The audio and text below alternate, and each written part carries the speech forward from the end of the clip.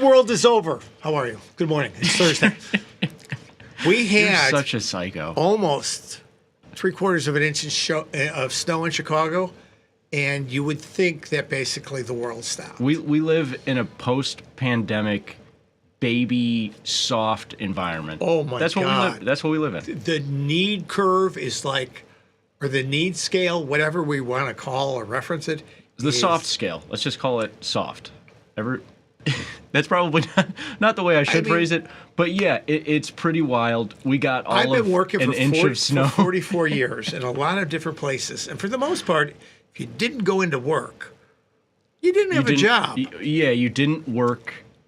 Yeah, it's different. Sure. It's different. But and But it's not that different. you know what? If it's 0 degrees outside, yeah, car doesn't start. Walking outside is dangerous. Everybody should be able to, that's why we have this great bifurcated work story. Everybody should be able to work from home. But Sure. the roads aren't great. Oh, your hair is spectacular. Hair's bad today. I know. I got to get a leaf blower with more voltage. Getting a cut tomorrow. I've got that 48 volt one. I need the 60 volt one Yeah. from Home Depot. Honestly. So wait, what were you saying? Let's get back to this because this is some good stuff. So the whole thing about I got to leave early. The snow's coming. The snow's here. I drove home. The road was wet, Yeah. and there was a little snow along the sides. I mean, There was a little snow. It wasn't like 14 inches of snow or something like that. It's just, I don't get it. I'm a little. I'm wondering because I've been thinking especially the last year or so, like okay, like most companies are requiring people to come into the office more and more. We're kind of heading out of this pandemic, like I say, like I don't want to make anybody feel bad, but like the amount of excuses that I've heard, the excuses that I've heard in the last couple of years of reasons for why people don't come to work. It's like, oh, my neighbor had an emergency and someone needs to watch their dog, so I need to stay at home today and watch their dog. And it's like, that's not a reason to not come to work, really. I think. In all Are fairness, we? I guess my question is: are we going to get out of this, or is this the way it is? Because obviously it's merged with like technology in a way that people can work from home, and we do have great employees of this company who don't live in this city and work from remotely from their city, and they come in every. I mean, our team month spans or the quarter. globe. Yeah. I was just on a call with a guy in Bangalore, and for him, again, it's 5 o'clock in the morning here. It's 5:30 in the evening there for him. That's past the end of his day. To expect him to be in an office until like 7 p.m. in India is pretty crazy. There's trade-offs. Sure. But I think again, it depends on everybody's point of view. One of my sons is a developer for a prop firm. Now they work very well. For them to all be in the office with their headphones on, coding, you look at that and you think, what is the collective good of them being all together? Now, a business like ours, where it's got a very important customer-facing feature that we believe is one of our strongest USPs, the sharing of how you interact with customers and how the business runs is an important dynamic. So, I don't know. That's a good way to put it. Yeah. It's an interesting dynamic, but yes, I think we should all be reasonable and enjoy the flexibility technology gives us to when it's cold or there's actual real snow, people should stay at home and be safe. But you and I got on the elevator together, I think it was the day before yesterday, because of course this is the way it tends to go, is the day before there's a snowstorm or something like this. It's the same with, honestly, with trading a lot of times. When you're like heading into a Fed event and everyone's like, oh, they're going to cut 50 basis points. This is going to be a crazy Fed event. But the craziness is priced in. You know, it's like, oh, we know there's going to be a lot of volatility tomorrow, and there ends up not being as much volatility as you imagine.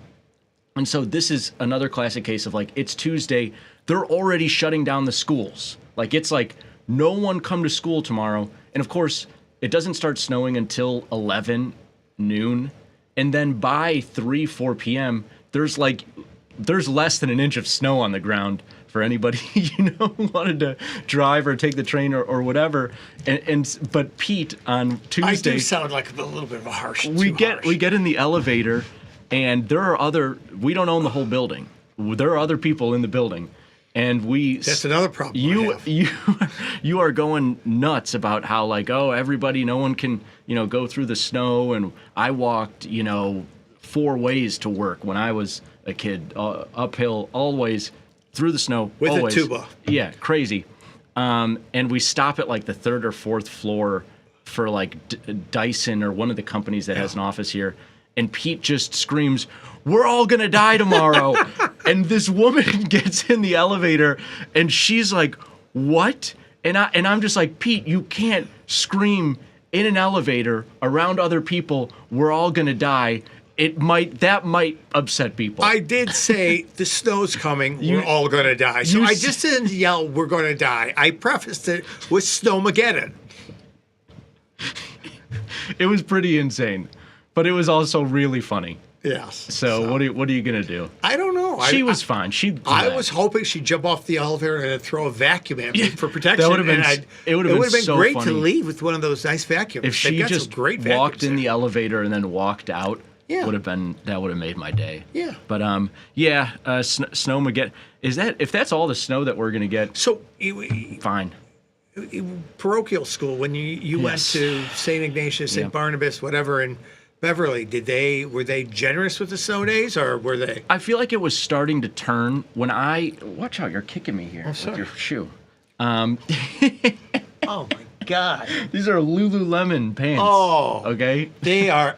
Yeah, that's Those right. are spectacular string pants. When I went to Ignatius, it was definitely turning the corner. By the time I was a senior, we had like 1 or 2 snow days per year. When I was a freshman and like entering Ignatius, it was like notorious. We don't do snow days, like unless there's like God doesn't take a day off. Seriously. But like the thing was, Ignatius isn't in Beverly. First of all, it's in the city. But it's Roosevelt, so you don't go that far south. Roosevelt and Racine, honestly, like less than a mile from this office. And people would be coming from the south side, the west side, the north side, in the city, wherever. And so it was a little treacherous if there was like 6 inches plus of snow. That would be hard. A lot of people are driving in, and it's like kids that are 16, 17. And so they did start to get a little bit more lax. And now, like I say, I don't remember this environment where it would be like, there's going to be some snow tomorrow, and so we're canceling school the day before. We don't even know how much snow is here. There's not even any snow on the ground at 7 a.m., but we're canceling school. Do you remember that when your kids were in school, we're going to cancel school the next day, even though we have no clue? No, they would always have a call, and you'd get a call Early in the morning, morning yeah. that the school was canceled, if it was canceled at Yeah. all. Or they put it on a website or something. I don't know. I don't know if there's a right way to do it, and maybe it is just like technology's so good that kids can learn from home and everybody can do their jobs. So but in like Beverly, though, they were still able to Here lower we go. the drawbridges and let you out on snow days to get on the. well, the bridges get notoriously icy. And so, yeah, it was pretty treacherous exiting and entering Beverly, but that's also part of the tact. I imagine. Yes, that's again. Try storming the castle at 103rd Right. and Longwood In tennis shoes in the winter. You're not going to do it. You're not going to make much progress. So that's so insane. That's but yeah, troubling. it was a classic. This is gonna be crazy, and it just wasn't that crazy. I got my neighbor calling me last night. I've got the spotlight. He says the spotlight's on and it's awfully bright, and it turns out it's like not working right. So it's supposed to go on when there's motion. It like goes on when there's motion, but then when it stops, it's still on but dimmer. And he's like, "Can you do something about it?" And I look outside. It's like 20-mile-an-hour winds, and it's still snowing. And it's like, yeah, I'll get around to that, but it's not high on my priority list. Oh, he So- wanted you to go out there Yeah, and do it and right like there. take the bulb out or something. Well, and it's way high up. I got to get a ladder to do it. So That's too Yeah, this funny. whole Snowmageddon thing's no good. Yeah. But Well, I'm glad you Mark is survived. not reacting to Snowmageddon. I'm glad you survived. I haven't checked nat gas. That's always the joke if it's snowing. Nat gas must be up. Is natural gas up at all? Yeah, it's up 10 cents. All right, pretty good. There Yeah. you go. It is supposed to be. It's supposed to be really cold next week, which 365. I'm not excited about. Keeps toying with that $3 level. It's weird now though, since we're past withdrawal season, that forward curve slopes down so dramatically. So every 30 days, you roll to a dramatically lower price point. So It's usually March, April, right? March is they used to call, or March, April March is the end of withdrawal. April is the start of injection season where they store natural gas, and that was that Widowmaker spread where Was March? it was March, April. Yeah, actually. March, It April. was Okay. Widowmaker. Gotcha. Yeah. Anyways, no But no the global widows nature of being nat made gas today. now has changed all of that. That was The what, nat gas? the global nature of nat gas and Yeah. them shipping so much of it and exporting it.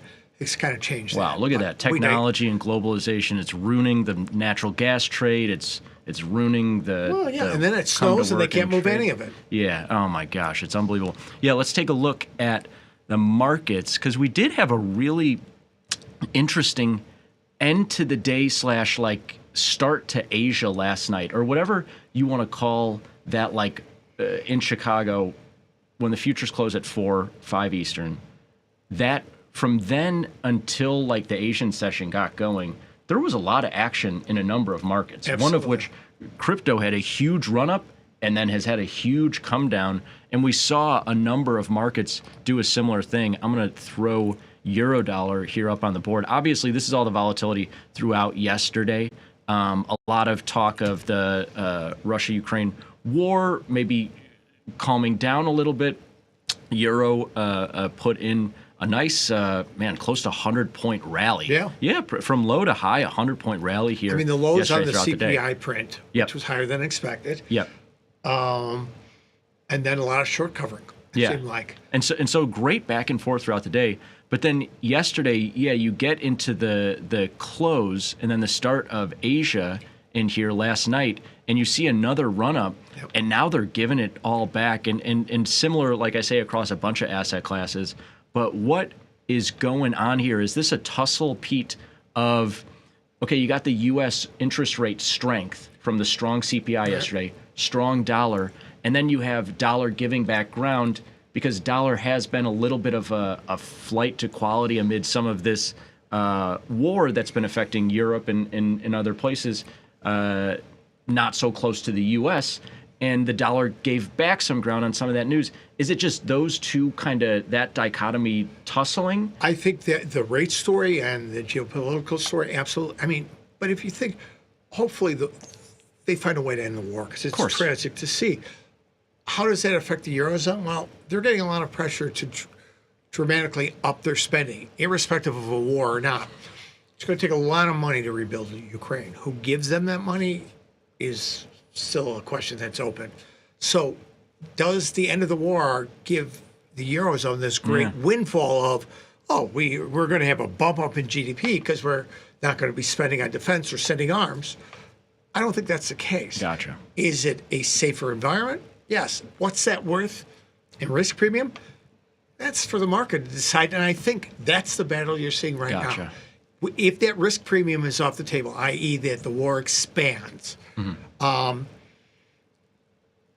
what's that worth? Is that worth the 100 points we put in? Or is that worth 300 points? Is 107 a area where, from a financial standpoint, it's not a great benefit for the Eurozone, but from a risk standpoint, it certainly is a better environment if there is not an armed conflict going on, hundreds of miles away from a lot of people. Yeah, we're still sitting at 104, and the rally that we got to like 104.20, 104.30 has really been the high for Eurodollar, honestly, in 2025.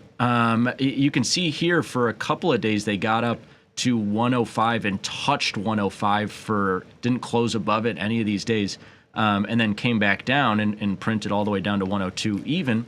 But I agree with you that seems to be a lot of this is, okay, what is unknown, Russia-Ukrainian war, how it's going to end, and what it means for different economies throughout Europe. unknown. You saw some optimism, obviously, yesterday, translated as euro strength. Irrespective of everybody else, irrespective of Canada, Aussie, yen had a hard time. Yeah, 100%. What is known is we printed another high inflation and U.S. rates skyrocketed.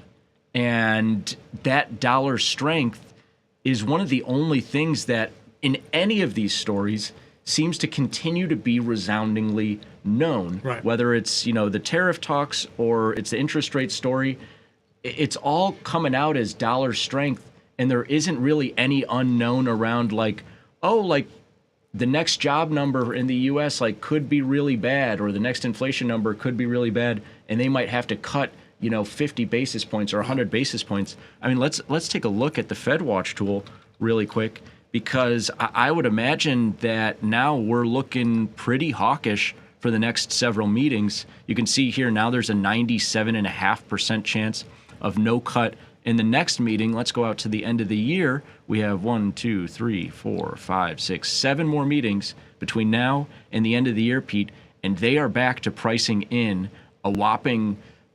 65-70% chance of no cuts or 125 basis point cut. And the 375 to 4 level is what moved down a lot on that PPI number. That was kind of split between 1 to 2 cuts by the end of the year. Basically, they've knocked a lot of gas out of the. You could see the 2 cuts. one week ago Right. that the focus of the curve, the distribution was focused around 2 cuts or 50 basis points worth of cut. Yesterday and today, that is no longer the focus. And there's only, as of today, I mean, you add up all of these, Pete, you can add the tails in here Right. and this 50 basis points or 2 cuts, and you're getting much less than 50% chance.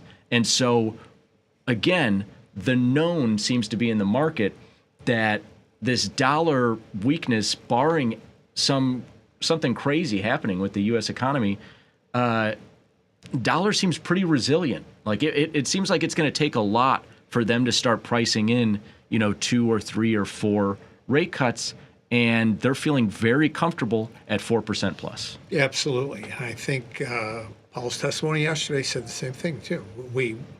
He cited the CPI print. It's one print, which I love. Speaking it's one print. You don't take any one single number in a vacuum. He says we're mindful that we're close, but we're not at 2% yet, and we're going to be more mindful of doing anything until we get a little bit closer there. So. And yeah, here it is. It's nothing crazy. It's not nothing.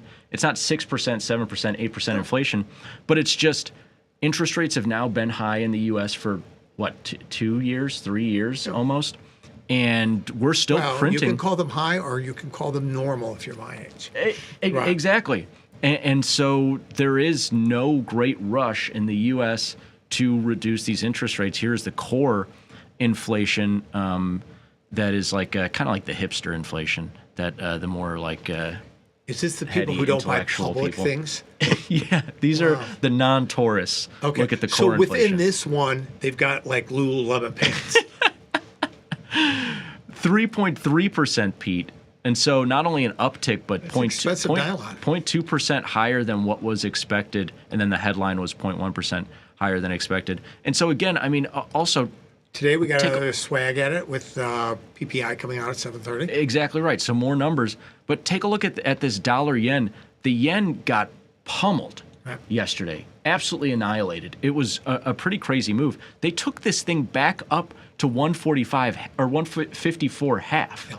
And looked at 155, and I was like, holy smokes, man, just when you think it's safe in this dollar yen, they're trading around 150 again. And it's like, oh, okay, maybe 150 is the top side of this range again. They take it all the way back up, giving back a little bit of ground here this morning. But again, what is the known and the unknown in this equation? U.S. interest rate strength, the data has been strong consistently. What's the unknown? Japan.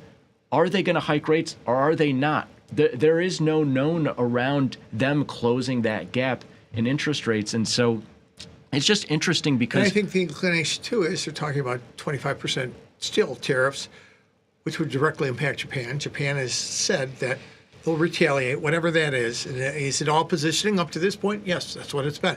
But that makes them less inclined to, we don't know what's coming down the pipe. Why are we going to change our rate structure? Yeah. So that means they're staying put, we're staying put, and that speaks to almost 400 plus basis points of interest rate differential between the two countries. Yeah, that's going to be it. And what's interesting on the intraday you went through there, when that yen had that big move up, it just sat there all day while the euro retraced all that ground. Yeah. It wasn't. This yen was weak all day. We're not interested in being sold. Aussie got a bounce. Euro got by far the biggest bounce along with sterling. My friend Kiwi just can't find it in itself to find a good balance. It's a tough one for them. But very different walkthrough here. But it's interesting because if you bring up the euro chart, we talk about trading binary events, and we go to the intraday. What did we get on that down move on CPI? We basically were at 130.80. We got down to 130.20. Now, you look at 1.5 to 2 times the one standard deviation. If you were looking to be a scalper and you thought euro is cheap, but I don't want to buy the rally, 2 times that one standard deviation is about 70 pips. Yeah. You got that. Yeah, you got a 60, 70 point move. If you wanted to buy that dip, that's where these setups kind of come in. This time, it worked wonderfully. It gave you a nice bounce in. We know there's times where it'll just keep going. It'll sit there and then keep going. Sure. So, but when you look at setups around this, that gave you a nice entry point to trade the binary event. It's also the case for, diversification always. And we talk about, non-dollar pairs. We talk about just getting outside of just one pair, because if you just stare at this one all morning, Pete, and you got short here, you got short here, you got short here, okay, a little bit of comeback, but then you're just short at around a scratch all afternoon, and you're staring at this move here late in the day, and you're like, oh man, do I need to get out of this? You're missing all the opportunity in a bunch of these other pairs. This is a great point you make, because there's a proclivity sometimes to say, oh, I'm a yen trader and the yen's going to catch up. So the selling's going to come in the yen. It's just not doing it. The euro's performing. That's a dangerous kind of substitution game. That's a wishing game. Yeah. It should. Whenever you add it should to your trade, you should really reevaluate what you're doing. Go to the well that's providing that opportunity. Euro was the place that gave you the move. Sure. Is there a positive correlation? Less so between the yen and all the other currencies. But, if you wanted to play the leader lagger thing, look at the correlations. Euro sterling will give you more of that if you were looking, because euro definitely put legs on its up move before cable started or sterling started to. That I could understand being that, but be careful of trying to curve fit that. Well, euro's doing great, sterling's bouncing, the yen should be sold here. Yen would rally, i.e., dollar yen, which we trade, should come off. It's not always the case, and that can be a very frustrating exercise. Well, yeah, and I have X dollars to trade today, and I'm going to put each of them, every one of them, into this market and just stare at it, because I feel like it is the biggest extreme. It's the biggest number. It was down 1.5% almost, whereas the euro was, and sterling and all these other markets were inside of 1%, but still seeing huge moves. And the idea is just, you never know. And so the last thing you want to do is create a bias around oh, no, this is the one that has to revert, or this is the one that I'm already in, so I have to do it, or this one, the percentage point is a little bit higher than these other percentage points, so this is, I need the greatest extreme. Because, you look across the board. I mean, even look at this dollar CAD trade, traded all the way up to 143.40, traded all the way down to 142.60. I mean, nice range. It's a huge move, and you might be scared away from dollar CAD because of the big moves recently. It's not saying that, jump into dollar CAD full boat here or any of these. It's just saying if you're going to have X amount of dollars in a given day to trade, Forex trade, anything, putting that across multiple markets, multiple strategies is usually going to add up to the most sustainable way to We're trade. product indifferent. We like multiple occurrences. We believe that is the most productive way to trade. We're product indifferent in stocks and options. We're product indifferent in the FX pairs. Now, does that mean I need to be comfortable trading all 82 pairs? No, Turkish lira is a bespoke, an interesting thing. Singapore dollar, same thing.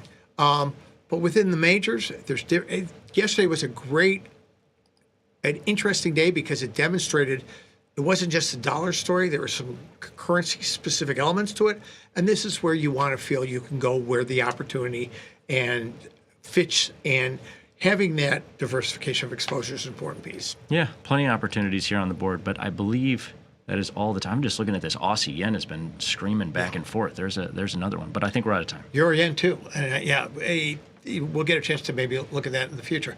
But guy, that's it for today. Coming up next, Tom, Tony, and Vanetta, and this handsome man will be back with his Lululemon pants tomorrow with you Friday at 6:30. Have a great day, and we'll talk to you soon.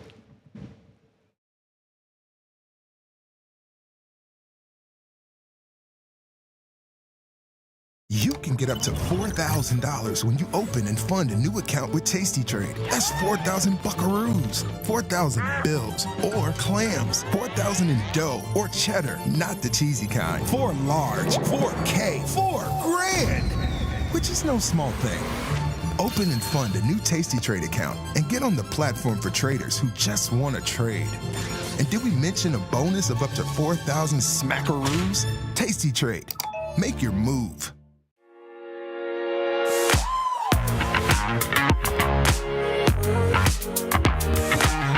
I'd started to disrupt my trading career like really early on, probably 4 or 5 years into it. I started thinking there's got to be more than just this. Thinkorswim we built in 1999, 2000 when the market was crashing. And Tasty was in the middle of 2010, 2011 when markets were kind of in turmoil. So yeah, it's always best to start things when it's worse. When I speak in front of a large crowd, I usually say right up front, I'm going to try to give you a takeaway every 15 minutes because I think it's important. You came out for a reason, and we respect that, and it's humbling in its own sense. So we have to deliver our part. Like, you can't just give somebody, hey, here's a one-liner, and you take it home, and then you try to figure out what to do with a one-liner. You have to challenge people to think. If the VIX is over 40, we'd like to see an allocation of about 50%.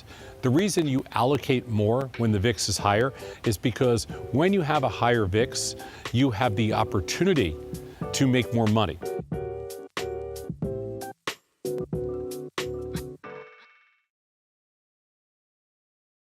Regulation time may have expired, but the conversation is just getting started. This is Overtime, the post-market scrimmage for market junkies. Join Chris Vecchio, Ilya Spivak, and me, Dylan Radigan, as we analyze the X's and O's for everything from earnings to politics to macro events and more.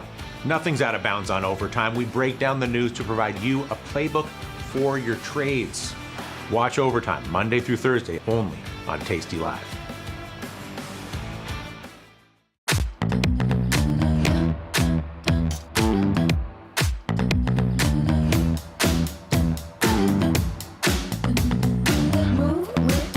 Shake it up, stop when the clock hits 13. Sing 1, 2, 3, 4. Cause no one can do it like we do it, like we do it, like we do it. Cause no one can do it like we do it, like we do it, like we do it.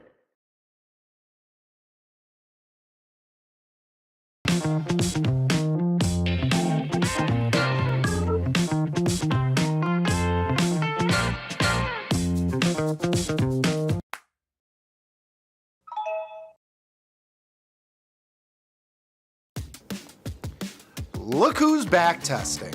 tastytrade now has options back testing for free. Test your trades with over 10 years of data for the most popular symbols. See how your trades would have performed in the past. Look back at profit and loss and take the guess out of guesswork. Oh, did we mention that it's free? Get back testing at tastytrade.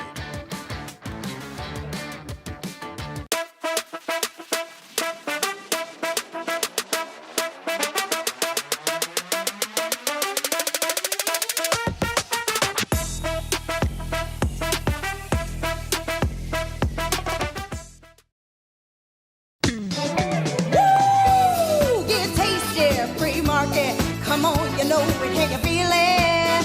We got some things to talk about. Pre-market, it's early.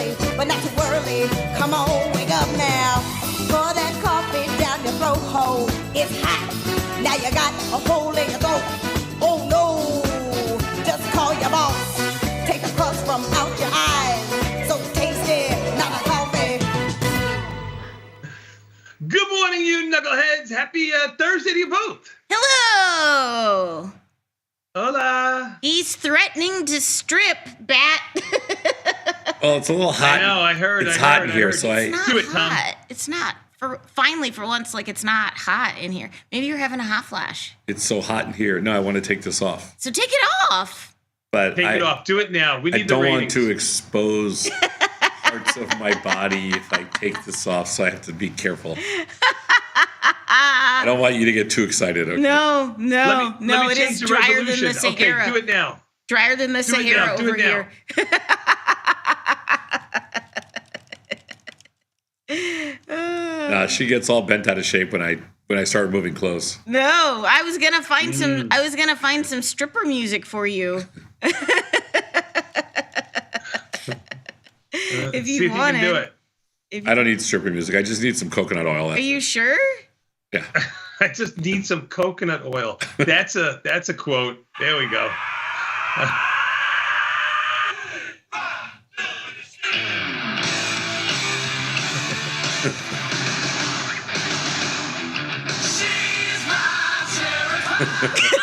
Come on! I'm uncomfortable. Beth, run in there with some bad perfume real quick. Come on! Please put your hands together and welcome to the stage, Cinnamon Sauce Grande.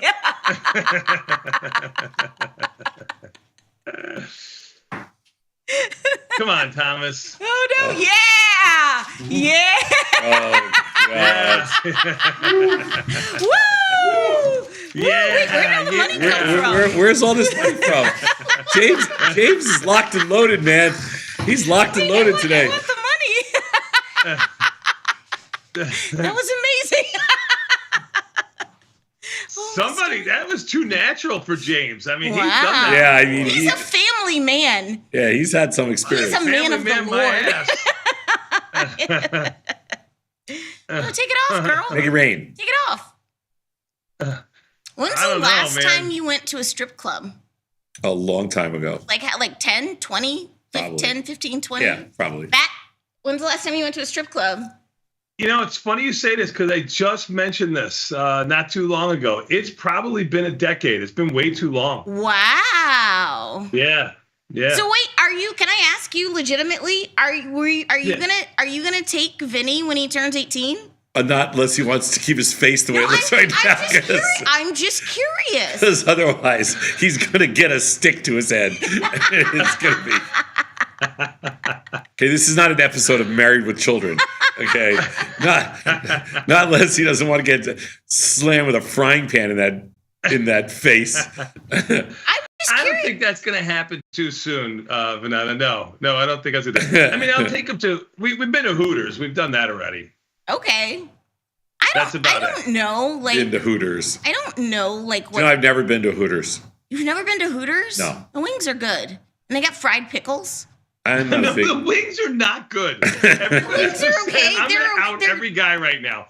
The wings at Hooters are no good. It's just what we say to our significant others to tell them why we went to Hooters. No, they're not good. First of all, I don't like fried pickles. Like I love fried pickles with ranch. Ooh. I don't get the whole fried pickle thing. I mean, now listen, I didn't grow up on. Because you're from Connecticut.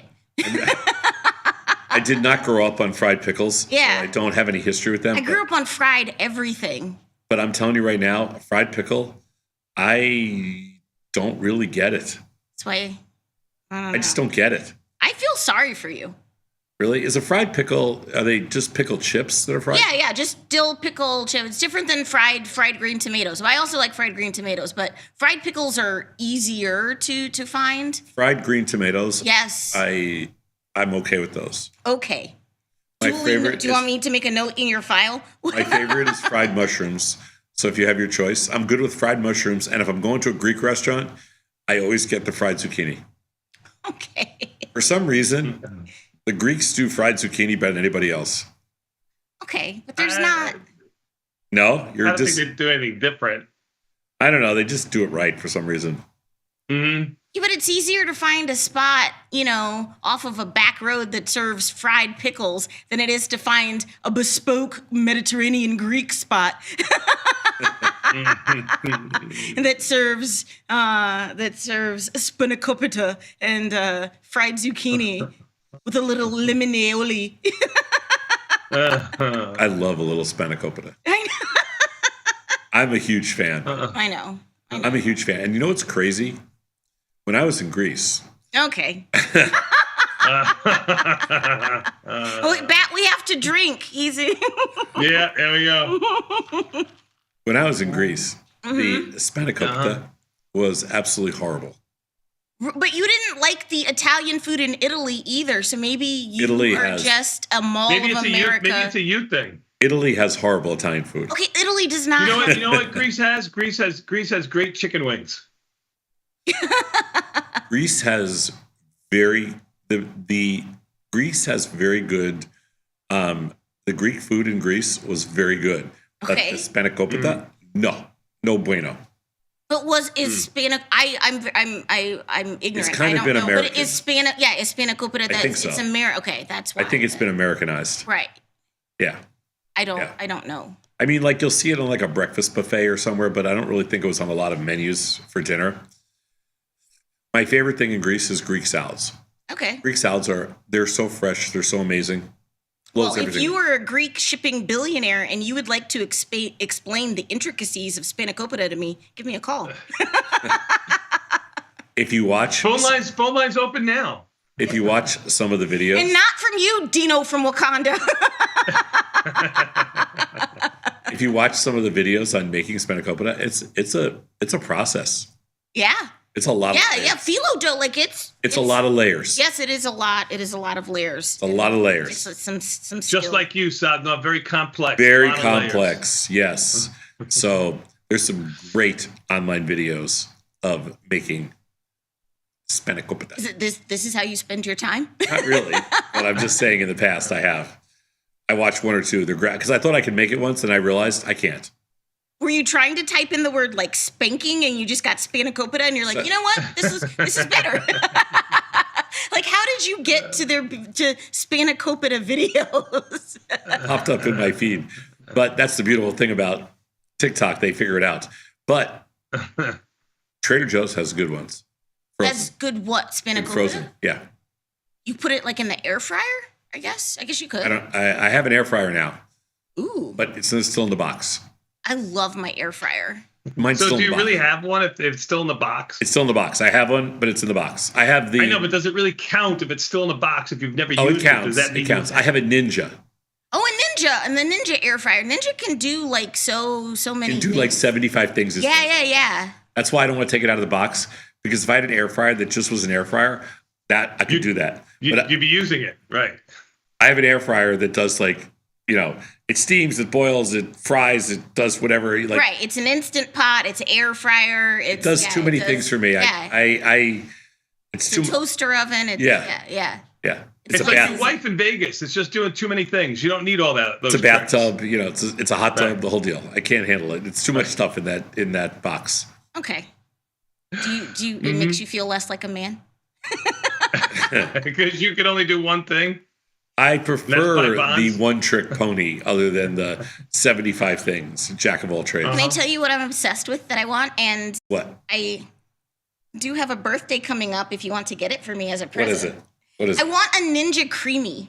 A what? A Ninja Oh, I have Creamy. one. You can have it. You have We used one? it one time. You used Yeah. it one time? Okay. One time. What One is it? time. I don't know what it is. It makes soft serve it makes ice cream and like frozen yogurt like in your house. Why are you shaking your head? Because my wife said, I'm going to make these protein shakes. Yes, She watched protein the ice cream. Yes, Chrissy. Yeah. Yes, we love a fitness girly. Yes, that's what I want it for. Yes, is to make right. protein I ice watched cream. TikTok. I watched TikTok. I'm gonna make all these protein shakes for us. It's gonna be amazing. The first one she made, it was disgusting. It was like ice milk. It was Well, yeah, just because disgusting. you have to get the spinning right. You got to like respin it in it. But if you want to give it to me, That's what I told her on Saturday. You got to get that spinning right, baby. Okay. You gotta get that spinning right. Yes, and then that creamy's better. That's it. But she couldn't do it. First of You all, can have it. So the boys on the trade desk now, they're very proud of themselves because they have a foaming machine. a foaming machine. The top of For coffee. coffee. Oh, a cold foam machine. Cold foam machine. Yes. I thought you meant like a foam party, like in the early 2000s. I was No. like, what is going on in the trade desk? Those were overrated, by the way. They're much better on the So videos. gross. Those were overrated. They have a cold foam machine now, and they're very Who spearheaded this? Pete Klink. Clink. Yes. Yes. Margin Island. It's owned by Margin Island. Yes. Those guys are funny though. Yes. I love they're Marshmallow. very proud of themselves. They have a cold foam. Why am I not filming this for TikTok? I got to get over there. You should. Those We guys have a are fun. cold foam machine at Bad Coffee. You do? Yes. Are you allowed to use it? I'm not, Okay. but they have one, and they making for Valentine's Day. They're making it's pink or red foam. Yes. So I you gotta can get there. You can order a drink and have your red foam on top. Yay! I love that. That's Yeah. very cool. You could put that on your Instagram, on the Bad Coffee Instagram. Oh, Bad Coffee on social media. Hey, you can mix a little chocolate in if you want. Yeah. Oh, Wow. That sounds pretty good. Bat, how about you? What were you up to last night? Making foam? No, the Batista house. He was making has been foam all foamless right, now but he was for a little locked in the while. bathroom. What? The Batista house has been foamless for a while now. We got to get back on that foam trail. We don't have any foam. Quiet night. Tonight, we got our game because our game was canceled yesterday. So I told know you were- it was going to be, but you didn't listen to me. I didn't. They usually don't, but they canceled it. I'm we're glad. getting. I'm glad the roads were terrible. I'm assuming. I'm assuming too, but I'll be out there. I'll be out there today. 850 games. I don't know if you can believe that. And especially in Romeoville, because I think south of I-80, I think we got more snow than you guys did. Maybe up north. I don't know. So Yeah. Last place I'll be in the world tonight.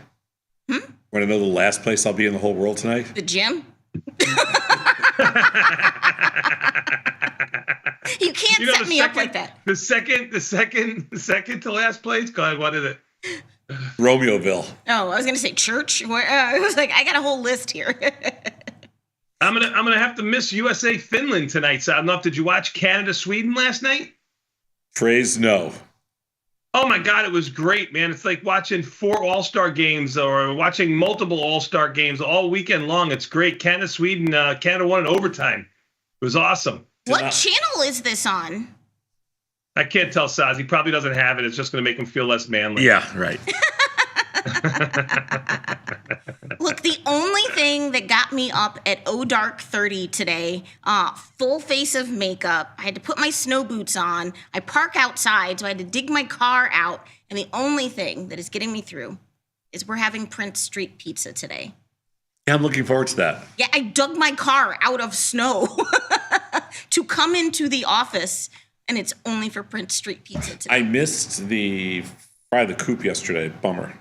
But that's a lot for your body to go fry the coop and then like Prince Street Pizza, coming off of a Vegas weekend, coming off of a Maine weekend. Like, girl. Prince Street. I predict it doesn't travel well. It's 3 blocks away.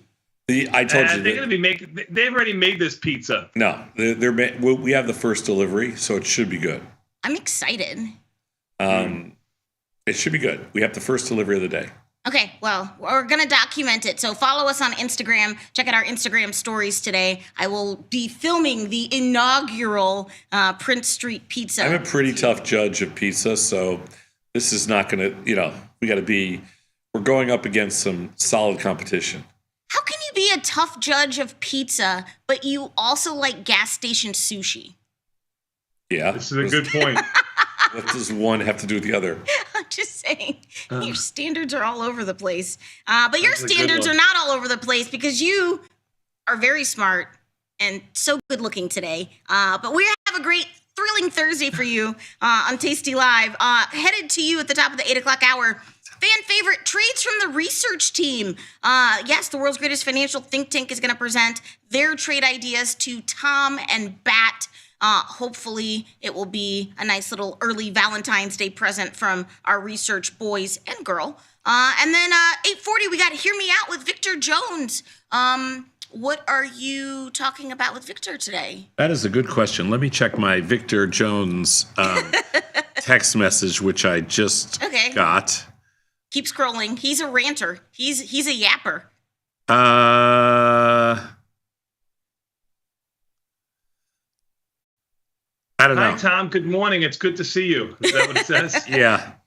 Okay. Yeah. Well, we like that. had CPI come out yesterday, and we got some other things that are going on. So maybe, Probably have like PPI today and yes, yes, CPI, PPI. EPI.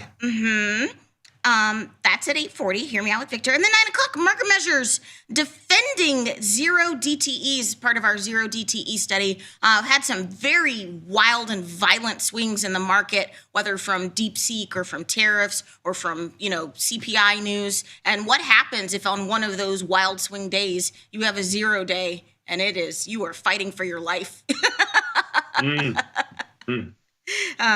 We're going to talk about that. You are not alone at 9 a.m. And then around 9:30, live from the trade desk, big boy Scotty S. counting down all the top trending tickers over at Tasty Trade and continuing his series from the week at 10 o'clock. TP is going to be on with Jenny. He brings unique insight and perspective to the show. So heard some good things on social about TP joining Jenny, and that's at 10 a.m.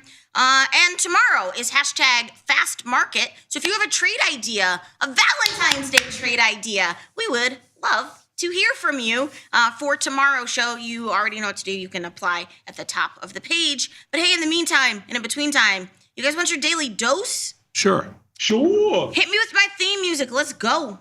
Our leading story. Breaking news. Coming across the wire. Leading story. Top story. Just in. In today's headlines. This just in. Breaking news. All right, everybody. Today is a thrilling Thursday. It's February the 13th. This is the part of the show we like to call the Daily Dose, where we talk about today's financial news and headlines. My name is Vanetta. Are you ready for the news? Sure. Mr. Ready for the Bat, news. earnings For today or yesterday? for today. Palo Alto Networks win AMAT and Tom's beloved Moderna. Mm. What do you Moderna. think of that? I mean, could it go any lower? It's $30. I don't know. You said that with Crocs, and Crocs is higher. You fashion maven, you. Yeah, we're short. Well, that wasn't my call. That was one of our viewers yesterday. We sold some. I don't know what put we sold. The 70 put. Let's see. Doesn't matter. Stock's up $18-20. You're golden. I love Crocs. Fat City. I love Crocs too. I have pink Crocs. So does Tom. You never wear them. I don't wear them to work, but I wear them at home. I wear them when I go, and I have a separate set for camping, and they have little lights on the front. Oh my God. They make them with lights on the front. You buy the lights as a separate attachment. They go. It's an attachment. It's yeah. Yeah, it fits into the little Tom, holes. we got our work cut out with her. We're never gonna pawn her off on anybody. This keeps up. Yeah, you're not going to get any guy with the Crocs with lights on the front. Yeah, I think there's a ton of dudes that would be like, wait, this girl doesn't care if I have Crocs also? And I'm like, no, I don't care. And they're like, I'm pretty awesome. Mm-hmm. They have lights on them. Yeah, I don't like lights. Anyway, hey, keeping it moving. This headline says, hot inflation report. Vanetta, we're at the age where the lights have to be off, Vanetta. We don't really keep the lights on anymore. Hot inflation report and rising treasury yields warn the market's bull run could be in trouble. The U.S. consumer inflation increased at the fastest pace in 1.5 years. That number came in hot. Treasury yields got swole. What are you doing in bonds? And let's talk about the moves you made yesterday. We bought bonds all day yesterday, and they're up this morning, up 14 ticks. I don't know if trading just 2 or 3 ticks off of their highs, 113.27. So we actually made money intraday yesterday buying bonds, and the ones we bought yesterday at really bad prices, I sold them this morning, and we scratched them. Oh, nice. Okay. So far, and then now we're short a bunch of puts, and we're short them at good prices. So let's see what happens today. I'm betting that bonds, if bonds go down today on the number in 10 minutes, if there is a number in 10 minutes, we'll buy more. Okay. And if they go up, we'll take our profits on What level are you looking for? Like anywhere close to 113. Okay. In the 113 in the because there's two different months that are trading here. So if we're trading the Junes, I'm looking around 113. If we're trading the Marches, we're looking around probably like 113.10. I think they're about 10. What are they? 10 ticks different or something? I'm not looking right now. 20. You're talking about one bond future to the next? No, they're about 6 ticks different. It looks like. Yeah, March right now 113.26 to 113.20. Correct. Yeah. March to June is, I mean, I guess the roll is probably in the next, when's the roll? The next couple of days or something? It's coming soon. You only got 8 days left to the February 21 options. Right. So the roll will be probably by Friday. Yeah. Nice. Yep. How about for you, Bat? I know you're not a super big bond trader, but is it getting interesting at these levels for you? No, not at all.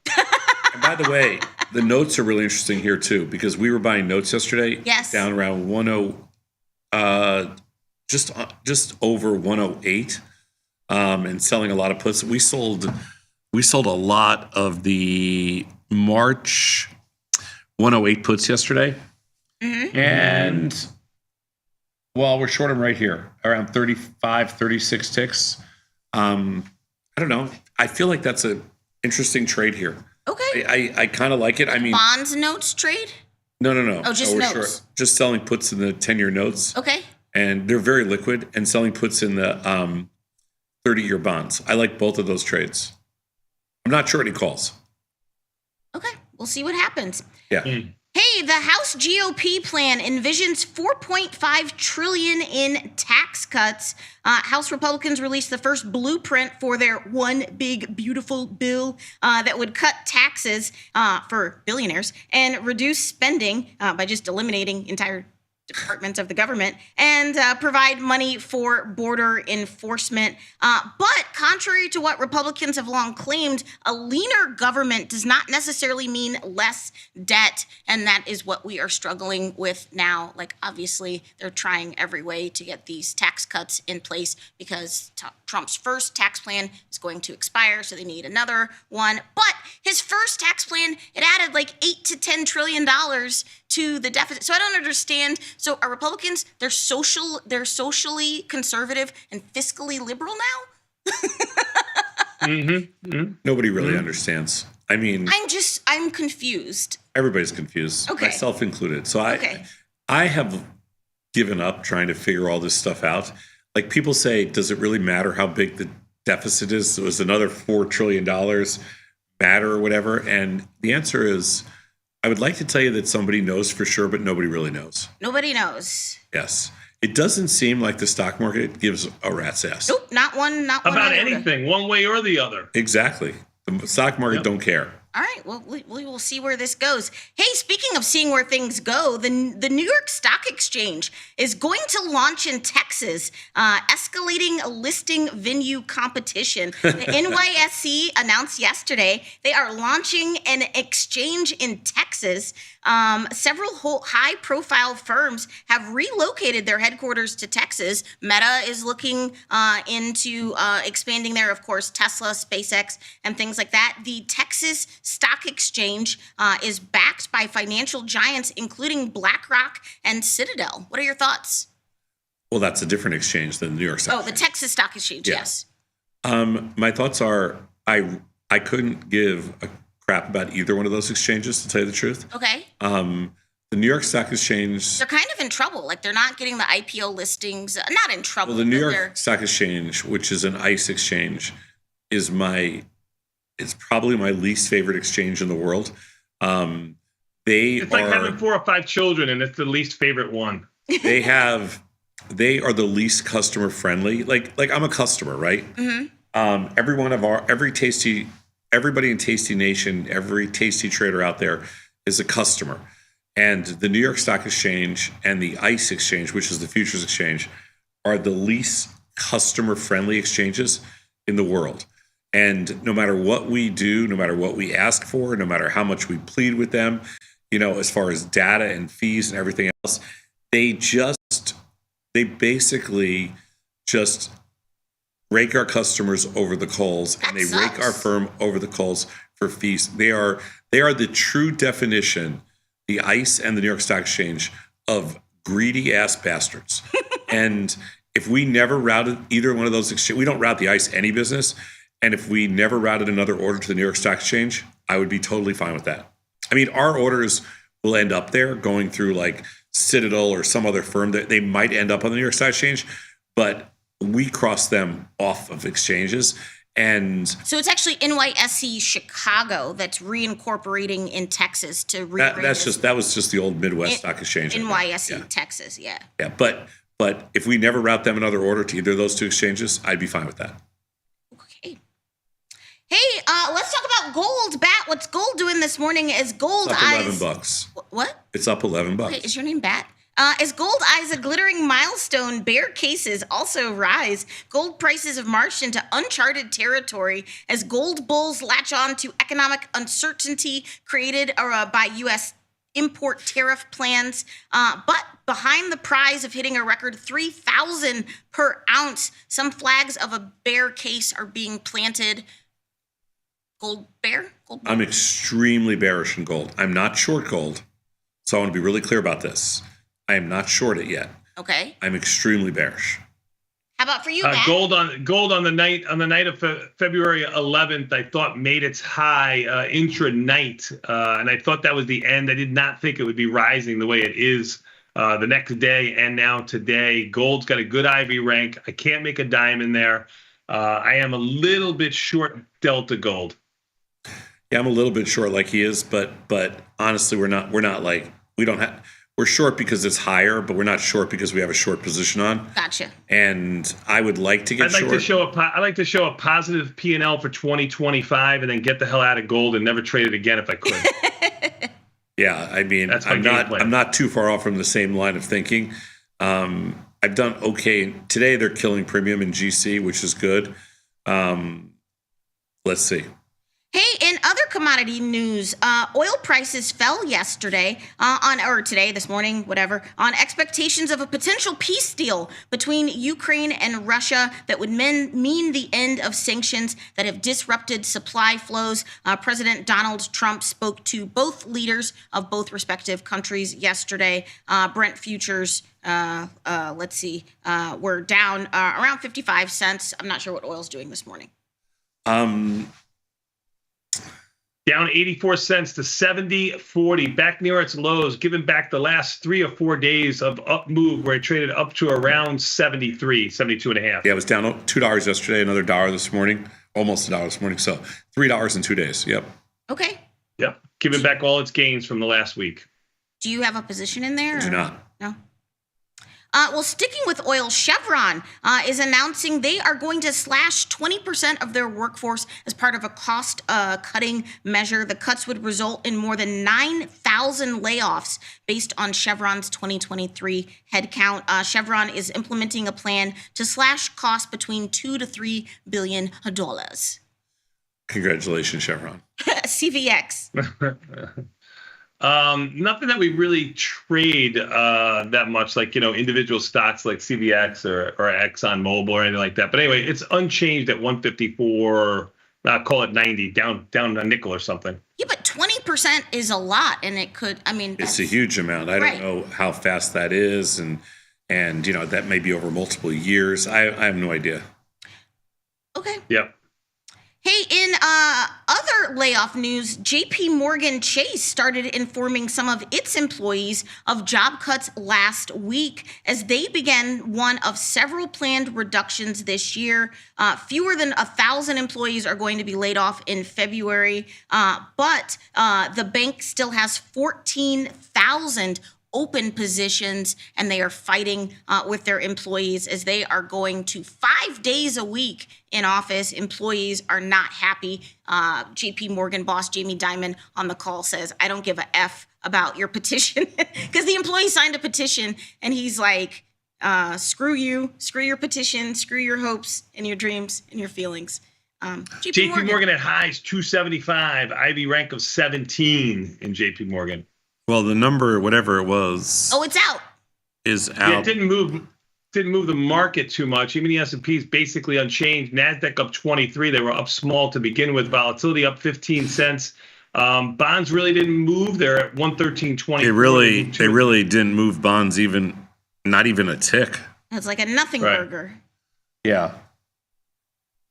So far. I was going to say, not even a tick. Wow. Okay. Womp womp. I'm sorry about. Well, we'll see. Bonds. Yeah, give it a second. Maybe people are. It'll move. Yeah. Yeah. Yeah, we'll see. Yeah, they maybe down ticked a couple ticks in bonds, so we might be able to do something. They're only up 10 now. We sold them at 23 this morning. They're 15, so they're 8 ticks lower. Okay. Yep. Got it. Did you trade Reddit? I did not.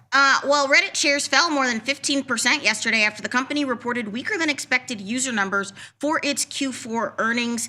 Global daily active uniques rose 39%, but a Google search algorithm change caused some volatility with user growth in the fourth quarter. Reddit also maintained that they want to incorporate more AI into their platform, but they have to say that. Every company has to say that now. It's just... that's the way things go. Revenue for Reddit came in at $428 million versus $405 million expected. Yeah, we have no position on in there, and I thought the stock was grossly overbought, but it turns out it was. But I don't think there was much to trade in there. Okay.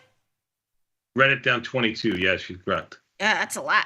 Hey, in other earnings news, Cisco raised their annual revenue forecast as an AI boom boosts networking gear demand. Corporate customers have been investing heavily to build out their AI infrastructure, boosting demand for data centers which use Cisco products such as Ethernet switches and routers. Cisco.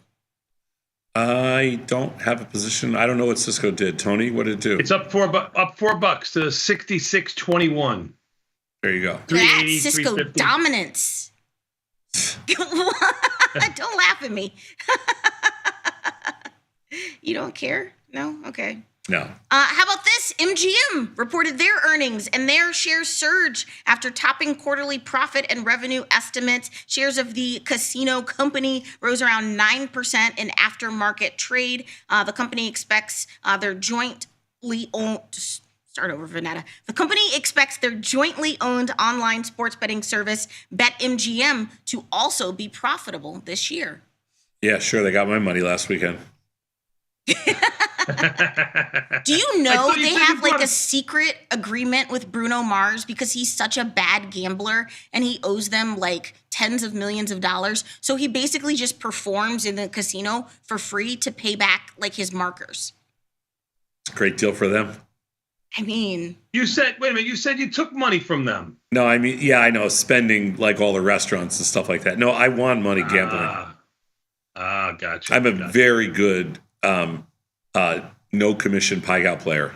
Can I ask, did you get your room comped? No, I didn't even ask. Why? Because I didn't see. So wasn't that kind of party? When you go use that room. When you go to play and you want to get comped and everything. I want to be a whale. I know, but when you do that, you have to play like 4 to 5 hours a day, and you have it's not worth it. You have to play 4 to 5 hours. Yeah, that's how it works. It's a deal. Like you're basically. Did you sign a contract? No, but it's an unwritten rule. You have to play a certain number of hours, a minimum of 4 hours a day, and it's a minimum amount per hand. Okay. And it's just you have to guarantee them a certain amount of play. Interesting. I did not want to guarantee them a certain amount of play. Wow. Okay. But I do have a line of credit there, and I did play a lot, and but I just played for a couple hours. So, Interesting. This is fascinating to me, how this all works. It's not work. Let me tell you something. If we never ever got comp for anything, we'd be better off. He's right about that. You can't afford free? We cannot. You in Can't Vegas, afford free. you could not afford free. No. Well, He's right. He's in right. Vegas, free is really expensive.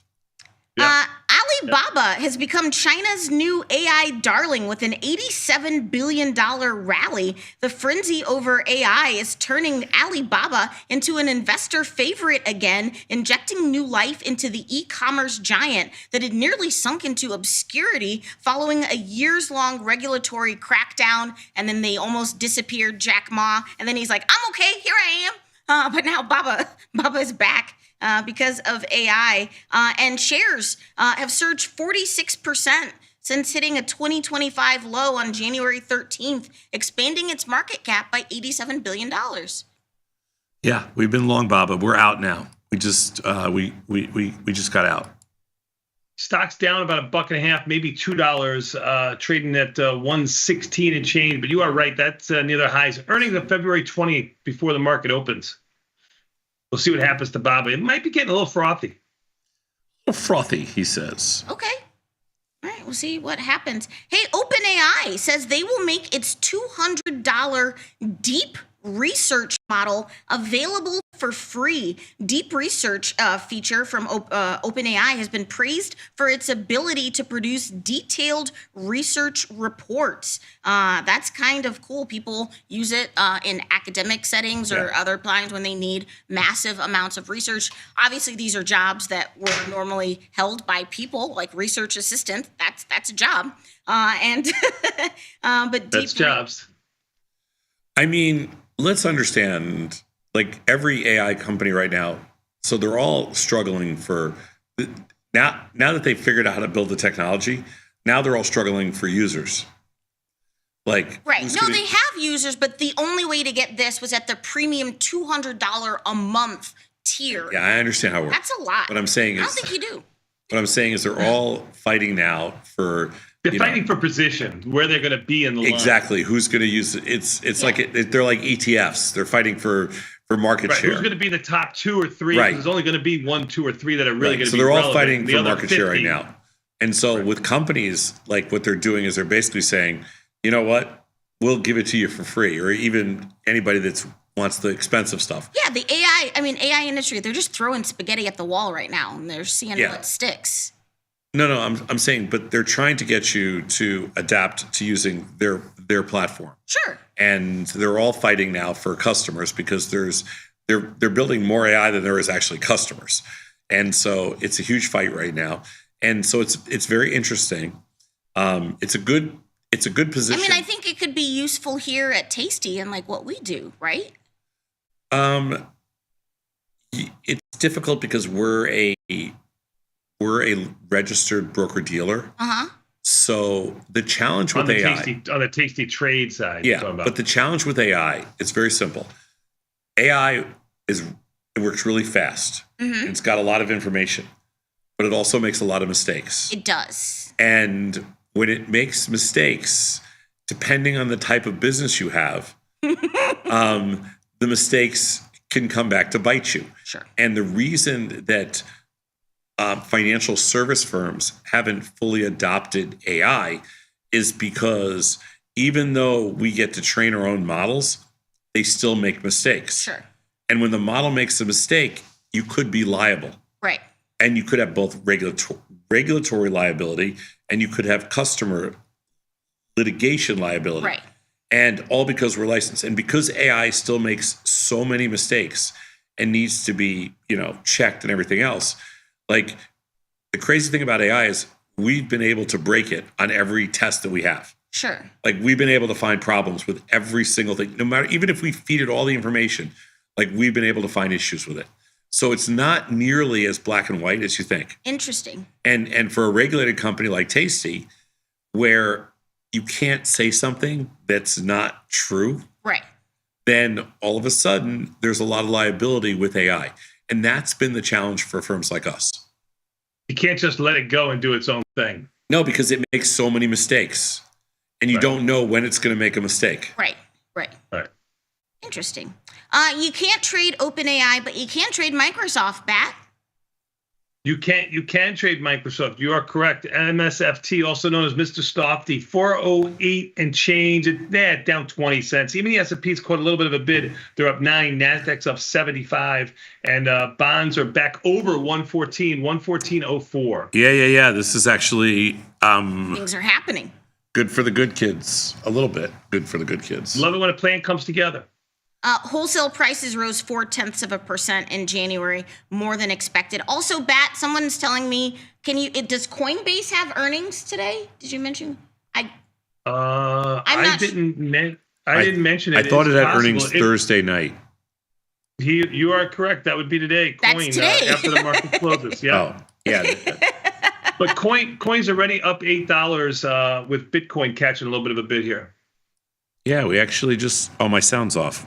We were able to buy back our 110 puts in the big bonds, ZB. Yeah, we were able to buy them back at 19. Remember we were selling them yesterday morning? I thought it was a horrible sale. 30 something, I think, right? Wasn't it? High 20s. Oh, I thought it was 30. You got it. But yeah, wow. Nice. Worked out good for the good cards. There you go. See the 108 puts. 30. Yeah, they're up money. All right. Beautiful. It's a miracle. It's a golden nugget miracle. Apple is launching its first major health study in 5 years. They launched the Apple Health Study, which will explore how devices can monitor and predict changes in users' health. The company previously launched the Apple's Women's Health Study and the Apple Hearing Study and Heart and Movement Study in 2019. The study will be available through Apple's Research app, and participation is voluntary. You have to opt in. I've opted into Apple's previous studies because I like to quantify all of my data, and I like it when my watch is like, hey girl, you're in danger. What are you doing in Apple? We're going to be what's it doing this morning? Apple 236.5 on the bid, basically unchanged, down 20 cents. We're going to be flat. Okay. Adobe is launching its own AI video tool to compete with OpenAI. Adobe yesterday released its first public version of an AI tool that can generate video clips, and they said they will not yet set pricing for major users such as studios until later this year. The Firefly video model, as Adobe is calling the service, will compete against OpenAI's Sora. Adobe, you can trade Adobe. I can, and we do, but we currently, Adobe, do not have a position. Unchanged at 262 and change. Oh, maybe it's up 50 cents. From the No One Asked You department, Elizabeth Holmes from prison says that she's committed to making healthcare solutions available to everyone. To which I respond, get back to serving the meatloaf for lunch. People magazine landed the first interview with Elizabeth Holmes since she reported to prison in 2023. She was sentenced to 11.25-year sentence, but that's already been reduced to 9 years for good behavior. We love a well-behaved scammer, queen, whatever. But she says that I remain completely committed to my dream of making affordable healthcare solutions available to everyone. We are so proud of you. Again, nobody asked you. Yeah, go back to making meatloaf is correct. Go back to She serving also the said meatloaf. she was innocent. If you read the article, as do most convicts. Of course she's innocent. She got to rewrite her story in prison. Yeah. She said, I refuse to plead guilty to crimes I did not commit. Theranos failed, but failure is not fraud. Yep. It's only fraud if you tell everybody that it didn't fail. Right, yeah. All right, keeping It was a unanimous verdict. Yeah, keeping it moving. I don't know if you've been following this marketing trend, but after hours of nail-biting agony, Duolingo users finally have answers to how the brand's beloved owl Duo died. Why did Duo die? He was hit by a Cybertruck. The language learning app has been rolling out a series of videos, and they now say reward for whoever can identify the driver. Please post any leads to TikTok. Hashtag RIP Duo. Duolingo is publicly traded BAT, DUOL, I think. And I don't know why a brand would kill off their mascot. Didn't they try this with like Mr. Peanut? I think so. Don't. But I love this owl. They're very good at social media. They're very good at trends. So I hope Duo gets like reincarnated. I don't know what's next. I don't know. It looks like it's unchanged at $400. This is a $400 stock. Nobody's ever heard of. At least I haven't heard of. $17 billion market cap. That's bonkers. That's big. Yeah. I mean, it teaches you languages, right? It will supposedly, but some people say that it's not really great. Like if you actually need to use the language. Can it help Tony with English? Look, hey man, people in glass houses, right, shouldn't throw stones. You're right about that. Hey, after a Georgia lawmaker introduced a similar bill, a state lawmaker in Alabama is introducing legislation that would make NIL earnings exempt from the state's income tax. SEC is big mad that that the Big Ten is running things. No, I'm just kidding. Please don't come for me. I'm a girl. I'm a girl of the Big Ten, not in the Playboy way, but I'm a girl of the Big Ten. Yeah, you do. The SEC is very mad. They are big mad, and so they are coming up with law. I didn't even put like the pieces of this together. Alabama was a much better team when you could do it under the table than when you had to do it above ground. Right. When everyone could just pay kids to come. Right. So now they got to compete with like real money at Ohio State and real money at Michigan. Ain't easy.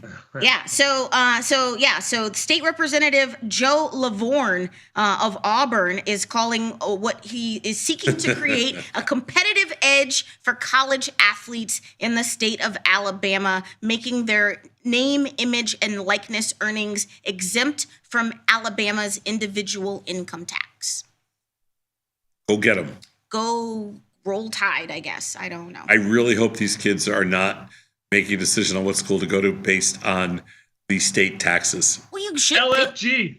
You should think of tax implications. Like if you go to Florida, right? Like there's no state tax in Florida. I just hope these kids aren't choosing. Go to Texas, there's no state tax, right?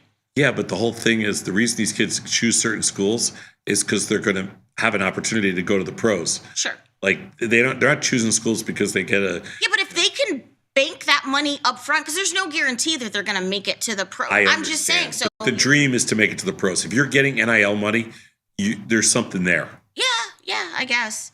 You know, you'd rather play if you go to if you play for a national champion, you're in a way better chance to get to the NFL than if you play for some no-name team. You know. But for some athletes, like I know you're just thinking like football and basketball, but like some athletes, like you look at like Caitlin Clark, who was just right after that NIL, like she would have made way more in college than she would be making, and she's playing professionally, right?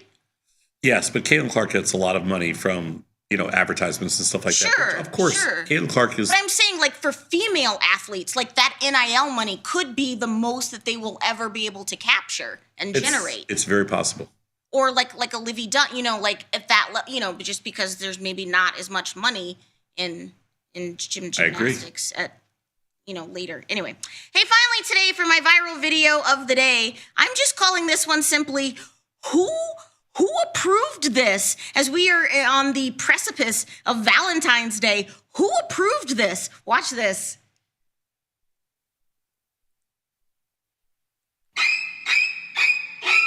So cards for your work wife and your work husband. I finally found someone as inappropriate as me. Hallmark out here destroying marriages. So I don't know if you're familiar with the concept of work wife, work husband. I looked. I wanted to get one for my work wife. I definitely did. I couldn't find it. I mean, what are you doing, Hallmark? I honestly don't think his wife's going to be too jealous if he gives me a work wife. I think she'll get over it. She's not going to boil your bunny. I'm gonna give you. She's not going to boil. Yeah. She's not going to boil your bunny. Yeah. She's not going to hold that against him. But oh my God, Hallmark. And then Hallmark was funny in the comments. They just wrote, "Am I the drama?" But just be careful out there, folks. Ooh, that's my time for today. Good one. I liked it. I can't find those cards, though. If you find one, let me know. We'll be back in 90 seconds. We got more Tasty Live after this. You know what comes up next? Confirm its end. Ooh, we got filled.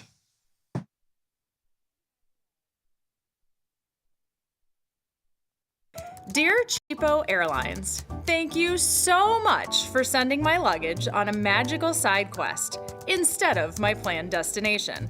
I am glad that I had the sustenance of the single pretzel I was served on board while I was waiting for my bag to arrive. Looking forward to your reply, because surely the response can't be as delayed as long as my flight was. Warm regards, Bettina. Sometimes it feels good to get smart. Get even smarter with live trading insights and some live taunting. Every day I do God's work here. From the smart mouths at tastylive. If you missed the live show, here's our cherry on top weekly recap. I mean, I watched an hour and a half of TikTok, and that was enough for me. Skinny waist, what is it? Skinny waist, pretty face. Yeah. I'll finish that song. Yeah, that's Meg the Stallion. It's not safe for morning television.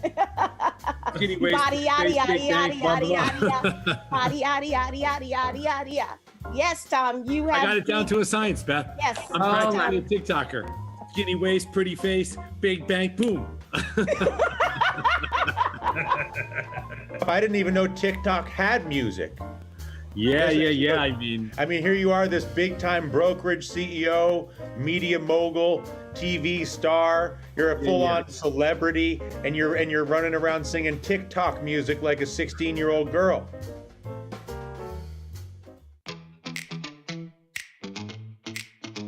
It was a great show. It was very inspirational and motivating. I feel like you got to know each of the traders a lot better on a personal level. It was awesome. This is my 10th or 11th live event. I thought the math was really complicated and it wasn't, and then it just made sense. They've opened my eyes to many different strategies. And I realized there's a reasoning and strategic planning that you could do to be successful. I love all you guys. Know someone who needs a better broker? For 1 month only, earn $500 for each qualified person you refer to Tasty Trade. See how it pays to have friends? Terms and conditions apply. Tasty Trade. I found very early on that I was comfortable with having risk, and I liked the benefit of it. I mean, I found trading in a unique way. I loved seeing Wall Street in New York when I was a young kid. I would drive down to the financial district and see all those guys in suits, very powerful looking. So to me, that was a way of having some sort of social status where I bettered myself. Trading was just a way out of Brooklyn. I go anywhere there's action. Really anything that has high implied volatility. And the IVX 5-day change, that's the volatility of the product's 5-day change, is green. And I show that on my Option Trades Today podcast. You can definitely get the thoughts on why I'm making this trade. Am I leaning a little bit longer? Am I leaning a little bit shorter? All the things that we talk about on the show day in and day out. It's not magic, it's just math. By the nature of the strategies I pick, I'm going to have a high probability of success. And I think my expertise comes from managing those trades, when to take them off, how to maximize the profit on them. I think that's what sets me apart from the novice trader.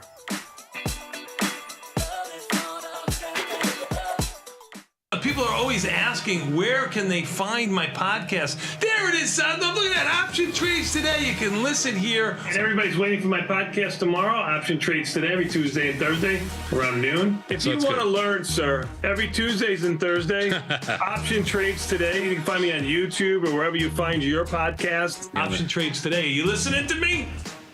Option Trades Today comes out every day around noon. Every Tuesday and Thursday, you too can stick with the bat. In the world of investing, a beast lurks between the numbers, ready to pounce. Some traders hide from it, some ride it. If that's you, join us on Tasty Trade. Genius loves company.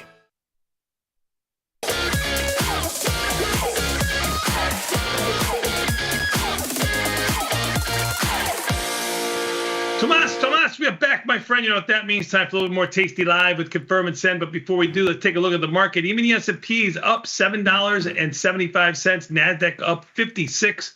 Russell up 13. And the Dow, maybe the weakest of the group with the E-mini S&P is up 75. Volatility up by 18 cents.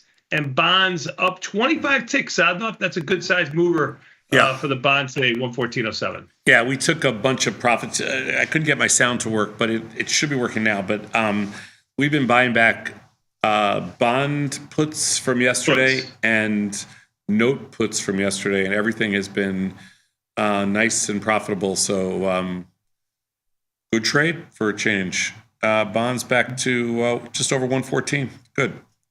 Reddit down around 20, John Deere down around 20, APP up 100, Sosnoff around 100, Crocs up 17, Cisco up 4, MGM up 3.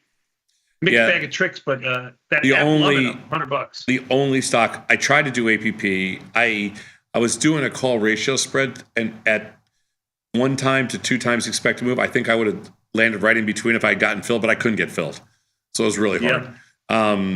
I guess right idea, but no fill. I don't know if I would have made money. I assume I would have, but I'm not sure.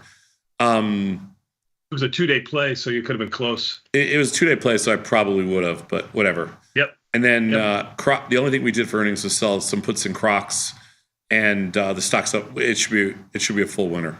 So, but that wasn't my idea. That was a customer that wrote in yesterday on what's your assumption. So I'll take it. That customer gets on the good list. But all of our bond and note sales yesterday, put sales, worked out really nice, and we're covering them all this morning, just taking some profits.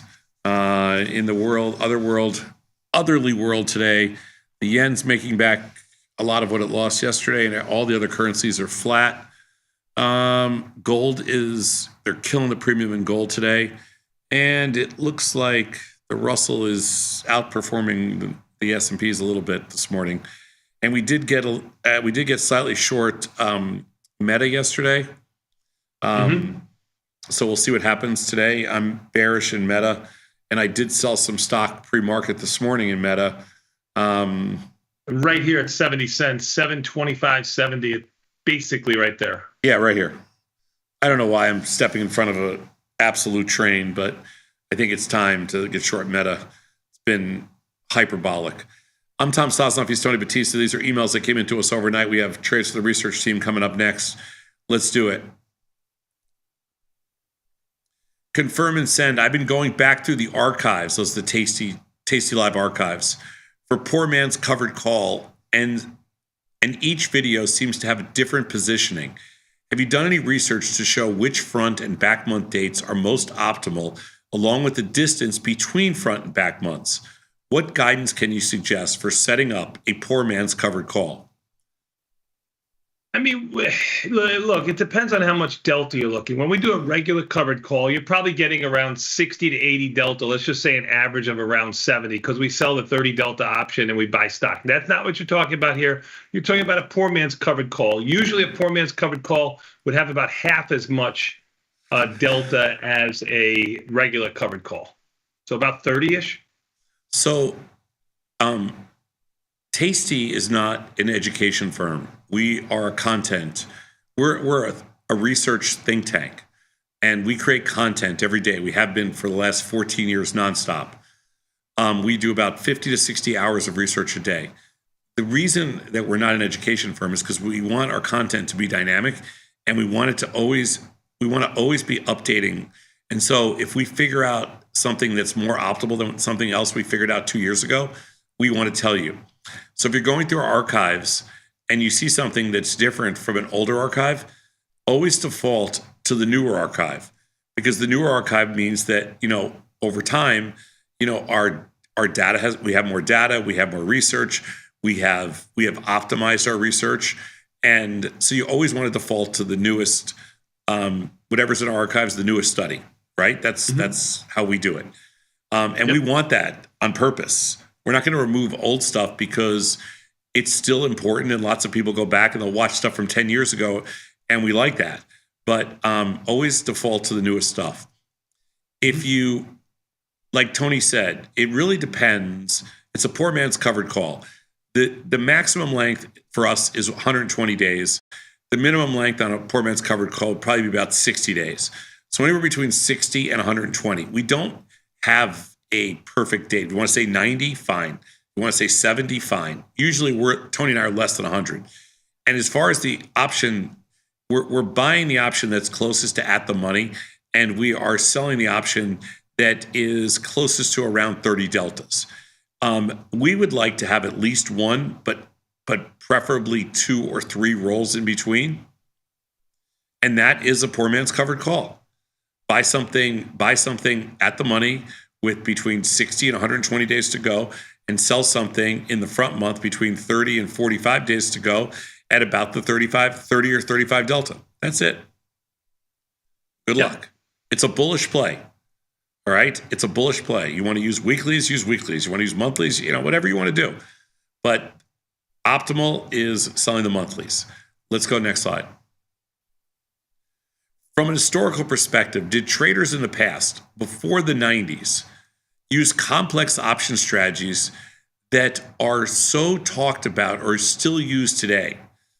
Like futures options options have been around for a long time. But it seems like the technology today makes it so easy to evaluate complex strategies. And I wonder if it was always that way, or it may not have been. Thinking specifically about things like ratio spreads, calendar spreads, putting on spreads to take advantage of earnings, etc. Go into the Wayback Machine, Mr. Batista, and tell them what you did in the 80s. I don't think there's been a new strategy invented since the invention of puts. What was that, like 78 or 77, something like that? So for me, it's the same. It's so much easier to do now, so much easier to do complex orders. There weren't too many four-legged spreads that would come into the pit. There were two-legged spreads like calendars and diagonals and risk reversals, which is call put, but not like not as many as you think. I think you could actually get a better fill sometimes just doing both sides independent of each other than you could on the spread itself. Okay, so a couple things about going into the Wayback Machine. First of all, like Tony said, all of the spreads that we use today, whether, whatever you want to talk about, it doesn't matter if it's a ratio spread, a calendar spread, a back spread, strangles, butterflies, broken wing butterflies, iron condors, everything. All that stuff was around. But what we did when we built Thinkorswim was name all this stuff. They never had names before.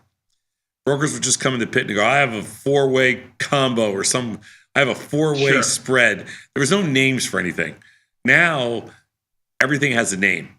And we did that. We made up all these names, just so you know, just to have fun with most. I mean, I wouldn't say all of them, but most of these names we made up. That's one thing. The other thing that did not exist in the 80s was earnings trades. Nobody ever traded an earnings play on a stock. It just didn't exist.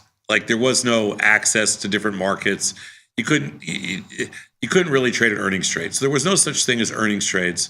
And there was no such thing as calling out different spreads or doing them electronically. And like Tony said, a lot of times we had to leg into stuff. But all the spreads that were in the 80s are still around today. Yep. Let's go and next there's slide. no new ones. I mean, there really isn't. Next slide. I like selling covered calls in the weekly series on some stocks that I've accumulated over the years. At what point would you take profits on the call? And if tested, would you just roll the call out to the next week? Look, if your call is tested on a covered call, that's a high-class problem. You're making money. That's actually what you want to happen on every trade, every covered call trade that you do. It's a bullish strategy. You want your call to go in the money. So yeah, if you're still bullish on the stock, I'm taking that and probably rolling it to the at the money strike or just one strike out of the money, depending on how much delta again you want, how bullish you are on it. So for me, that's a high class problem. So to roll the call when things are going hairy for you, meaning that the stock is going lower on weekly options, all I would say is sooner rather than later. Agreed. Sooner rather than later. The default is always sooner. But if you want to take profits on the call, 21 DTE, 50%, sooner rather than later. And if tested, just roll it out. That's exactly right. You know, if you like the weekly series, you're going to be aggressive. Just keep rolling out. Let's go next slide. I've tried to play meme-like stocks through buying long call calendars for relatively small debits when compared to the stock price. While these have largely been successful in either generating a profit for an inside move or keeping me out of danger by limiting my losses, I routinely struggle with deciding when to exit a call calendar spread that moves past my strikes. How do you manage a call calendar spread? Unfortunately, there's not too much management on a call calendar spread. A call calendar spread is the same strike intra-month spread. And unfortunately, you want the stock to go to your strike price and kind of sit, or slowly meander to your to your short strike and sit. If it goes there fast or goes through it, there's not too much you can do. You can certainly close the front month and make a vertical spread in the back month, but you're just at that point you're just kissing your sister. It's an open and close on calendar spread. Yeah, I mean, you pick a number. You know, like if you wanted a percentage, 25% of what you paid for it is like kind of what our research shows. But the reality is, if you do a calendar spread, just like, you know, you're taking a small amount of risk and you're going to make a small amount of money when you're right. It's a low risk, low reward trade. Pick a number, and if you get to a profit, just take it. Yeah, I don't know what else to say. That's how we would treat it. Let's go next slide. When you guys do last call, you often talk about the S&P volume, and say X number of cars traded. What do you mean by cars? It's just contracts. I guess would be the easiest way to say it. Cars or contracts, trades. Yeah, it's contracts. They're just talking about contracts. It's just contracts. It's just, you know, It's like futures talk. I don't know what it's from. Contracts, you know. It's just another. It's like in the military they'll say troops, but a troop's really one person. A platoon. Troops are one. Like a platoon. I said would be. A troop is one person, and then you know, in trading, it's a per contract in futures. And it's not cars, it's cards, isn't it? It's with a D. Yes. Yeah. It comes from the old trading cards, just so you know. Yeah. Like that's what it's from. Yep. It's we don't say cars, we say cards. But it sounds like. What does it say on the screen? I can't see the screen. What does it say on the screen? It says CARS. Yeah, it's cards. It's CARDS. Yes, cards. It comes from, you know, at the end of the trading day, back when we were pit traders, you'd have a pile of cards in your pocket, all filled out with all the trades you made, and you'd have to turn them in somewhere, and then somebody would key punch them in. That's what it is. Let's go next slide. You're correct. And the last one. What do you think would happen if I sold an at-the-money call on the SPY, and then the next 10 out-of-the-money calls, and then did the same with puts? The next 9 out-of-the-money calls, and then do the same with puts. Then buy 10 calls and 10 puts, around $20 out of the money each side. So my buying power and max loss would be limited. I know the platform limits me to 4 legs, but what I'm looking at is basically selling a whole bunch of different strikes and then buying some cheap protection. Didn't you do this one time? Weren't you and the other genius Jules going to do this as a income strategy? We did it back in the day in the SPX pit. We got horrible fills, and we couldn't hold it for a day or two. It was an attempt at something crazy. But wait, but you got time out. So you got horrible fills, but the process was good. The assumption was good. No, we hated it. Oh, okay, good. We hated everything about the position. But this is like zero. These are 0 days. So, like, I've never done this specific trade, but we did have a rising star on a couple of months ago, and he did this basically all day long, every day. And you can go back and watch that rising star episode because he did quite well.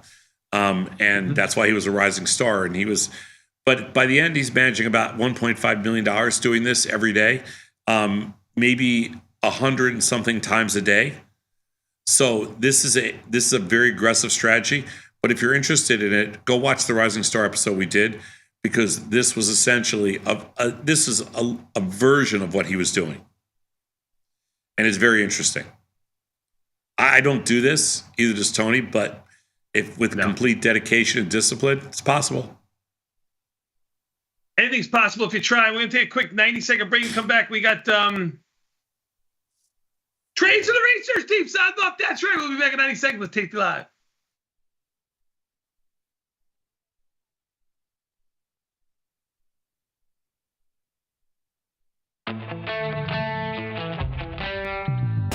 In the world of investing, a beast lurks between the numbers.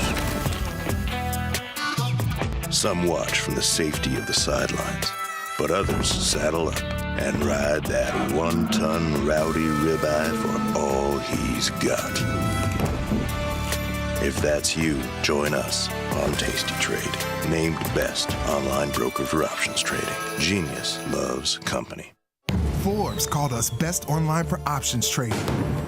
Investopedia, best for options trading, period.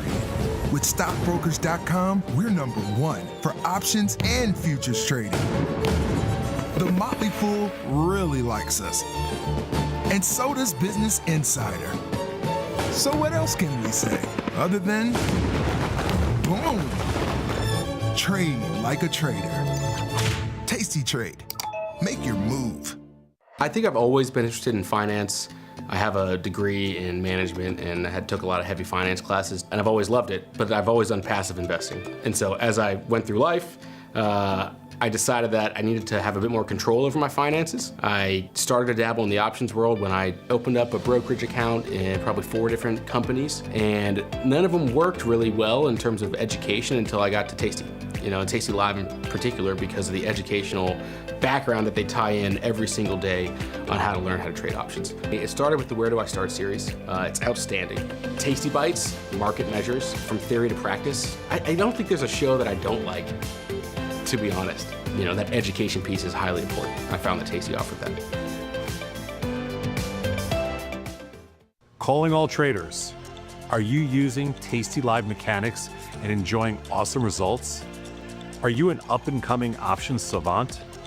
We're looking for you. For over a decade, Tasty Live has shared the most inspiring stories of traders teaching themselves a new skill, using probabilities and experiencing new levels of success. If you think your trading journey should be shared with Tasty Nation, we'd love to hear from you. We are always on the lookout for the next class of rising stars. Email us at risingstars@tastylive.com if you'd like a chance to share your trading journey and inspire others. Ready to take your trading skills to the next level?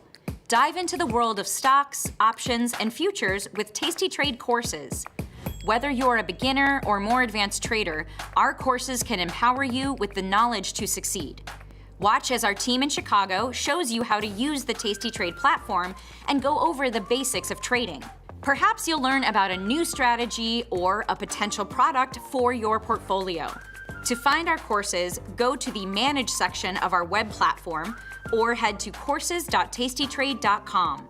Start taking control of your financial future. Visit our courses today. Know someone who needs a better broker? For 1 month only, earn $500 for each qualified person you refer to Tasty Trade. See how it pays to have friends? Terms and conditions apply. Tasty Trade. Looking for a better broker and a bonus? Sweet. We got you. Right now, you can get a bonus of up to $4,000 when you open and fund a Tasty Trade account. Plus, low rates, smart tech with the analysis tools you need, and award-winning support. So, get a broker who's actually got your back. And up to $4,000 at Tasty Trade. Make your move, genius. Tasty Trade.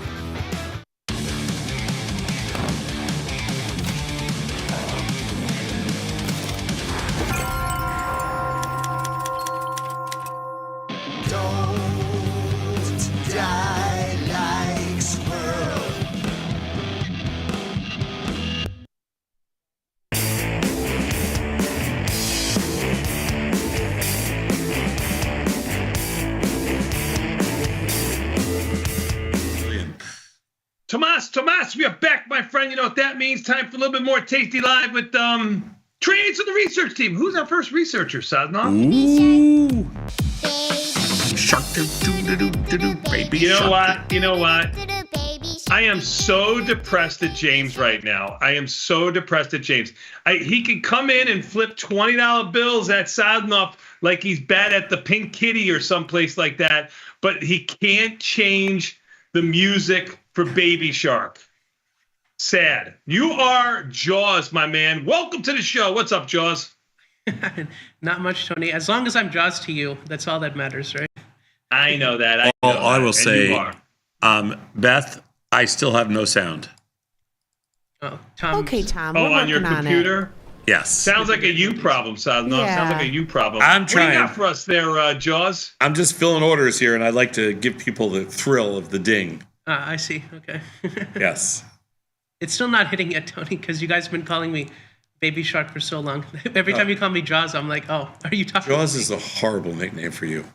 Oh, thanks. It's awesome. It's horrible. I don't like it at all. I mean, it's no meaning to it. You know. Yeah, okay. Baby Shark has some meaning to it. Oh, yeah. Baby Shark is like, yeah. I mean, you know, he just wants to keep you as a child and not let you grow up. People don't like it when you change the names of things, so. No, I don't like it when you change the names. I mean, Baby Shark has meaning to it. All right. You know, you're going to be, if you change your nickname, you're going to be like, it's going to be a whole, it's like almost a stain on the family. We had to change yours. We had to change yours from Sas Grande to whatever it is now because now you sell 40-cent options. I mean, I can't change it. Sorry. Okay. All right, what do you got? We got to move. We're going to be behind. I got airline stock, DAL, mostly because now we're post-earnings almost, so all the IVRs are low. So, I mean, I think this is pretty good. Above 40 IVR, so 60, 75, 17 delta, around there. 147 credit for 665 buying power, so around a 21, 22% potential return on capital. So. Delta Airlines. Boy, we haven't traded this in a while. Okay, what are your strikes? 60 and 75, around the 17 delta. 60 and 75. Yeah. A little bit long, right? No? No, Delta. it's neutral. Yep, got it. Yeah, there's some skew in here, I think. A little bit of skew. Yeah. Sure. Yeah. Sure. Markets are okay. Decent. Yeah. All right, I'll give it a shot. I routed it. Not something people usually trade, but Yeah. I routed it. sounds good. We'll see Good what job. happens. Good job out of you, Shark. I love it. How about that? We'll just call you Shark. Okay. Who's Whatever coming you up want, next? Tony. Whatever you want. I know that. Who's coming up next? Play some music. Crazy about it, sharp as me.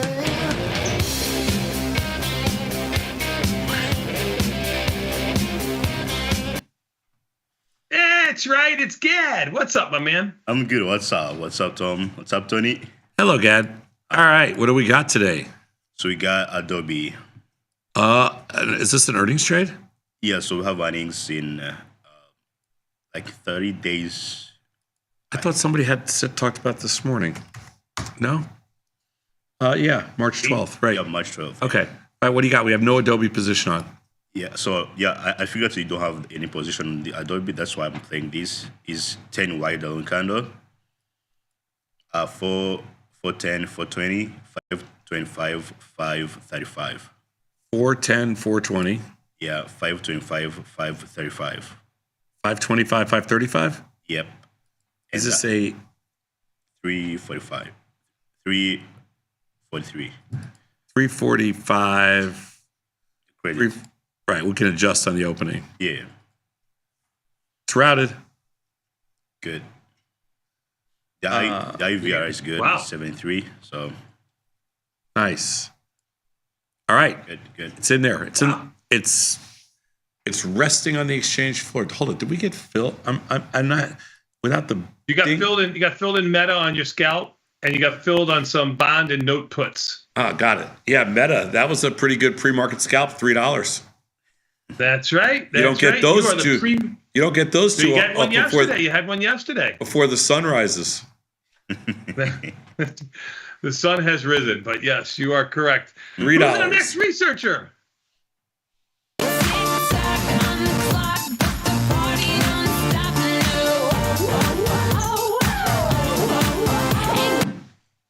Is that your dance move, Saznoff? Is that your dance move? Oh, what is with the Hitler sign? That's horrendous. What's up, Kai? It's not a Hitler sign. I'm just saying. Not much. Up. Ready for the new day, ready for the new trade. What do you got? I got a, probably you're going to hate it, Palo Alto Network, earnings trade. I have an earnings trade on in there already. But you have a strangle, but I'm going to present a different one. Oh. You have a strangle, right? I do. Yeah, okay. And you use monthly? Palo Alto Networks. No, I'm in February with 1 day to go. Oh, all right. So this is a ratio spread to the upside. It's also 1 day to go. Because I looked through all the earnings. I think this is one of the best one we can play so far. Okay. So the expected move is around $15. So my ratio spread, the short strike is $20 to $25. So slightly above the expected move. The break even. So you're buying which one? The 215s? And sell 220. So you're able to collect credit. And the break even point is going to be 225-ish, above 225. So give you enough room to the upside.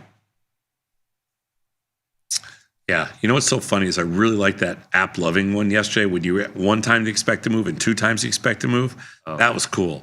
This one is not as pretty, not as purdy. It doesn't quite have the same implied volatility. It doesn't have the same oomph. And let's do a classic ratio spread for earnings. Yeah. 2 times expected move takes you up to the 230s. And kinda, yeah. Yeah.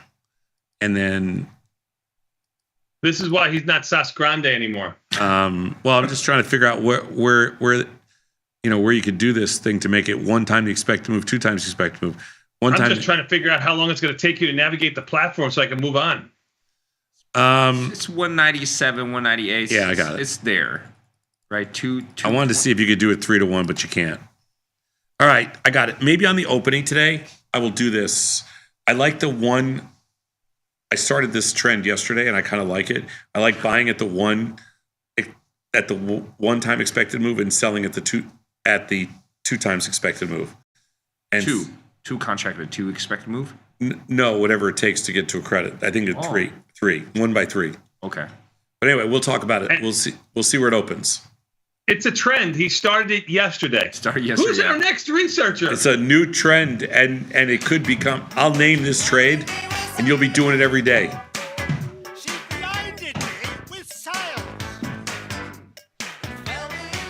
Do my best, Stevie Wonder.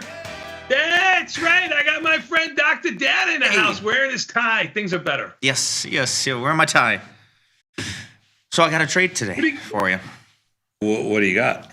The Google today. The Google? Yeah. So I was messing around with their AI platform, Gemini, and they've made things pretty easy for Python developers. Which before I haven't really noticed it. And I think they've really kind of dropped the ball here for a while when it comes to AI.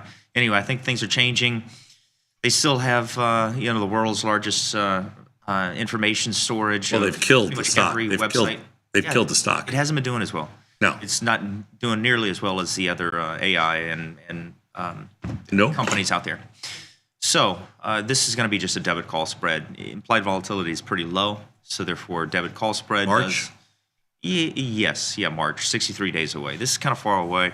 Doing it for about No. March is 36 days. No, I'm doing this in April. I'm sorry. April? Yeah, 63 days away instead of 36. Okay. What are you doing? Buying the 80s? Buying the 80s and selling the Mercedes. Selling the 185s. 250-ish? Yeah, 263. Yeah, I think, well, the stock's up about $1 pre-market, but I think you want to do this if the stock pulls back a little bit today. Of course, I'm not going to chase this. Yeah, I don't mind it. Mm-hmm. Yeah, I'm okay with this. Beautiful. Cool. Yeah. All right. I actually kind of like this. Good job out of you, my friend. Of any stock to get long of the tech stocks, I think Google's the most interesting of them. Yeah. All right, we're going to run out of time here, so we got to get to Julia. Cool. Julia, let's go. Bring in our next researcher. Die like squirrel. Hey guys, what's up? What's going on, young lady? What do you got for us today? So today, it's kind of boring. But we got an ETF that's got an IV rank over 30, and that doesn't happen a whole lot. So I decided, you know what, let's do it. I'm looking at XOP today. It was between kind of XOP and XLE, and I liked the strikes on XOP a little bit more. So that's the one that I decided to go with.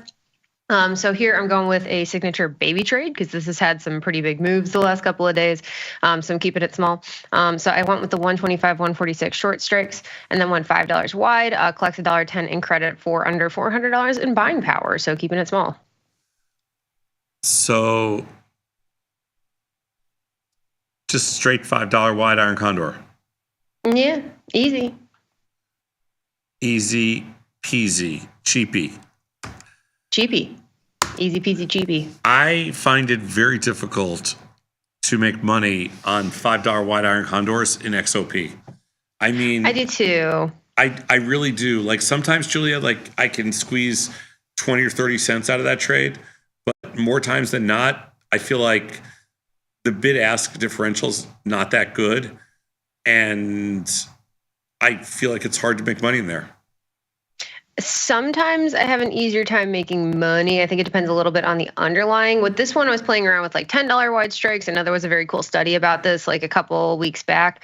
But for me, the credit to buying power just didn't, like the ratio didn't, it wasn't juicy enough basically. So I decided to keep it a baby trade, small position. It's 36 days. It's not, I would say, like maybe the most profit potential in the world. But for this underlying, that's what kind of made sense, keeping it small. To me, at least. Yeah. Very good, young lady. Good job out of you. We're going to take a quick 90-second break. We'll catch the opening bell right after this. Thank you, Julia. Thanks, Julia.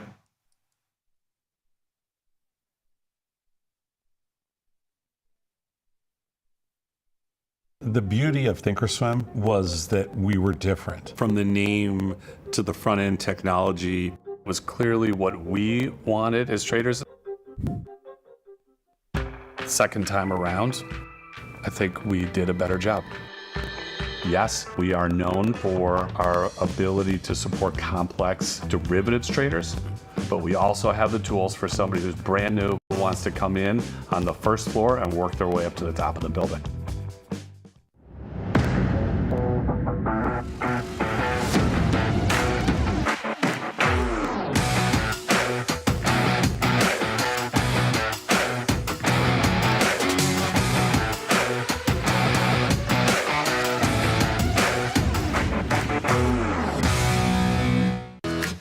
Tasty Trade is now on TradingView. Trade stocks and futures directly on TradingView charts with Tasty Trade's low commissions.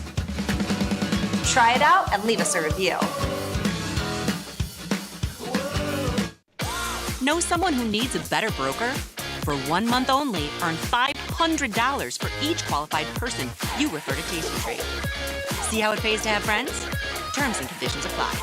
Tasty Trade.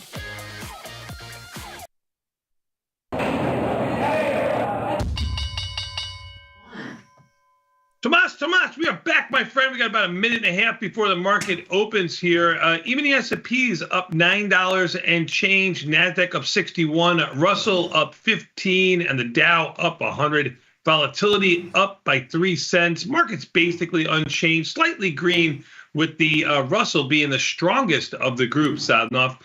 Bonds have had a good move higher, 114.11, just about 3 ticks off of their highs. They've had about a full point range today, Sadnov. Decent sized range in there. Gold up $8 and change, and oil down 68 cents. Market set to open here in about 40 seconds, so we'll let the market open and we'll look at the rest of the stocks. What do you think here, Sadnov? I'm really pretty. Look at Meta down pretty good. We got a little short that yesterday. I don't know. I think they're a sale today. Meta down around $3 and change, and Tesla was higher. I don't know if it still is. Oh, yes, Tesla, it is higher by around 9. Yeah. We took off all our bond and no positions this morning. I'm sorry, I just don't have any sound, but everything that. You have no ding. You're ding. You have low ding. There's ding. Oh, can't imagine what you did to make that work. That's great. We just got a You ding. got filled on your Crocs. Oh, I'm so glad. Oh, thank you, Beth. Crocs. Look at that, 25 cents. Crocs, you got filled at 20 cents. Adobe, you got filled at $3.45. Wow, Adobe was the trades and the research team. Mm-hmm. Crocs, yeah, 20 was cents. An earnings trade. Crocs was higher. You fashion maven, you. I mean, I haven't made money in Crocs ever. That's the first time. Adobe is Crocs an opening. Up $21, Sadnov. That's a 24% move. That's a huge move in Crocs. It is a huge move in Crocs, and Meta down $5. We're gonna try to. We put some stuff on in there yesterday afternoon. Sold a bunch of call spreads. We might take some profits here if we can. I don't know if we can. We're gonna try. Take a fill. Oh, Phil. Nice one. Man, everything the good kids did yesterday worked out. Is that a good thing or a bad thing? It's usually a good thing, right? Yes, Mr. Batista, that's usually a good thing. Let's take a look and see where the problem children are, if there are problem children. Yes, Coinbase looks to be a little bit of a problem child here this morning. What's going on in Coinbase? Coinbase up big, right? Even though Bitcoin is down right now. Coin has earnings after the close, doesn't it? Coin up $14. Yes. Yeah, earnings after the close. I don't know why Coinbase is up so much today. That's going to hurt the good kids. What else do we got going on here today? No, it looks like it's just Coinbase. That's the problem child. I was going to say Roku. No. Is there much else? Do you see anything else that's moving around crazy? Not particularly. Let's see what's taking the buckers down. So I'll have to take a look at those. Reddit down $16, TSM down $6, Adobe down almost $4, Baba down about $3.5, Meta down $3 as you mentioned, Roku down small. Not too many big stocks buckers here, Sadnov. Looks pretty broad based to the upside on multiple exchanges here. Tesla up to 11. Even your Royal Caribbean is up $7, Sadnov. Netflix up $7. Yeah, TSM is about it's weird. Sometimes that stock really moves around. If you're trading TSM, you better helmet on all the time. That's true. Yeah. I'm just taking a look to see if there's something else we can do here. Don't think I see it. Oh, PANW. That's what I wanted to find. Kai's trade. What's that? Oh, that's MU. MU, yeah, it's always an adjustment. I have a hard time.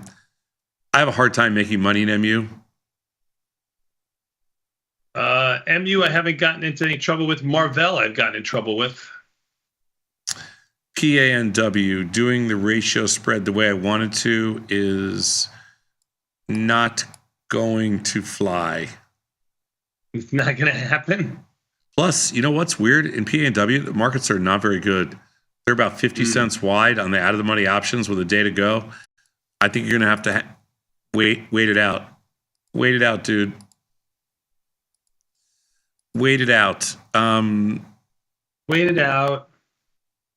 All right. So what we've done this morning is we've taken some profits in Meta and bonds and things like that, and everything's all good, but we have kind of gotten killed in Coinbase. They must be pumping premium in there. I would imagine going into earnings if they have, for sure. Yeah, I would say that this is all an earnings thing. So big question is, what does a new subscriber do in Coinbase? In Coin? Yeah. Coin's already had a decent size move intraday. Coin traded down to around 283, up to around 290. So up $10 right now. Coin's been going sideways. Ivy ranks only 30 in there, Tom. I know. What do you think? The expected move is about like $50, isn't it? Oh no, that's March. $22, $23 for the 1 day move. Yeah, so I have a pretty decent sized March position in there. Not sure if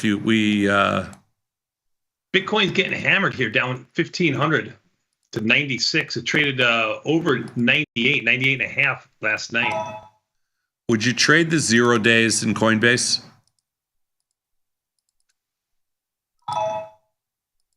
Taking a look right now. I might go to February with 8 days, Sadnov. 91 monthly implied volatility on the 8 days versus 78 on the March options with 36 days. You have March positions now. I think the 1 day with a $23 expected move, and we've already moved $10 and wide markets in there. I don't know. Markets are a little wide. Let's see if they tighten up, which they should. I'm gonna tell you something. Not getting filled on anything in there. So in Coinbase, yeah. I think I want to trade the 1 days because I don't like the trading in the Marches. It's been good trade until probably until today. Today's the first time I haven't seen any trade in Coinbase, and I think it's because they're pumping a ton of juice in there. I haven't seen the Ivy rank move yet. Let's see in a couple of minutes what happens. Oh, by the way, look at Intel. Crazy R stock. INTC up $1.40. Look at how happy Sadnov is. Intel's had quite the move from around 18 to 24. Yes, and it's had it all like in the last 2 or 3 days. You are correct. It's been the last week for sure. Now, didn't you say Moderna had earnings too? mRNA, according to my Taiwanese sources, does, yes. There you go. Before the market opens on the 14th, according to our computer here, I could check again and see another place. mRNA. Yes, February 14th confirmed, 6 o'clock in the morning. There you go. All right, I'm looking at Coinbase right now because we got a few seconds here. And I'm looking at Coinbase and I'm trying to think, all right, if you had to play Coinbase the way everything's trading, you're probably going to play upside, don't you think? With the stock up $8 already today, you're going to look at. I'm going to let the stock sell off today, and then do it when it's around unchanged, and then play it to the upside. Man, there's some juice. All right, I'm ready. We can go on to Victor. They just killed the spoos. They moved them by 7 handles down. Yes, they're up 150 or $1.50. We'll take a quick 90-second break and come back. We got more Tasty Live after this. What comes up next, Sound? If you just said it, hear me out with Victor Jones. We'll be back in 90 seconds with Tasty Live.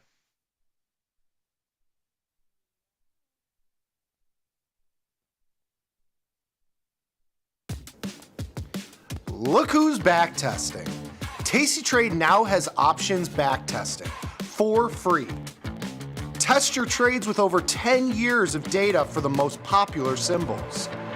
See how your trades would have performed in the past. Look back at profit and loss and take the guess out of guesswork. Oh, did we mention that it's free? Get backtesting at tastytrade. Crypto is better when it's tasty. The Tasty Crypto Show, hosted by me, Ryan Grace, and Frank Caberna, will help traders of all levels learn DeFi trading. We'll provide our insights on altcoins, crypto industry news, and blockchain education. And we'll have you swapping, staking, and trading using derivatives in no time, all using the Tasty Crypto Wallet app. So don't fork up your chance to become a crypto master. Watch Tasty Crypto only on tastylive. tastytrade has crypto, and you can trade with zero commissions. Bitcoin, Ethereum, Litecoin, and more. Diversify in one place. Crypto, we got it. We get it. Finding where markets meet politics, if you will, is kind of a passion of mine. We're changing cycles right now. We're moving into a different political complexion down in Washington, D.C. We're moving into the end of a potential Fed rate hike cycle. And as you change these economic and political regimes, asset prices behave in different manners. So I do think what's worked over the past, say, 1 or 2 years may not work so well in the future. I have like a kind of a core satellite portfolio mix where I keep some assets for multiple months, even quarters, years at a time. But then I augment that with some options trading in order to help provide a little bit more convexity to my portfolio. Risk management is the most important thing. You can't control where the market's going to go on a day-to-day basis, right? No one individual investor has that capability. But what you can control is where you get in the market, where you get out of the market, how big your position size is, and learning that the market is not always going to move in your direction.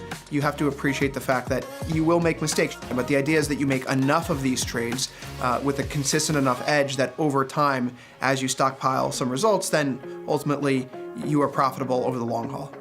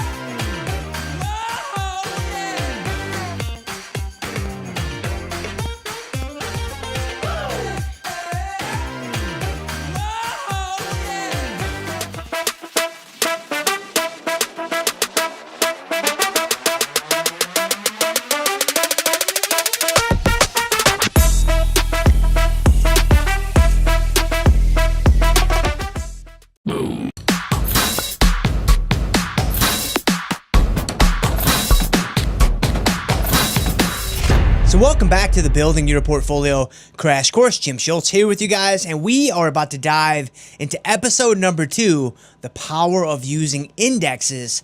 First, back in episode number 1, where we kind of built up our foundation, looking at portfolio theta, looking at portfolio delta. Well, what we're going to do now, as we look out to build out the specific positions in our portfolio, we're going to start to fill in some of the mortar between those foundational bricks. So let's do it, man. Let's not waste any more time. Let's dive right in to episode number 2, the power of using indexes. So the real power behind using indexes, it's actually really simple. It's going to give you a smoother ride from start to finish. Basically, by definition, this has to be the case, right? Because when we look at indexes, we're talking about, S&P 500, NASDAQ, Dow, and all these other guys. These guys, by definition, are comprised of hundreds and hundreds or thousands and thousands of different individual stocks.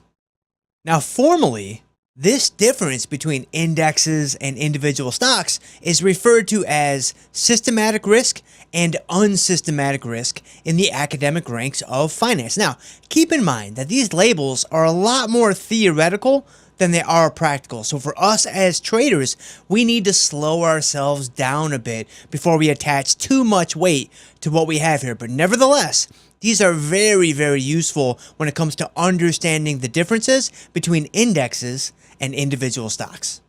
Now, systematic risk or market risk, this is the risk that is inherent in simply having some capital at stake in the financial markets. It is unavoidable, and in many ways, it's simply a cost of doing business. Now, unsystematic risk or single stock risk is very different. This is going to be risks that are unique or individual to that one specific stock. Therefore, they are avoidable, and they only become relevant if you happen to have a position on in that particular equity. All right, easy enough. Well, let's dive in a little bit deeper and work through some examples of each one of these guys. So starting with market risk, some common examples would be economic data, global growth or lack thereof, or maybe interest rates. Obviously, these numbers can have varying impacts and hit some indexes more significantly than others. But the idea is still that these risks are spread over the different stocks that make up the index. Now, single stock risk is a little bit different, with some common examples being an earnings report, maybe a product or service success or failure, or really any major company news. These are only going to impact one or a small group of stocks significantly, while any stocks that are not directly impacted or related to these events, they're just going to go on business as usual. Therefore, by focusing on indexes first before you dive into individual stocks, you are only going to be exposed to market risks. So then, by definition, as a result of that, you are naturally going to have, or you can expect to have, a much smoother ride from start to finish. All right, fair enough. But you might now be asking, Jim, which indexes should I focus on? Well, let's have a look. So let's think about the indexes in 3 different levels. Now, these aren't formal or official levels. They're really just for us, but I think it will help to demarcate between the different kinds of indexes. So level 1, these are going to be your major equity players. SPY, the S&P 500, QQQ, the NASDAQ, IWM, the Russell 2000, and DIA, the Diamonds, or the Dow Jones. Level 2, these are going to be your major non-equity players like GLD, which is gold, like TLT, which is bonds, like USO, which is oil, and SLV, which is silver. And then lastly, level 3, these could be considered your international indexes or maybe your sector indexes like EWZ, which is Brazil, and FXI, which is China, and then XLE and XLU and a number of other X indexes that represent different sectors in the US economy. Now, of course, this was not an exhaustive list that was intended to represent every single index that you could potentially trade, but I do think it's a reasonable starting point. Now that you have this, lean on this list, use this list, and turn to all the strategies and the tools that you already have in your back pocket when it comes to stock screening, strategy selection, or trade entry. And if you don't happen to have any tools or strategies in your back pocket, then hey, let me offer up a shameless plug for our very first crash course from last fall that will help you do exactly that. Wow, so believe it or not, but you already made it to the end of episode number 2 inside of this crash course. Some of you, at this point, however, you might be thinking, Jim, wait a minute. What if I don't see enough opportunities with indexes? What if I don't see enough opportunities with indexes to hit my portfolio theta or portfolio delta goals, the very same goals that you showed me how to do back in episode 1? You know, guys, it's almost like I've done this before because I had a sneaking suspicion. So I do think what's worked over the past, say, 1 or 2 years may not work so well in the future. I have a I have like a kind of a core satellite portfolio mix where I keep some assets for multiple months, even quarters, years at a time. But then I augment that with some options trading in order to help provide a little bit more convexity to my portfolio. Risk management is the most important thing. You can't control where the market's going to go on a day-to-day basis, right? No one individual investor has that capability.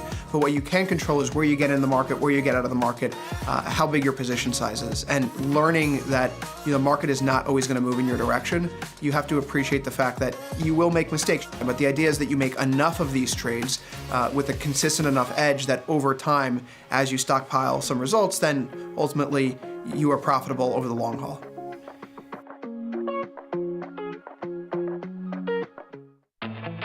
There's a beast in the financial world, and it's not the bull. If that's you, join us on Tasty Trade. Genius loves company.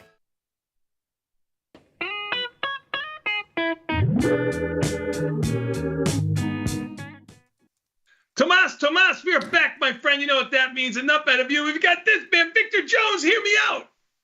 Oh, yeah. Tom, Tony, Tasty Nation, how you doing? Tom's got a smile on his face, ear to ear, which can only mean one thing. He's excited about Doge, and bonds must be up a full point in the long end. Am I right or am I right? You know what? Everything I have is okay today. My only concern is their premium they're pumping into. They're just pumping a lot of premium into Coinbase today, and I don't like that. Sam, I am. Sam, I am. Gold at nearing 3,000. Getting ready to kiss 3,000 after you tried to mock me last week for saying we were headed there. Just gonna right on 3,000. I don't really care about gold at 3,000. I think it's a. Of course you don't. I think gold's a sale here, but I haven't sold it yet. I don't know. Maybe just a round number thing. Yeah, Get some people fading. To be fair, I don't really care about gold. I don't have like a strong opinion one way or the other. It's just a continual beating on knocking ourselves over the head. That annoys us. Yeah, gold. I need to get you like a gold grill or something like that. Would you wear it if we got you like a grill, a custom gold grill? Would you wear it all day? Probably. Me too. Before we get to the market stuff, I've got a real message for the men of Tasty Live. Do you mind if I give this message out to the people real quick, Thomas and Tony? No, go ahead. Fire away. This message is for the real men of Tasty Live as well as the independent thinking women. I have a message for all of you. The Kentucky Retail Federation says that Americans are going to spend a record $27.5 billion on Valentine's Day this year, and that's up from a record of $25.8 billion and tops the 2020 record. This year, the average shopper is expected to spend $189 on Valentine's Day gifts. So I'm coming with a message of solidarity to my Tasty Live brethren. About half of the people do not celebrate Valentine's Day, and I want to create a Tasty Live movement. I would say to you, gentlemen, you brave souls out there, say nay to the flowers. Say nay to the chocolate. Say nay to the gift. Say no, I will not participate in this complete fallacy of a sham of a holiday that's celebrating some, Roman emperor martyring one of three, Saint Valentine's, back in the 3rd century. No, I'm not gonna celebrate it. And in fact, instead, what we shall do if you must participate is gift an appreciating asset. This is my problem with all of these holidays. We spend $1 trillion on Christmas. And what do we do? What do we give needy kids in the inner cities? Tonka trucks that benefit the Mattel family? For what? We buy them Barbies that go to the Mattel. For what? What are we doing by buying people depreciating assets? So I say to my Tasty Live people, buy appreciating assets if you must, but boycott Valentine's Day in 2025. That's my message. Did you get thrown out last night or something? Because it sure sounds. But I will. It sure sounds like 24 hours. It sure sounds like this is a message from a hotel. You know. I didn't get thrown out yet, but I'm guessing I'm going to need a place to stay in the next 24 hours, Tony. By appreciating asset, you mean like a diamond ring or some sort of babble like that? Is that what you mean? No. You mean like one share of Mattel? Is that what you wanted to buy for your kids? Yes, no, Bitcoin. We'll do Bitcoin probably for the kids. Bitcoin for the kids. Hey, come on, on, the way, tell me, I don't hate it. Tell me what independent thinking woman out there would actually want their you are significant others wasting money. You are so $189 worth of flowers. You are so dumb. It's just sometimes the level of stupidity that comes out of your mouth. I want to see you, big talker, go give your wife. Okay, here, honey. Here's $200 worth of Bitcoin. Here, you have a partial. You have 1/10 of 1% of a Bitcoin. How do you like that? Done. How do you like that appreciating asset? I will record it. I will send it to you, and I will also post it on Twitter tomorrow for Valentine's Day for the whole world to see. I will do that. I'll give the average, which is $189. I'll give it to my wife, and I'll explain to her why it's $189 worth of Bitcoin, and I'll post it for the world. I will lead by example here for all the Tasty Live people who are brave enough to stand in line with me. And there better not be 5 dozen roses for the 5 years you've been together on the next table, like, sitting there, okay? Let's not do that. Yeah, tough guy. Let's be real. Also, just as a side note, completely unrelated, if there are any good divorce attorneys in the Tasty Live audience, you can contact me on Twitter at Victor Jones. The Owen Jones is 0 because I like to be difficult. It might come in handy.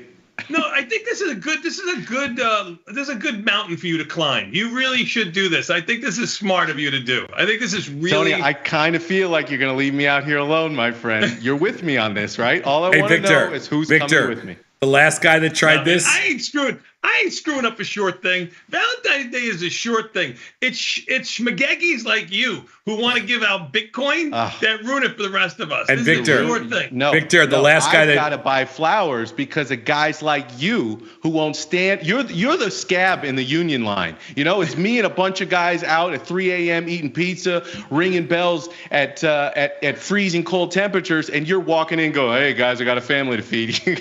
You're walking in with a parka going, "Look, I got to feed my family."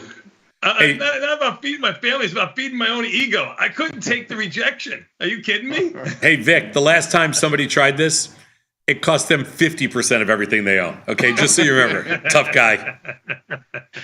I don't care. I'm going over the hill. Come with me. Come on, men of Tasty Live. Come with me. It's a long walk back to Chicago from Singapore. I'm going to tell you that right now.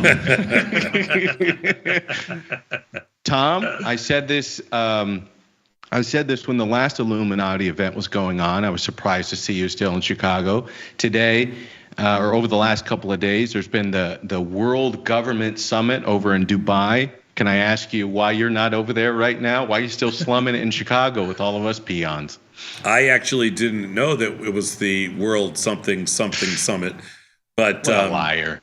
No, I really didn't. This is your line every time you feign ignorance. You're such a liar. I'm sorry that I don't follow the world. What is it? The world what? The World Government Summit. Like the New World Order getting together to say what all the governments are going to do and impose on our democratically elected leaders. That thing. Yeah, I'm sorry. I missed that. I apologize. All right. Well, real quick before I go into what I really want to talk about, which is a cashless society coming and whether you think that's a good or bad idea. I actually wanted to run a Ray Dalio quote by you because I know he's been something like a mentor and hero to you. He has not at all. Absolutely not. So keep going. Oh, man. You didn't even play along with that one. All right. This is something that came out of Ray Dalio, and it relates to debt. I know you're making money hand over fist today in your long bond trade, which implicitly means you're betting on America. You're betting on the current administration in an indirect way, which I love to see that patriotism out of you. I love when you put this ridiculous conjecture and you just start to assume things. I'm a trader. If I think something's cheap, I'll buy it. If I think it's expensive, I'll sell it. That's it. Right. Go USA number one. I'm with you, my friend. All right. So this is from Ray Dalio. It's like if I was a doctor and I was speaking with you about your condition, I would say to you, this is now very, very serious. All of these are major problems. He's talking, giving an interview at this World Government Summit. He's talking about the level of government debt. What you need to do is cut your deficit from about 7.5% of GDP to 3% of gross domestic product, and you can do that. There are certain things that you can do to cut that in a certain way that'll make it much healthier, so the real problem is a political problem. This isn't really what I wanted to talk about, but I am sort of curious, again, because Ray Dalio is such a big mentor to you over the last 25 years. I'm curious to get your opinion on, do you think debts as percentages of GDP? I know you think absolute level of debt doesn't matter, but I never asked you, do you think debt as a percentage of GDP and as high as it is right now, do you think that is a problem? I don't know why you're trying. It's funny because I got this question from an emailer and I answered it a certain way. I want to see what Tom says right now. I don't understand why you're always trying to box me up in some idiotic, like macro thought, like trying to get behind. I'm a trader, okay? I just trade the stuff. I couldn't care less. Like I can't stand discussions about debt because you could have had this same discussion when the debt went over $1 trillion, and then you could have had this in every single $1 trillion. So what are we at, 35 trillion now? So you could have had 35 different discussions on the exact same topic. And Ray Dalio probably was saying the same thing as he was buying stocks when the debt hit $1 trillion, and the same thing when the debt hit 5 trillion, okay, or 10 trillion, or whatever the number is. I mean, we have to stop thinking like this is an economics class in Princeton in 1967, all right? Because it's not. And let's face the reality of where we are today. Stock market's at record highs, okay? There is a record amount of cash on the sidelines. There's a record amount of capital being invested into different things. We have $3 trillion. We have companies that are worth over $3 trillion, okay? And people are still sitting there worrying about the deficit. It shouldn't even be a discussion topic. You know what we should talk about? Right. We should talk about eliminating economics as a course from university level schools, because we should focus on things that are more relevant. Like, in other words, my knee-jerk reaction was bad idea, because the first time people get exposed to these ideas of like simple supply and demand, like these, opportunity costs, all these things, for most people that go to public school anyway, it's like your first semester in college. I think the opposite should be happening. I think we should be teaching at least some of this stuff, simple economics, in first grade, in kindergarten. I think not we the should. First semester I think of college. Really what we should be doing is not listening to the words of billionaire hedge fund people that say, on the one hand, oh my God, I'm worried about the size of the deficit, and on the other hand, they own their entire portfolio is the same group of 10 long equities. So I don't really care what Ray Dalio has to say about the deficit, not even for 1 second. And in the world that I live in, which is a trader's world, I mean, it even means less. Fair enough. I think debt is money. I agreed with you on the absolute level of debt. I was trying to go a different direction with debt as a percentage of GDP, which you outright rejected because you're a gangster like that, and that's what you do. But I don't care. Debt as a percentage of GDP doesn't mean anything to me. All right, that's almost like me saying, if you said to me, oh, don't buy that car, it only gets 32 miles to the gallon, and so an entire the ratio of how many miles I can go versus how much gas costs, whatever the thing. I don't care about that stuff. I love when Sadnov tries to mansplain us something. Isn't it? I just don't care. about ratios of GDP, of debt to GDP. Yeah. You know what I wish we did? I wish Milton Friedman would be taught to most people a lot younger. You know, that's what I wish. Anyways, we'll go on to the next one then, which is speaking of teaching people younger. Okay, my son is 5 years old, and I wanted to incentivize him to read more. It's sort of like a chore to get him to read, and I didn't want it to be a negative thing. I'm trying to incentivize it. So what I did, Tom, is I said, I'll pay you $1 a book. We went and bought him a bunch of these like easy reader books. I said, I'll pay you $1 a book. Okay. The kid is reading 5 books a day. And he had a fistful of cash that he went to school with the other day to show off all of his friends that he had these, he's like, got this wad of cash.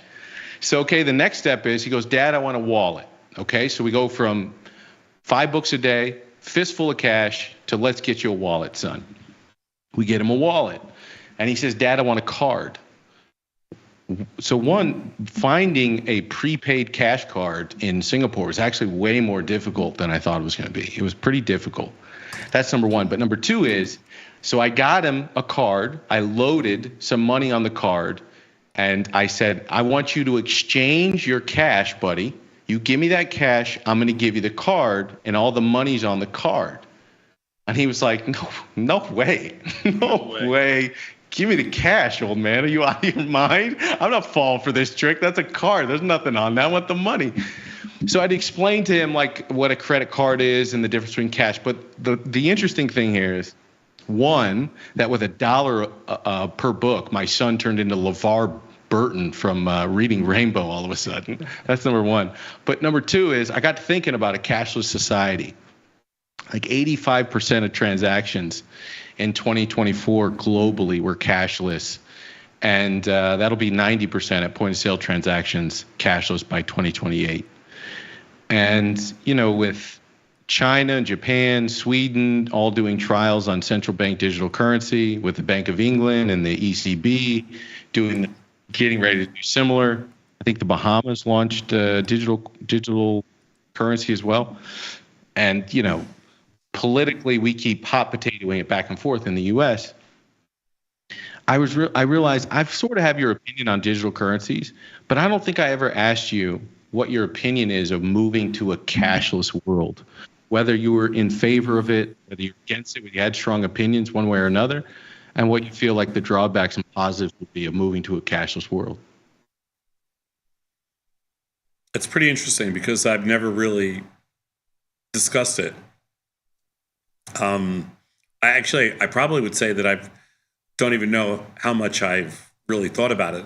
I would say that if you ask that question to anybody that's probably less than 40 years old, I don't think they would have any issue with it at all.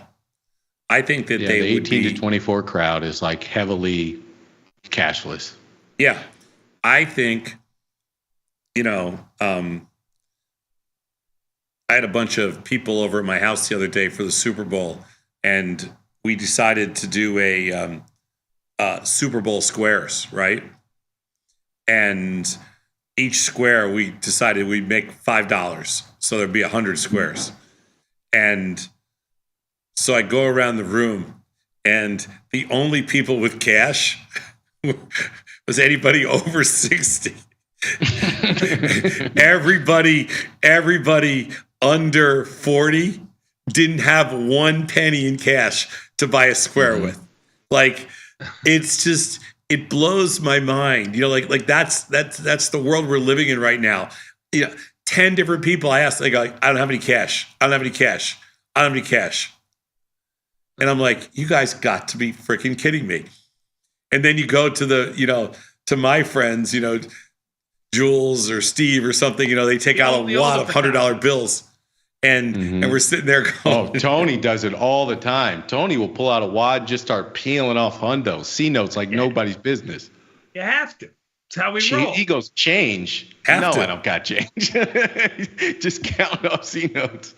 I'm guessing, though, as a futurist, you've got no problem with moving towards a cashless society. Is that fair? I could adopt to it if I had to. I like having cash.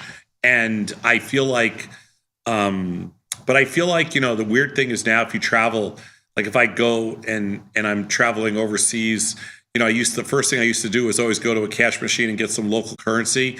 And now I find that if I get local currency, if I take out like 100 pounds in the UK or 100 euros, You come somewhere, home with 100 pounds. Can't use it anywhere. I go home with it.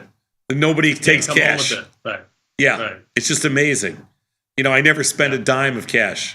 Yeah. Last time Obviously, James wasn't at your party for the Super Bowl because James goes to strip clubs. He's got 20s on him. He was making it rain with Sadnoff earlier today. No, James has it.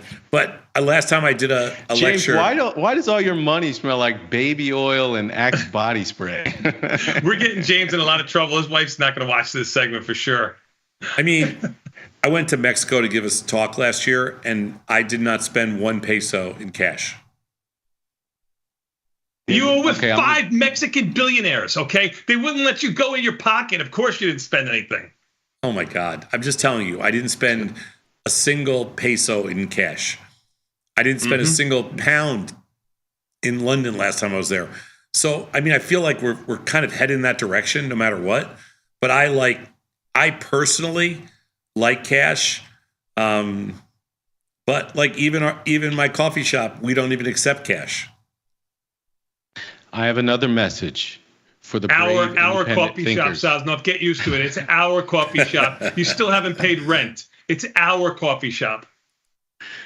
I have another message for the brave independent thinkers of Tasty Live. Keep your cash. Defend it fiercely. Defend your anonymity no matter where it is. If it's in your financial transactions, if it's your online identity, no matter where it is, your privacy and your ability to be anonymous, should you so choose, is your right, and you should defend it fiercely. Can we move to a world where potentially we have some mix of physical currency and electronic digital currency? Sure. But I think moving to a world where we just give this up and shops stop dealing in it, I think that's not a great world. And I'll give you an example. This is from Brookings, so not a conspiracy. Does this fall under your liberal approved institution, the Brookings Institute? Or are you going to call this a conspiracy theorist site? What are you Maybe going to say? racist, but go ahead. It depends on whether you agree. Yeah, that checks out. All right. If the economy, speaking to the idea of the flexibility we would have with a digital currency in a cashless society, if the economy is cratering and the Fed has already cut the short-term interest rate it controls to near zero, its options are limited. If cash were replaced with a digital dollar, however, the Fed could impose a negative interest rate by gradually shrinking the electronic balances in everybody's digital currency accounts, creating an incentive for consumers to spend and for companies to invest. In other words, if you don't use it, you will lose it. And that is sort of the control, the type of control, the theoretical or hypothetical control we would be giving up, moving towards a cashless and centrally controlled digital currency world. I say to you, my friends, that is not a world that I want to be part of. That's a danger. Now you're talking Venezuela. Now you're talking Argentina. I'll give you a real life use case. Victor, I love you. I love you. First of all, you came at me early with the Valentine's Day thing, and usually I let you have the last word, but I got to call a little bit bullshit on you right now. I'm going to tell you why, okay? All right. And I'm sorry I use strong words on you here. I don't like to do this because you're one of my favorite. Come at me, bro. Come at me. You live in a cashless society in Singapore. You traveled 9,000 miles for love. For love, you traveled. You uprooted yourself to go for love, and you say, don't buy flowers and don't give up your cash. You did both. First of all, I don't live in a cashless society. I keep Skrilla on me, okay? My wife Singapore's uses the mostly card. cashless. Is it not? No. There's According to AI, it is. So I cash. just Google But searched it's more it. AI cashless is. than the U.S. To your point, it's more cashless. Number two, I didn't move for love, my guy. Okay, if you do the math on education, you do the math on safety, air quality, food quality, you do it on government stability, I can go down the line. Who nanny? That's it. One thing Omaha. only. Bro, get me off this. Get me off this stream. Tom, keep your cat. This is I'm so proud of you because you weren't totally futurist. You weren't totally Peter Thiel on this one. You were sort of a purist in a way, and I'm down with that. I'm down with your quasi-purist take on cash. I think that, I kind of feel like we're not quite there yet, so I don't really worry about that. Like I don't see that. I don't see that as an immediate threat type thing.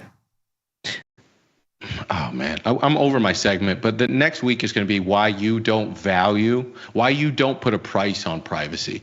The value of privacy to you is literally zero to you, and I don't understand that. To me, it's invaluable, and I'm very curious about why our markets for privacy are so widely they're not even close.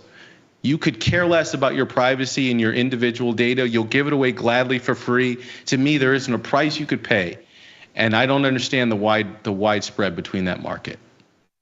That'll be a good conversation for next week. Let's leave it right there. Good job out of you, Victor. We're going to take a quick 90-second break and come back. We got more Tasty Live after this with the market measure.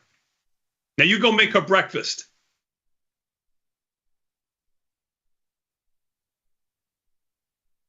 In the world of investing, a beast lurks between the numbers. Some watch from the safety of the sidelines, but others saddle up and ride that one-ton rowdy ribeye for all he's got. If that's you, join us on Tasty Trade, named best online broker for options trading. Genius loves company. Ready to take your trading skills to the next level? Dive into the world of stocks, options, and futures with Tasty Trade courses. Whether you're a beginner or more advanced trader, our courses can empower you with the knowledge to succeed. Watch as our team in Chicago shows you how to use the Tasty Trade platform and go over the basics of trading. Perhaps you'll learn about a new strategy or a potential product for your portfolio. To find our courses, go to the Manage section of our web platform or head to courses.tastytrade.com. Start taking control of your financial future. Visit our courses today. Know someone who needs a better broker? For 1 month only, earn $500 for each qualified person you refer to Tasty Trade. See how it pays to have friends? Terms and conditions apply. Tasty Trade. Look who's back testing. Tasty Trade now has options back testing for free. Test your trades with over 10 years of data for the most popular symbols. See how your trades would have performed in the past. Look back at profit and loss and take the guess out of guesswork. Oh, did we mention that it's free? Get back testing at Tasty Trade. What's up, everybody? Check out my new series, Life Cycle of a Trade, where I show you my real-time trades with insights into strategy selection, adjustment mechanics, all the way to the closing order for all of the Tasty Live core strategies.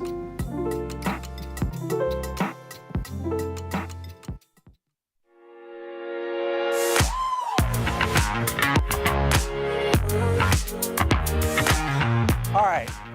So you've got a couple spread trades under your belt, and you're ready to start scaling up your trading. The common thought is to just increase the contracts, but this is only multiplying the risk and the reward of the position, essentially pushing the chips in and doubling up.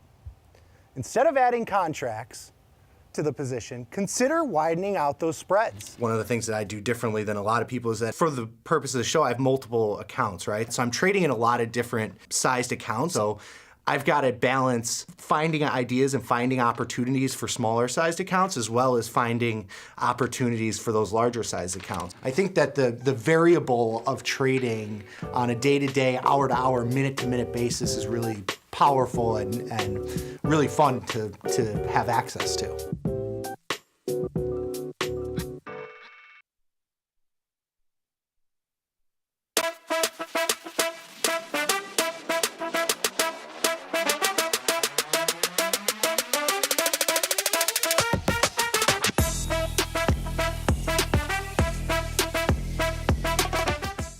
Today's episode of Market Measures is brought to you by SIBO. SIBO is partnering with tastylive to provide educational opportunities for traders at all levels. Did you know index options like these can provide opportunities for diversification, lower volatility, liquidity, and other benefits? To continue your education on some of the mechanics learned in today's Market Measures, check out SIBO's Retail Trader Suite at www.sibo.com/minis.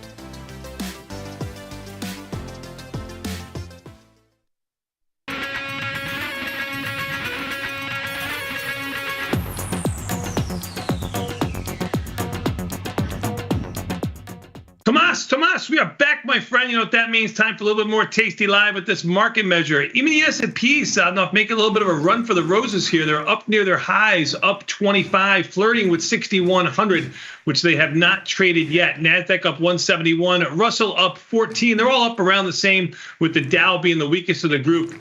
Some stocks that are moving to the upside. You got Tesla up 17, Saznoff, and you got Meta for another day. Meta down $1? Yeah. What am I looking at? Well, it rallied back. It was down like 5. Now it's only down 1. Netflix is the other one. I'm sorry. Netflix up $11.50. I apologize. There you go. Yeah. Intel, big move. The worst performer we have today is Coinbase. It's up $18, but it's not the $18. It's the volatility expansion. Yeah, IV rank in coin has gone from the low 30s to 37, flirting with 40 now. Yep, you are right. They're pumping volatility in. Yeah, for earnings. Yep, I'm going to sell some out of the money calls up here. I just think it's interesting. Sell some puts later if it pulls back at all. We're right at 6,100. That is correct, sir.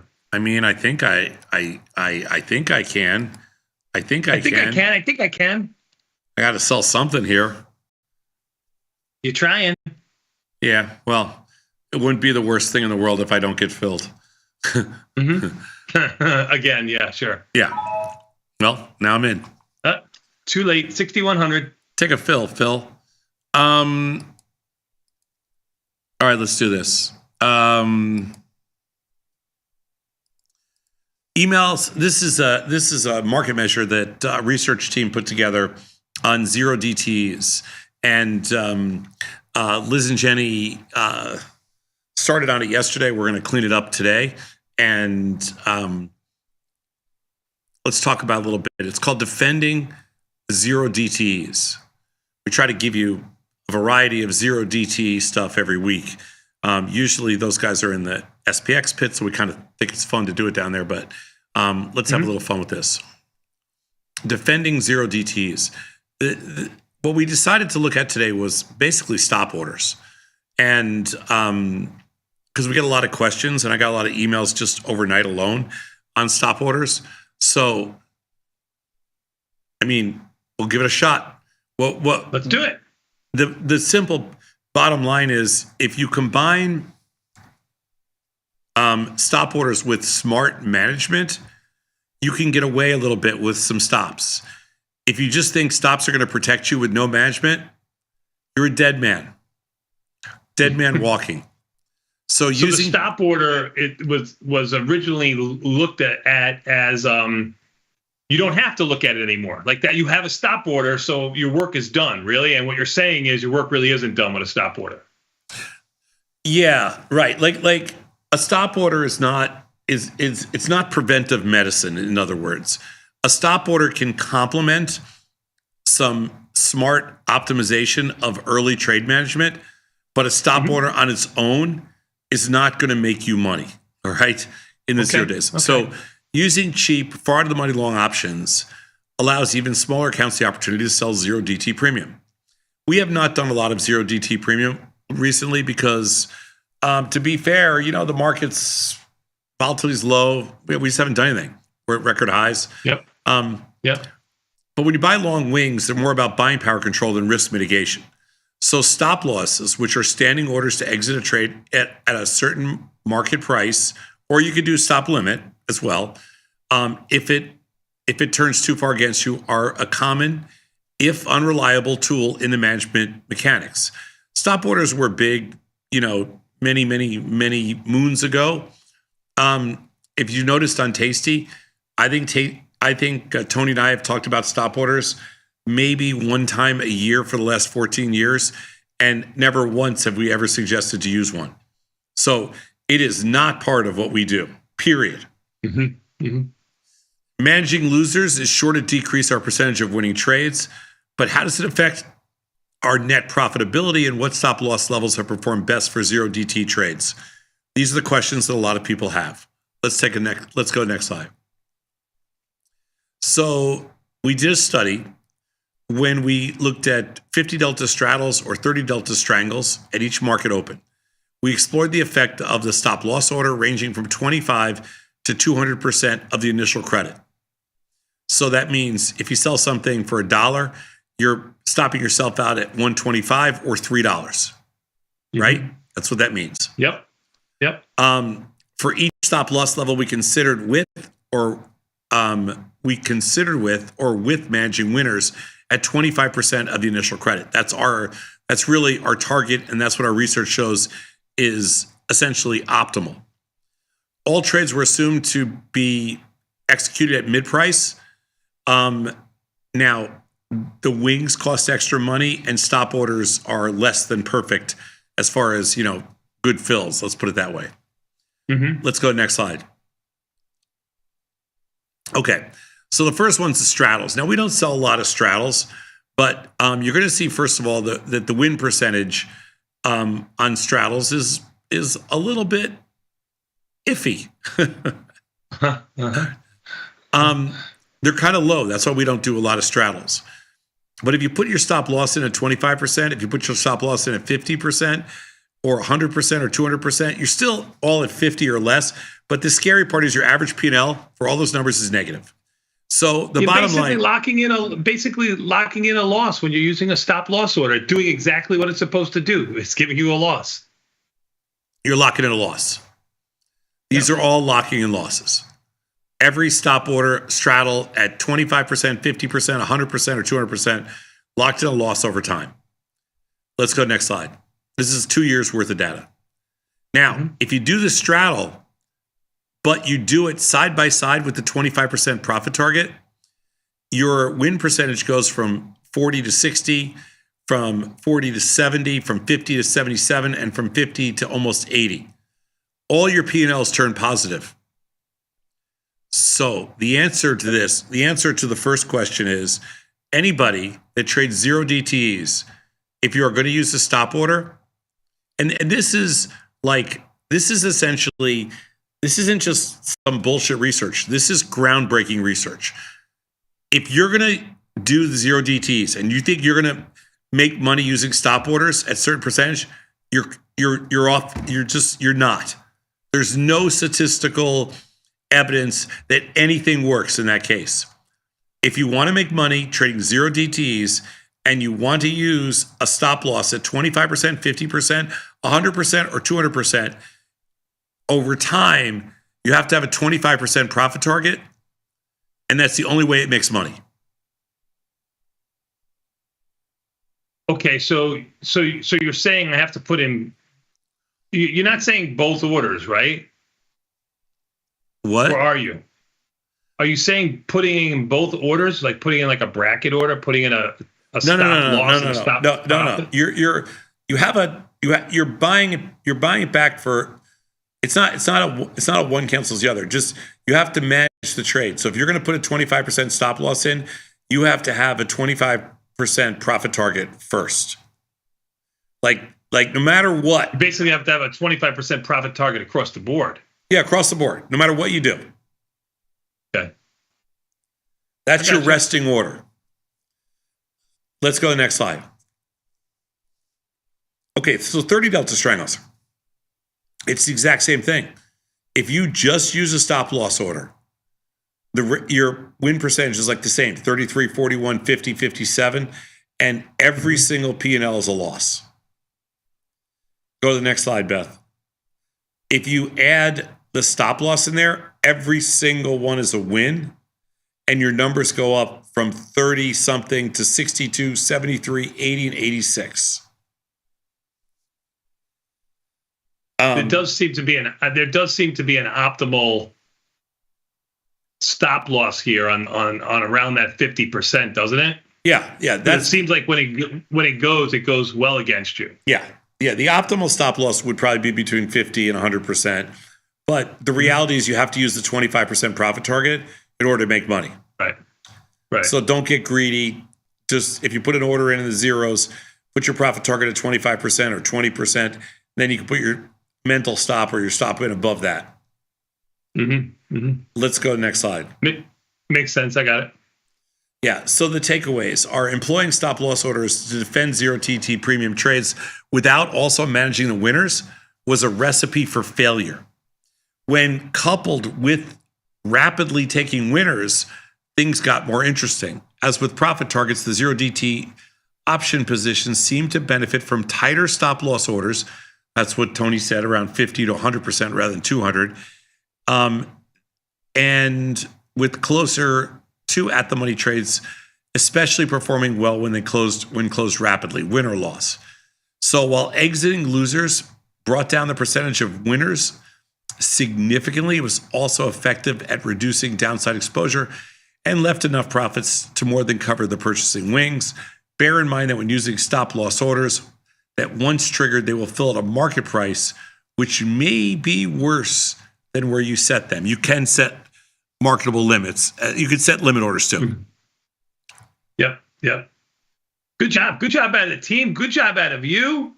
Good job out of Liz and Jenny. Good job out of the CBO.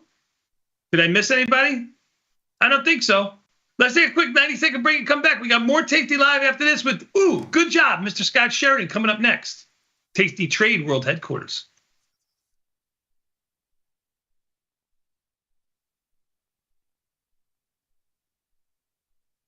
Forbes called us best online for options trading. Investopedia, best for options trading, period. With stockbrokers.com, we're number one for options and futures trading. The Motley Fool really likes us. And so does Business Insider. So what else can we say other than boom? Trade like a trader. Tasty Trade. Make your move. Dear Kaylee, hats off to you for being such a culinary genius. I don't think it has ever dawned on our kitchen staff to serve gazpacho hot. Sincerely, Bob. Sometimes it feels good to get smart. Get even smarter with live trading insights and some live taunting. I don't want to fact check you with my vagina, but I will. From the smart mouths at Tasty Live. Woof! The first half of this year's market has been giving the good guys the business. It's certainly been back and forth for sure, Pete, and I'm getting whiplash over here. With good mechanics, we can see Team Tasty stay strong in the second half. Absolutely. Let's check out our starting lineup. Liz Deerking, Eastern Illinois University. #1, because dedication and motivation equals success. Being able to make that one trade that builds on the next is the very first step. Matt Helmuth, Illinois State University. #30, because that's how many of Tom's credit card purchases I have to decline a week. Stop trying to buy a suckling pig online, Tom. Bobby Shepard, School of the Art Institute of Chicago. #6, because that's how many revisions every piece of copy goes through. Jenny Andrews, University of Illinois Urbana-Champaign. #18, because that's the average of the VIX over the last 10 years, and I cannot wait for it to get back there. I like the looks of that lineup. Well, be mechanical is always better than just trying to run plays and see what sticks, Pete. When you got skin in the game, you stay in the game. That's right. Now get off the couch and get into the game. Watch Tasty Trade.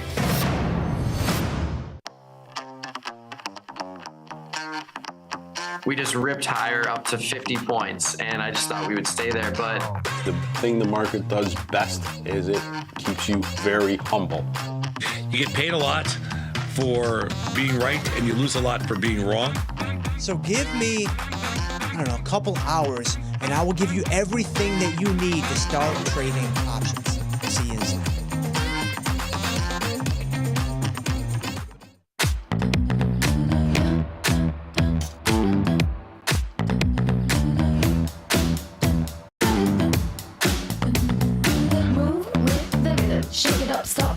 clock is 13. Sing 1, 2, 3, 4. Cause no one can do it like we do it, like we do it, like we do it. Cause no one can do it like we do it, like we do it, like we do it.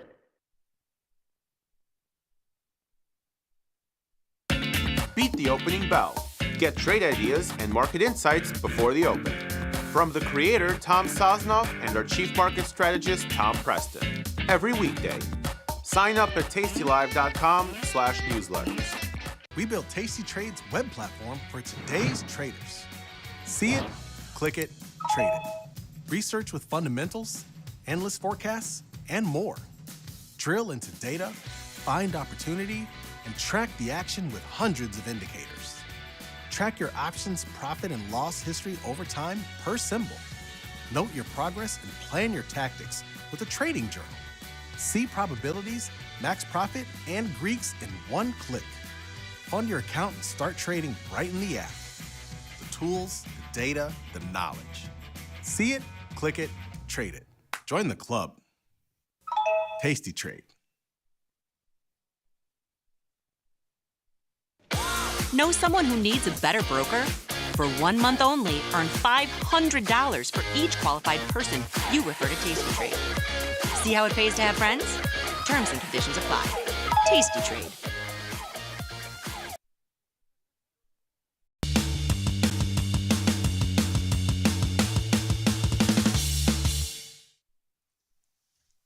Tomas, we are back, my friend, but you know what that means. Enough out of you.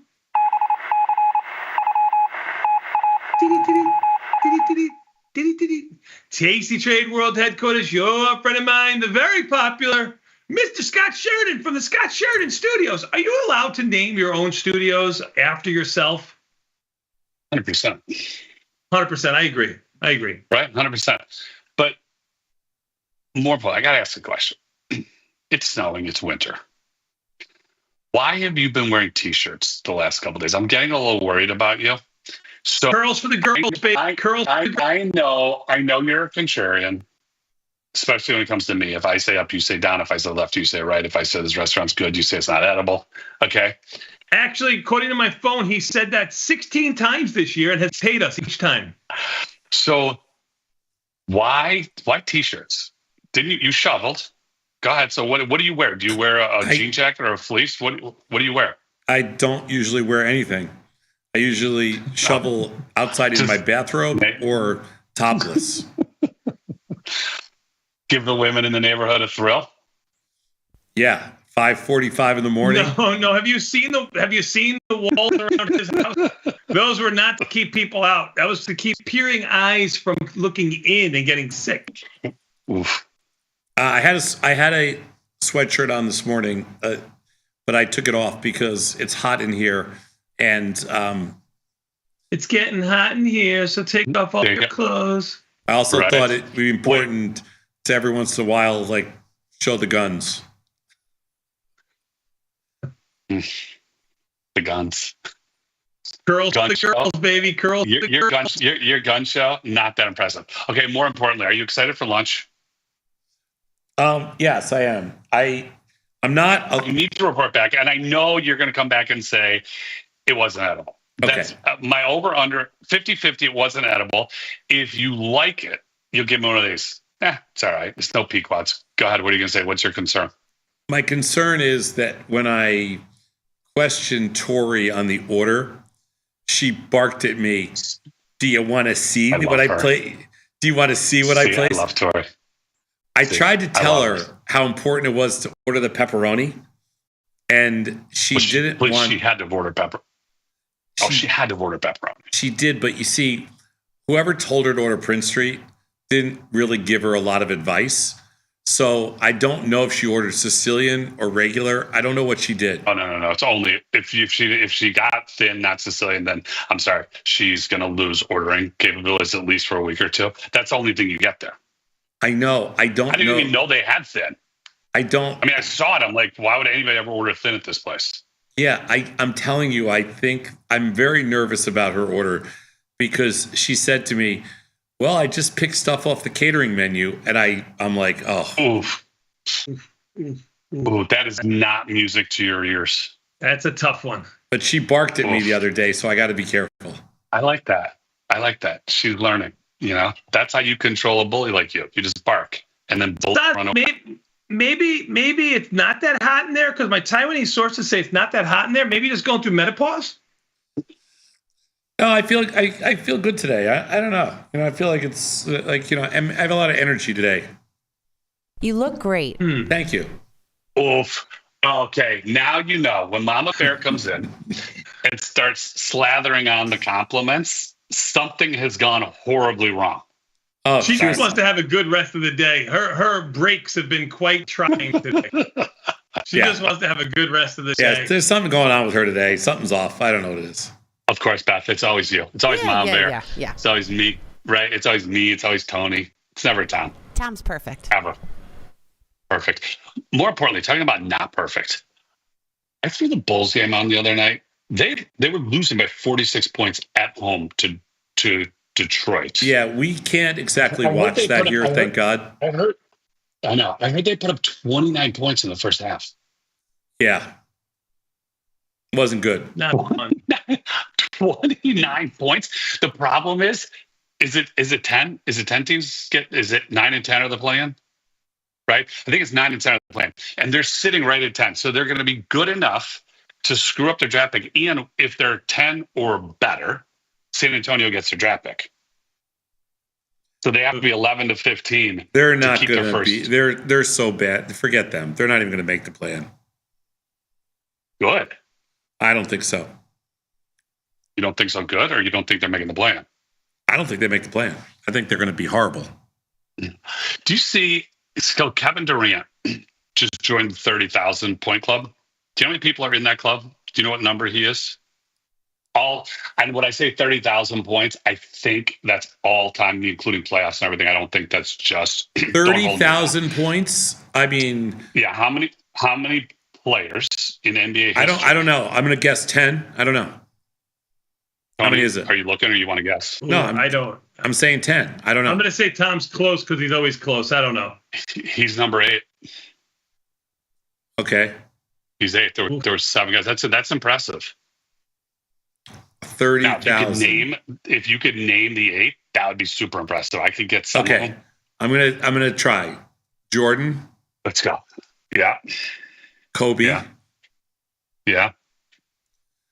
Obviously Kevin Durant. Yeah. Steph Number Curry. 1 of all time. Steph Curry. No, I don't know that Curry's in there. Really? I got to look that one up. Keep going. I have to look It's regular season, I'm being told. Doesn't include it. Is regular season. Yeah. Keep going. Come on, the number 1 player. He's still playing. LeBron. Yeah. Wilt. And who did he pass?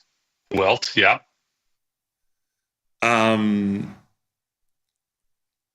Jabbar. Moses. Kareem Abdul-Jabbar. Kareem Abdul-Jabbar. I don't know if Moses. That's 6. We got to look that up. 30,000. We have 6 of the 8. That's a big number. 30,000 points. Is Magic Bird? I don't know. Kevin Durant, who has 30. LeBron, Kareem, Karl Malone, Kobe Bryant, Michael Jordan. Oh, Nowitzki, Wilt, and Durant. Oh, okay. Yeah, Nowitzki. I forgot about Karl Malone. Nowitzki's kind of, and Karl Malone. Those are snakes. 41,000 points for LeBron. 41,623. Kareem has 38,000. Karl Malone almost 37. 33 for Kobe. Michael Paltry 32. It's impressive. I mean, you do anything at that level, kind of like what you two do. Go ahead, Tony. You can take credit for it. What you've been doing at that level. You know how many trades Tom's made? You know how many trades Tom's made over his career? I mean, he runs more than 30,000. Yeah, he runs circles around those guys. Do you know how many points I had when we were growing up at the Olick Memorial where we used to play? In the JCC. Here we go. In the JCC league, do you know how many points I put up one season? Go ahead. I think I probably had 30,000 over my career. At the JCC? Not the JCC. The JCC, that's good. That's good. I wish I came up with that. That's good. Billy Moskowitz, Lieberman. And we didn't have a JCC. When I moved to Chicago, I played in a basketball league at the JCC. I forgot what street it was on. In Boys Town. Melrose. Yeah, Melrose. Yeah. They had a small gym in there. It was good. It's funny. I've never been in that gym. I know exactly where it is. The games were crazy competitive. It was good. We used to play. We played a little bit at Latin. Remember, we had some games over at Latin, and then we played. Yeah, we did. Joel Myers used to play too, and then we played over at DePaul. There were a couple games over there. St. Vincent's DePaul. We used to play at. Yeah.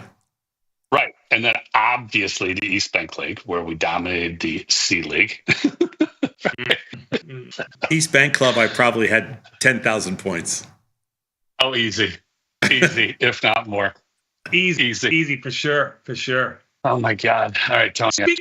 Speaking of points, I can't believe you're not watching the Four Nations hockey tournament, Scott. I mean, we're watching crappy basketball. Oh, is that on right now? Well, it started yesterday. Canada versus Sweden went into overtime, and I think tonight you got USA Finland. It's going to be on. I'll tell Tom it's on ESPN tonight. Tom, is your TV working? Yeah, TV works great. It works great. Come on. ESPN works. Nice. Well, if not, you could do Saturday. Saturday will be on ABC for you, Tom. You got those channels, right? Because you got the tinfoil on the antenna. I don't. It's a little sketchy. Who's playing for you? I couldn't even tell you who's in hockey. Who plays on the? It's only four teams. Too bad Russia's not there. It's Canada, Sweden. No, but who plays for the United States? You wouldn't know. I'm sure I wouldn't. I don't watch hockey. I mean, I know. So what difference does it make? You're going to watch all the All-Stars. You're going to want to see them. I like how all of a sudden you've become like Mr. Hockey. Like you're watching Canada play Spain. Wow. Wow. I think it's kind of funny, actually. Hockey team. What? Wow. Spain has a hockey team. Oof. I don't know. He's watching like Canada play Slovenia, and he's like, "Wow, that was the greatest game ever." He's always been a hockey monkey. host. It's all the NHL stars, you monkey. It's like an all-star game that actually means right. Why does it mean anything? How could it mean something if it's? Listen. I don't want to take anything away from you. You're a great hockey mom. I got it. You're doing a great job. You're one of the best hockey moms around. Oof. Okay. Wow, that hurt. This is what happens when he wakes up at 4:30 or 3:30, whatever, to go brush off the driveway. To brush. It wasn't a shovel. It was a brush, a broom. Oh my God! All right. You a only leaf shovel blower, downhill a leaf too, blower, right? Scott. A leaf blower. That's not a bad idea. A leaf blower. That's a power move at 4:30 in the morning. The problem is leaf blower wasn't snow. working this time. This was heavy snow. Yeah, it's heavy. Real wet. Tom didn't shovel. He's lying. Oh no, I think he did. Oh my God. He did not use. He did not. Tom, I'm giving you credit. Here, he's gonna take a picture. Watch this. He's just showing his phone. Did you take a picture? What? Oh, did you post it on TikTok? No, I'm gonna go look at my driveway right now on my camera. Oh, your cameras are working? My guys fixed that for you? Oh, no, your guys.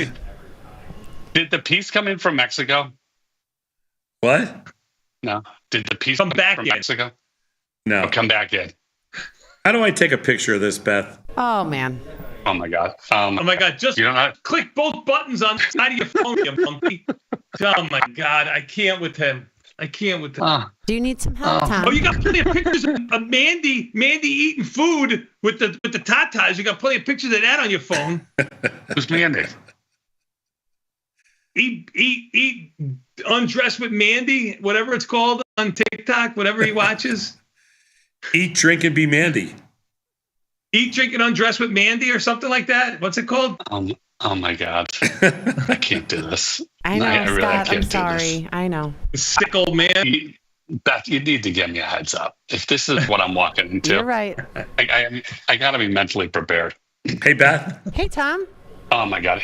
I just text you a picture of my driveway. I just took it from my phone. Wow! Good job. I guarantee this is Who's not the big boy now? You took it from your phone? All right, can we do some business while Beth is loading up this so-called picture from your phone? Sure. Okay. All right, top 15 symbols going through the system. First 40 minutes of the day, no broad-based indices or futures. Tom, for you, Meta, number 15, at an 8. For everybody else, Tesla at 46, Hooded at 34, Intel at a 68, NVIDIA at a 44, Reddit at 18, APP at 53, Cisco at a 6, AMD at an 11, Apple at a 31, Coin at a 35, TTD at a 38, Adobe at a 70, SMCI at a 42, PLTR at a 58, and number 15 for Tom, Meta at an 8. Rounding out the next 10, GLD at a 67, HIMS at a 75, TSM at a 40, TQQQ at a 33, and Crocs, CROX at a 40. Did we lose Tom? Could we be that lucky? God hope. God, there he is. Back. Oh well. Beth, could you Beth, could you please play that? The photo is going to be like Tom's screen with all the apps. That's what we're going to get a photo of. Go ahead.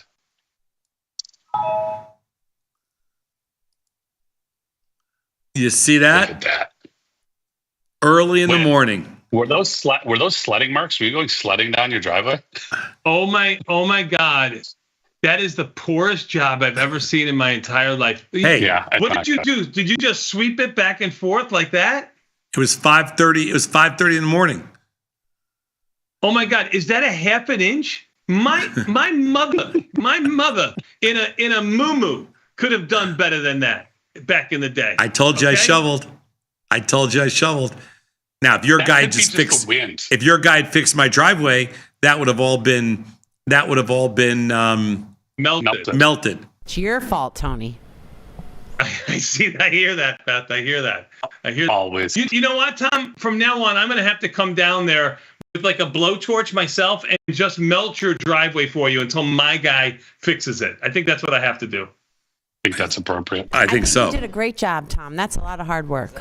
Yes, thank you, Beth. Beth, there is a lot of sucking up going on right now. Do you have a meeting with him later? Are you trying to get something approved? Yeah. Do you have a one-on-one? Yeah. Yeah, for sure. For sure. Because it's the keep Tom in a good mood. Yeah. It's the distraction. I like it. Smart. You better give Tom a 4. You give him a 3. Don't put him on track. You better make him better than that. Smooth. LFG. That's right. Oof.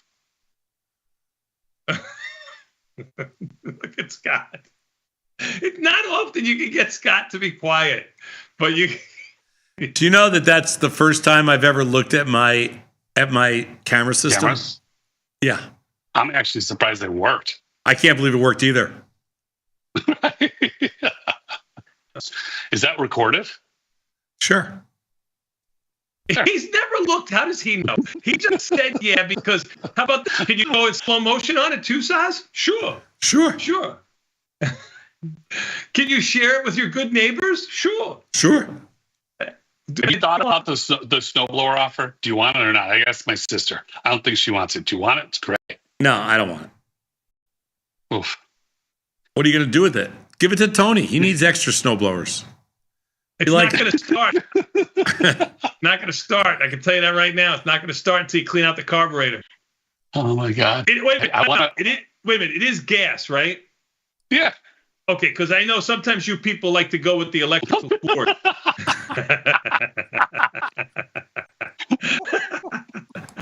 Oh my God! You can always tell you people when you got the electrical cord with the leaf blower and everything like that. You know that. I do have an electrical cord for a leaf blower. I will say that's a pro tip right there. It's a pro tip. That is a pro tip. No, this is a gas. It's a yeah, Scott. Actually, it's a bad boy. It's a big one. Actually, Scott, it's a full size. I should come over and take all the stuff I need out of your garage. There's not much left, but you can have whatever you want. Oh, like you already stole a leaf blower. So you can have another one. I don't need a leaf blower. You can have 2. You already stole one of those. I think I got a couple shovels, maybe a couple rakes. I don't know what I got. Broom. You can have. No. I want that. What? The water thing. You know. Oh my God! Here's a man trying to mansplain something by calling it a water thing. A power washer? Power washer. Oy. Yeah. Beth, don't help him, Beth. Don't help him. This is a man doing it. Go ahead. What's the water thing? I think I have one, but I think it's broken. That was kind of cute. You can have my power washer. The water. Be honest, Scott. The water thing. It's electric, right? Yes, 100%. I know. See, now you're making me rethink this. I didn't know there was gas. Yeah, I know. Although I do see, in fairness, when they come to do the yard, they got the big gas thing on their back blowing. That's true. I thought those were only for professionals. See, the U-ish, we don't go for those. They're a little dangerous, right? I know. You got to go for the child's version. Yeah, Tony. So it is approved for you. If you want to know if you want to buy me a gift and you want to know what I want one of those gas-powered leaf blowers. You're going to put it on your back? Oh yeah. Backpack. You'll fall over like a turtle. There's not a doubt in my mind. We'll find you on your driveway, upside down, and he can't get with his arms up like this. He won't be able to get to that I can't get up button. He won't. Gonna look like a ladybug upside down, like doing. You'll hurt yourself. You'll hurt yourself. That's a good visual. Okay. I want to go up and down my whole block. I want to go up and down my whole block and just, clean up everything. And when you blow it and it just blows everywhere, how are you cleaning it? If you're not his job. That's not his job. Push it in the street, Tony. Yeah, push it in the street. He goes, just go straight in the street. What do you know? I gotta go, Scott. I gotta go. I'm gonna take a quick 90-second break. I can't take it anymore. I can't. Scott, I'll take the leaf blower for sure. Done. You got it. And the water thingy. And the water thingy. The leaf blower and the water thingy. And a shovel. I don't have any shovels. Sure. Shovel. We're debating. Oh, so you didn't shovel. You didn't shovel. You used a broom. So you didn't shovel. You used a broom. No, I have snow shovels. He's talking about regular shovels. He's talking about like a shovel, like going into dirt. Like, what do you call it? Like a spade? You're actually like a spade. You're actually going to dig a hole, Sosnoff? Yeah, I dig holes and plant flowers. He loves digging holes. I plant flowers. That's what he does. Do you watch this show? Of course he does. Even he has a piece of 33. He dug himself a deep hole. We're going to take a quick 90-second break and come back. We got more Tasty Live after this with TP next. You're going to love that. We'll be back in 90 seconds.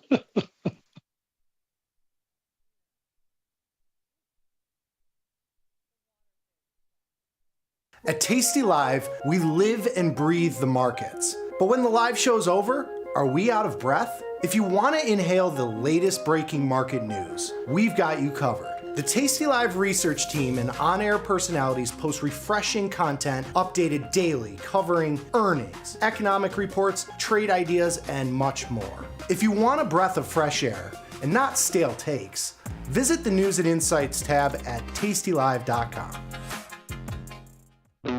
Looking for a better broker and a bonus? Sweet. We got you. Right now, you can get a bonus of up to $4,000 when you open and fund a Tasty Trade account. Plus, low rates, smart tech with the analysis tools you need, and award-winning support. So, get a broker who's actually got your back. And up to $4,000 at Tasty Trade. Make your move, genius. Tasty Trade.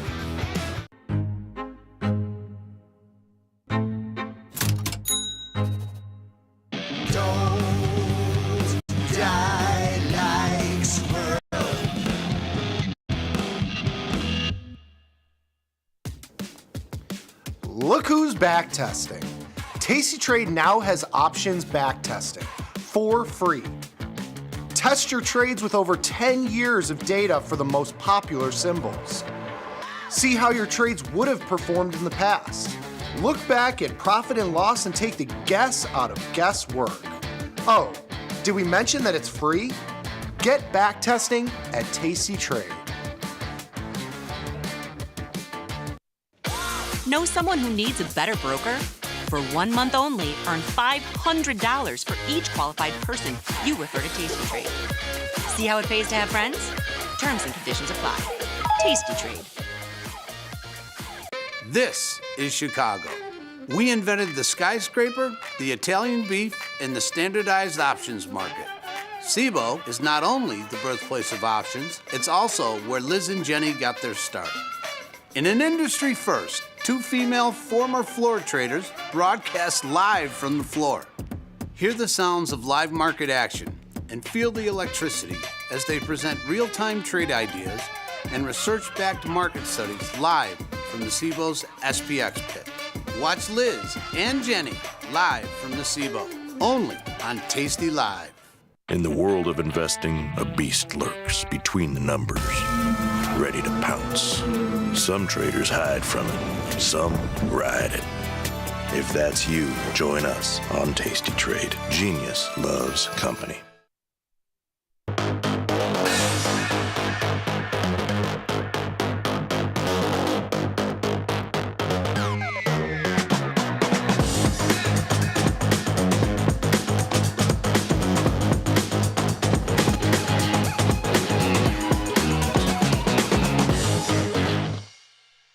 Hello, everybody, and welcome to the TP&J Show.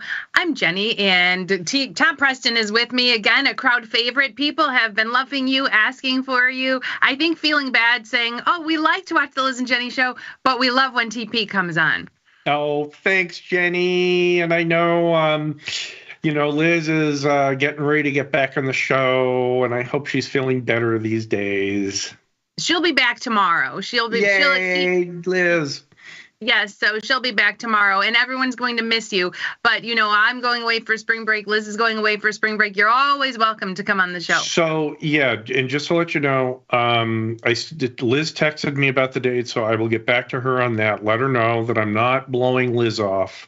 I just have to pick the exact right way to phrase it, because, you don't want to cross Liz, especially when she's not feeling 100%. Well, it's okay, TB, if you can't make it, because I know you have two girls. They have spring breaks. Spring break is a busy time. If you can't make it, I'm sure we can find other people to come on. So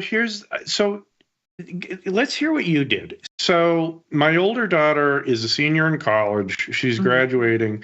So she and her group of 14, 12, whatever the number is, kids in her little program, they're getting an Airbnb, and they're going to spend a week at the Airbnb hanging out and partying and whatever.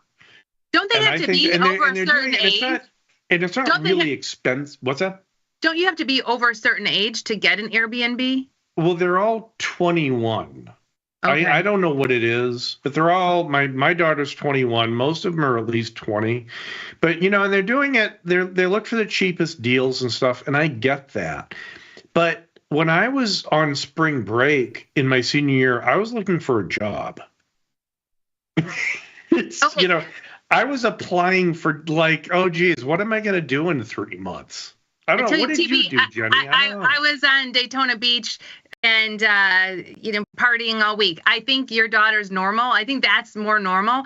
I think you on your senior year spring break looking for a job is not, you don't have to, I wouldn't put that expectation on your daughters. Oh, Jenny, this is why they always say, why can't Jenny be our parent? Okay, they love their mom. Their mom loves to do stuff. Maybe they could have two moms, because you would be so much more. The other thing, and I have to get this off my chest, and this is kind of on a more serious note. My wife was talking to some friends of hers, and they have kids roughly the same age, and they were talking about how much debt they have going into college. Oh. And I was thinking, my word, it's, and I get it. You make choices, and you want to go to the colleges you want to go to, and I get it. But borrowing $100,000-$200,000 for college and stuff really constrains you in your 20s. Oh, I've seen it. I've seen neighbors who had, I had a neighbor who had $600,000 in student debt, and he was living next door to me, and his payment for his student loan was more than his mortgage. It was crazy. Right. And I know that there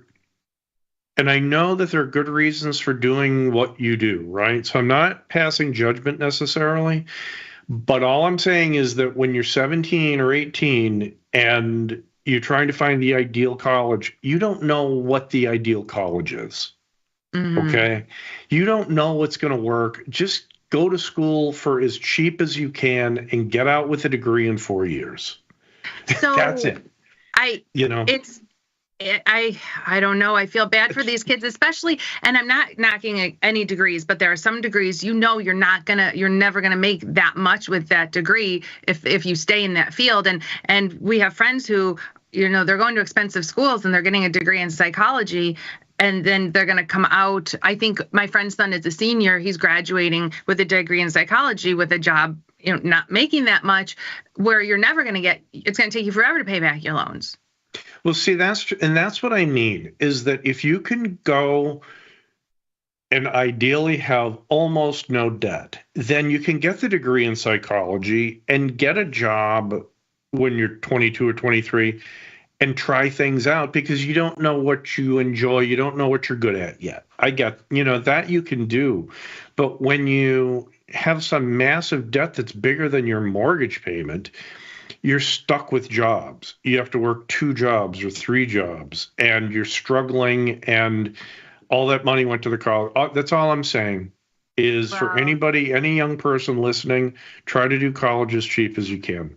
Try to. And also, there are work programs at school. And my son has friends who they're in work programs where they're working at the school, getting discounts off their tuition, being an RA, not paying for housing. Like, there are ways around it, because it is tough to come out of school with debt. But spring break, back to spring break, I don't hate it. I keep telling my son, once you start working, you're going to get like 2 weeks vacation a year, 3 weeks vacation a year. So enjoy your last few days of freedom, your last few months of freedom. He's going to go to Vegas for spring break.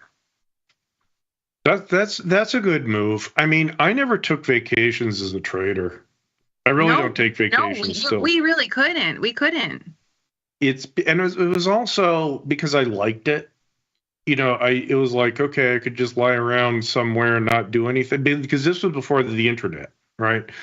So there was nothing to do. So what about, all right, I'm going to go somewhere where, what am I going to do? Read a book?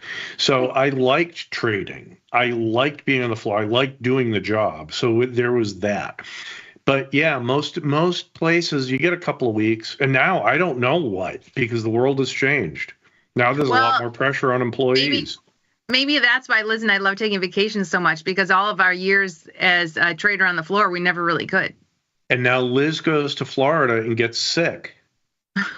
Okay, so speaking of vacations, TP, if we pop into Twitter, I finished. You've been on with me. I've been working on this surprise bathroom remodel. My parents were on a cruise. Oh, yeah. I finished. Let's see if it came through. So I just finished. Let's see your handiwork. Oh, geez. Why is it zooming in? Oh, my gosh. That's Mikey zooming in on a picture in the hallway. All right. Hold on. All right. So... The Polish warrior strikes again.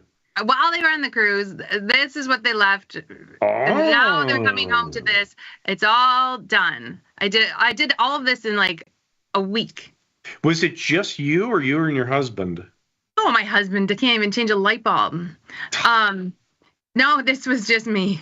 You're a machine. Jenny, the machine. I don't know if you're fully human, Jenny. You're like a machine. All right, that looks great.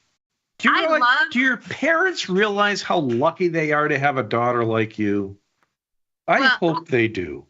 Okay, I love remodeling. And I'm in the middle of this like serious conundrum right now, because every house I've been in, and this is my 5th house, I think. Every house I go in, like remodel the whole thing and then sell it. And so this house, I thought I'll sell it in 2 years. But yesterday I got a call from a family from the North Shore who want my house, and they're offering me double what I paid for it.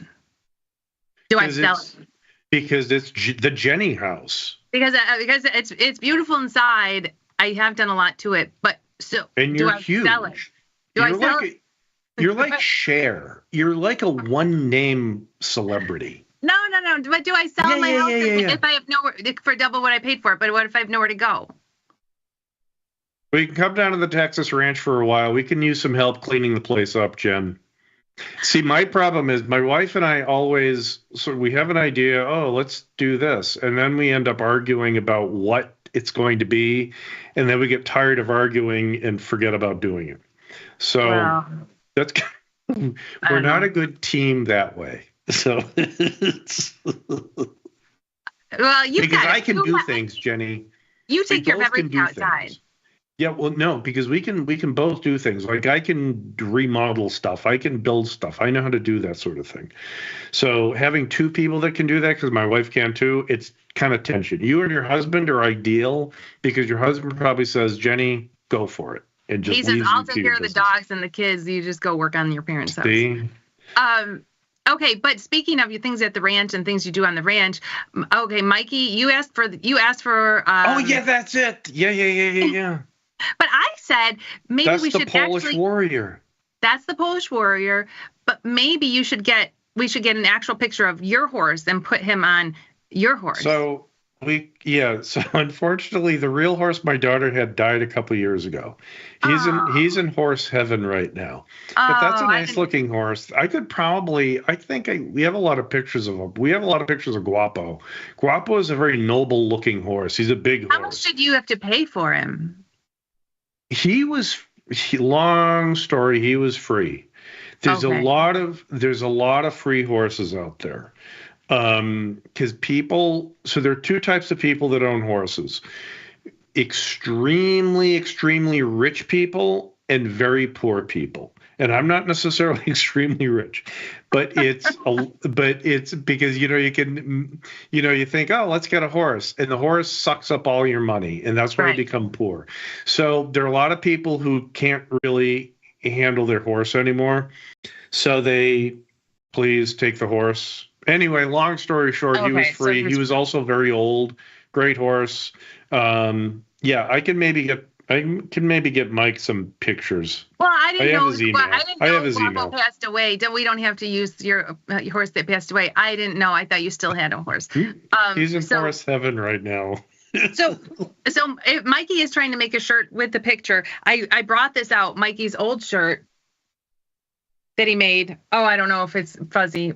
Okay, so Mikey's old shirt. Mikey, what I would suggest, this picture is so big and it covers the whole shirt, so there's no stretch to the shirt when you put it on.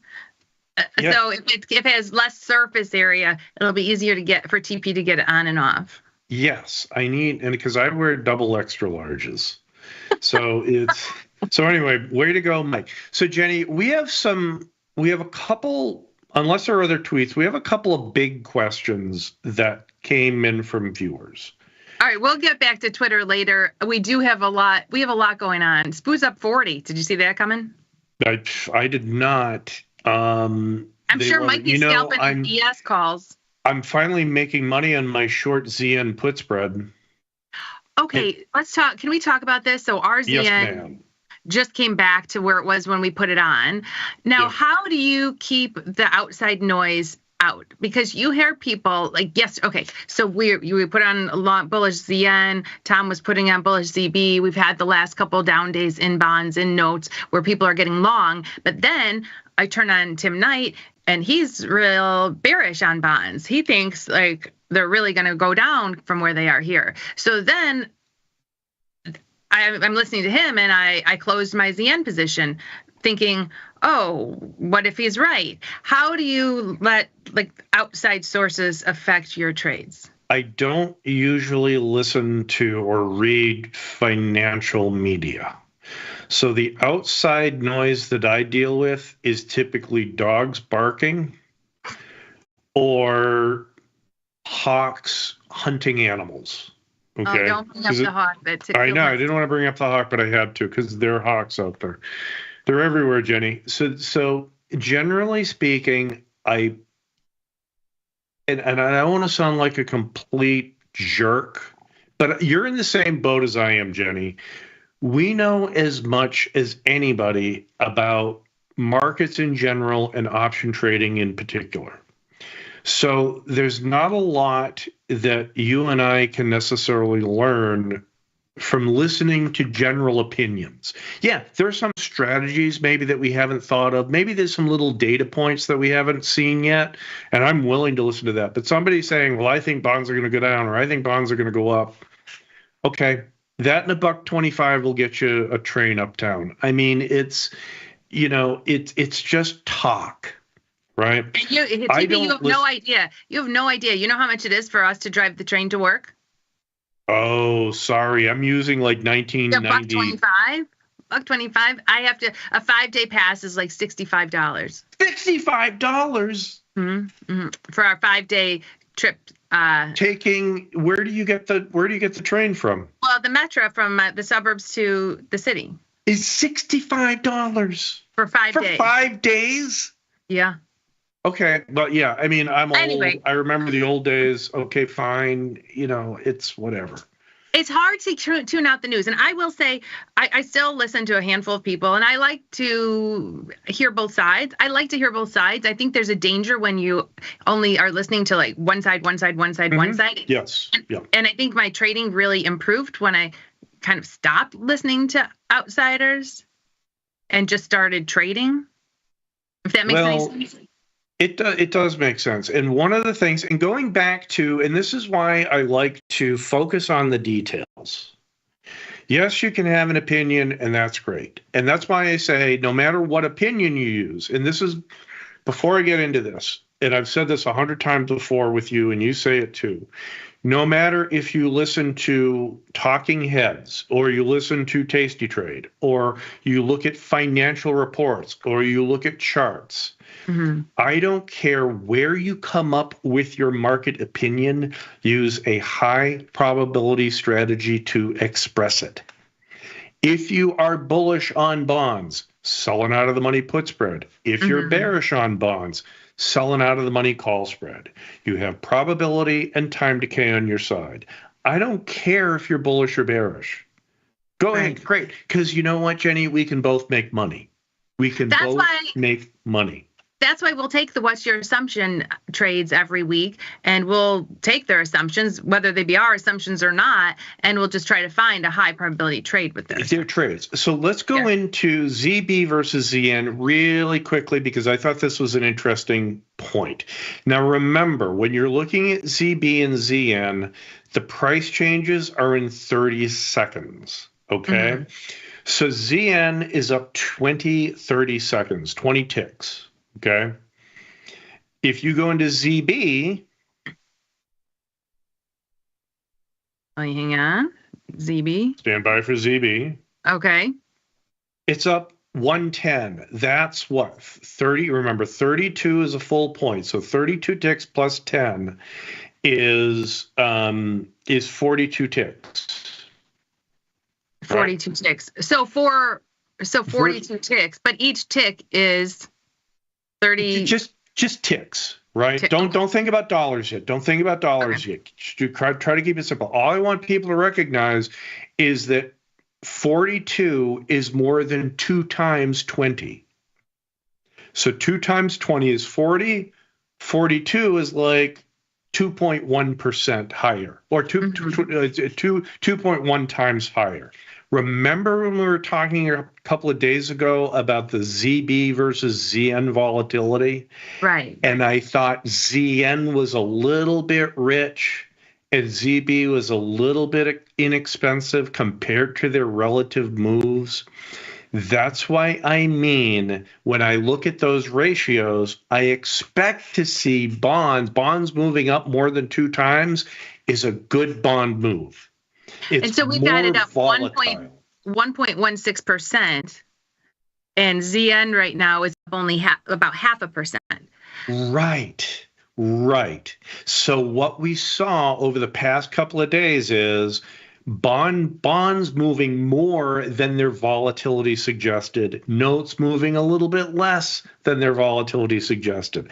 That's why I like that note versus bond comparison.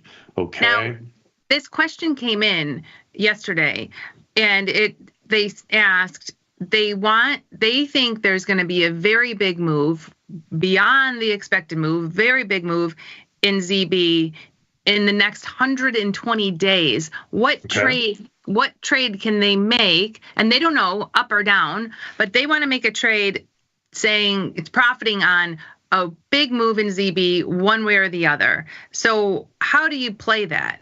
Well, I would do diagonals. So I would what I call double diagonals as kind of a standard way. So you buy your strangle out in June. You buy your wings out in June. Okay, so should I just go the expected move? Well, here you're in ZM. So let's go to they thought about ZM or ZB. ZB. Let's do ZB. Yeah, because I didn't know. Then they asked, should they buy an iron condor? So I thought, well, with you coming on today, you're the perfect person to ask. Sure, but so let's just think about this trade for a second. So go into 127 days. Okay. And the expected move is 5 points, so it's down to like the 109 and 119. So if I buy the 109s and buy the 119s. Okay. So I'm spending $2,000 on those. I might stretch it. Let's do the 120s, Jenny, to make it a little cheaper. Buy the 120s. Okay. So that's about $1 and $1, right? So right. $2,000 for this. Yikes. All right. And I'm paying $17 of theta. So what I might do, Jenny, is leave that in place, go to an earlier expiration. Maybe like 15 days. 15. Okay. Maybe 15. Let's see what we can get with 15. Okay. And I would sell, let's go outside the expected move. Let's go to this about 115. So then maybe sell the 117, 113. So sell the 117 calls, sell the 113 puts. Okay. And look at now, my theta is positive. Right. And so then keep short term, selling short term. Yes. So I understand the appeal of buying premium in those back months, hoping for a big move. But unless you have I have bills to pay. Jenny, I have bills to pay. I can't afford to be paying $17 of theta every single day, waiting for something that might not happen. So okay? if you get to the point where you're selling short term, and you get to the point where you've covered your cost, then do you just leave your longs? Let it go. Leave the longs. Let them just stay. Okay. Let them stay. And that's your free shot at that point. And it's not a free shot here because if it has a big move one way or the other, way beyond any of these strikes, then you could lose what you paid for this. Yeah, maybe. Yeah. I mean, it's you're buying. If you have a huge move, yes, you'll lose. Let's say on the upside, you have a huge move in the upside. Yes, those 117 calls are going to expand in value very quickly, but so will the 120s. You're going to be down some money, but you're not going to get clobbered. And then you would just roll that. You would just roll the 117 out. Yeah, roll them out. And the other thing too is, folks, if you buy that 127-day strangle today and you get a huge move tomorrow, that strangle isn't going to expand in value as much as you think it will. Mm-hmm. It's not going to be 5 times what you paid for it. Right. Right. It just isn't. And we can go into the reasons why. And maybe we can do that when I come back on spring break. But don't. I understand that you want to, and that opinion is probably justified. I have no problem with people thinking there's going to be a huge move in bonds in the next 6 months. Okay, great. But Go ahead. I was going to say, I like this strategy where you're embedding a credit spread over time, but your long is further out in time. And you can see it's like a short credit spread where here, as far as the calls go, you've got the short 117 call and the long 120 call. And Liz and I used to call this strategy a free long strategy, where we would call it a free long and we would sell that short and it would be an embedded credit spread until we got to the point where our long was free and then we'd leave it. Don't let this one strategy, and I understand it's only $17 a theta a day, but that will increase, by the way. Mm-hmm. That negative theta is going to increase. Don't let that speculation wipe out the hard work you're doing in your other trades. Okay? Now I wonder, I used to do this in TLT. And I guess it was when you thought TLT wouldn't really move because it wasn't really moving. I wonder if they could do the opposite, where I would go out. Let's say I went out and sold the at the money straddle out in time, and then in the shorter term, just tried to buy some cheap wings. Tried to buy some cheap wings to give myself some protection. You certainly could. That doesn't give you any margin protection, but look, Jenny, you still get positive theta for that. A little bit, and this is TLT, so it's smaller scale. But if you have a big move, well, yeah, I have no. I kind of like that trade too, only because. So, and here's I would put that person on the spot and say, look, you're putting this trade out with 6 months to go. So is it that you don't think the bonds are going to have a big move in the next month or next week or next 2 weeks, right? Or you just kind of have this general idea that they might have this big move up or down? In that case, buy your straddle out in 127 days and pay for it with short-term premium. Right. Either way, either scenario, you're buying the further out in time and trying to sell that higher theta short-term premium to cover it. Not bad. Yeah. All right, that's good. Anyway, that's that. Okay, that's that. That's check. Moving on, your NDX. You were on a month or so ago. We were talking about zero DTEs. They said you called this one of your bread and butter trades. Yeah, and I'm still sold doing just it. A zero DTE put spread in NDX. The question is, are you still doing it? And if you are, what are you looking for a certain delta when you sell that? Yeah, I'm doing so. In full disclosure, I'm and we don't have to look at it. I do NDX and I do the NQ futures. So I'm doing both. Okay. But if it's at night, let's say I can't sleep and it's like at 5 o'clock in the morning, I'll put on a futures trade. So I'll go out to. Yeah, we can look at that too. And whatever one. But the NQ, you would have to close it. Whereas the NDX, there's a little bit more going on with NQ, but it's either way. I trade both. So let's go into NDX, and I'll go out. Let's say I'll start by looking at about 100 points out. So I would start with maybe the 82s, the 21 820s. At a really far delta, that is like an 8 as a 20 delta. Yeah, 20 delta. And I'll buy one strike away. So just $10 wide. So here you're getting $1.40 wide. Now in the morning, it's much more. You're getting much more, right? If you're doing don't you think in the morning, or is it not? No. Is it? No, you'll get more. This was probably, I'm going to guess, about 190 earlier this morning. Because these things decay, and I might look to take this off around noon or 1 o'clock in the afternoon, because if it captures most of its profit.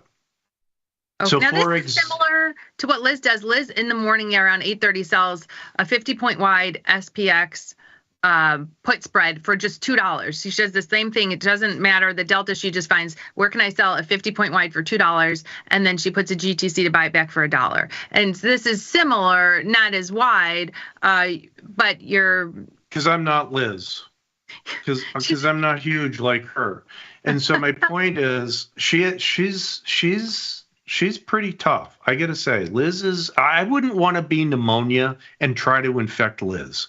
Okay. She is tough. She is tough, TP, and she is crazy. She does get. I feel I don't want to bad. say get crazy, but she's a bigger trader than I am. That's for sure. I feel worse for the virus than I do for Liz. Okay, the poor virus.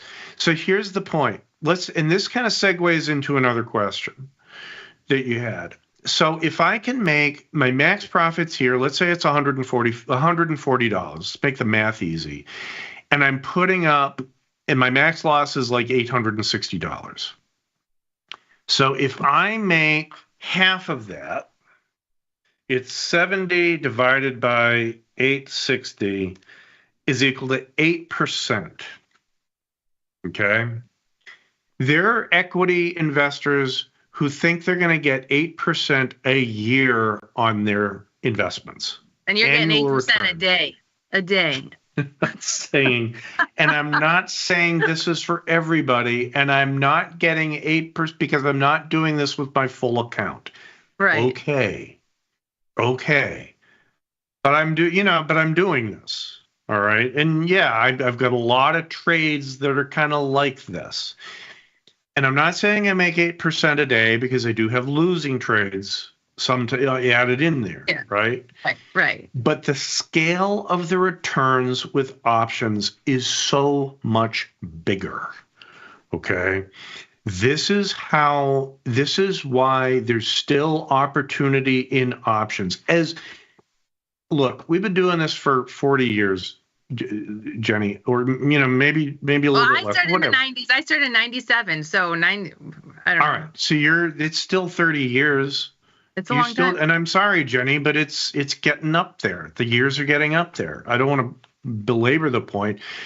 You and I were trading on the floor and trading throughout this when the option values were still fairly priced. We're not saying that they were mispriced in those days. They were still fairly priced. Mm-hmm. There was opportunities in the old days. There's still opportunity. Okay. That option trading still gives you positive returns. How much return depends on how much risk you want to take. And all I'm saying is if I make 50% on this trade, if I make 100%, it's 16%. So, TP, someone asked, and I don't even know what it is, honestly. Someone asked when we're putting in morning trades or 0DT trades or whatever, why don't we use a bracket order? Because... What? I don't even know what that is. Well, a bracket order would probably be, if I'm guessing correctly, is, buy it back, buy this put spread back if the NDX drops this amount or rises this amount. So in other words, if the NDX gets down to 21,830, if it drops 75 to 80 points, buy it back. Just take the loss and move on. And do you ever use bracket orders? Yeah, I think that's probably what they're talking about. That's something you certainly can do that, especially if you can't watch the market all day. If you're not fully engaged in this. However, okay, this happened to me yesterday. And this is why it's so frustrating using those things like bracket orders, GTCs, blah, blah, blah, blah, blah. I sold a put spread in the NDX at like 5 o'clock in the morning yesterday, thinking, they're going to rally back. They opened up down like 200 points. They were my put spread was in the money in the morning. Then it became out of the money as the day went on. And I closed it. Now, did you know that number was coming out yesterday morning and you just didn't care? I didn't care. I just did it. Because who knows, Jenny? I know. Who knows? And so I just did it anyway. And why? Because I had a defined risk trade. I could handle and it was in NQ futures, so the size is smaller, right, than NDX. And the loss would have been like, I don't know, like $100, $150, something like that. I don't want to lose $150, but I can lose, it's not the end of the world. And what happened is they just rallied back throughout the end of the day. And I took it off for like an 80% winner. And well, you got at least you didn't close it for a loss or scratch. Right. And so did I know that was going to happen? No. Was it some kind of genius on my part? No. But I had a defined risk trade on. I might have been acting differently if I had a naked short put. Well, it's interesting that we were talking about this because yesterday, Liz and I went over a market measure. Jacob's been doing these amazing studies. Tom and Tony talked about it today. And this study, which I really like, and I wanted your thoughts on this, and I'm not going to go through the whole study, but I pulled up this one chart talking about selling 0-day SPX straddles. Here's selling 0-day SPX straddles on the open. And the best performer here with selling straddles, 86 average P&L, $86 a trade, putting in a 25% stop loss and a 25% profit target. So So your loss is very minimal if you're putting in a 25% stop loss, and you're taking quick profits if you're putting in a 25% profit target. What do you think of that? Yeah, I think it's great. But then also look at the scale of the numbers as you go further out, right? So your average P&L, if you have the tighter stops, you get $86 in the 0 DTEs. But if you're still making $62, you're still making most of that profit with the 50% stop loss. When you go with that 100%, you're still making $27. You're still making $63 with the 200%.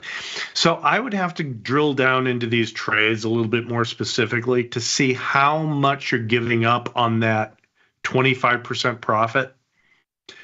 In other words, rather than 50% or 75% profit, in other words, letting it go a little bit longer on those 0 DTEs. Right. If it changes the numbers at all. Right. But he did this with strangles too. Here's 30 delta strangles. And here with the stop loss. You can see without the managing winners at all, letting them go at the end of the day, they're all losers. But then when you put in this manage at the 25% profit target, you get positive P&L across the board. I went to the straddles because those numbers were better. I kind of like the average P&L on the straddles better. But if you're putting in that stop loss, and you don't even have to put it in, you could just, if you're watching it, if you're trading, you could just mentally pick your number and keep an eye on it.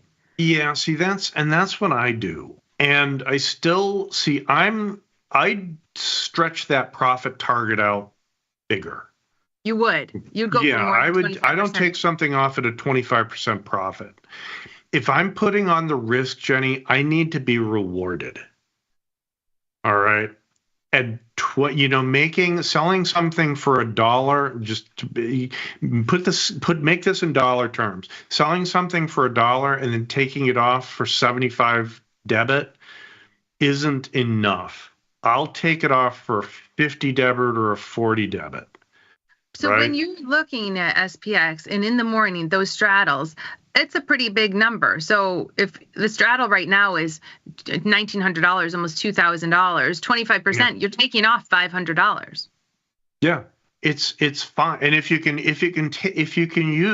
most people can't put on a trade that has a $121,000 margin requirement. So then you have to factor in. Or you do SPY. You do SPY. Or you buy wings like that. Yeah, I mean it's fine, and so you got to let these go and collect a bigger profit. So if my max profit's $1,800, I'd look to get $900 at least off of this. Come on, TV, you're on the 0 DTE. You think? Yeah, 100%. You think? 100%. Because Jenny, I have a defined. I'm not doing naked strangles in SPX. Right. I'm using put spreads and call spreads. Right. And so if you're defined risk like that, you can wait for more. You can wait for more because it's defined risk, and if you take your loss, you're okay with it. So the point is, the market measures are just data points. They're just data points. Use that information it's like throwing darts. Okay. If I'm in a bar and there's no wind, then I throw directly at the bullseye. Or I have a bias in my arm, I adjust a little bit for my wrist, right? If I'm playing darts outside, I have to be aware of the wind. So I adjust a little bit to the left, to the right, da-da-da-da-da. That's what these market measures help you do. They're all about high probability positive theta. But by the way, Jacob didn't do, what if you buy strangles? Okay. Right. He didn't do that. We have seen, he has, I mean, we've done so many SPX studies. He's done so many SPX studies. And there actually was a buying one where if you take it off so quickly for a very small percent, it turned out okay.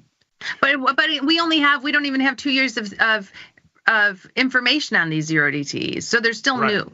So my point is, use this information to refine your strategies. For me, okay, I look at those numbers and I say, okay, yeah, I should probably look to take that loser off if it reaches, 50% loss or something like that. But I also have to adjust it because I'm taking them off for a bigger profit, right? So the loss isn't as big over time. I take that information and it is a data point in the system for me. And so speaking of all the information that you're looking for when you're coming up with your trades and placing trades, we had a detailed email that I forwarded to you, someone wondering, you talk about looking at the P50, the buying power, the return on investment, all these things when you're looking for trades. And someone just kind of wanted to get into your mind, if you're looking at something, how do you pick your trade? And I don't know if you want to, if there's anything you want to look at. Let's look at Lyft. Because I did it because I'm familiar. I did today's cherry bomb in Lyft. Right. Oh, perfect. Yeah, let's look at some of your cherry bombs. How you come up with your trade. So I was looking for, I'm looking for things that have big moves, and I'm looking for things with high volatility and just liquid things to trade, and something different. Because I do, how many of these? I do 250 of these cherry bombs a year, 200 cherry bombs a year. I got to come up with something different every day. So it's not another NDX put spread, right? Another bond spread, right? So Lyft, why not trade Lyft? And these are all the symbols that I put on a Lyft trade. So Lyft had a huge sell-off yesterday. Their numbers weren't so bad, but the market just pummeled them. I think it was maybe overdone. It was a huge sell-off, and then the volume was really high in the stock. So I think that maybe a little bit of long covering, people who are long bailing on the stock. So what I look at here, Jenny, is if I go into the trade page, if I go back to the trade page, the actual volatility, the overall volatility is 55% on those March options. Yikes, that's high. 26% on the IV rank. It was a little higher yesterday, and those numbers are high enough for me to look at option trades. If I open this up, so you sold the 14, I sold the 12s. I sold the 12s at 31 cents. So. Really? So you sold the 12s. Okay.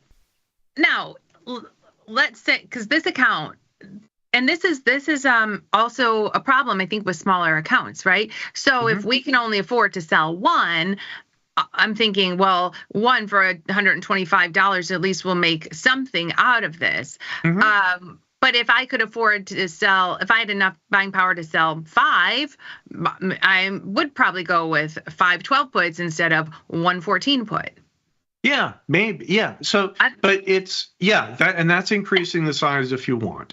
And because something tells me you didn't go in and sell 1 put for 30 cents. Well, I did, only because it's only a $220 margin requirement. Right. Lots of accounts can do this sort of trade, right? This is sure. Do I know anything about Lyft, Jenny? No, I don't want to put on a huge amount of risk in Lyft. But yeah, either the 14 put if you want to be a little bit more aggressive, 12 put if you want to be a little less aggressive. But here are the numbers that I look at. Okay. So first of all, I look at the skew. And if the stock's trading at, let's say 13, let's just make the numbers simple. Let's say it's trading at 13. Okay. Just to make it easy. 1 point lower is the 12 strike, and that's trading at 32 cents. 1 strike higher is the 14 strike, and it's trading at 60 cents. So the skew is pointing north. The skew is pointing higher. So to me, the market sees risk to the upside. Maybe I'll go along with the market, okay? The second point is, let's go find a 30 delta, 20 delta put to sell. So this has a 24 delta, right? If I sell that 12 put, right? Right. And it takes, I look at the P50 number. Okay, in 86 per P50. So 86% That's pretty chance high. they'll keep half of that. Yeah. Which is $16. Well, $16 isn't that much, right? But compared to the money that I'm putting up, which is about $220, if I do 16 divided by 220, that's 7%. And like I say, Jenny, that's half the profit before 36 days. It might come in about 15 days. If I can make 7% on a trade in 15 days, I will take it. I just took off, Jenny. I sold an Intel put a few days ago with however many days, 36 days. I had a 60% profit. Take it off. Right. I don't care what I sold it at. I forget. It's probably, I don't know, 60 cents, whatever it was. I can look at my trade page here. But I saw that number, take it off. Book the profit. It's a decent return because it's what I'm balancing is, and this is the argument that you and I can have, Jenny, is if I sell the 14 put, I can collect 4 times the credit, right? Because it's an in the money put. Right. So I'm actually collecting about 60 cents because the put has about 59 cents of extrinsic in it. Extrinsic value. Right. So it's still 2 times the credit. You could do that. I have no problem selling the 14 put. And I mean, if you want to drag that 12 strike up to the 14 strike. So and see what the numbers are. Hold on one second. I don't know if you can do that. If you have another... Because I had it there, it wasn't letting me drag it. But the P50 goes down from 86 to 64. So your P50 drops quite a bit. Still a decent number, though. Still, 64, 65%. That's still good. Buying power requirement went up a little bit. And my theta is a little bit higher. Okay, let's look at another one. Jenny. Theta return on capital. Here, the theta return on capital, what was it, $1.06? Oh, $1.06. Divided by 260 is times 100 is 0.4% return on theta. If I go down to the 12 put, I make 89 cents. And I have to use a calculator, divided by 220 is equal to, it's 4%. So that's not too much different. So every day I'm making 0.4% on theta on these short puts. And you'd rather have it so far out of the money where you've got a high probability of taking that P50, whereas this put, when you're getting close, it's like, well, you don't have a lot of wiggle room. You don't have a lot of room to be wrong. And so the cherry bombs, 60,000 people read those things. Okay. They go out to a huge number of people. They go out to a lot of people, and 60,000 people open them. How many people do the trades? I don't know. But I have a certain, responsibility. I want to make sure that it's, well, if you have $1 million account, sure, you can sell naked strangles in SPX. Nobody has that. Okay. We want to make option trading accessible and approachable and appropriate for everyone. I want everybody to make 7% in 2 weeks. I want everybody. And if you don't have a huge account, if you have a $2,000 account, you can do this trade. Now, this is great. And I look at this, 32 cents and using $200. Like, I think of my son's account. This is something that he could do. And, that $32, it adds up. It adds up. Yeah. And so it's, you keep it simple. And I remember when I first started out, the guy who I was working for, longtime trader, and this was back in, the early 90s, is he'd been trading for a long time, 10 years at that point.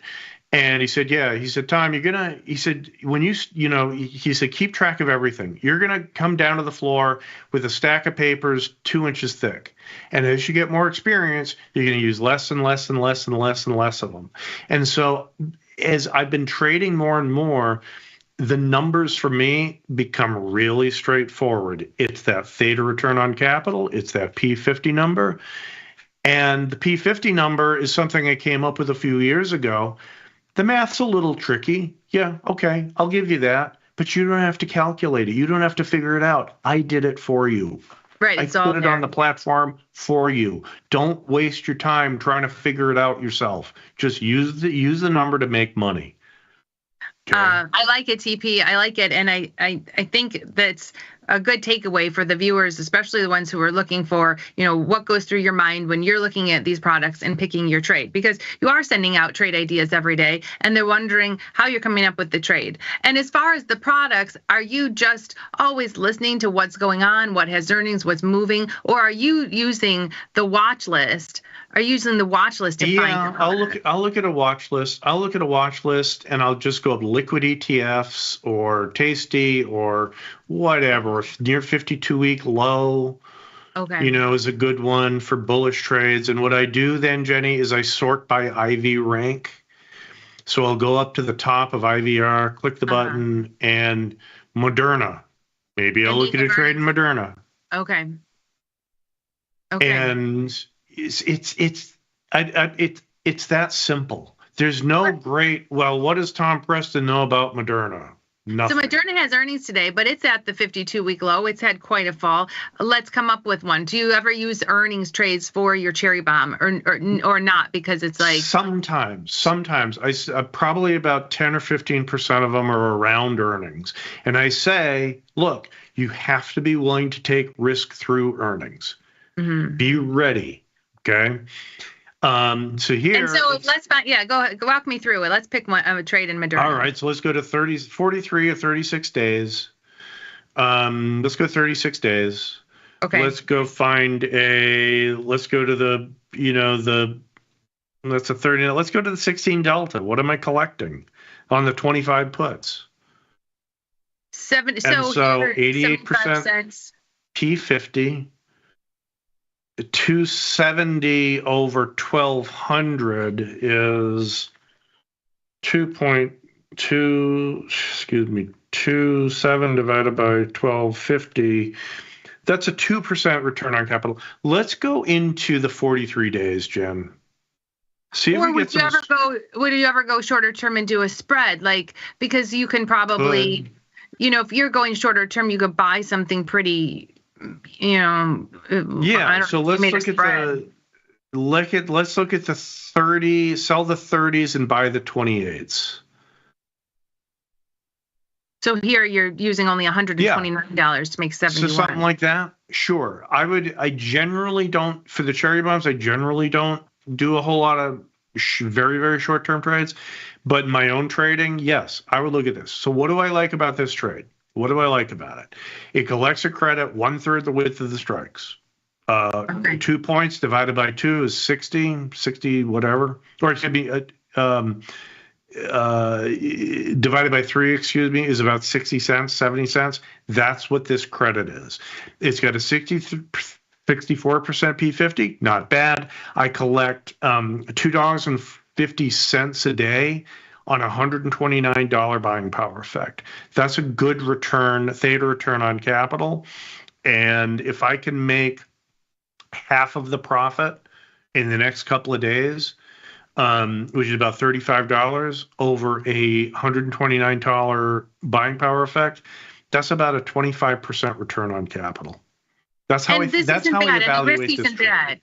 If it doesn't go your way, $128, you're going to live to trade another day. Yeah, right. Those are the numbers. I don't read the news. Maybe if anything, I'll look at the skew, Jenny. I'll look at if we go back really quickly to that. Sure. I just wanted to make sure I just didn't want to miss anybody. But yes, okay.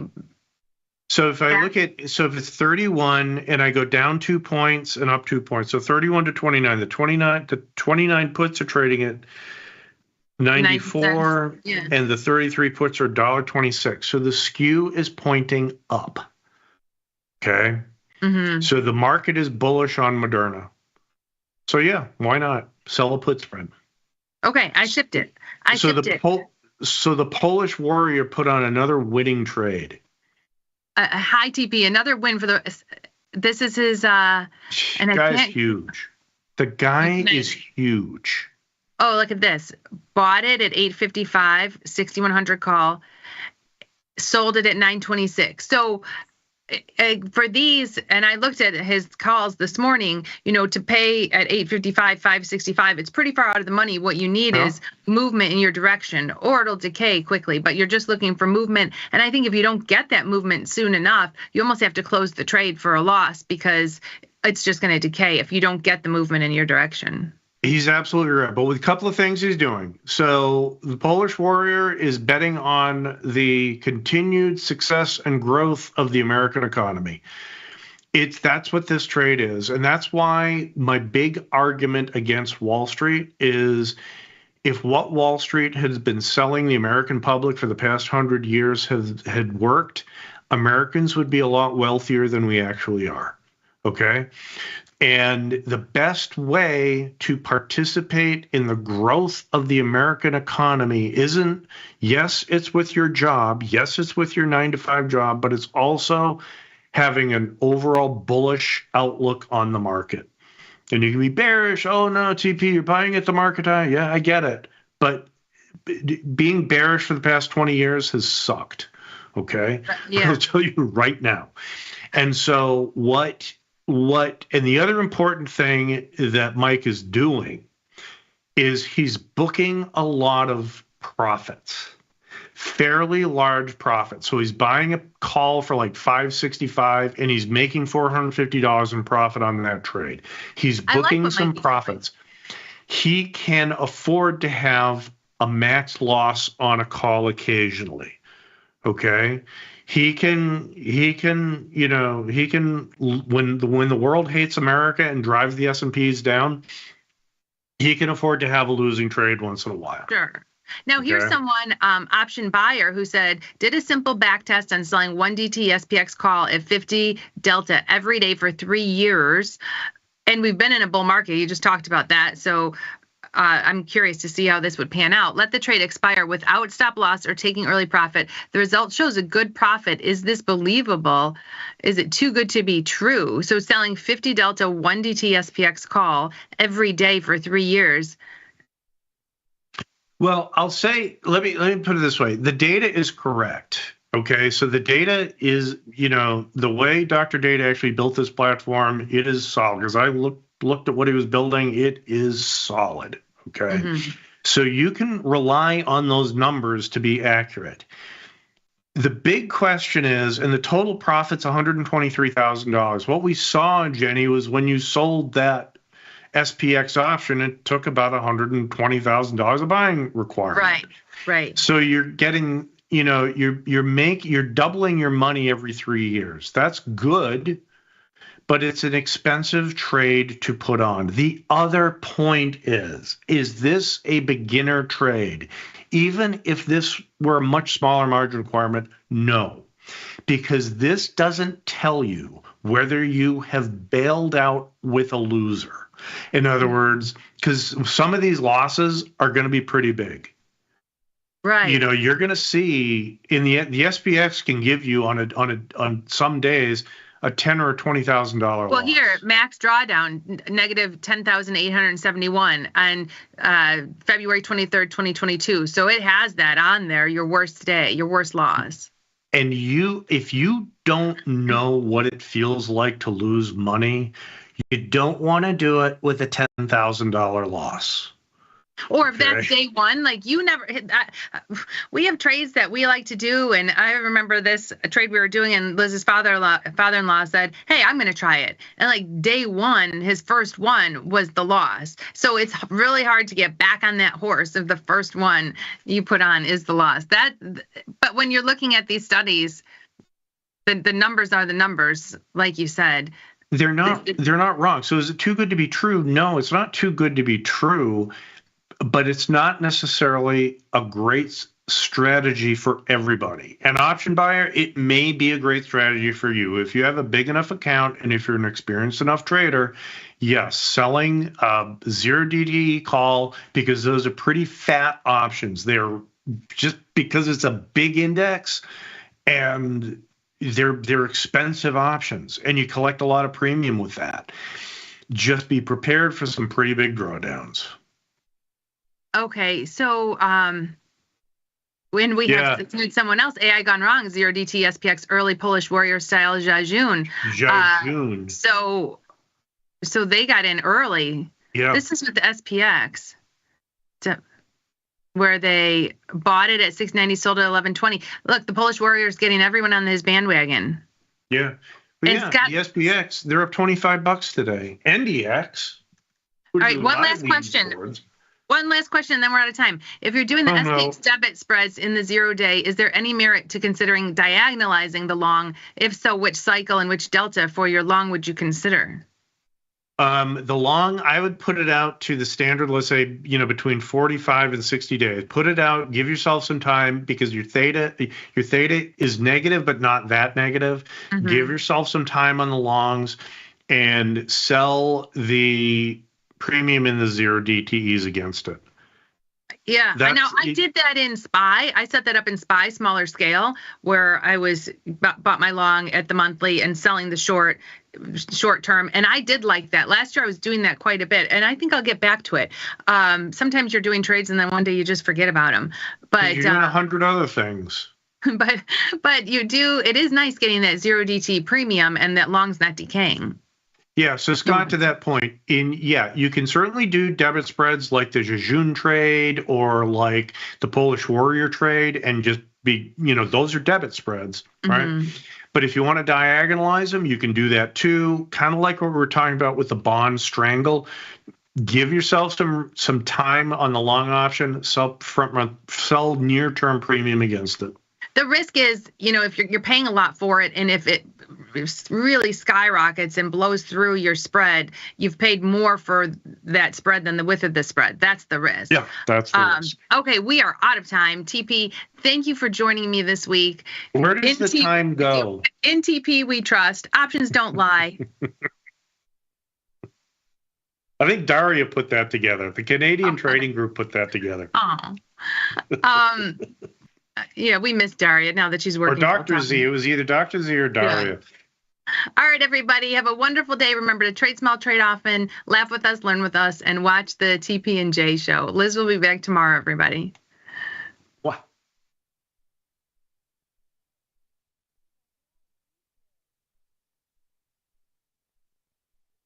In the world of investing, a beast lurks between the numbers. Some watch from the safety of the sidelines, but others saddle up and ride that one-ton rowdy ribeye for all he's got. If that's you, join us on Tasty Trade, named best online broker for options trading. Genius loves company.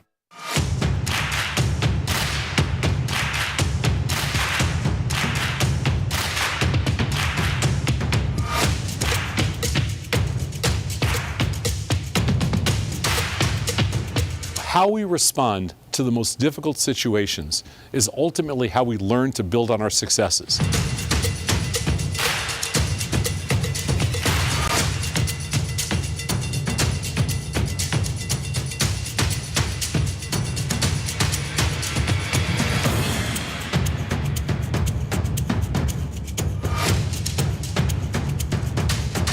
It takes the guesswork out of retail trading.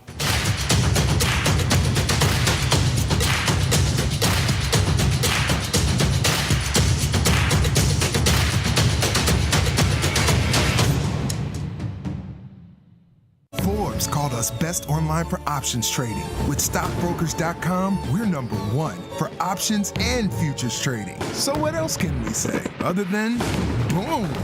Trade like a trader. Tasty Trade. Make your move. You can get up to $4,000 when you open and fund a new account with Tasty Trade. That's 4,000 buckaroos, 4,000 bills, or clams, 4,000 in dough or cheddar, not the cheesy kind. 4 large, 4K, 4 grand, which is no small thing.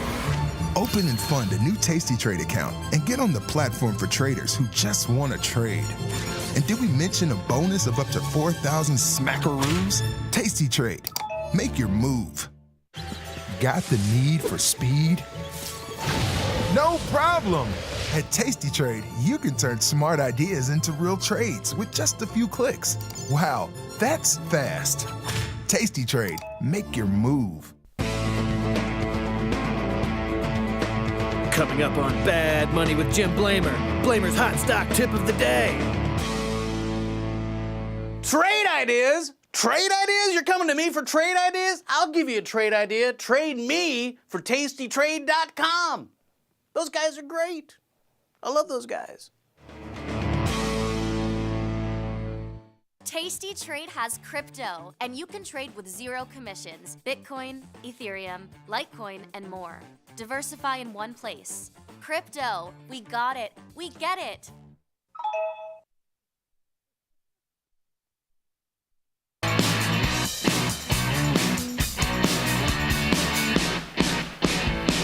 Good morning, everyone, and welcome back to the show. This is Option Trading Concepts Live. My name is Nick Batista. I got my man Mike Butler, and of course, Katie McGarrigle in the house with me today. And if you want to come join us, hop over to YouTube, type in tastylive, come to our channel, give us a like, subscribe to our videos, because that helps us immensely. But more importantly, just come chat with us live, because we'll be taking questions throughout the show. Whatever you got questions on, strategies, concepts, trade ideas, trade management, whatever, just come hang with us for the next hour of the day. My favorite hour of the day. I get to spend it with my friends, Mike and Katie. Katie, how are you? Good. I saw you and I started to rep the colors today. Mikey didn't get the memo. I need one. I didn't get one of those. I need one of those. I got one because I was just like in the vicinity, and I probably was doing like the puppy dog eyes. Or something. But those were selective. Those were favorite child. the other problem distribution. was the other problem was you guys had your travel shenanigans. Yes. Getting out to London town. Yes. So we went to Germany for an hour. Forgot about that. Yeah. So maybe that was part of the. Remember our flight got canceled Fallback. the day before? Oh, yeah. We went to Germany for an hour. Yeah. I forgot about that. And then me and Tom were sitting on the runway together for like 4.5 hours. Mhm. Different classes, of course. Yeah. But I was about to lose my mind. Yeah. That was, Fun times. Yeah. about that. Happy Well, Thursday. We will have a new store coming hopefully soon, though, Oh, yeah? for all the peeps that have wanted tasty swag. Nice. It's taken us quite some time, finally pinch those pennies together. Yeah. Got those little T-Rex arms in there. So we got shirts and all that good stuff Nice. coming. Apparently Tom is modeling all of it, so you might, Amazing. You might get some spicy little pictures there. Nice. Some hair whip. Start sending some like abandoned cart emails if people don't go through with the purchase, and it's Yes. just Tom like, Yeah. Please, sir. yeah. Nice. Well, okay, so talk to me about Sunday. We didn't really talk on Sunday. I made a couple of bets. I basically just made back the money that I was wagering. Very nice. That's good. That's a win. So scratch is good. Yeah. What that's say the two of you? What happened? How are you feeling? It was exciting at first because I had a lot of just straight up Philly onslaught fantasy lineups. Yeah. And that was happening. But I didn't have Xavier Worthy catching a touchdown and 160 yards. Yeah. In the last 5 minutes of the game. That was nuclear. It was still like a scratch. Okay. I am lucky enough to be on the Robin Maria email list. Nice. So I went 7 of 10 on my prop bets, There you which was wonderful. Nice. Yeah, I saw the email of that they killed it. Yeah. Crushed it. Good stuff. That's nice. Yeah. I also I thought we were gonna have blue Gatorade. That one, didn't work out for me. Yeah, but then in hindsight, it's it makes a lot of sense that it was yellowish green because it's the colors scheme of the Eagles. I just bet I bet clear every year. Clear every year. Because it's always the longest odds, so I just figure. Yeah, why not? 1 year, it's gonna. I mean, I'm betting on of these Gatorade years. here. I gotta wet my whistle, so to Yeah. speak. Yeah. Somewhere That's true. you got the lotto ticket type thing, end of the game. That's true. I saw a post. So my favorite bet, I didn't actually place it. I sent it around to the people though that I talked to about betting, and it was over 2.5 passers, like pass attempts. Mm-hmm. Because in the Super Bowl, you see some crazy stuff, and it's basically the bet is basically like you'll see Jalen Hurts throw pass attempts, you'll see Mahomes, but if you get a trick play where a wide receiver steps back and throws it, over 2.5, it was like plus 250. And it wasn't a trick play. It was actually just that they slaughtered them so badly that I think Kenny Pickett came in and he threw one pass attempt, and that bet hit. There you go. My friend Mahu was like, "Oh my God, that bet just hit." I was like, "Ah." Oh yeah, very good. Nice one. I like that. That's a fun one. So keep that in your back pocket for next year. Nice. Because these teams want to do like crazy Weird stuff. stuff. Yeah. I was surprised it was plus 250. I thought it would be a little lower. Yeah. Yeah. Well, I'm glad you both enjoyed yourselves. What are we doing? Are you focusing back on basketball? Where are we? Oh, golf. Golf season. Duh. How could I forget? Starts in What a 21 ding minutes. dong. Tees off in 21 minutes. Where are they at? They are at Torrey Pines. Oh, yeah. Again, they were there 2 weeks ago. Yeah. Because didn't this is get the my Genesis bets in. tournament. This is like the Tiger Woods tournament, but they had to move it because of the wildfires. I see. Yeah. So. Nice. Okay. But we got the Masters in like a month and a half. We got the Players Championship in a month exactly. I mean, we're back, baby. We're so back.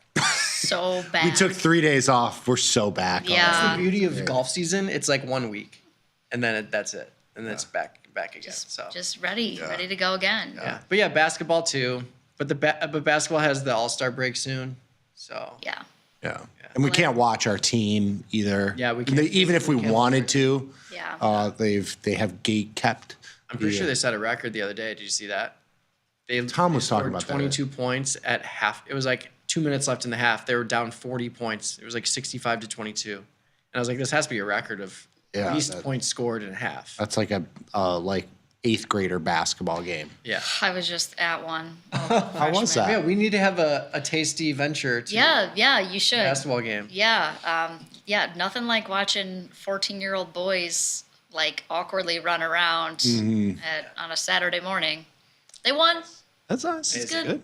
Yeah. Do you have any parents that are just like absolute psychopaths? Not that I've like interacted with. I try to like not sit by people. No, if you sounds want that, bad, you but- come to Vinny's hockey games. Oh gosh, yeah. The hockey dads are. Yeah, the Northside hockey dads. Oh Yeah. God. Yeah, I'm sure that's a crowd. Yeah. But yeah, none of the parents, I don't really rub elbows with any of them, but Fair. I do have like, kids on the team that I think are like hilarious just based on, they're still like learning how to play and like whatever. And they're also like going through puberty. So it's just like funny to watch them like, flail around the court. Yeah. Anyways, all right. What is going on in the markets? I feel like I'm on the wrong side of everything except for one thing. Oh, we got a good one. We got the good Apple trade. We did. Are you long? Are you irresponsibly long app loving? That's the question that you should ask yourself. You're responsibly long at what? APP, App Lovin'. It had APP. earnings after the close. What on God's It's gone green earth from is that? 30 to 500 in about a year. So this is like an SMCI. Yes. What is this? I can tell you. Your dad probably has some shares of this, no doubt. Oh, I bet he does. I gotta hit up Chuck and say, Yeah. what are we do? What are we thinking here? Yeah, for sure. Speaking of like buddies and partners, half a month left. Double refer a friend bonus. Ooh. tastytrade.com/referral. Get $500 instead of $250. So spread the word. Talk to your friends, family, neighbors, random person on the subway, Yeah. whatever you got to do for a friend. 500 bones. I gotta say, the fact that we don't get any I know. I can't refer one of my friends. Yeah. Doesn't Yeah. sit right with me. Well, but what we could do is we could just still create like our own codes, and then we kind of have a Hunger Games about it. Like the thing is, I don't think I'll come in near the top. I will be eliminated. Like your dad and you, like on Twitter, and you too. you guys will just dominate. I just meant even just some of my buddies, just some of my friends Yeah. who have opened accounts. No. Just keep them in your pocket. Yeah. Maybe Yeah. you can. Yeah, you're helping your friends out at Flowers for Dreams. Yeah. Yes, you can still order. yeah. Tasty V Day. One day One left. day left. They do same day delivery. Nice. So. You guys are my Valentines. Oh. Likewise. My Galentine Valentines. Galentine. Yeah. Beautiful. All right, yeah. So tastytrade.com/referral, earn $500 bonus, 1 month only. That expires on February 28th. Then it will return back to $250 for referral. So definitely a good time to jump on it. We got some live events, or digital events, I should say, coming up. Unless you're local to the Chicagoland area. When are we doing ours? Ours is, I think it's March 9th. Correct. March 9th. Is our in-person. Yeah. Digital collectible comes out later that. Beautiful. Advanced options with Mike Whiteboard Butler and his friends. Love that so much. That's a legally changed name, too. Nice. I know Mike has really committed to the bit and just gone full, Yeah, his passport paperwork is in the mail. Yes. Nice. Yeah, so we'll be at Bad Coffee on Sunday, March 9th for a couple of hours. It is a limited space. It can get a little cramped in there, so just sign up at tastylive.com/events, and then the digital collectible will be later in March. Yes. Good stuff. Same content.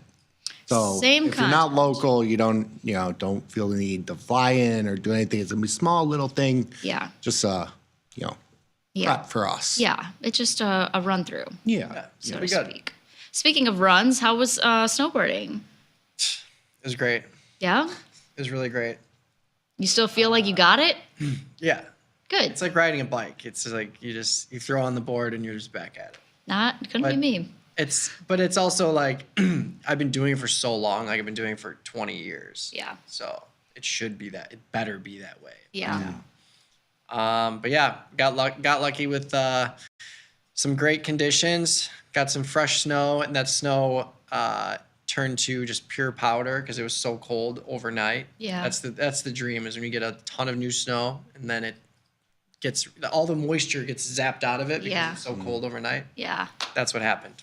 And then the next 2 days were just sunny. It was insane visibility. Like you can just look as far as you wanted to and you could see everything until the earth curved. Like that's how far it was. Yeah. There's not a cloud in the sky. It was crazy. Good. Yeah, I see you got a little bit of I got- sunburn right got here. The Windburn? Yeah. Is it more wind or sun, you think? A little bit of both. Okay. First day I didn't wear sunscreen and I was like, probably should put some on. Yes. And then I did the second day, but I don't have like a face cover. It wasn't cold enough to have a face cover, so I was just raw dogging it. Yeah. So it's a little bit of wind. Okay. But yeah. You look okay. You don't look too out of sorts. Thank you. And we're happy to have you back. Appreciate it. I heard Gus was on the show. Yes, we had Gus on Tuesday. It was really fun. Strong mustache. Yeah, strong mustache. Yes. I need to come up with like a good name for him, like nickname. Mm. Yeah. I'm playing with Rich Homie Gus. Like Rich Ooh, I Homie like that. Juan. I like that. That's But- good. That's good. No, we'll keep workshopping it. There's something better in there for sure. That could work. All right, let's get to some little market action. Yes, I give you a quick little update. E-mini's up 28. It's been a rally since the bottom yesterday, pretty much. We've gone up from the close last night, we're up about 28 points, sitting at 6,100. We got as high as 6,113, so a little bit off the highs, but definitely been a strong day. NASDAQ up 165. You got a nice little bounce in Tesla, up 13 and change. It was up almost 20 at one point today. NVIDIA having a nice little day, up $3 and change. Apple as well, bouncing back, so definitely getting some help from the Mag 7s. You got Meta, which was tracking for the 19th straight up day in a row.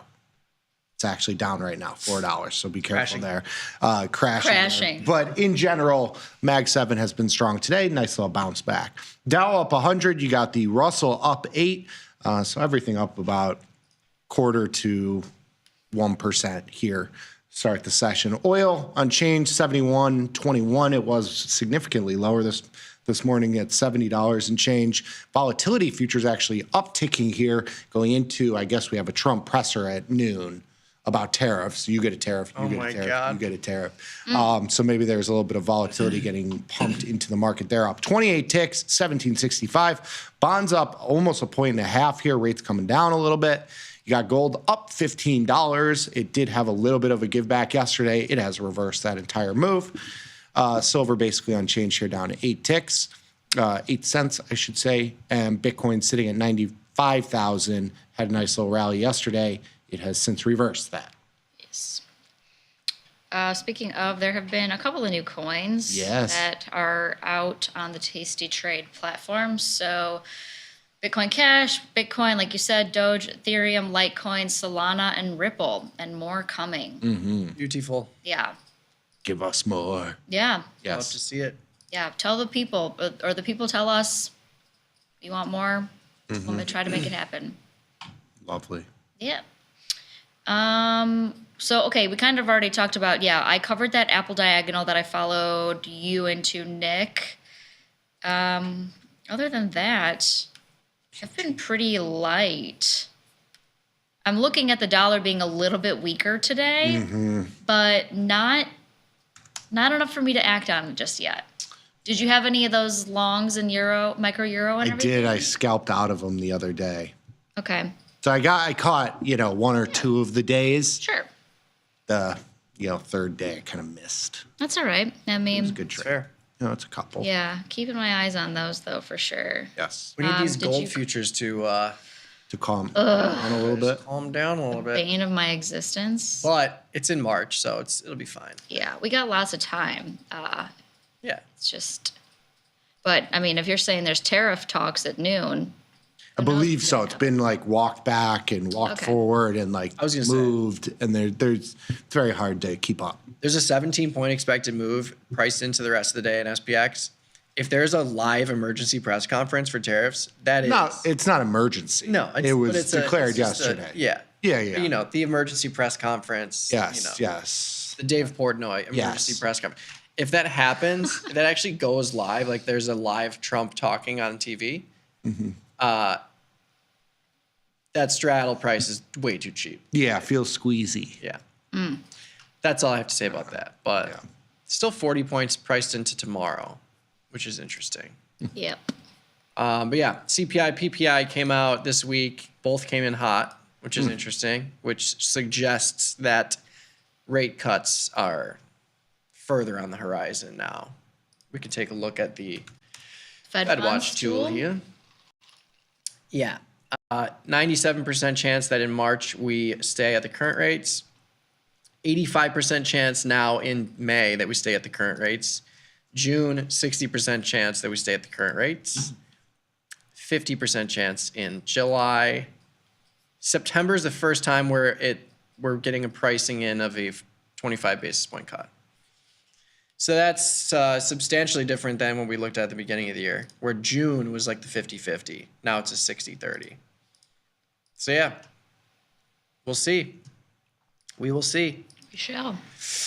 Should we pop in some trade ideas here? Yes, let's do it. What we're here to do. We're streaming live on YouTube. If you want to join us there, just go to Tasty Live. You can see the chat along the right-hand side. You can pop in your trade ideas, questions there. I've got the referral link pinned to the top of the YouTube chat. I also have a link to Pan W, an earnings preview I wrote yesterday. I know I love Pan W. We do love our Pan W. But yeah, Pan W has earnings after the close today. Pretty decent expected move, $200 product, about a 15-point expected move through tomorrow. So about 7% of the stock price. You go out to April, you're looking at a 24-point expected move with low implied volatility, 40% IV relative to 180% IV, which is just a number. It's just, focus more on the expected move relative to the expected move in April. With that said, I was reading through some data, some information with Pan W. It is a cybersecurity company. They made a slight paradigm shift recently, and not in terms of product or services, but how they package it. So they're calling it the platformization strategy. Yes. Dr. Evil, platformization. Fire the laser. Yeah. You just don't get it, do you? But yeah, they've had recent success. They raised their targets for fiscal 2024. So I'm just buying into this. I mean, it could easily go wrong. Don't get me wrong, but I like the fact that IV is pretty cheap in April, and the IV in the weekly cycle is pretty elevated here. So I'm just going in and getting into a call diagonal spread with the classic setup, buying the April 205, selling the Feb 14. Happy Valentine's Day to all of you out there. 215 call, so 10 points wide. Stock's right around 200, so slightly out of the money, but I paid $8.35 for this with $2.50 of premium that's going to zero tomorrow. So if PanW does rally to 210 or 215, this could be a sizable winner. This risk graph, I crushed implied volatility in April by 10 percentage points, which is very conservative considering the furthest out cycle is still at 37%. So I basically brought down 41.4% in April down to 31.4, which is really low. So this risk graph includes a very big vol crush, and it's pushed till tomorrow. So even with all that, max profit $375-ish, and that's if we get a rally above 215. But if not, I can roll the short option to Feb if it's close, or I can roll it to March and just hold the diagonal spread. But I like what I saw in the earnings preview stuff that I wrote yesterday. I joined you. See. Beautiful. Yeah. Yeah. Nice. So, question for you before we move on: are you gonna post your infamous Valentine's Day meme tomorrow? Yes. Yeah. I'll post it on Twitter. Okay. Yeah. You know what it is? No. Oh, you You will know which one it is. I feel like I know. Yes. You will know. It's not even that good. It's just funny because Mikey's literally been doing it for like 10 years. At least. Every year, Instagram, Twitter. I'll put it in the MARPS chat. Yeah. You know, Beautiful. it's gonna be spread across the world. But yes, follow me on Twitter, Trader Mikey B, and you will see my favorite meme of all time. Happy Valentine's. Oh, it's so dumb. It just made me laugh when you were saying that, though. Thank you for reminding me. Of course. Yeah. I got you. Well, your circumstances have kind of changed as of late, so I didn't know if you were going to flip the script on us or not. So Yeah. It still applies though. it does. Yeah. Okay. Fair enough. It applies to everyone. Yeah, it does. All right. What are you looking at? Oh, okay. Wow. A new underlying has entered the chat. Yes, and I didn't think about the holiday coming up. Everybody loading up on the blue pills in preparation for tomorrow. The stock, Omaha. Tom and Tony have their subscription. I'm sure. Okay, it's on the way today. Oh, wow. Okay, keep going. The Sorry. stock has gone up. It's basically a double and change in the last month and a half or so. Today, it's up $9 and change. I don't think there's any news that is out. It does have earnings coming out, or coming up, I should say, on the 24th, which is a week and a half from today. So I don't know what's happening here. I mean, it's just a huge move. I was looking for someone to get some short delta in. I figured this is a spot to do it. So I was looking at the 50, doing a put diagonal spread here. So the 50 strike put out in March is my long delta, or my short delta play, longer duration, the 50 strike in March, selling the 40 strike against it in the February 28th expiration, which is the one going into earnings. That put is trading at like $2, which isn't a shock because it's such a, I mean, this move is so incredibly huge. Right. Skews to the upside. When you look at this, the risk profile, the reason it only goes up to 66 is because that's the 65 strike is the last strike on the upside. So I'm sure more strikes will come in over the next couple days here, but I just figure I'd fade a big move here. I wanted to do this as like a crab trade 1x2, but it uses about $4,000 in buying power, which also isn't a shock because the stock has like 125% implied volatility. It's gone nuts. Obviously, it's up 20% today.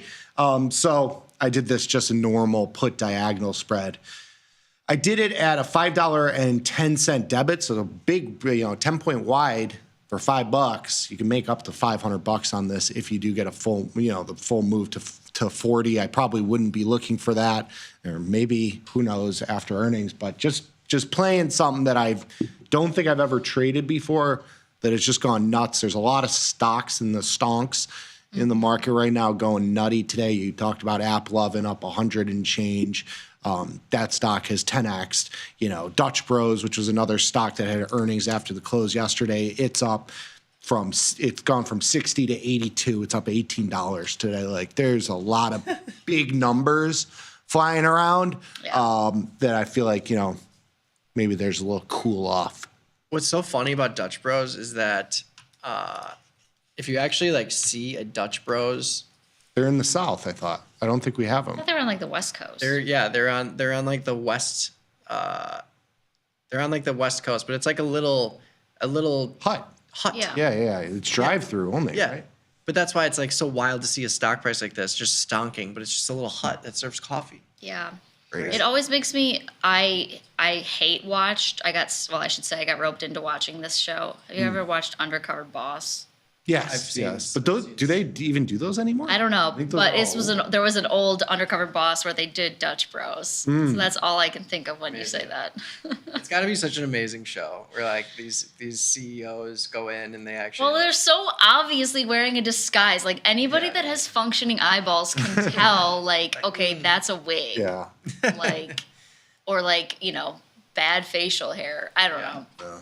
Anyways, that's what I think of. I joined you in Hims. Ooh, nice. What do you guys think about the commercial, the Super Bowl commercial? The Hims one? For Hims? I don't That was the remember. most controversial one. That was the one where they were it was all about obesity and all the pharma drugs, and then it was a Hims and Hers commercial, and they were like, we can fix you. Just sign up for our prescription. Oh. It was interesting. I didn't remember. I don't remember. I'm not remembering that one. I think because maybe it was controversial, but I think more of the visceral reaction of people responding to the tongue. That was the one I feel like I heard so much about. With the coffee mate or whatever, whipped cream. Yeah. And the tongue was yeah. The Hims one was, I thought it was going to be an RFK commercial because it was all about the health fat thing, and then it was about Hims. Oh. Hers. So I will have to go back and rewatch that one. yeah, I feel like it got a lot of commentary on the interwebs. I see. Yeah. I liked the Nike one. Bud Light one with the women. That was fun. The Bud Light one was with Post Malone and Shane Gillis. Yeah. That was good. Okay. I like that one. I liked the Lay's potato chip one, but that's also because I love potato chips. There you go. Yeah. We've got a good variety here. Yeah. A good. I just thought they used too many celebrities. I appreciate and applaud when they don't use a celebrity and actually do something really creative. Yeah. But anyways, okay, who? Oh, that's You're me. next. I'm You're the next. last one. You have everybody waiting patiently. Sorry. They're like, we need our Katie trade. Yeah, well, I'm looking at heating oil. No, I'm kidding. I am becoming a bear, so I'm the opposite of Mikey. Stop listening to Tom. But that said, for anybody in the chat listening right now, I would love to hear your ideas for something simple with a naked put. Because I need to balance out my short deltas that I've been picking up with a few of my last few trade ideas that I've done on the show. Because I've gotten short IBM, short Spotify, and now I'm getting short Netflix. So I'm just keeping it simple. I just think this thing is a little bit overdone. And I'm just trying to participate in a very small way. This was the last set of strikes that had 10-point wide strikes. So I've got the 1040, 1030 put spread. A little bit better than a risk one to make one. I ultimately got filled at 465, I believe. You can double check me on the follow page. But just really hoping for a little bit of a pullback in Netflix. Their earnings are gone, as they happened earlier this week, right? Did they?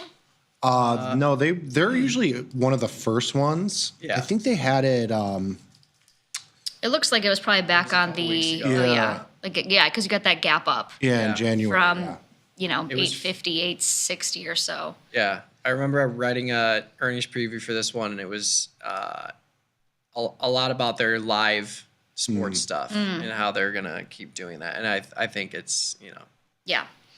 Either way, I'm just hoping for a little bit of a pullback over the next 36 days. Would be happy to squeeze out like $100 from this thing, but yeah, this one reached a G piece, and a G piece. A G piece. Is that what the kids are calling it? Yes. We're so hip. we're so hip. Yeah, but no, I could see this coming down a little bit. Yeah. Sure. Yeah. So, like I said, though, if anybody in the chat is listening, would love to hear any setups that you all have for short naked puts that aren't going to cost me an arm and a leg. Let me see them. I could give you one Okay. that I am in already Okay. at higher prices. Okay. SoFi. SoFi. Yes. Okay. And the Ivy Rank isn't as good as when I got in. I was selling these at $1. They're now cheapies. Oh, Okay, that might not be a good one. I could do like the first in the money, the 15 or the 16. Yeah, you could do like a cover call type thing. Yeah. A zebra. Or zebra. Or you buy stocks, I'll call. It only uses $400 or $500 in buying power. Okay. That's I'm one going to check out a little ZB. There you I go. think I'm going to do the 1315 call zebra. Okay. Gets me 105 deltas, so basically stock substitution. March. And 350 for it. Yeah, in March. Yeah, I like it. Okay, thank you for that. Try. I try. Merch. Cool. Look at that. Sophie. Thank you. All right, should we get to some questions into chat? Please. Let's do it. All right. Kicking it off with Alan. TTD is down bigly. What about a 95, 100, 105 March butterfly? TTD, the trade desk. The trade desk. 5. Yeah, it had our earnings after the close yesterday. For a 27-cent lotto ticket? Sure. Why not? Yeah, you just need.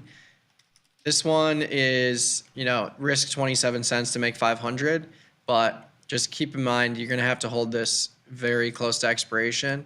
Because if you're trying to get a couple $100 out of this, because if you look at the 85, 90, 95 right now in the same cycle, it's trading for 60 cents. So you can double your money if you get a nice rally here. But if you're trying to get into the $100, $200 winner, you need to hold this all the way to expiration. Yes. I think I'm going to do an out-of-the-money put spread. There you go. Okay. I like the butterfly. I mean, the butterfly is a cheap shot. I would probably do it closer at the money, but, it's a cheapy shot. But I think TTD. this could be an interesting little put spread. I mean, the stock is down 30% overnight, so What did you do? What strikes? I'm looking at the 77.5, Okay. 65. I guess you could do the, So it was like a synthetic naked put. yeah, you could even move this to like the 80, 70 if you wanted to do that. Yeah. This one has a little bit more risk on it because you're doing the, it's $12.50 wide versus the $10 wide, but they trade at basically the same price. You just depends on where you want your risk. Let's see. Let's see if there's any open interest in here. Okay. I'll move this to the 80-70. Okay. 265. Excuse me. Bless you. Wasn't that silent that time, was it? Yeah, actually, I heard stuff. I heard something. I heard stuff. A little. Gary, how about an XSP butterfly at 606? Good old 606, huh? SPX? For XSP. XSP. For today or tomorrow? That's the question. I assume you're placing this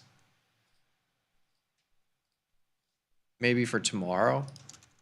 Not much premium there today. But yeah, if you're thinking of a little bit of a downside move here. Well, what were the strikes we were looking at? Just a 600 butterfly. So maybe like a 5-point wide. Yeah. buy the puts. You know, if you want to, what are you selling the 30 cent? You know, why cap your down? You know, just buy the 605s. I feel you. Yeah, you want to take a shot. I feel you. How is Trump's speech going to affect SPY? It's flirting with 607 again. I don't know. I mean, nobody really knows, but it feels like it's not being priced in. That's all we were saying earlier. It's just like if you assume that there's going to be some kind of press conference, I would expect to see 30 points, 25, 30 points instead of 16. Like 16 for the rest of the day is just like your average move without some kind of potential binary event, you know? But maybe the market has gotten used to the craziness. Maybe. Could be it. Could be. Nobody knows. Yes. Nobody knows. Nobody knows. God. When you're entering an iron condor on an earnings trade, how do you make your decision on what expiration to do? How many days to expiration? So for me, I like to always account for worst case scenario up front. So I don't like to do iron condors with like a weekly expiration. So like Pan W has earnings today. If you do an iron condor in the 1 day, you can make 100% of your premium tomorrow because it's going to expire tomorrow, either in the money or out of the money. The problem is if you get blown out, there's no defense with that trade. It's just like a completely binary trade. You have no defense because you have no time left. Right. If you go to March instead, for example, you can go further out of the money and get the same credit as a 1 day. And if you get blown out, you can just hold the trade as you have 36 days for the trade to potentially reverse. So I like to do monthly, like the next month out. So like March is probably where I'd go if I was doing an iron condor for earnings, just because, you know, it's a more conservative way to play the earnings. Mm-hmm. You can still make, you know, whatever your trade is. Like if we just go to the expected move in March, like a 220, 230, 175, 165, trading for $3. You can still make $100 on this trade if it's an inside move, or maybe 50 cents, 60 cents, whatever. But if you get blown out on either side, you can just close the untested side and just hope the stock recovers. So that's kind of the thinking for me. Yeah. No notes. I think, I mean, if it is a defined risk trade, so you can have some flexibility. Like I agree with Mike that I usually don't do shorter duration iron condors into earnings. Like I just would prefer to do either a directional trade or move it further out in time. I did do one in Reddit last night, which worked out nicely, but again, it's, you know, it's an instant pain or instant gain type trade. So if you're defining the risk, at least you're capping, you know, you're doing that up front. Yeah. And so, you know, that means it's a little more flexible. I've avoided selling short-term strangles into earnings. I think that's definitely something that we don't do much of. I have one in DraftKings, but other than that, yeah, I try to do as I say, not as I do. I'm just joking. DraftKings I'm a little less worried about. I guess. Because you can hold it. You would plan to roll it if it goes against you. I would hold it to the downside and, you know. Yeah. I don't know. I guess saying it can't be a $40 billion company is crazy because I guess anything can be a $100 billion company now. So who knows? Wow. Okay, so you're in DraftKings. You're both in DraftKings? I'm not in DraftKings actually right now. Earnings after the close today. I'm actually getting tests on the upside here already. Put this on, I think yesterday, on the 11th, 2 days ago. Okay. So I have the 4740 strangle in March, but I think if I was looking at this now, I would do like the 4250 maybe. Mm-hmm. And you do it for, you know, $2 and change. Okay. Beautiful. We shall see. That's one you could probably sell a put in if you wanted to. Yeah. I know, but it's just so hard after it's had such I know. great days, the last 2 trading days. Yeah, and you have earnings coming up. Yeah. It's tough. It is a tough one. Yeah. $500, $400 in buying power though. Cheapy. Yeah, not terrible. H. Montero, I don't play basketball. I am bad. So you will not see my jump shot unless it's from this chair where I just go like this. Or at the Papa Shot. We'll see you at the Papa Shot. I'll do the pop-a shot here and there. Yeah. I don't as much anymore. But I am not, that's not where my skills lie. Just say that. That's fair. What do we think about a Hims diagonal? Long 55, short the 65, long April, short the Feb 28th. Well, I can't do that because I'm on the other side. But. Mooning on short squeeze, I'm still bullish, big smiley face. Yeah, I mean, these strikes are funny. Like, they don't even have strikes higher than 65 right now. Yeah.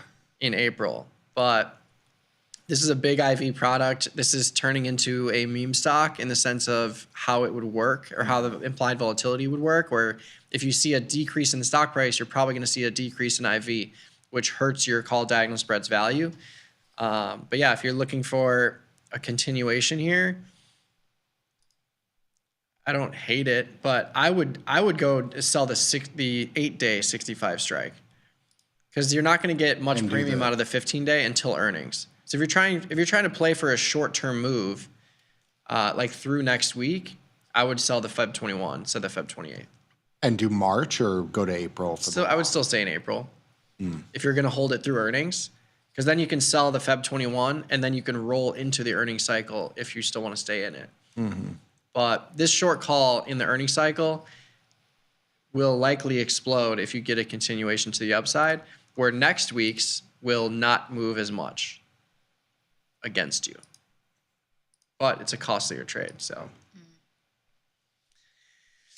It's a tough one. It is a tough one. But yeah, I think you could easily see Hims turn into like the Reddit, where Reddit was just mooning and then they announced earnings and it's dropped 20%. Well, the Reddit was down 30 or 40 after the close yesterday. It's bounced basically all the way back. It's only down 16. Generational buying opportunity. Of course. Say. Of course. How about PayPal? Poor man's covered call, 75.80. 75 in June, 80 in March. Yeah. Yeah, I don't mind that sort of trade. I think if you wanted to get more of like a covered call type feel to it, I might move this in the money to like the 65 strike. I mean, this you can even see at $12 above the 65 strike that puts you at like 77 as your first break even. You're going to have more rolls in this, but yeah, I like it. This might be a putty opportunity for you, Katie, too. PYPL. $1,000 in buying power. All right. We do love PayPal. Come down significantly. Oh, yeah. You know, it had earnings and dropped all the way down to 75. Okay. Volatility's not super high, but it's not low. Okay. Ooh, Lou Bob will split his referral with you if you send it to Lou Bob. With me? Yeah. There you go. A little 50-50 split under the table, you know? Yeah. That could work. Game. Don't listen, compliance. Just kidding. I'll sell that. I'm going to sell the 75 strike puts. Okay. I might join you. Some little at the money putty. Uses about $1,400. Here you go. Pretty light on position, so. Yeah. All right. I'll jump in. H. Montero, working. we can no longer use XYZ stock for examples. Yeah. Correct. Don't we know it? I was actually in shock when I heard this news. So for those of you who don't know, Square. Square is now XYZ. Which is actually Block. Right. Which is now XYZ. But if you look at any textbook or if you're reading about options trading and you're reading through like examples, XYZ stock is used in almost all of it. Yeah. Because it was never a ticker symbol. And I assumed that It was like off limits. they made it off limits for that reason because it's a compliance thing if you're using it. But now they've just decided to use XYZ. Yeah. Which is, I don't know. Maybe they saw it as a genius marketing ploy where now anyone searching for XYZ stock they're going to see Block and Square. Yeah. Well, it's like when you have food places be like Thai near me, like they're just hitting that SEO juice. Yeah. You know. Mm-hmm. But yeah, it caused a little bit of a kerfuffle over here. Alan, if I'm perpetually rolling puts in a stock, let's say short dated weeklies, is it better to roll on down days or up days? Thanks. Well, it depends on where your stock is relative to your strike, because extrinsic value is an umbrella. It's an umbrella. That follows the stock price. So if you insert rain above here, here's the stock price going up and down. Your highest extrinsic value roll is always going to be when your strike is near the stock price. So if you have an out of the money put below the stock price, you will collect a higher credit if the stock is moving down. If you have an in the money put though, where your strike is already in the money, if the stock is rallying towards your strike, that will give you a higher extrinsic value roll. So the answer is whenever the stock is moving towards your strike, that is when you will collect a slightly higher amount for the credit roll. Mm-hmm. I just got a really great business idea for us. Yeah? Yeah. So in the same way that you just kind of did that, it brought me back to like nursery song types of days. Mm-hmm. So I think maybe TM, there is some type of, stock trading market sing-along with Mikey that is akin to like Miss Rachel and Gracie's Corner. Oh, wow. Yeah. All right. Who's that guy? With the whiteboard, the too. YouTube guy? Oh, the one that does the club versions of the kids songs? Yeah. He's great. Yeah. I'll have to look him up, but He used to like work at Home Depot. Now he's a multimillionaire from YouTube kids videos. They're actually pretty strong. oh, they're great. Yeah. I mean, if you're like a millennial and you have to take your kids to, activities. Yep. Just throw on a banger, It's like Steve something. I'm forgetting his name. Andrew Sheridan talks to me about him all the time. Lenny Pierce. Lenny Pierce is the guy I'm thinking of. Yeah, that's our little recommendation for all the parents out there with young kids. There you go. But in the meantime, we'll start writing our songs. Us. Yeah. We can make it work. Yeah. Put on a call spread, 450, 550, 1 day to go yesterday. I was up 5K this morning with a high of 517. We're now down to 480s. What do you think I should do? Roll, close, or hold diamond hands? What stock? I imagine it's APP. For with the 1 day? 450, 450, 550 with a 1 day. I mean, I don't know how you didn't close into a $130 up move or in the dollar, any time after that. Yeah. Yeah. That you should have closed it on the open. Honestly. Yeah. What? How much more you want?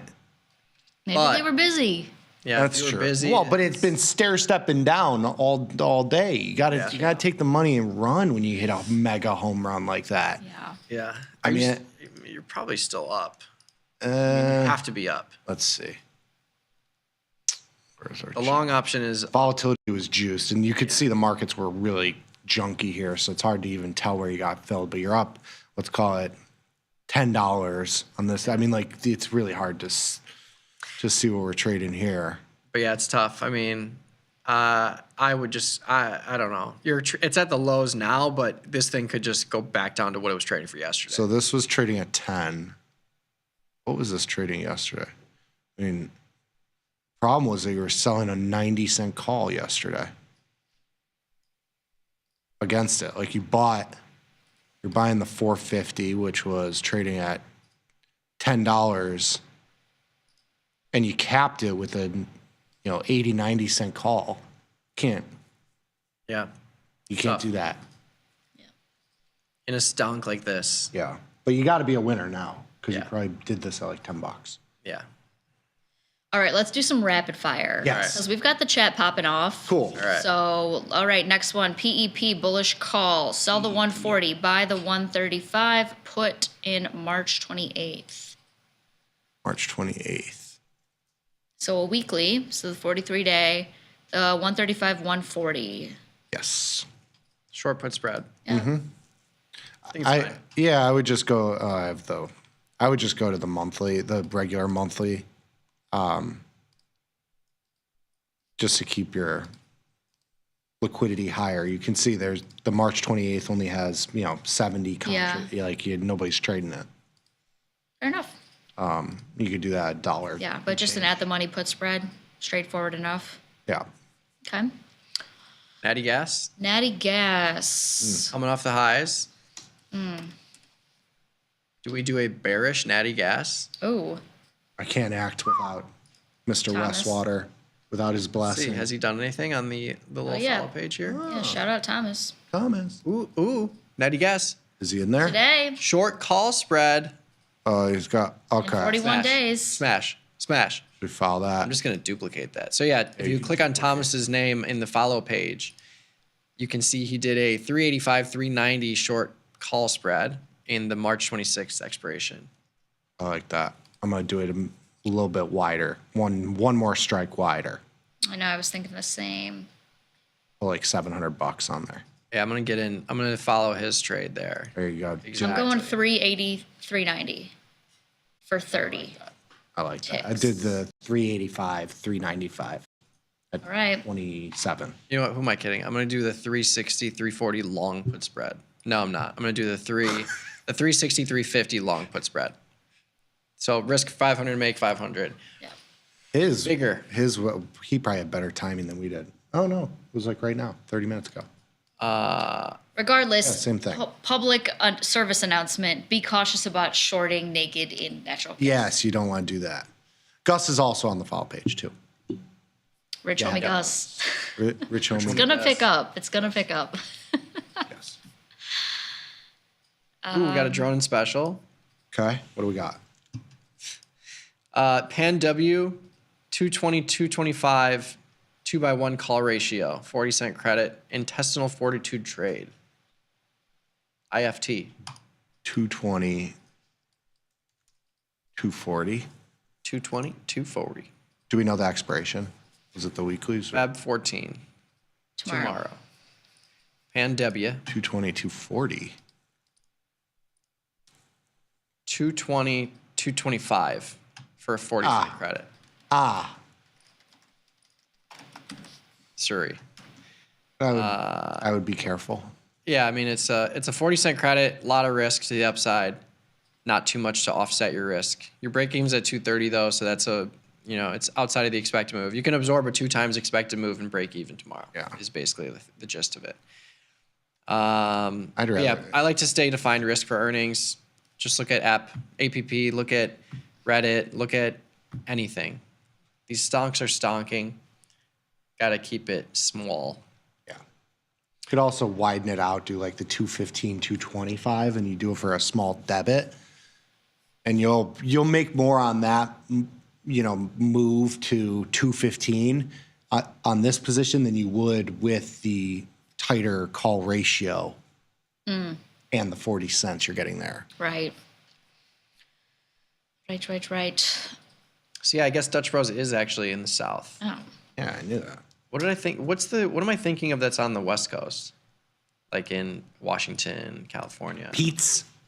Is Pete's West Maybe, Coast? yeah. We got Pete's. Pizza's good. Pizza's good. The what's the blend? Sergeant Dickinson blend. Mm. You make a cold brew out of that? Jet fuel. I still think like a nice iced Kona blend. Is that When you guys, Starbucks? like- or Kona, what I is mean, that? Kona is top tier. When you Hawaiian guys beans go, are top tier. when you guys go to Hawaii, that's the only thing I like. I last say time- you guys as if you like gallivant Yeah, to Hawaii I- often, but our mutual friend Mike, that's there like every 5 days it seems like. But Every time I go to Hawaii, I come back with just my bag. I got filled with my packed Rivian. with beans. love it. Smack Lovin' is in App Lovin'. How ironic. He's the one that got us there, that was telling us to get long it when it was at 80. Yeah. Damn. It's nice when your YouTube name lines up with a stonk and then Yeah. you just stonk it and you make money. Currently in the Feb 14, Feb 21, 400 and 450 call calendars in APP. With the stock coming back, would you look to hold until tomorrow or book the win and move on? I would probably book the win and restructure it. What were the strikes? 400 and 450. In the Feb In the 1421? No, the 8 day, 1 day. Both of them. Yeah. So the way you can think about it is you can see the premium in the 450. So there's how much extrinsic value is in the 450. There's $800 in extrinsic value, which means you can absorb about a 7 or 8 point move and see a similar P&L tomorrow. Mm-hmm. The stock's moving like crazy today. So an 8 point move in this case is nothing. Yeah. Normally it would be something, but in this particular case, it's like nothing. And the 400 strike has no extrinsic value.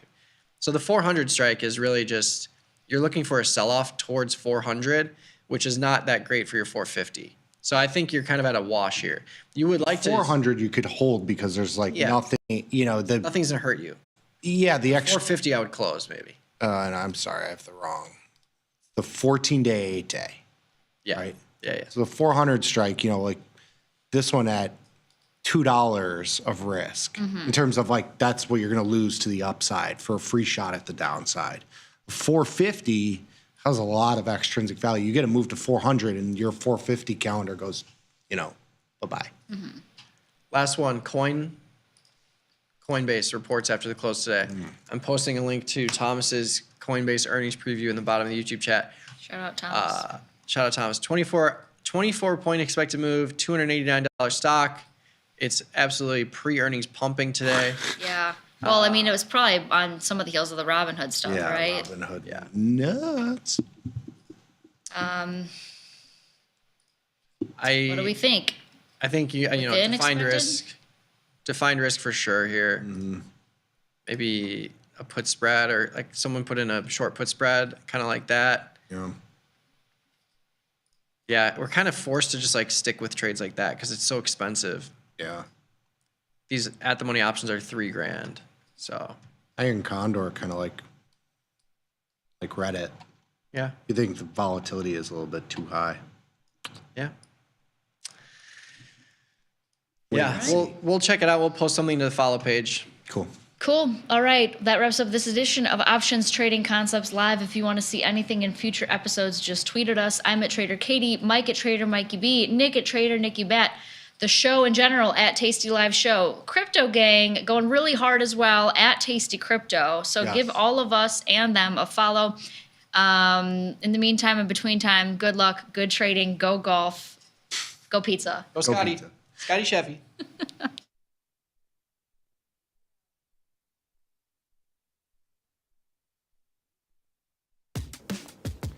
Look who's back testing. Tasty Trade now has options back testing for free. Test your trades with over 10 years of data for the most popular symbols. See how your trades would have performed in the past. Look back at profit and loss and take the guess out of guesswork. Oh, did we mention that it's free? Get back testing at Tasty Trade. Know someone who needs a better broker? For 1 month only, earn $500 for each qualified person you refer to Tasty Trade. See how it pays to have friends? Terms and conditions apply. Tasty Trade.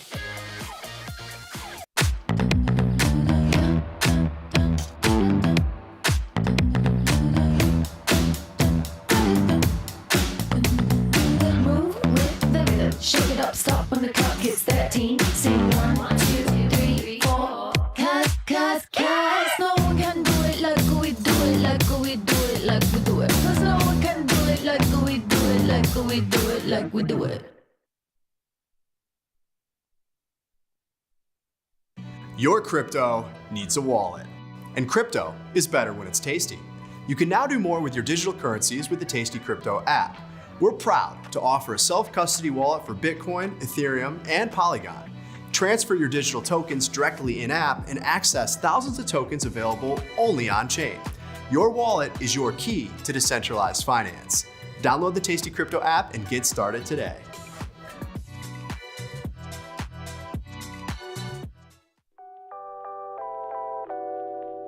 I've been trading for 15 years now, and more than anything, what got me interested was just this kind of need to learn, really. I started off as a chemist and engineer, and I love those fields, but sometimes when you're doing an experiment, you can go months without anything changing, and materially, I should say. Whereas with trading, every day is different. My favorite strategy really has become selling put spreads. Now that works in a market where we're continually going up, of course, but I love trading everything, and that's sort of a result of trading at a prop firm. We looked at the entire universe, as we say. So, no, I love to trade it all.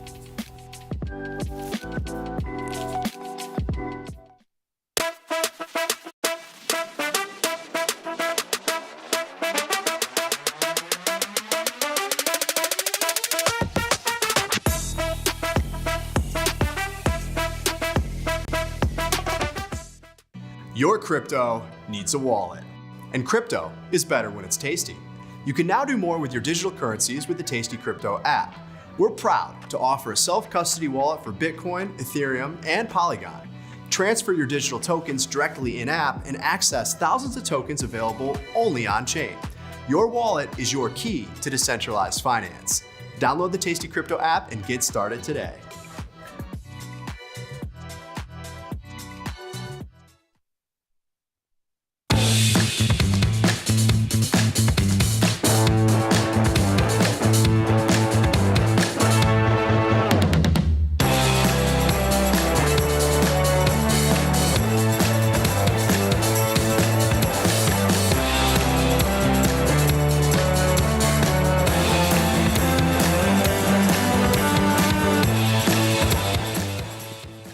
We are back. It is still Wednesday. No, it's Thursday. It's February 13th, 2025. This is Futures Power Hour, sponsored by CME Group. I'm your host, Chris Vecchio. He's Jamal Chandler.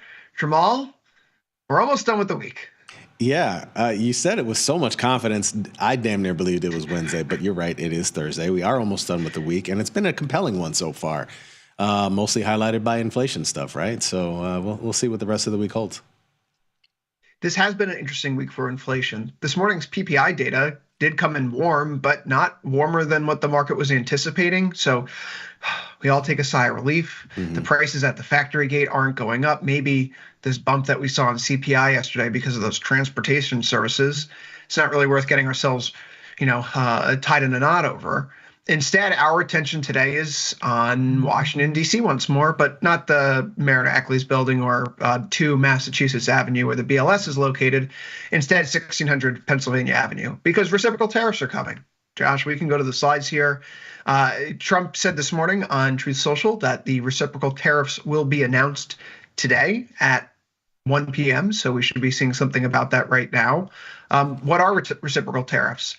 It's basically to even out tariff rates between countries. Let's just say, for example, the EU charges a 10% tariff on importing American cars, and we have no tariff on importing European cars. A reciprocal tariff would be us bringing up our tariff rate to match Europe's. And the question is whether or not that sticks around. Maybe it incentivizes Europe to reduce their tariff down to zero, and we all can move to a world of free trade. Maybe it's for revenue generation, although tariffs only brought in about $80 billion last year, and considering income taxes generate roughly $2.5 trillion in revenue for the federal government, seeing reciprocal tariffs as a way to replace that type of funding doesn't seem like it's the actual result here. So Jamal, we're waiting to see what these all look like take shape. The market doesn't seem to care all that much right now. It is a news story worth following, but I think we should start today with where's the dust settling with rates after the CPI, the PPI data, and now the tariffs in play here. Jamal, yesterday, the market was pricing in 1 cut for December. I was shocked when I'm about to show you right now. Do you think that we have more or fewer cuts priced in for this year than we did yesterday morning after CPI? I mean, I would think it's about the same, just one potential cut. But, what do I know? That's what I was thinking, but it's actually been pulled back forward to July, right? We go into this week expecting a rate cut potentially in June. It gets pushed back to September on Tuesday. Wednesday morning, we're talking about 1 rate cut in December and then potentially another one next December. Now we have the first one scheduled for July, the second one scheduled for April 2026, a third one for December 2026. Apparently, the PPI data this morning was really convincing. We have negated any of the movement that we've seen in the rates curve with respect to the timing of Fed cuts in just 24 hours.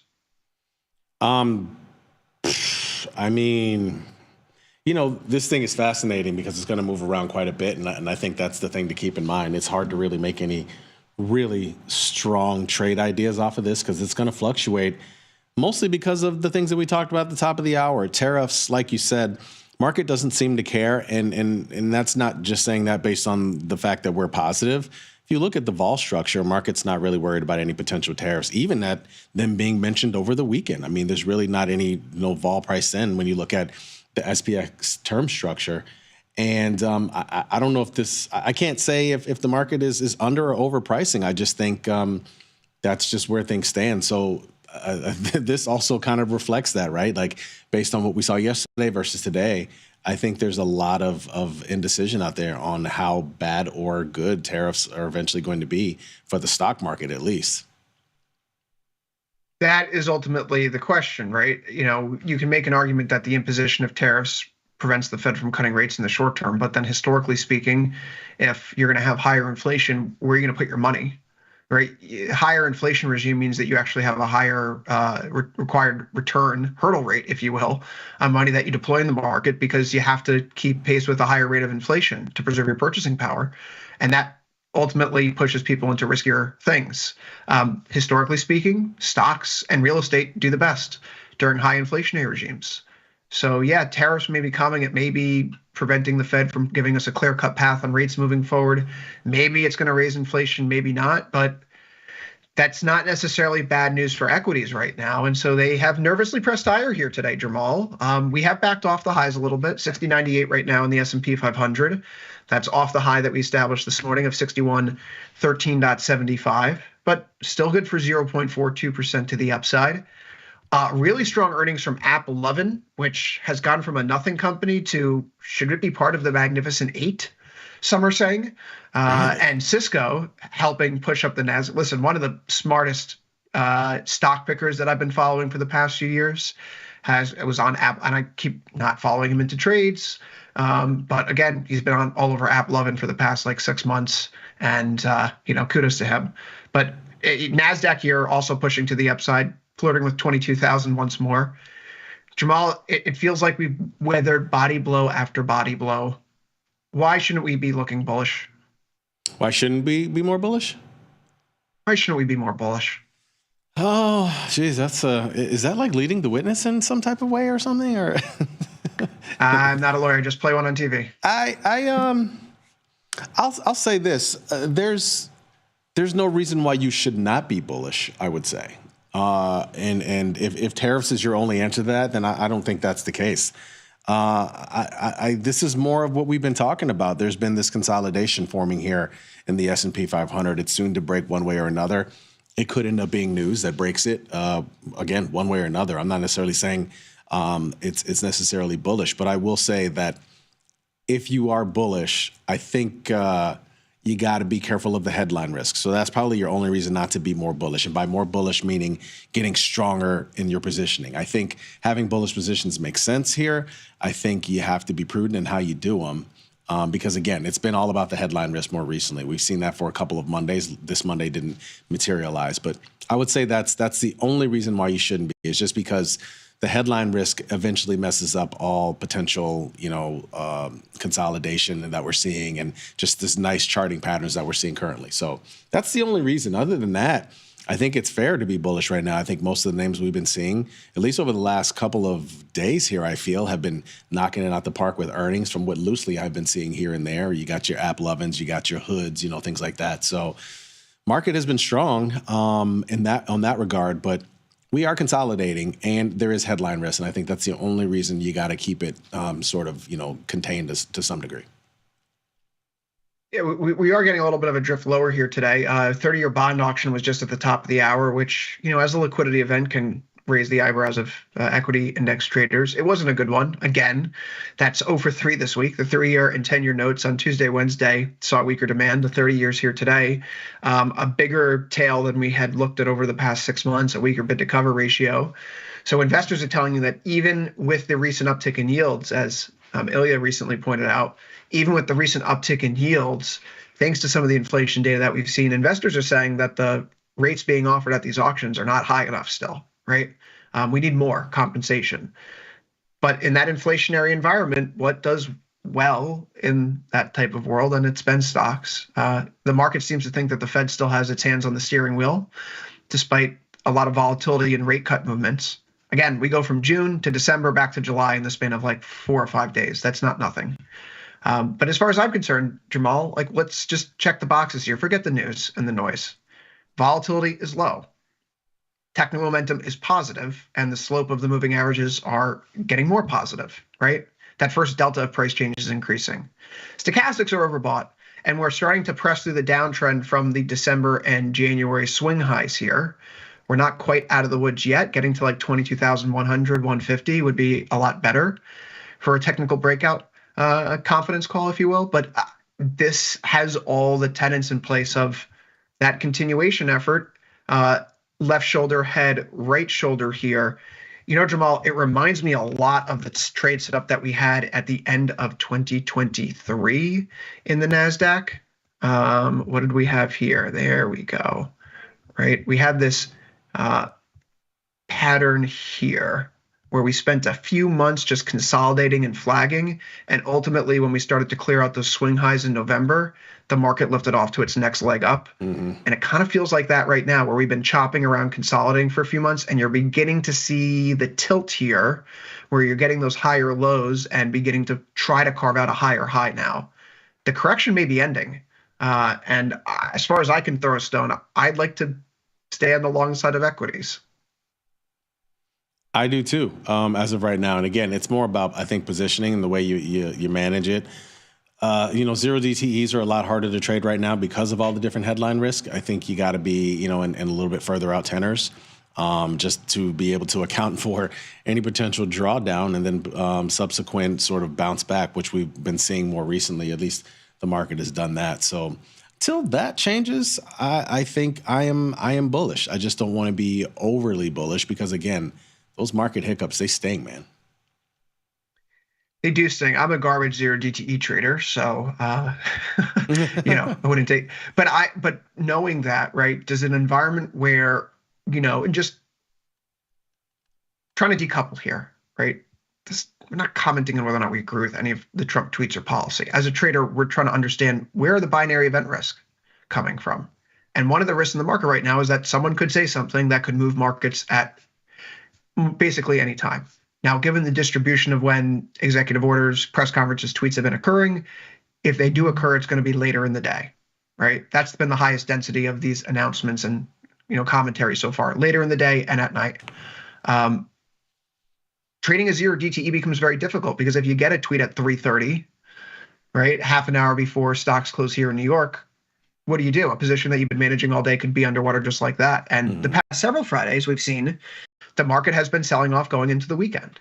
So, I think you're dead on with the duration call here. Time is your friend right now. If you're right at the wrong time, then you just lose money. And as much time as you can have to articulate your views, if there are cost-effective ways to articulate them, I still think that's beneficial. So I suppose that's to say, Jamal, I'm at 22 DTE for the 6150, 6300 call spread here in ES. I would like to retain this exposure still. And so this is absolutely going to be a roll for the same exact strikes. And likewise, going to deploy new capital into the NASDAQ, depending upon where the close is today. But I'll be eyeing up a new trade for a move to all-time highs in the NASDAQ here as well, along the 22,500, short the 23,000 call spread.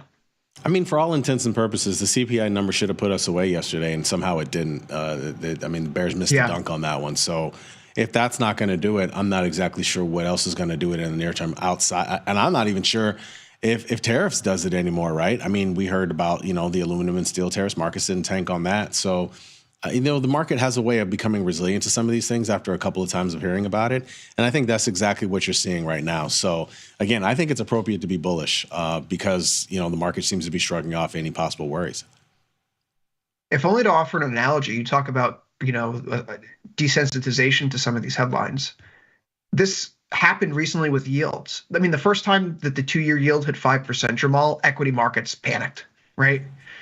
And then the second time we hit 5% on the 2-year yield, it was like, okay, it's bad, but we've seen this movie before. And then the third time, stocks barely complained because we had risen to that level. We've adjusted to the world where short-end rates are going to be this high. And so dropping below 5%, returning to 5%, it become less of a noteworthy thing. And the analogy that we used when we were talking about 5% becoming less sensitive was, imagine you're someone who is living in Florida. If you've lived there for 10 or 15 years, you get a hurricane, warning coming down the pipeline, you know what to do. But if it's your first month living in Florida and it's your first hurricane, you panic, right? You don't know how to handle it. And it's that experience that tells you, okay, I know how to deal with these situations moving forward. Yes, is it a worry? But do I need to throw away, the baby with the bathwater? I do not. And so perhaps with these tariff announcements, we've seen that the past few weeks. The gaps are getting closed quicker. We know this is coming. We're pricing in that future where it's possible to be here. Is it going to fundamentally change the earnings outlook right now? Is it going to change where rates are right now or overall growth? Maybe not, particularly if they're just negotiating tools. So if that's what they ultimately end up being, then why on earth wouldn't we see stocks going higher if earnings are still going to be growing double digits moving forward? Exactly. I mean, I completely agree. I think we're just, we've been seeing knee-jerk reactions for different reasons, right? But I think we're fine overall, and the market is showing you that we're fine. Not only from a standpoint of they've been bouncing back, but again, looking at where volatility is, it's fairly low. The Russell's a curveball for me still, particularly because it has the lowest relative volatility on the board right now, 11.8 IVR. I think you and I did a fairly good job avoiding a bad trade recently here by waiting patiently on the Russell to scale that like 2330, 2340 area and not getting sucked in. But the action today isn't looking promising. I see that stocks here are taking a leg off. Did we just get our announcement? Did we?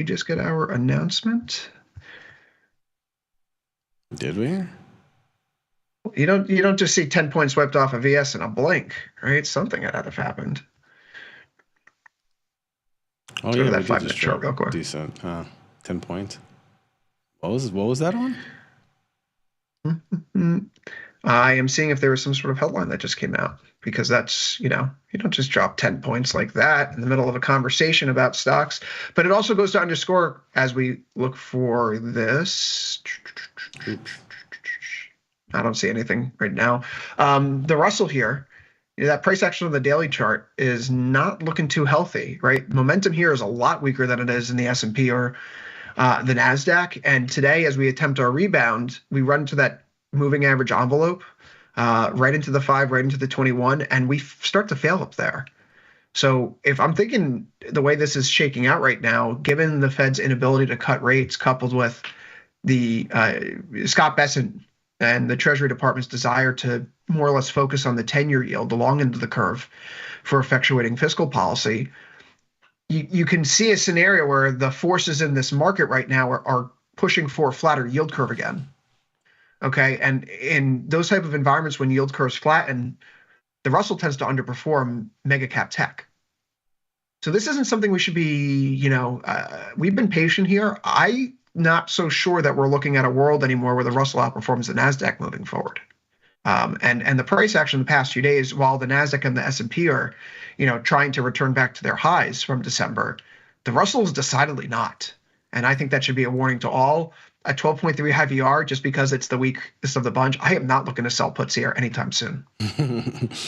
I mean, I always go back to the relationship with bonds. We just talked about how confused the market appears to be on whether or not we're doing rate cuts or not, and what's going on with tariffs. And again, how it affects, I think, the economy is more important than, the market. Market is secondary in that situation. And I think that's what we're seeing in the Russell, this indecision, really, of what to expect going forward with bonds. And so that's what makes it a tough trade overall, right? I mean, this is definitely, if there's any one situation where duration is your friend, this is definitely one of them. This is not one that's going to just happen easily and fall into your lap. It's going to take some time here with the Russell. So if you got the patience, I think it could be a good trade. I struggle with that at times. I've mentioned that a lot on the show. I've gotten a whole lot better over the years, but this is one that definitely requires a lot of patience. Among the equity indexes right now, what's your favorite trade setup? What's your most confident trade setup? Anyone, pick a ticker. Among them, I would say long the S&P 500. That would be my for the 3 months out, long the S&P 500. Within the next week, maybe lower, but 3 months out, long the S&P 500. Stocks snapping back almost immediately here, 60.96. We'll see what comes out over the next little while here, Jamal. Yeah, there are a lot of problems right now, and we are ultimately in Thursday mode here. So Friday comes around, and do we see another repeat of the last few weeks? Interestingly enough, there was a sell-off in stocks before the DeepSeek weekend gap. Semiconductors were weaker that Thursday, Friday, and then ultimately everything came back in on Monday together. We saw this right before the Canada, China, Mexico tariffs a few weeks ago, and we saw it the weekend of the Super Bowl. So who's to say that that's not going to occur here right now? But the technical conditions, they are starting to check all the boxes for me, Jamal. Low vol, strong technical momentum, and a very sizable wall of worry in place. The AAII Sentiment Investor Survey came out for the reporting period through February 12th. Bears now outnumber the bulls 47.3% to 28.4%. And this is one of my favorite things that we've looked at in recent years. Anytime that the 3-month change in net bulls and bears swings by more than 16.5%, it typically coincides with a low in the market that produces a gain of 9.3% over the next 3 months. So I'm very curious, all these people getting very, very bared up and the equity market not taking a leg lower and positioning and thinning out. How come we're not driving to the downside yet? It feels like we're again, absorbing the body blows. We should be much weaker. I'll stay long. Yeah, but why should we be much weaker? I mean, there's really not anything that is really heavily weighing on markets, I would say. I just think there's a lot of indecision about how a lot of the executive actions and things that are going on are going to affect markets. But I haven't seen any one real wall of worry, right? Like, when there was real serious worry about whether or not we were going to cut rates at all, we saw markets tank, and they didn't like it one bit. And there were all these other different warning signs flashing there as well. Other things throughout time that we've seen. I just haven't seen it this time around. I haven't seen it in vol. I haven't seen it really for an extended period of time in markets either. So, I think until proven otherwise, I think you continue to trade the market from what it's giving you, which so far has been higher prices, bouncing back after a few little worries here and there, usually within the same day, honestly, or the very next day. So as long as markets continue to do that, I think it's fine to remain bullish.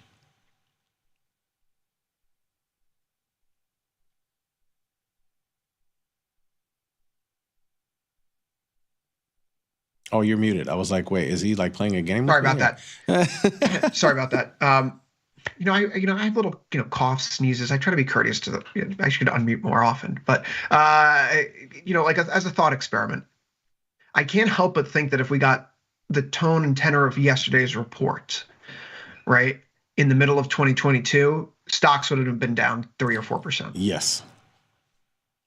Agreed. And so when I say things like it feels like the market should be lower for a variety of reasons, it's something like that. That was an awful CPI report yesterday. And even if you want to make excuses like transportation services, the other category, this is kind of like the inflation data we saw at the start of last year. And those weren't exactly destabilizing for equity markets. I mean, maybe a 24 to 48 hour setback, but that ultimately didn't mean anything, right? So why would this time? And it feels like the market still has that mindset. Sure, inflation may be warmer, but hey, the economy is still going strong, and we have a 4% unemployment rate, and the Fed's next move is still going to be a cut. It may not be when we want it, but we're still going to get a cut. That's not bad for stocks still. It's frustrating. We're not doing anything but grind sideways. But it's, if you're patient here, ultimately, I think we may be rewarded. So we press on, Jamal. We will be rolling the 6150 calls, the 6150, 6300 call spreads. Yeah, I mean, I'm not going to lie. Yesterday's report and today's PPI report, both were kind of confusing in light of the way that we've been looking at things for the past 2 years, right? Right. I mean, they just really don't make any sense. And when you look at it, the market can't seem to make sense of it. Just look at the 10-year yield, right? Or however bond, what you want to look at, whether it's yields or bonds, complete reversal of yesterday's move. So I don't know, man. I think we're, again, I always talk about this. We particularly us, those of us who are watching and trading every single day, we're looking very closely on at a curve, very closely on it, every single tick and move. And so it's a little confusing at times when you're looking at that. You got to almost back out from a long standpoint. And the easiest way to do that, again, is looking at the price action of the markets and looking at, volatility, right? And those have not really wavered that much. So why should we? Why should we? The market is both a weighing and a voting machine, right? And right now we are weighing the risks, and the vote has been cast that these are things that we need not worry about in the short term. And that's just what the collective us has decided here, Jamal. It seems that's what we just came to the consensus on. Yeah, and you and I both naturally speak for the entire market, so that I think is good as.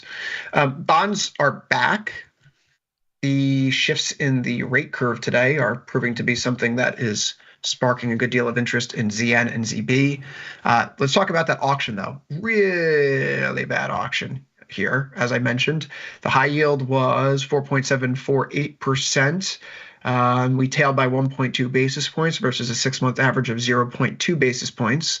The bid to cover was 2.33, below the 6-month average of 2.46. Again, if you are interested in learning how to read a Treasury bond auction, we have a write-up on the website. Google tastylive and how to read a Treasury bond auction. You'll see this here. Fairly comprehensive, or at least enough as a tourist to the space. You'll know if an auction is good or bad moving forward. But this is definitely the bad variety. And yet, who cares?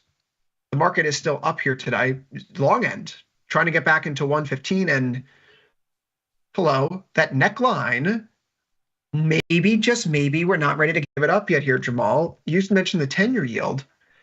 We are dancing right back at that 1-month moving average, which has been a magnet here for the past few weeks.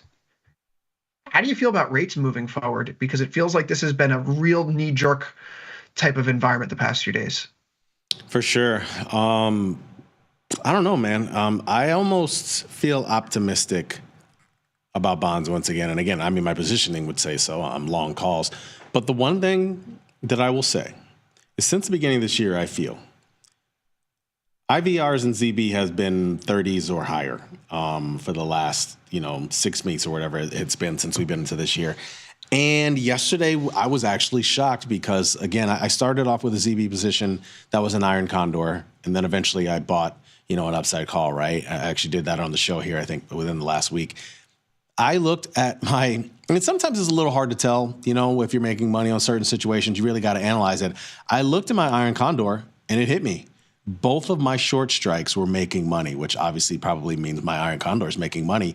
And I was like, wait, is vol come in that much? And sure enough, looking at IVR, it's in. So this is the first time in a while that IVR is fairly in. To be honest with you, I thought it was going to stay bid for a while because most of the reason the long-term vols have been bid is because of, just really uncertainty of what's going to go on with tariffs and how it's going to affect the economy and long bonds going forward. But I'm not sure why it was this CPI report that caused it to release, but, caused the vol to release. But that's exactly what happened. So I think that's something that bears watching, especially on a day like this where we get this big move up. Maybe this is something that is the signs of continuing upward movement in ZB here. We'll see, Chris.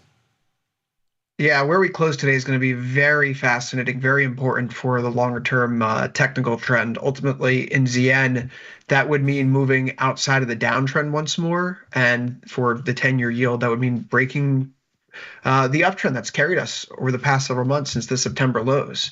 That has obviously important consequences. And if you're believing the market reaction here today, it's that, quite frankly, maybe the inflation data that we're seeing, it's hot for, I'm going to say the word, transitory reasons. Haven't heard that one in a while. It just threw up in my mouth. But not a long enough timeline, everything's transitory. And maybe the timeline that we're working with here, if it's for transportation services, I mean, really what goes into that, if people are dragging forward purchases because of tariffs, particularly for vehicle parts, they're not going to spend that money immediately in the future. So is this a shock to the system, or is it a sustainable boost in prices moving forward? That's the question we're grappling with here today. So I point to the SR3Z5 contract, where the 3-month SOFR rates think that we will be by the end of this year. You could see that we are again off those lows. We're off the lows again for the Z6 contract as well. End of next year rates. We're basically back to where we were in mid-January, late January. So we are shrugging off CPI to a large extent. This is unusual. If the market thought that CPI was going to be a problem that permanently shifted the Fed's course, today would not be the price action. So reconsideration, Jamal, and that stands to reason that I will likewise hold on to this short ZB put spread, because we wrote it down. We're going to ride it back up. That's as good a reason as any. But yeah, it surprised me how much that vol came in just based off of yesterday. And of course, today's move is bringing it in a little bit more. Like you said, it's real interesting where this thing closes today. 1.4 IVR ZN, yeah. ZN right now. I mean, look, if I was, let's just take a step back. Let's say I had a very, very strong directional assumption about notes here, and that could be bullish or bearish. This is a pretty convenient time to express that kind of view. Vol is really, really cheap. So just look, you have to go where the opportunity is. The typical Tasty methodology says ZN is not a place to even consider. Don't speak to it, right? Because a 1 point IVR is not the kind of candle that this moth is drawn to. But if you are someone who likes to just buy outright calls or puts, this is a very, very interesting environment where vol is on the floor, which is something that we can't say about the metals here, Jamal. Gold vol, silver vol remains up. And that has been one of the hallmarks of an environment defined by rising gold and silver prices. Still a 67.6 IVR. If we close here today, this will be a new all-time high close for gold. Jamal, are you still long? I am still long, my friend. Thanks. Thank you. Thank you. I'm still long. And thanks to you, I'm still long. Really, thanks to you. I mean, like, let's be clear here. Back in September, when I'm like, hey, this looks like it's breaking out, and you're like, oh, that's something that old Jamal will do. And I'm like, well, that's something current Chris will do. So that did occur. Yes, that did occur. And I think we both needed to push ourselves into this trade, but it's been a good trade. And we've dealt with some of the ups and downs, yeah, but I think it's been more about, sort of analyzing the price action, finding the right time. And this was slow building, right? Like we talked about Russell earlier, right? Like it's a little bit difficult because there's extenuating circumstances. I think one of the things when it was back in September, when we were looking at gold, you astutely said gold, was able to sort of navigate this narrative flexibility, and it almost seems like that's in play once again. But nevertheless, either way, price action was what drove us back here. And as soon as we saw it begin to, you kind of jumped in a little early to me. You kind of had a little more conviction than I did. I really wanted to see it break past that December 12 high. Once it did that, it got a lot more interesting again, and it's been sailing away recently. Yeah, the past $200 to the upside has been pretty nice. You and I are both in that 2950, 3,000 call spread, but there's still 41 days to expiration here. So we have a lot of time on our side. The long strike is almost in the money. I'm very comfortable holding on to this still because there are the hallmarks of strong technical momentum here. Yeah, the doji candle the other day was whack, as the kids say, but here you have this long hammer candle up against that 1 week moving average. That's a very long lower wick. And as we notice here, starting on January 28th, there have been no closes below that 1 week moving average. Tests, but no closes. Why on earth would we get off this train now? The market is clearly signaling to us that there is a deep desire to stay long gold. And oh, by the way, Jamal, is anyone else following this? The big three COMEX vaults in the United States have more gold in them right now than they did at the peak of COVID, which was the all-time high. Why has gold accumulation skyrocketed in the past 2 months? One piece of conversation always in the world of FX is how much longer can we go on without like a new Bretton Woods reconsideration or a Plaza Accord? There's that conspiracy theorist in the back of my head says, what if we're accumulating all these hard assets because there's going to be a monetary reset sometime down the line? I don't know, but we know China's buying gold. This past week, they allow their insurance companies to buy more gold and keep it on their balance sheets. Okay, perhaps confirmation that we're moving into a world where other countries don't want Western fiat circulating within their borders. They prefer to have hard assets. 29.45, Jamal. This is beautiful. Keep it, hold it. The best thing we have working for us right now. It is, absolutely. I was trying to decide if there were any ways to sort of, taper offers for those who happen to be in the trade with us and they might be getting a little worried. You could. Now, I don't necessarily want to do this, and I know you're not going to do this. But for those who might be in this trade and they might be a little worried, you could, I was looking at selling the call spread. Again, I'm not looking at this, but if you were worried about where it is, you're worried about it's not going to make it to 3,000, you could sell a further upside call spread, the 30-50, 3,100, if you wanted to. And again, we always talk about we don't sell upside in gold, but in this case, you're selling upside against some of your gains already. If you wanted to do that, that's essentially like doing a kind of a call iron condor, if you will. You could totally do that. You could, it's not riskless yet because again, not in our case. We paid $12. I paid we both paid $12.40 for this. Yeah. So you could sell that for $900, $9 or whatever, if you wanted to. Personally, I'm not doing it. I'm in for the 3,000 print, but. And then again, you could say, well, maybe I'll wait a little bit longer until I could sell that same call spread for $12 and change. Honestly, if it gets to that point, I think you're making money on the 29.50, 3,000 to the point where it's probably in the money. And then maybe you just close that out. So this is the area where you possibly hedge. Other than that, you're just in for the long ride. Yeah, it's a momentum play right now for me.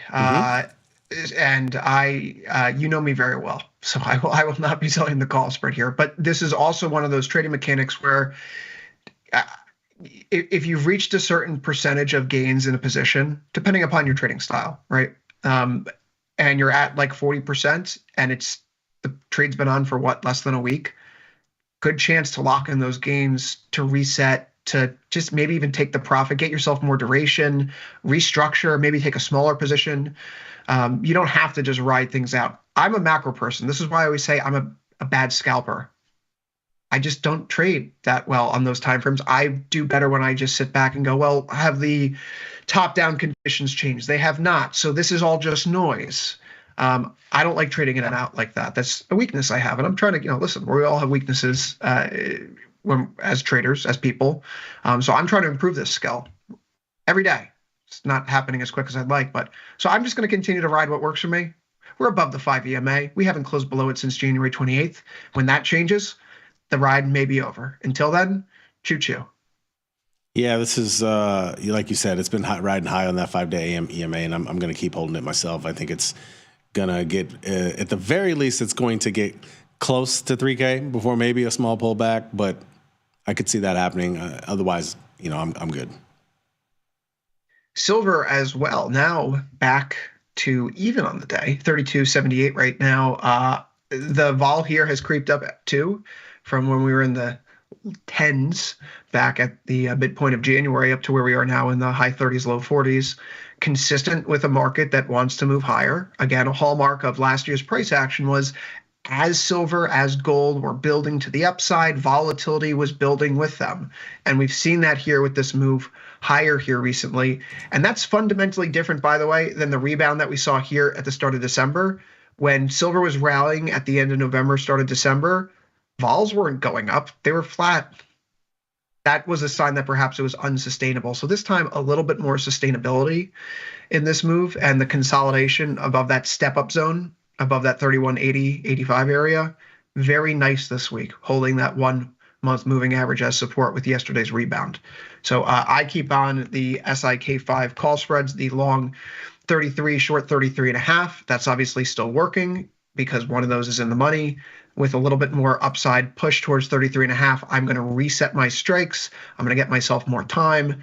This is beginning to look like a market that wants to go back towards 35.75 or so, and I will play it as such when the time comes to make that adjustment. This has definitely been a noisier chart, right, compared to gold. This has definitely been a lot more noisy, and I would say at times kind of ugly, but now it's starting to take shape, and it looks like it wants higher, to be honest with you, when I look at that little handle there. So it'll be interesting to see if it can eclipse more recent highs and make a sustainable new high here. Do you have anything doing in copper right now? It's up 1.26% today. Regrettably, I took profits a few days ago. Yeah, I've missed this too. Again, still working through the IVR issue there. If you go over to CPER, it has dropped back down to 24.6. So, we were talking about a market a few days ago where the IVRs in copper were up near 70.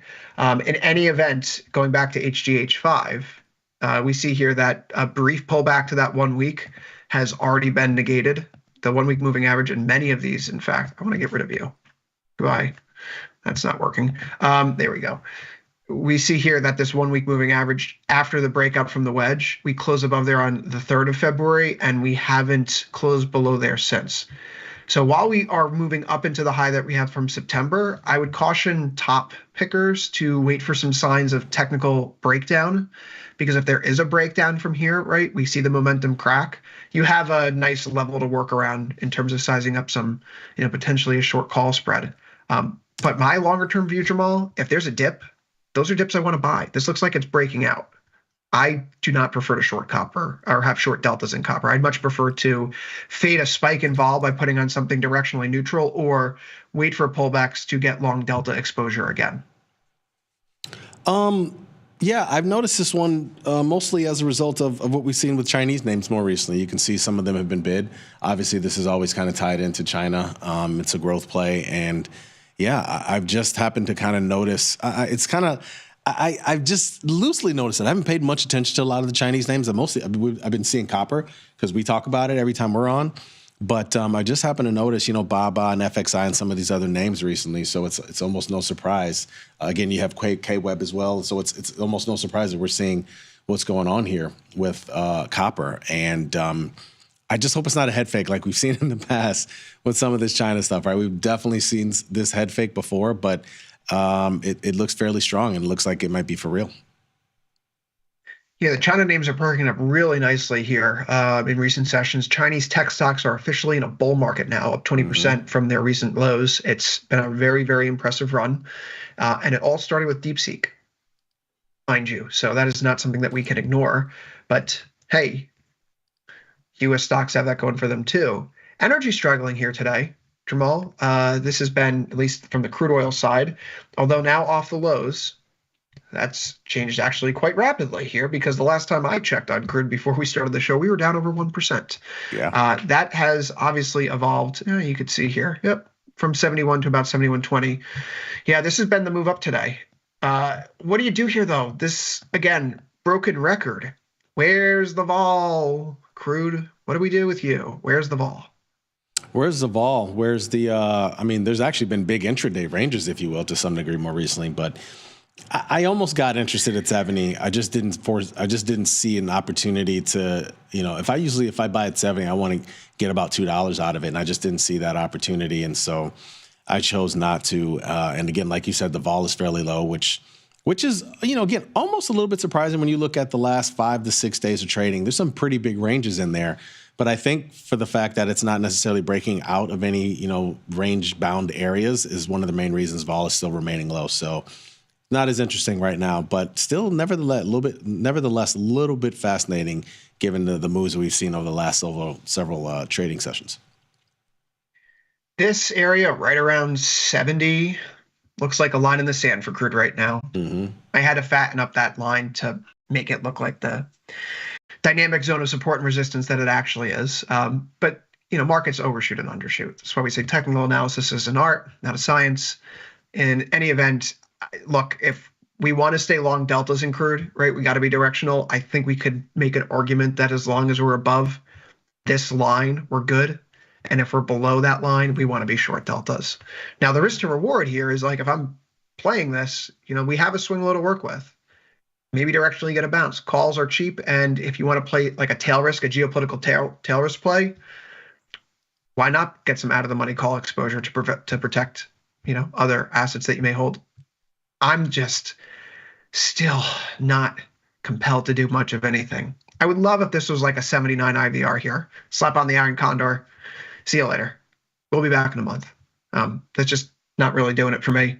Natural gas, though. Dare I tempt the fates and say that natural gas has been easier to trade than crude oil this year? That's not right. That doesn't sound right coming from my mouth. Well, what do you do with natural gas? We talked about it. I guess it must have been last week. I put a trade on in here. Actually, what date is that? And a lot of it had to do with the fact that I know that I'm personally long a decent amount of AI related names. It was actually a week ago today. I put on a short call spread and the 390-410 call spread, which still has about 30 cents from here. So I guess, a little under 10%, which is very possible in natural gas. And look, it's underwater, but I'm okay with it right now because, again, a lot of these names that I talked about have been moving higher. This is kind of a proxy for a lot of the energy that's going to be used to sort of generate power for a lot of these AI applications. So I'm down, but I'm okay with it. The Trump administration has officially announced broad reciprocal tariffs, including nations who charge the United States VAT taxes. Hello, Europe. The Treasury Commerce Secretary will be leading the effort. There will not be a delay in the signing of tariffs or in the reciprocal action set forward, yada, yada, yada. Everything that we've heard thus far. I don't think there's anything surprising there. America. Jamal, Markets seem to like it. 6105 in the S&P, not weighing us down right now. After getting out of the position earlier, I was convinced by one Thomas Westwater to put back on a short put spread in natural gas. We have European inventories in the data that's just come out recently, and better to show than tell. European gas inventories have been falling. Let's pull up these charts here. Okay. European gas inventories have been falling recently, and given where we are, we're actually fairly low. Some of the lowest levels that we've seen over the past 5 years, going back to the pandemic itself. The only years that were lower were right immediately after the pandemic and when Russia began its invasion of Ukraine. The European Union yesterday announced that they will allow some countries, or they're exploring to allow countries to circumvent the gas storage laws that they currently have in place. As it stands right now, European countries have to have their inventories filled up to 90% by November, right? And so no matter what the price is, basically over the summer months, these countries have to buy natural gas. It's a consistent bid in the market. If that floor is lowered theoretically, it does reduce some demand, but not in the way that I think is bad for American natural gas, Jamal. I mean, hear me out for a second. If they're saying if you're a European buyer and you're being told that you don't need to fill up your inventories at the pace that you thought you would, you're going to shop around. You're going to shop around and you're going to try to find a cheaper substitute. American natural gas right now, given transportation costs and exchange rate differences, is cheaper than the Dutch TTF grade. So there could be a buoy here, keeping U.S. gas prices pointed to the upside. Forget the AI story. Obviously, the reversal off the highs here today is very unwelcome. As someone who's short a put spread still, I'm sure you're happier about that. But it feels like there is a supply-demand story playing out in Europe right now that is having influence on our markets, and I feel like is keeping a floor right now under the bid. I think you're right. I've kind of loosely seen some stuff with regard to supply and demand in Europe more recently. And again, I've loosely paid much attention to it. I've largely just traded this again for the story of what's going on with AI and potential uses for those AI applications. So I could end up deeply underwater on this thing at some point or another, but I'll take my chances in the meantime, especially as long as vol is still kind of elevated a little bit. We'll see. I thought myself today when natural gas was trading closer to 373, like, wow, I can't believe it's been such an easy year trading natural gas, and immediately 10 cents lower. So don't ever tempt the fates with natural. Don't even think those things, Jamal. Never do it. Never do it. Natural gas always shows you who's boss. Dollar slumps as yields dip. Jamal, this is the interesting development here on the day, that as the session has moved forward and yields and rate cut odds have begun to shift back towards, July, the summer months of getting our first move, we've seen that the yen has been leading a charge to the upside. That pivot low that we had on November 15th, which has been kind of a line in the sand here for the exchange rate, we see here serving once more as support, and we're pivoting away from it. We're also reestablishing ourselves back above into that EMA cloud today, and it's only a 37.4 IVR. I do not have yen exposure right now. So seeing as how that we are moving back up, we keep talking about that, James Bond position, looking at the long 007 call, given some of the risks that we're looking in this market. Is it worth laying out a few $100, $125 for a 10-to-1 risk to reward? I think so. Are there reasons to think that dollar yen could press 160 or 165 again before intervention comes? Yes, but in a trade war type of environment, if China's not going tit for tat, then none of the other Asian countries are going to let their currencies weaken much further from here. They're not trying to get into a trade war themselves. I think we should use the cheap volatility in the yen to get some cheap hedges in our pocket, because if the yen goes up, then there's a good chance that other things are going sideways. But the dollar could be turning, I think, is the big picture here. And that's the story that concerns all of us, because the dollar is such an instrumental part of global trade. 61% of earnings or the S&P 500 for the Mag 7 companies are abroad. You could see here how it looks like the dollar could be topping out. So let's keep an eye on what happens near 107 here, Jamal. But if the DXY on the platform $DXY breaks below 107, we have a brand new ball game for how risk assets flow. And that could also mean actually a lot of good opportunities, not in futures per se, but in perhaps equities for other countries, which those are not dollar denominated, and a stronger euro versus the US dollar is going to be beneficial for, say, German equity market returns. Yeah, it's surprising that the dollar volatility, I don't believe, at least I haven't seen it more recently, but I'm surprised it's not much higher, because it's been a little rocky road recently. And this is the lowest we've seen since a couple of days before the Fed meeting. And then again, of course, a couple of days after DeepSeek. So, it might be. I mean, this is like the third time's the charm. Is this going to be the time that the dollar falls? I have no real exposure, I would say, dollar specifically. I mean, outside of different names that I have, but none specifically. The thing I am interested in too is some of these on earnings, some of these names have often mentioned that, dollar strength has been sort of hindering their business. If this is not going to be the case, you're going to have to pay attention to how these names perform going forward. I'm keeping an eye on the Canadian dollar in particular here. It still has a very high IVR, 69.6. But when we look at the range that we were trading in a few weeks ago, in December, into January, we fall out of that range with the initial tariff announcement. We immediately rebound into it. We're starting to carve our way through those highs. We're not fully there yet. The Canadian dollar is not out of the woods, but you can see how the highs that we had here in January, we're beginning to push through. The Canadian dollar is a really important part of this dollar story. The market tends to follow the Canadian dollar as a leading indicator for the broader U.S. economy. So if the Canadian dollar is strengthening, it sends a signal to the rest of the FX market that you're free to take a little bit more risk and sell the dollar versus the euro, the pound. It's not a relationship too dissimilar between the pound and the euro, where because of how closely integrated those economies are, their movements tend to mirror one another. So Canadian dollar strength, that could be a broad signal that we're looking at more dollar weakness coming. And if yields are buckling back over, Jamal, because that 10-year yield, it's about to lose that uptrend again, that's really good for the yen. And maybe that 007 James Bond trade actually works out.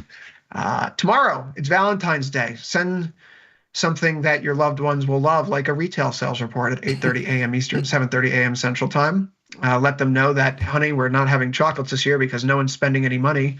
Contraction in retail sales are anticipated.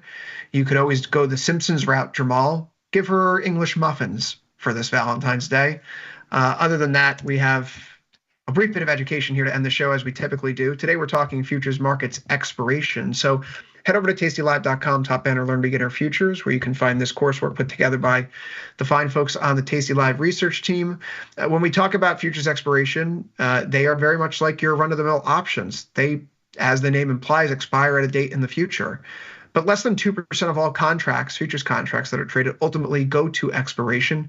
The rest are sold off or hedged, if you will. They're rolled forward because most people are using them for bona fide reasons, to actually hedge their product. And then there's us who are speculating to absorb that risk. So our job is to make sure that we can roll out of our positions, right? I hope no one here is planning on taking delivery. If you are, good for you. But if you're not planning on taking delivery, make sure that you roll out with enough time. Our research here at Tasty Live shows that you want to get out at the peak of the decay curve. So 45 in, 21 out. Roll your positions. Don't even think about expiration. Get out while there's plenty of liquidity and time on your side. And the products that we have here on the platform, they have multiple months out in advance for enhanced trading opportunities. You just have to keep the liquidity and exact expirations in mind. So if you're an options trader, you never trade futures before, you have a transposable skill set. Come learn about futures. tastylive.com, top banner, learn beginner futures, or the link here at the bottom of this slide. It takes you there directly. Jamal, you're back in a little bit for engineering the trade. I'll be back later on for overtime, so you and I will take a quick break. We will see everyone in a little bit, but thankfully, Tasty Live programming continues because Dr. J's in the studio.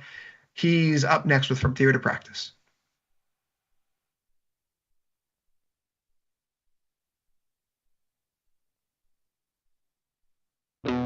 Looking for a better broker and a bonus? Sweet. We got you. Right now, you can get a bonus of up to $4,000 when you open and fund a Tasty Trade account.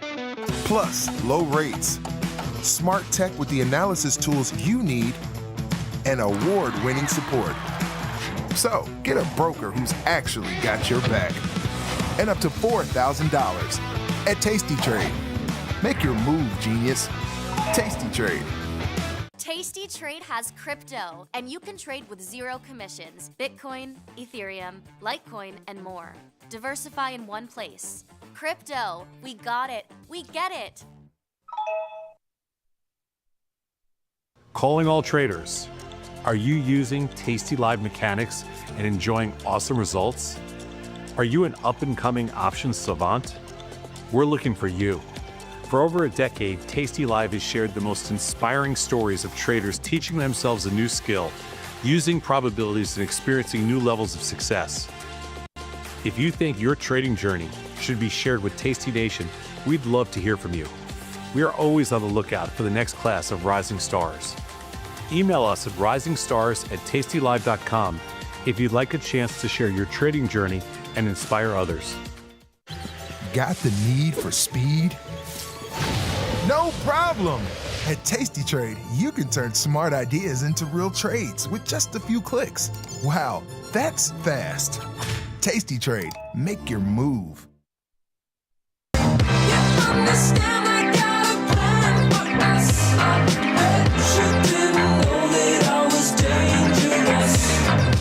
Jim Schultz, and this is From Theory to Practice. Welcome to the show today. Welcome to the broadcast. Welcome to the Thursday edition of what it is that we are trying to do, guys. Is this real life?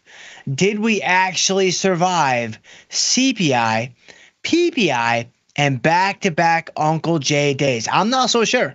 I'm not so sure that this isn't the afterlife kind of Lost Season 6-esque. But welcome to the show, wherever we might be. If you are here, man, then you are in the right spot. And I just appreciate you guys. I appreciate you guys so much. If you're watching over on the Tasty Live Network, then I would actually bounce on over to YouTube, because you can join the discussion. You can join the conversation. You can communicate with your brethren that are also watching the show.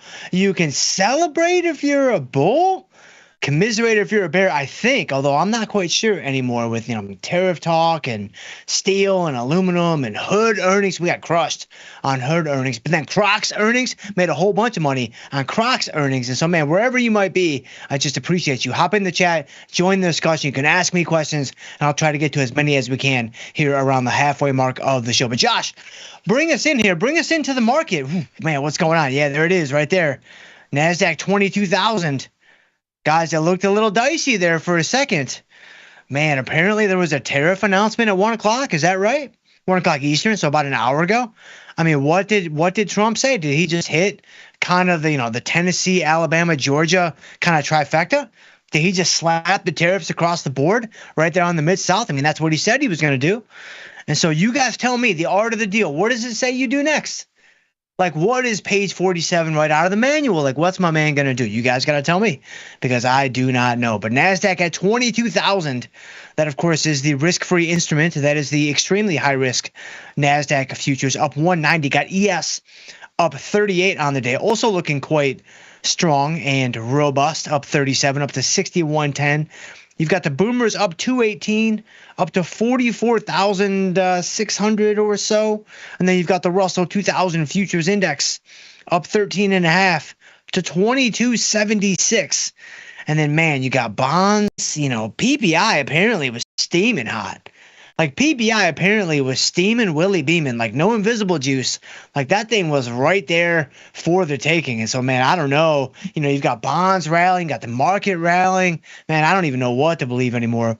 This is indeed bizarro world if I've ever seen it. So you've got bonds up a little over a point. You've got notes are up. Gold obviously up. I mean, why wouldn't gold be up? It's only been 19 days in a row now that gold has been up. So what's another 75 bips? Like, what's another 1% to the upside? Like, it's not like anybody's short. Like, don't even worry about it. Just steamroll over all those guys. You got gold up 23 points. You got silver up.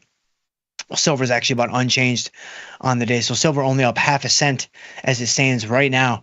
And then you've got volatility. Volatility futures hanging in there up 3 cents. That's interesting. Volatility is 1740. The old vol futures for all my my volatility bros. Then you've got the cash volatility index, the VIX, is down 46 cents. So down to 15.5. And so I got Tesla looking strong, up $13. That's going to help our long Tesla position. And then across the board, we got to talk about Hood. We got to talk about Crocs. And then I got to see where you guys are at, man. I got to see where you guys are at. And we'll try to answer as many questions from you all as we possibly can. I would say the expected move on the number of questions I get to per show is somewhere between 1.1 and 1.7. So get your question in early. Drop it in the top of the chat because I usually move sequentially down from the very top there. So, all right, let's see here.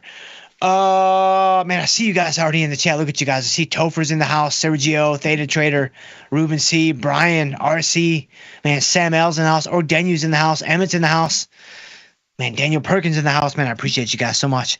And I'll tell you what, we're going to get into these positions.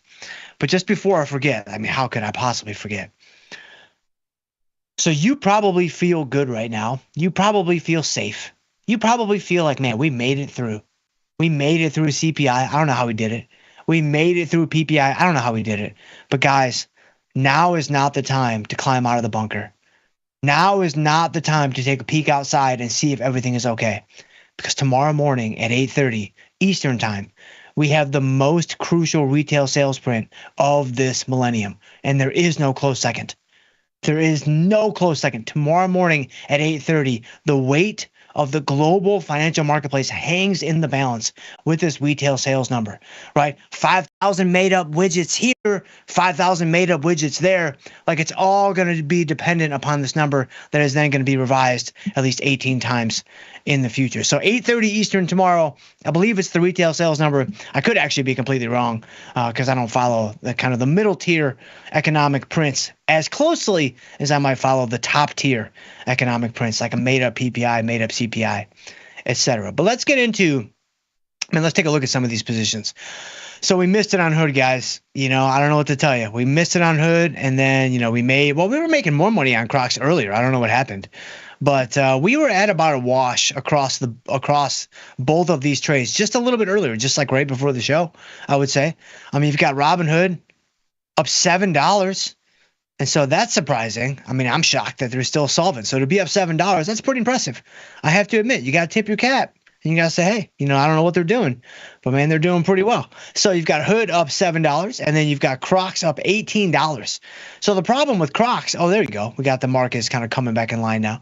So Crocs was almost too strong. I mean, Crocs was like too good, which that makes sense to me. Robinhood being too good, that doesn't make as much sense to me. But Crocs being too good, kind of overshooting the expected move to the upside, that makes 100% sense to me. So you've got Crocs up a bunch, Hood up a bunch.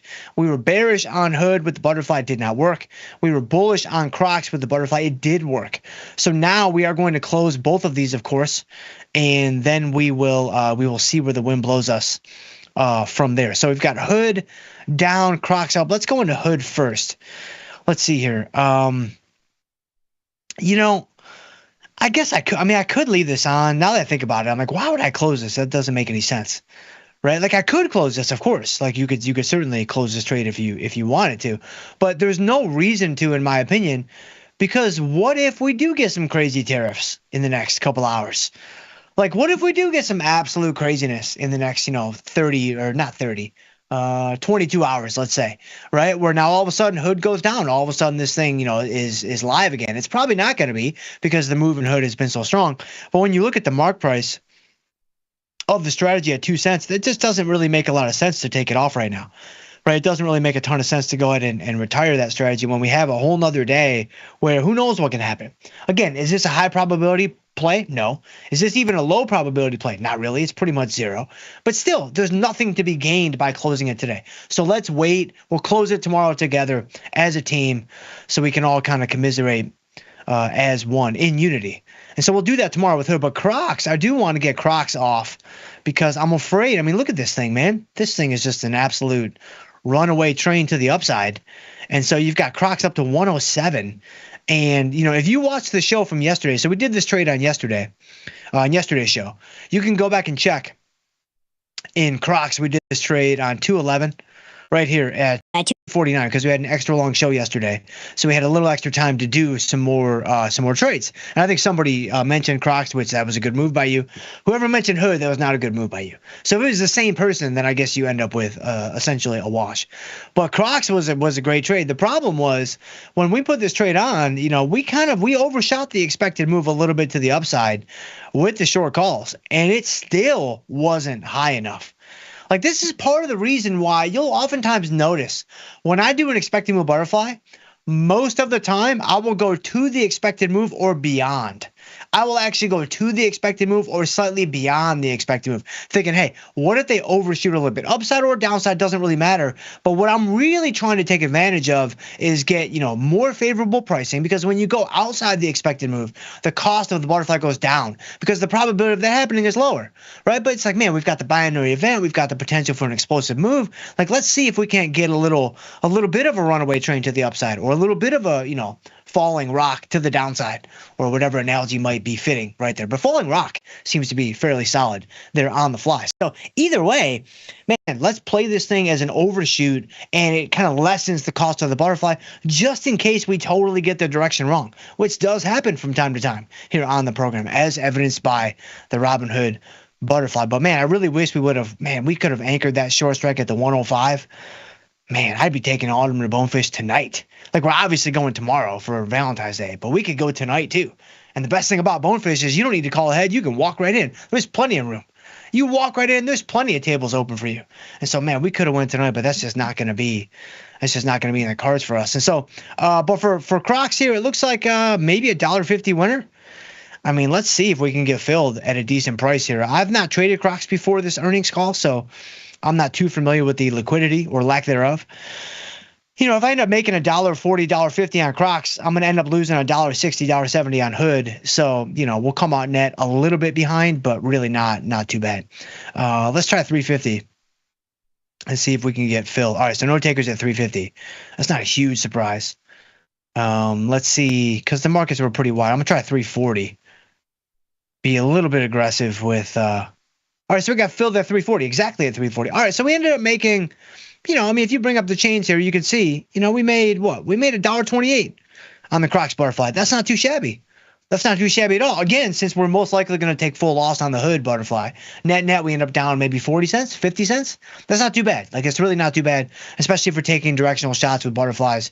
You know, I mean, if you've watched the show for the last couple of weeks, I've hit a number of these. I've hit maybe 5 or 6 now. And it may look easy. It may look like, man, this is all I should do. This should never be your foundation. Like, we're on a nice run. It seems to be starting to crack now, so the mean reversion is going to hit here any day. But still, this should never be your foundation. Like, this should always be kind of an addition. This should always be kind of like a wing that you build onto the main structure. This is not the main den.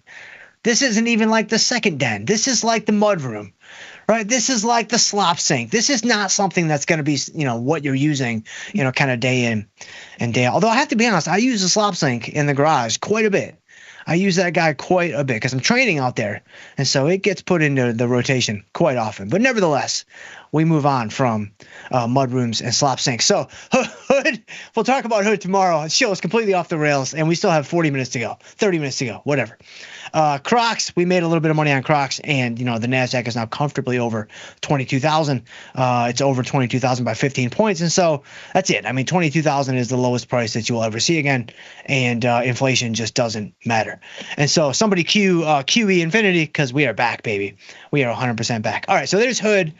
There's Crocs. Is there anything else I want to talk about today? I don't think so. Oh, yeah, actually, hold on. We have a winner. in IWM. So check out our IWM position. Big shout out to Amelia for doing our pre-show notes. So I kind of had that in front of me. And I mean, they're all in crayon and I can't read any of it, but it at least pointed me in the right direction. If you look at IWM, we put this trade on for 274 and we bought it back, or we're about to buy it back for $1.31. That's pretty good. I'm no Jacob Perlman, but that looks like about 50%, maybe even just a titch over 50% of max profit. So you've got IWM at 225. You know, the strikes here are 205 and 242. And so that looks pretty good. We haven't really been tested on either side. So everybody's happy. Nobody's gotten hurt. And this is exactly what you want, you know, for a strangle. We did this trade. It wasn't that long ago, I don't think. Yeah, only February 3rd. So only like a week and a half ago. That's a pretty quick turnaround.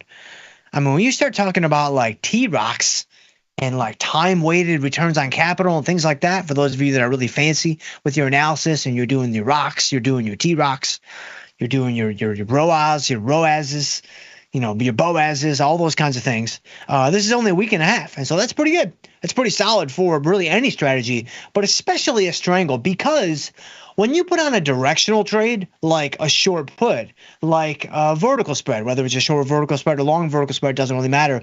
Those are kind of, you know, you're kind of signing up for a quick turnaround. You're kind of saying, hey, if I get the direction to move right, like I want to get paid quickly, and you almost always are paid quickly. But when you put on a strategy like a strangle, like this is intended to be a slower moving strategy. Like this is intended to be, all right, this is going to be a waiting game. We're going to have to tap into our doing nothing strategy. We're going to have to tap into kind of some patience and kind of let this thing work, let this thing kind of churn. But with this strangle, I mean, look at this, man. We picked up $1.60 on the trade or whatever it's been, and it's only been a week and a half. This will never happen with an iron condor. Never. Because when you put those long wings on the outside of the iron condor to define the risk and to kind of, you know, build in that safety net, those long wings are slowing down the progress of the short wings so significantly that you can never have a quick payday on an iron condor. It's just never going to happen. Just by the very structure of the strategy, it can't happen because the longs are canceling out so much from the shorts. But when you have a naked strategy like a strangle, even if it is a waiting game, even if you are signing up for, you know, a pretty good deal of patience, it is still possible that you could have a really nice payday quickly, like we have had here in IWM and in this strangle. So I think that was an interesting little teachable moment, something that doesn't happen often. Again, it's never my expectation when I put a strangle on. I put a strangle on at 45 days to go. You know, I'm buckling up until 21, basically. You know, now might I get out at 27, 28, 24? Of course. Could I get out at, 33 or 34, 10 days into the strategy? Of course. I mean, it's happening right now with IWM, but usually you're taking it closer to 21 days, generally speaking. And so that was a nice little trade. Let's go ahead and let's close out of IWM. And I also want to take a look at our diamonds position because I think that we might be able to roll this guy, which would be pretty nice. Did something hit the newswire though? Guys, let me know in the chat because I saw it was around, it wasn't 1 o'clock. It was like maybe 1:35 or 1:40. I was getting ready for the show, kind of thinking through where I wanted to take us here today, which I'm still trying to figure that out, by the way, as we go live on the show. But I saw market drop like a stone. Market dropped like a stone and started whipping around. I'm like, okay, something hit. I don't know what it was, but something hit. And then all of a sudden it just caught a tremendous bid, like basically as we were coming into the show. And so was it kind of like a, here's your Tennessee tariff, just kidding? Like, is that kind of what happened? Because that's what's been happening. And so I would be curious to know if something did hit the wire, and that would explain this move. And so somebody let me know in the chat, not only because you will be letting me know in the chat, but you also help out the YouTube algorithm. And you kind of, persuaded into thinking this might be a decent quality program. So let's go ahead and let's see here. IWM, we'll do $1.35. All right, so we got filled at $1.35. We're out of IWM. There you go. So let's go to DIA now. So for DIA, this strategy obviously has not worked. And earlier I was looking at this and it was trying to tell me that I could roll this thing for a credit. And I'm like, there is no way. A 13-cent credit? There's no way. There's no way. It's too far in the money. Oh, I see what's happening. See, this is why you've always got to check your strikes, right? So, I pulled up the roll and I was like, this thing's too far in the money. There's no way you should be able to roll this for credit. It doesn't make any sense. But let me take a look at it just for completeness purposes. I popped it open, which is what you see on the screen right now. So if you're watching the show and you see the screen, like look very carefully at the screen. If you're listening only to the show from my audio only crowd out there, I'll try to kind of walk you through verbally what we see in front of us. So my strategy right now is 433, 443. $10 wide, kind of some janky strikes, whatever, right? When you roll forward a defined risk strategy, generally speaking, you want to keep the strikes the same. You usually want to maintain the same width, the same strikes as what you have right now. Now, are there times where you're rolling up and things like that? Of course, especially with undefined risk strategies, like, rolling on tested sides, you're doing things like that. But generally, with a defined risk strategy, even like an Iron Condor, you're keeping the strikes the same. Now, can you roll untested sides on Iron Condors? Of course, you can do that too. So this doesn't apply to every single situation. But by and large, as kind of your default setting, I think it's a pretty good starting point. Okay. When I went to roll this to the March cycle, it was populating as a credit of like 10 or 15 cents. Now it's showing 27 cents. And I'm like, that doesn't make any sense. Are there really wide markets? That could be. I mean, the boomers, they're not as liquid as their younger brethren, like an IWM, like a Russell, like a NASDAQ, even like an S&P 500, right? And so it's like, okay, it could be wide markets. But now that I'm looking at this, plain as day, it's not wide markets. That's not what's going on. It's actually they, and by they, I mean, again, the elites who control the market, Sosnoffs, Batistas, Sheridans, etc. 433, 445. So they're going to put us into a wider spread, right? They're basically saying to us, hey, I can get you into this $12 wide spread for the one-time low cost today if you act now of 23-cent credit. And it's like, wait a second, I'm already in a $10 wide spread. I don't want to move to a $12 wide spread because, yes, I will be collecting on credit, but I'll be adding $2 of risk to an already in the money spread. That's a terrible idea. That's a terrible idea. That's a worse idea than going in and saying, hey, give me that 84-month, car lease. Right, give me that guy for the $300 a month payment. The present value of that is, $89,000 for your new Honda Civic. But hey, at least my payment's $300 a month. Doesn't make any sense. Same type of thing happening here. Like, why would I want to absorb $2 more of risk for a piddly little 23-cent credit? It doesn't make any sense. Now, if the strikes were the same, it was still $10 wide, 433, 443, whatever, then it would be all good. But because we're so far in the money, that didn't really make sense to me. But I did want to investigate a little bit. And this might be helpful for you guys. Like, sometimes if the strikes aren't available in the cycle that you're rolling to, which is that's what's happening here, the 443 is not available. You have a 440 and a 445. Those are your only options. The 433 is available because I guess it's a little bit closer. It's a little bit closer. Is it closer? No, that's weird. That's weird that the 433 is available and the 443 is not available. But anyway, again, this is the Sosnoffs and the Batistas. Like, this is not our decision. Like, they tell us what we can play with, and we don't really have any pushback on that. So 433, 443 is gone. I would have to do a 445. And so that's why I'm going to pass on this diamonds roll. I'm going to sit. We're going to stew. It looks like we're going to run out of time, but you never know. Like, you never know. I mean, again, it's kind of like Hood. I mean, Hood, we've got 1 day left. That's probably not coming back. But 8 days... 8 days in the world of the market is a very, very long time. 8 days in the world of, boomers is an extremely long time because it could be their final 8 days.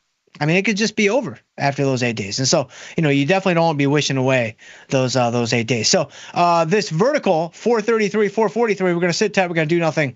And that is that. All right. So let's do it.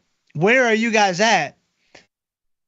So I caught the final comment as I was about to scroll up to the top. So really quick. So Air Rage, you are the final comment right now. I see what you're saying. You said my hair is looking more and more like Tom's.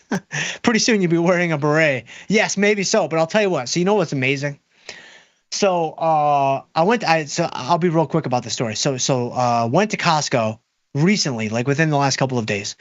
Went to Costco, had to return this vacuum, this Dyson vacuum, right? Remember the piano stuff? The piano returns were amazing. Well, this Dyson vacuum, we've been using it for 6 months. 6 months. But then it started overheating. It wouldn't suck things up. We tried to get the Dyson expert on the, the live chat. We tried to troubleshoot it, whatever, and he just finally said, hey, I don't know what's wrong with it. Like, where'd you get it from? And we said Costco. He's like, well, you could take it back to Costco. It shouldn't be a problem. Or you can take it to this repair shop. And I'm like, I'm not taking it to a repair shop. Like, let's test out this Costco return policy. So I went up to Costco. I went up there by myself. Went to Costco, and I bring in this Dyson. It's like in pieces. Right? It's still got cat hair in the roller thing, right? And I'm like, this is the real test, right? I walked up there, absolutely zero problems. Zero problems. Homeboy was like, hey, do you need a hot dog and something else, along with all this cash I'm going to give you back? I'm like, maybe so. That actually sounds amazing. But while I was standing in line, I'm standing in line, and my hair was in a state that's very current to what you see right now, for better or worse. But I'm standing in line, and this older woman, so sweet. This older woman was right in front of me. She turns around, and I stopped her in her tracks. She had to do a double take. It was crazy. She turned around, she looked at me, she said, oh my gosh. She said, do you mind if I ask you? She says, your hair natural? And I started dying laughing. I'm like, do you actually think there's some scenario where it's not natural? I'm like, that's crazy. She says, your hair natural? She said, it is so beautiful. And I said, this is what I'm talking about, people. This is what I've been waiting for. It's only taken me 11 months to get to this point. But man, I was just dying laughing. That really made my day. And so we're gonna keep going. I was gonna get a cut, but now I gotta keep going. And so all right, but anyway, I don't think that story is going to help you become a better trader at all, although it might give you a morale boost of some sort. So, all right, where are we at? Org Denu's in the house. What's going on there, Org Denu? Greetings from Italy, Dr. Jim. I love all your webinars. Thank you for your great work, man. I appreciate you so much. Thank you so much for being a part of what we do. And it's just, man, I just appreciate you. All the support is why we can do what we do, whether it be, the digital show like what you're watching now, all the YouTube stuff, the crash courses and stuff, the live events like the live bashes and being on tour and all that stuff. It's amazing. And yeah, thank you, Org Denu. Really, really appreciate you, my friend. Emmett's in the house. Greetings, Dr. Jim. Here for another session of your wisdom. Man, I appreciate you, Emmett. Appreciate you so much. Thank you for sending me that great email the other day about your IRA situation, and hopefully it was helpful for you. A lot of you guys out there are trading in IRAs. And so you're not alone, my friend. That is a very common occurrence that we see on the regular. But I appreciate you, Emmett. Thank you for being here. It was great to meet you last week at the pop-up event. And of course, if I can ever help, man, just reach out anytime for any reason whatsoever. Sam L. Doc, did we survive the CPI, PPI, and Uncle Jay? I don't know. Did he go purple tie again? So I still haven't gotten an answer on this. The second day, Wednesday, so that would be yesterday. I haven't seen any clips or anything, but did he go back to the purple tie? Did he go back to the well? Did he try to bite the hand that feeds? 9-inch nail style. That'd be pretty risky. That'd be pretty risky indeed, but it's man, again, is it any riskier than going with the black? Is it any riskier than going with the gray? I don't think so. And so can somebody tell me? I understand it was the same testimony, but was he wearing a purple tie again on Wednesday? Somebody please let me know, because I still don't know the answer to that. Sam L. says, but man, have you seen the price of eggs? Year over year, at this point, it's probably cheaper to stock up on peptides. It probably is. For muscle growth, little BPC 157, little TB 500. For muscle growth instead, our homeboy Jeff B needs to hook us up with some pharma. He does need to hook us up with some pharma. There's no doubt about that. That should come with your Amazon Prime subscription. You should get a little discount to, Bezos Pharmacy, right? Because my man's getting some grade A stuff. My man is getting primo quality stuff. And so he's taking all our money with Amazon Prime. Let's get a little something on the backside. Let's get a little something on the back end there with just a little discount code. I'm not looking for anything free, but can you get me a little BOGO maybe from the pharmacy? That would be pretty nice. But no, I'm actually... So and I've shared this with you guys before, because the price of eggs I know it's a big deal and all that kind of stuff. But Autumn, so my own personal, our family's demand curve for eggs is extremely inelastic. It's basically like a vertical line higher. The price point of the eggs doesn't matter, because the eggs that Autumn makes me buy, I need to go out into the field and I need to harvest them from the actual chickens or hens or whoever's laying the eggs. It's one of those two. But I need to be out there, and I need it cannot be more than 30 to 45 minutes old, right? And I need to actually visually inspect the chickens and the hens. Like, I need to know, like, all right, are they well liked? Is he kind of like the outsider? Is he like the outcast? Like, I don't really want those eggs. I want the eggs. I need, the valedictorian. I need, like the class clown. Like, that's fine too. Like, those are the kinds of eggs that I'm required to buy. If I come home with anything other than that, because I do like 100% of the grocery shopping. And so that's always a problem. So, Samuel, honestly, I'm not sure what like regular eggs go for that you guys are able to eat and enjoy and just, live a normal life. I actually don't know, but I have heard that the price of eggs has gone up significantly. Topher, cheers, Dr. J. What's going on there, Topher? I appreciate you, my friend. Thank you for being here so much. If I can ever help in any way, please let me know. It's my absolute pleasure to help you and assist you in any way that I can. Sergio's in the house. Hello, Dr. Jim. What's up there, Sergio? Appreciate you too, my friend. Thank you. Robert says the Trump tariff news conference. Yes, there you go. So what did he say? So did he say something about the tariffs? I'm going to scroll down to see if anybody hooked it up with some info. I don't see anything. I don't see anything. It looks like you guys let me down. I don't even see the tie color. Man, where are you guys at today? What tie color was Uncle Jay rocking yesterday during the Wednesday deal? Like, I know Tuesday was purple, but what was Wednesday? That's what I want to know. But yeah, so the tariff, but apparently, again, I mean, it went down, then went back up. So, I mean, was it already like a tariff like rope-a-dope, like in the same news conference? Like, that would be a pretty quick turnover, even for Trump. And so that would be pretty interesting. But Theta Trader says, Dr. Jim, no questions today. Just checking in to confirm that I'm safe from PPI and various snowstorms. Yeah, if you're in a snowstorm, I mean, that's user error. That's your own fault. You need to get out of that forthwith. But yes, so far we are safe from PPI. I mean, again, it's scalding hot. Like, it is blazing hot. But again, it's all made up. It's all fictitious. So whether it's hot, whether it's cold, doesn't really matter. Because if I'm not mistaken, the PPI today was scalding hot. And then they revised a bunch of them in the past that are now scalding hot. That, like, at the time were like medium or like lukewarm. But now those guys are blazing hot. You can't grab those without your oven mitts. And so it's like, man, like, what are we even doing here? Like, why do we even bother going through these numbers when they're released, the first time? If we're just going to change them, oftentimes drastically, it's like, why don't we let's all pretend that PPI was going to be today. Like, we can celebrate it, we can close the banks, we can do all the stuff we would normally do, but don't release it. Just keep it under wraps and wait, I guess, the mandatory 3 to 6 months until you have it revised to the actual number, right? That might be helpful, I think, for people to actually get a grip on what's happening in the economy. But anyway, I mean, I'm just one man with a 4-year-old intern, so what do I know? But Junior Mac's in the house says, good morning from Australia, Dr. J. What's going on there, Junior Mac? Thank you for being here, my friend. I appreciate you very much. I am very, very thankful for you being here all the way from Australia. And so to know that from theory to practice is international like that is pretty crazy. And I actually thought that the Trump news conference at 1 o'clock was his taking over Australia. Like, again, I really felt like his advisors sat him down and they said, listen, President Trump, like, we got it. Greenland, not a bad strategy. Mexico, not a bad strategy. But listen, this is basic 10-year-old boy strategy. You open up risk, you go after Australia first. We don't need to reinvent the wheel here. Like, this is a well-worn path through the forest that's been done many, many times. You build out your blockade from Australia. You lock that guy down so nobody can come in, and then you start to conquer the world from there. And so I was kind of thinking that was going to be the 1 o'clock press conference, but apparently I was wrong. But Junior Mac, thank you for being here. While Australia is still yours. Ruben C's in the house, says CPI, PPI, and FOMC, and now we even survived even the tariffs. Dr. J, I will give you the money I promised you for that expected move butterfly from last week. Man, I'm glad you picked out the one winner. You didn't take Hood or even, Crocs was a winner, I guess. But, we had a couple SPX blunders the last couple of days for all my chess players out there that might be watching the program. And, so somehow we're here. But again, are we going to make it? Are we going to make it through tomorrow's retail sales number? I mean, I don't know the answer to that, but all I can say is the severity of this print, the severity of the retail sales number that's coming out tomorrow morning. I've never seen a more significant economic number in my trading career. I've been trading since 2007. I mean, that's through the great financial crisis. That's through, the COVID crash. That's through, the flash crash of 2011.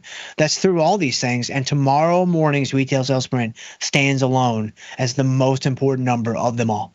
And so I would not be sleeping on that. You're going to want to get up at 5:30, maybe 6, just to make sure you're ready to go for that number that drops at 8:30. And it pushes the NASDAQ. It could push it even 30, 40 points. I mean, it could be some serious stuff. And so, but I appreciate you there, Ruben. I'm glad that you were able to get a winner from the different trades that we've done. That's awesome. That's terrific. So Brian's in the house. He only knows just distributive bargaining, and he uses it to get stuff first, pay for it never. Yes, like most politicians. Like, he understands the game, right? And so he's learned. He's learned on the job because he wasn't a politician, right? I mean, that's something that he says all the time, and it's true, I guess. But I think he's got the grift. He's got the grift down pretty well, though. And so it's almost like he's been doing it his whole life, right? It's almost like that. So RC says, this is like Clark Kent teaching today's class. Oh man, I appreciate you. Look at you. Yes, we did go with the glasses today. If you are listening to the audio only version of the show, had to go glasses today, having some contact issues, which is never fun, but it just happens. It's it's what you sign up for. If you're a contact wearer, you get on a bad streak where they just don't feel good. You just got to give it a break. You just got to give them a little bit of a rest. And so, but I appreciate you there, RC. I'm going to send you that cash we talked about for you putting this comment in the stream at this time. And so you're a good man, my friend. And so Theta Trader says Next is shutting down the limestone mine where they process their federal retirement paperwork by hand. I thought that was the bee, but it's actually real. Yeah, that's always funny. The Babylon bee is very funny. And as far as the headlines now, it's very difficult. It's very difficult to be able to figure out like what is real and what is parody. That is 100% true, and it's a wild time that we live in, man. Like, it's gonna be crazy. I was just thinking about this the other day. Like, even if you just think about like the time that we live in, with just like all the stuff that's happening right now. I mean, obviously you have Trump was president, and then Biden, then Trump's back in. Like, that's crazy in its own right. Then you think about like AI. You think about like the beginning of AI, and you start thinking about like electric cars. You think about like Elon Musk. You think about like Mars and like whatever, right? And I'm like, man, like when I'm talking to like my grandkids, right? Like, Penelope's children, Eli's children, Amelia's children, whatever. It's like, man, I'm going to be able to tell them that like we lived through that. Like, I had his show. We talked about that every day, every single day. And that kind of blew me away. I'm like, wow, this is like, we're going to be able to tell them like all the stuff that they're reading in their history books or on their history tablets or, their history augmented reality teachers, people, bots. We're going to be able to tell them like, I actually lived through that and I was actually there. And that's pretty crazy if you really think about it. But let's see. Daniel Perkins says, Dr. J, let's go, man. Let's go. You got the NASDAQ now up 238. Man, look at this. That's what I'm saying. Again, guys, 22,000. That was your lowest tick. You had a chance to get in. And if you missed it, I don't know what to tell you, man. Like, that's going to be 100% on you. That's just the way it has to be. And so let's see. RC says all your biggest fans are in the peanut gallery today. Yes, I see a lot of the regulars are here today. You guys are amazing. And I'm sure that I'll get to more in the next 9 or 10 minutes as we cruise through more of the comments. But yes, let's see. EP Boyd, whoa, since when does Dr. Jim wear glasses? It's like Clark Kent. Man, look at you guys. Look at you guys. I don't have any cash left. Right? The NASDAQ took all my cash. Right, my short silver positions in stealth mode took all my cash, right? And so, man, you guys are really bleeding me dry here, man. But I gotta own up to it, man. You guys are absolutely between y'all's comments and that old sweet woman at Costco admiring my luscious locks. I really, you guys are really doing it to me today, man. I appreciate you guys. Let's see. Oh, Demi says, how would you use Vanna, Vama, and Charm if they were in the platform? Yes, that's a great question. That's a great question. So I've been pushing for these. To get on the platform for several years now, and I personally would probably use Vama and Charm more than Vanna, just from personal experience. But I think Vanna can be incredibly helpful as well. If I'm not mistaken, Vanna is how Delta responds to volatility changes, I think. I'd have to, sometimes it's a bit of a mishmash, but I think it's second derivative, first with respect to price, second with respect to volatility. So it's essentially how delta changes as IV changes. That can be a really important thing, especially like in the final week of an option expiration when you're thinking about like hedges coming off and you're thinking about like, just like dealers repositioning because they're trying to balance their deltas and things of that nature. But VAMA and charm for me, there wouldn't necessarily be things that I would use like, I'm trying to squeeze a little extra VAMA out of this or trying to extract a little extra charm out of that. It wouldn't be like that. But just to kind of get a broad-based picture of, I'm looking on down the strikes. And I'm looking at the option chain. I'm trying to figure out what strategy I want to do. I can see the charm is X. I can see the VAMA is Y. And I know that maybe for that context, I want a higher charm and a lower VAMA. It's just going to show me kind of where I'm at in space. Give me kind of some spatial awareness with my strategy selection. Now, you hear Tom, he's giving you all the runaround, man. He's giving you all the rigmarole. It's like, oh, we got to hire more developers. Like, oh, you don't understand what it takes to push that stuff through the pipes. Yeah, we got what? We got Watson or Wilbur, whatever his name is, the Google guy who did, quantum mechanics in like 7 seconds, right? My man did like all the information in the universe in like 7.5 seconds, right? And so it's like, come on, you telling me you can't get charm on the platform? And we got this cat doing that? Like, I don't think so, man. So I'm not buying it for a second. But anyway, that is how I would use it, Demi, on the platform. Again, more as like background information, less as like, like frontline, like trying to get to like a specific VAMA or a specific charm like I might do with a delta or even a theta. Those are going to be a little bit more like, finely tuned instruments, whereas, the VAMA and the charm is just kind of a wide sweeping understanding of where I might be in space. And so let's see. RC says now's the time to hunker down in the bunker, man. If you're looking to get in, now it's too late. Like, you should be watching this show from inside the bunker. Because, it's any second now. Like, the retail sales numbers tomorrow morning, I know, but once everybody starts to front run that number, which should be any second now, it is not going to be good. It is not going to be good at all. And so Theta Trader says, you know what? He's right. I've going to get a job working in that mine shaft. Always wanted to live and work underground. There you go. If you live and work down in the bunker, then everything you need is already down there. So that's good. Obviously. Let's see. Cynthia. Cynthia's in the house. Dr. Jim, I've learned so much with you. First time watching you live. Brazilian living in Philadelphia. Look at you, Cynthia. So that's probably the Brazilian version of Cynthia, I would imagine, which is awesome. My mother's name is Cynthia. My sister's name, or one of my sister's names, is Cynthia. So, Cynthia, thank you so much for watching. I'm so humbled that you tuned in live today, and I'm so humbled that you have checked out, more of the content with Crash Courses to other shows, shows of From Theory to Practice in the archives. Like, that's amazing. That's absolutely amazing. I hope you're getting along okay in Philadelphia. And you've got your Eagles now. Your Eagles you've got our Eagles. I slipped up there. Our Eagles, right? Been a fan from since day one. I can't believe I slipped up. Doesn't even make any sense. But our Eagles are world champions now. They're just champions of the U.S., but we're going to say world champions. And so that's good stuff, though, Cynthia. If I can ever help you, please let me know. And so here we go. Stay Puffed says, I told my girlfriend to cancel Valentine's Day. Retail sales report is more important. Yes, that's true. Although I have to say, if you're needing to cancel Valentine's Day because of an 8:30 a.m. print, like, you've got a whole day excursion planned. Like, you're doing the whole thing, man. You're not doing a card or like a dinner or like, a basket of candy. Like, you've got like zip lines and like bungee jumps and like, I don't know what you got planned. But man, if this thing starts at 8:30 a.m., like, that's really, really impressive. Because I've never seen a more important retail sales number, but it's going to be over by 8:31. It's going to be done. Right, the move in the market will have been made.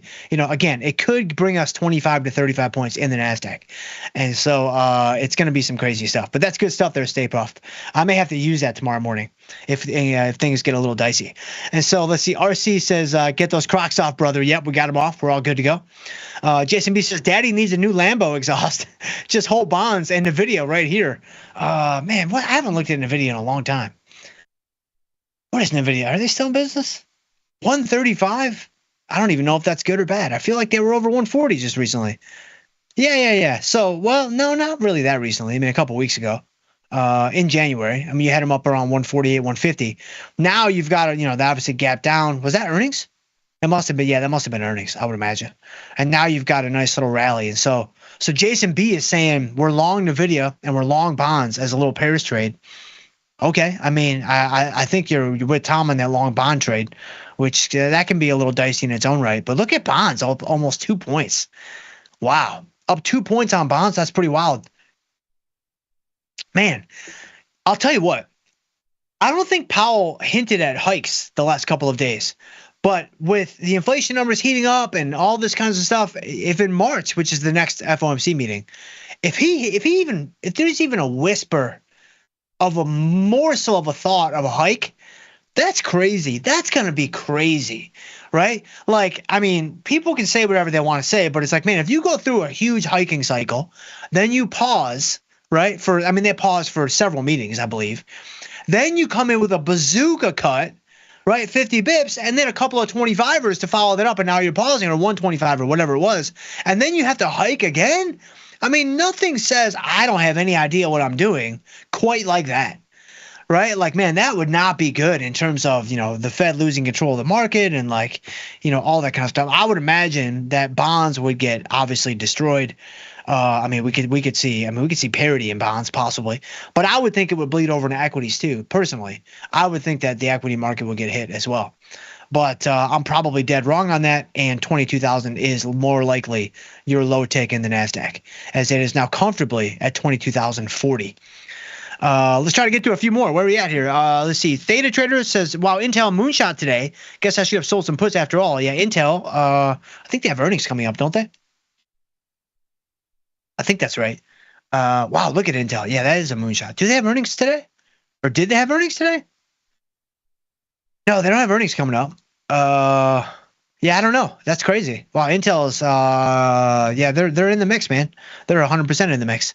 Let's see. Ringo Huge. Hey Jim, I know this is a basic question. I have a January 26 SFM covered call strike is 165. Stock price is 175.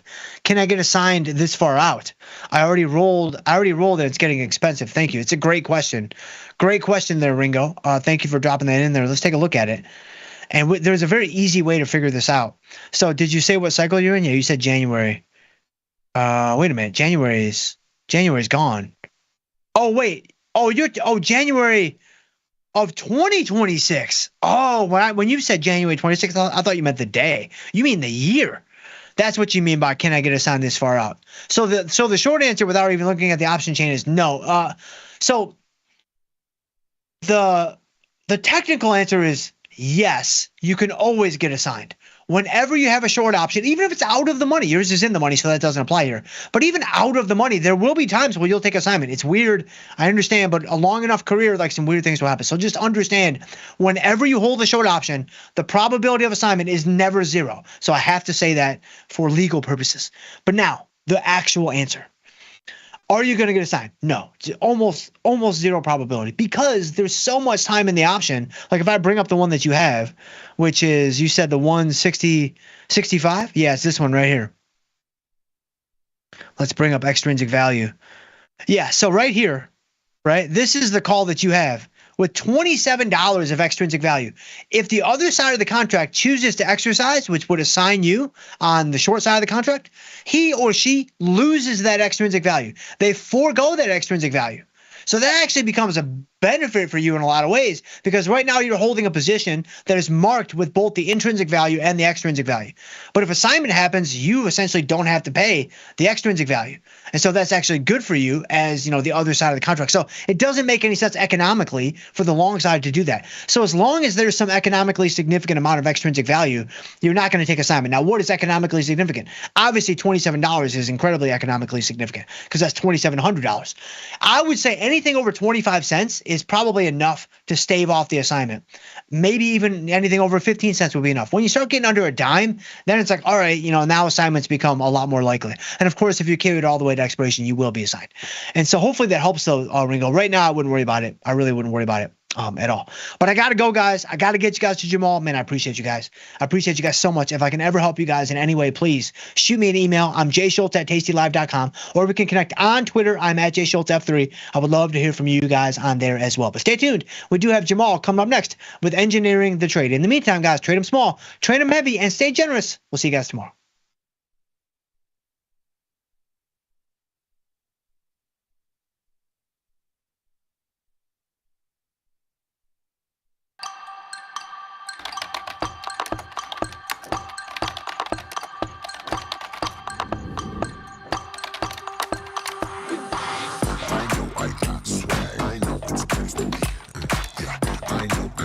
much does it cost you guys to do simultaneous hair flips?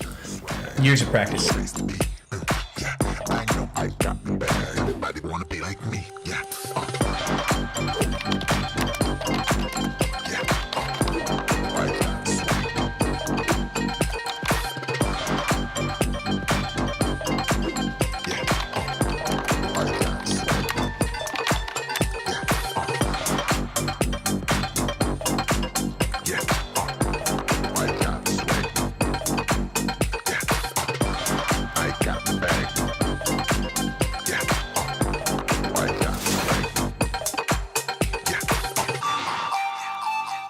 Forbes called us best online for options trading. With stockbrokers.com, we're number one for options and futures trading. So what else can we say other than boom? Trade like a trader. Tasty Trade. Make your move. Looking for a better broker and a bonus? Sweet. We got you. Right now, you can get a bonus of up to $4,000 when you open and fund a Tasty Trade account. Plus, low rates, smart tech with the analysis tools you need, and award-winning support. So, get a broker who's actually got your back.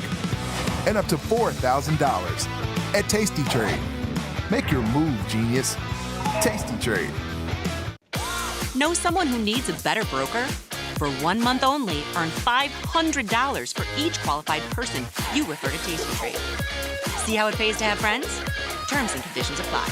Tasty Trade. In the world of investing, a beast lurks between the numbers, ready to pounce. Some traders hide from it, some ride it. If that's you, join us on Tasty Trade. Genius loves company.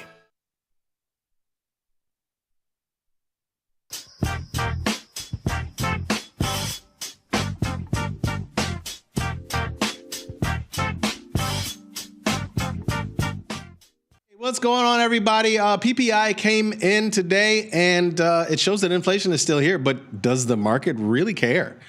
From the looks of it, maybe not. We'll talk about what's going on there. Speaking of market, in the last, 45 minutes or so here, actually a little bit longer, about almost an hour now, markets have ripped higher on this news that Trump will impose reciprocal tariffs and basically saying that we're going to impose tariffs on any country that imposes tariffs, higher tariffs on us. Markets really seem to have changed their tune on how they feel about tariffs. We'll talk about that. Oh, yeah. 18 days in a row? Meta, at least it's trying. We'll see where it ends up today, but this stock has been really strong, and we'll talk about reasons why. And then finally, we got Coinbase earnings. Do you think they can do it? The environment certainly is set up for them to succeed. So we'll talk about those 4 things and more. We'll take a look around at some of the earnings that are going on and talk about what markets and volatility are doing here today on Thursday, February 13th. But first, welcome to the most dangerous show on the Tasty Live Network. Folks, it's Engineering the Trade, and I'm your host, Jamal Chandler. I was going to say this in the show, but it popped in my head at the beginning. Sorry I missed you guys on Tuesday. I lost a friend of mine, a college friend, and it was a little difficult to deal with when you got stuff like that swirling around your head. It was an unfortunate accident, so I have been thinking about my friend, and we've known each other since we were like 18 years old. She was a really good friend of mine, college friend, and I'll miss her, but that's why I was missing on Tuesday. So glad to be back here in the saddle with you guys.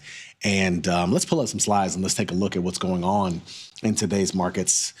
PPI was the headline number today on the heels of CPI yesterday. Markets tanked on CPI, right? Inflation's still in the system. It's a slower progress to the 2%. You know the drill. This is what we've been hearing for the last couple of CPI reports. However, it was weird because markets mostly reversed yesterday. They did in the NASDAQ. They didn't quite in the S&P. And then you come in today and you got PPI. You could almost kind of expect a similar situation of inflation still being an issue, even on the producer side with PPI. And to some degree, we got that. But oddly enough, and I've had to look around, search, read this a couple of different times. Apparently, markets feel that whatever happened and came in the PPI it's going to lead to lower inflation as a result of PCE. You can't make these things up. I don't know. Nevertheless, that seems to be the way that markets interpreted it. We'll see, what they look like going forward. Seeing you guys in the chat, I appreciate you guys, man. Really do. Really do appreciate that. And this is why I love you guys, man. This is why I love talking to you every single day. Seriously. Yeah, PPI was somewhat of a non-issue, and again, you can't necessarily look at the current move because it seems as though that is related to the next bullet point here. Trump. There was announced yesterday there was going to be this idea of reciprocal tariffs, meaning we're going to impose tariffs on the same level of tariffs on those who impose tariffs on the U.S. Just apparently got signed an order, and this might go into in effect as soon as April 1. Now, let's just think about this. Not this Monday, but a Monday ago, the idea of tariffs on two big partners, and I got a chart on that in a little bit, two charts on that, not this past Monday, but was this Monday the 10th, right? So on the 3rd, obviously we dropped really big on the idea of tariffs, and honestly, it seemed like the market only bounced back once Trump eventually talked to Trudeau and the Mexican president. And then markets eventually bounce back, right? Now we're talking about other reciprocal tariffs for a lot of other countries, and markets seem to absolutely love it. As we sit here, the S&P 500 is almost up 1%. As a matter of fact, it jumped an additional 20-plus points on this news.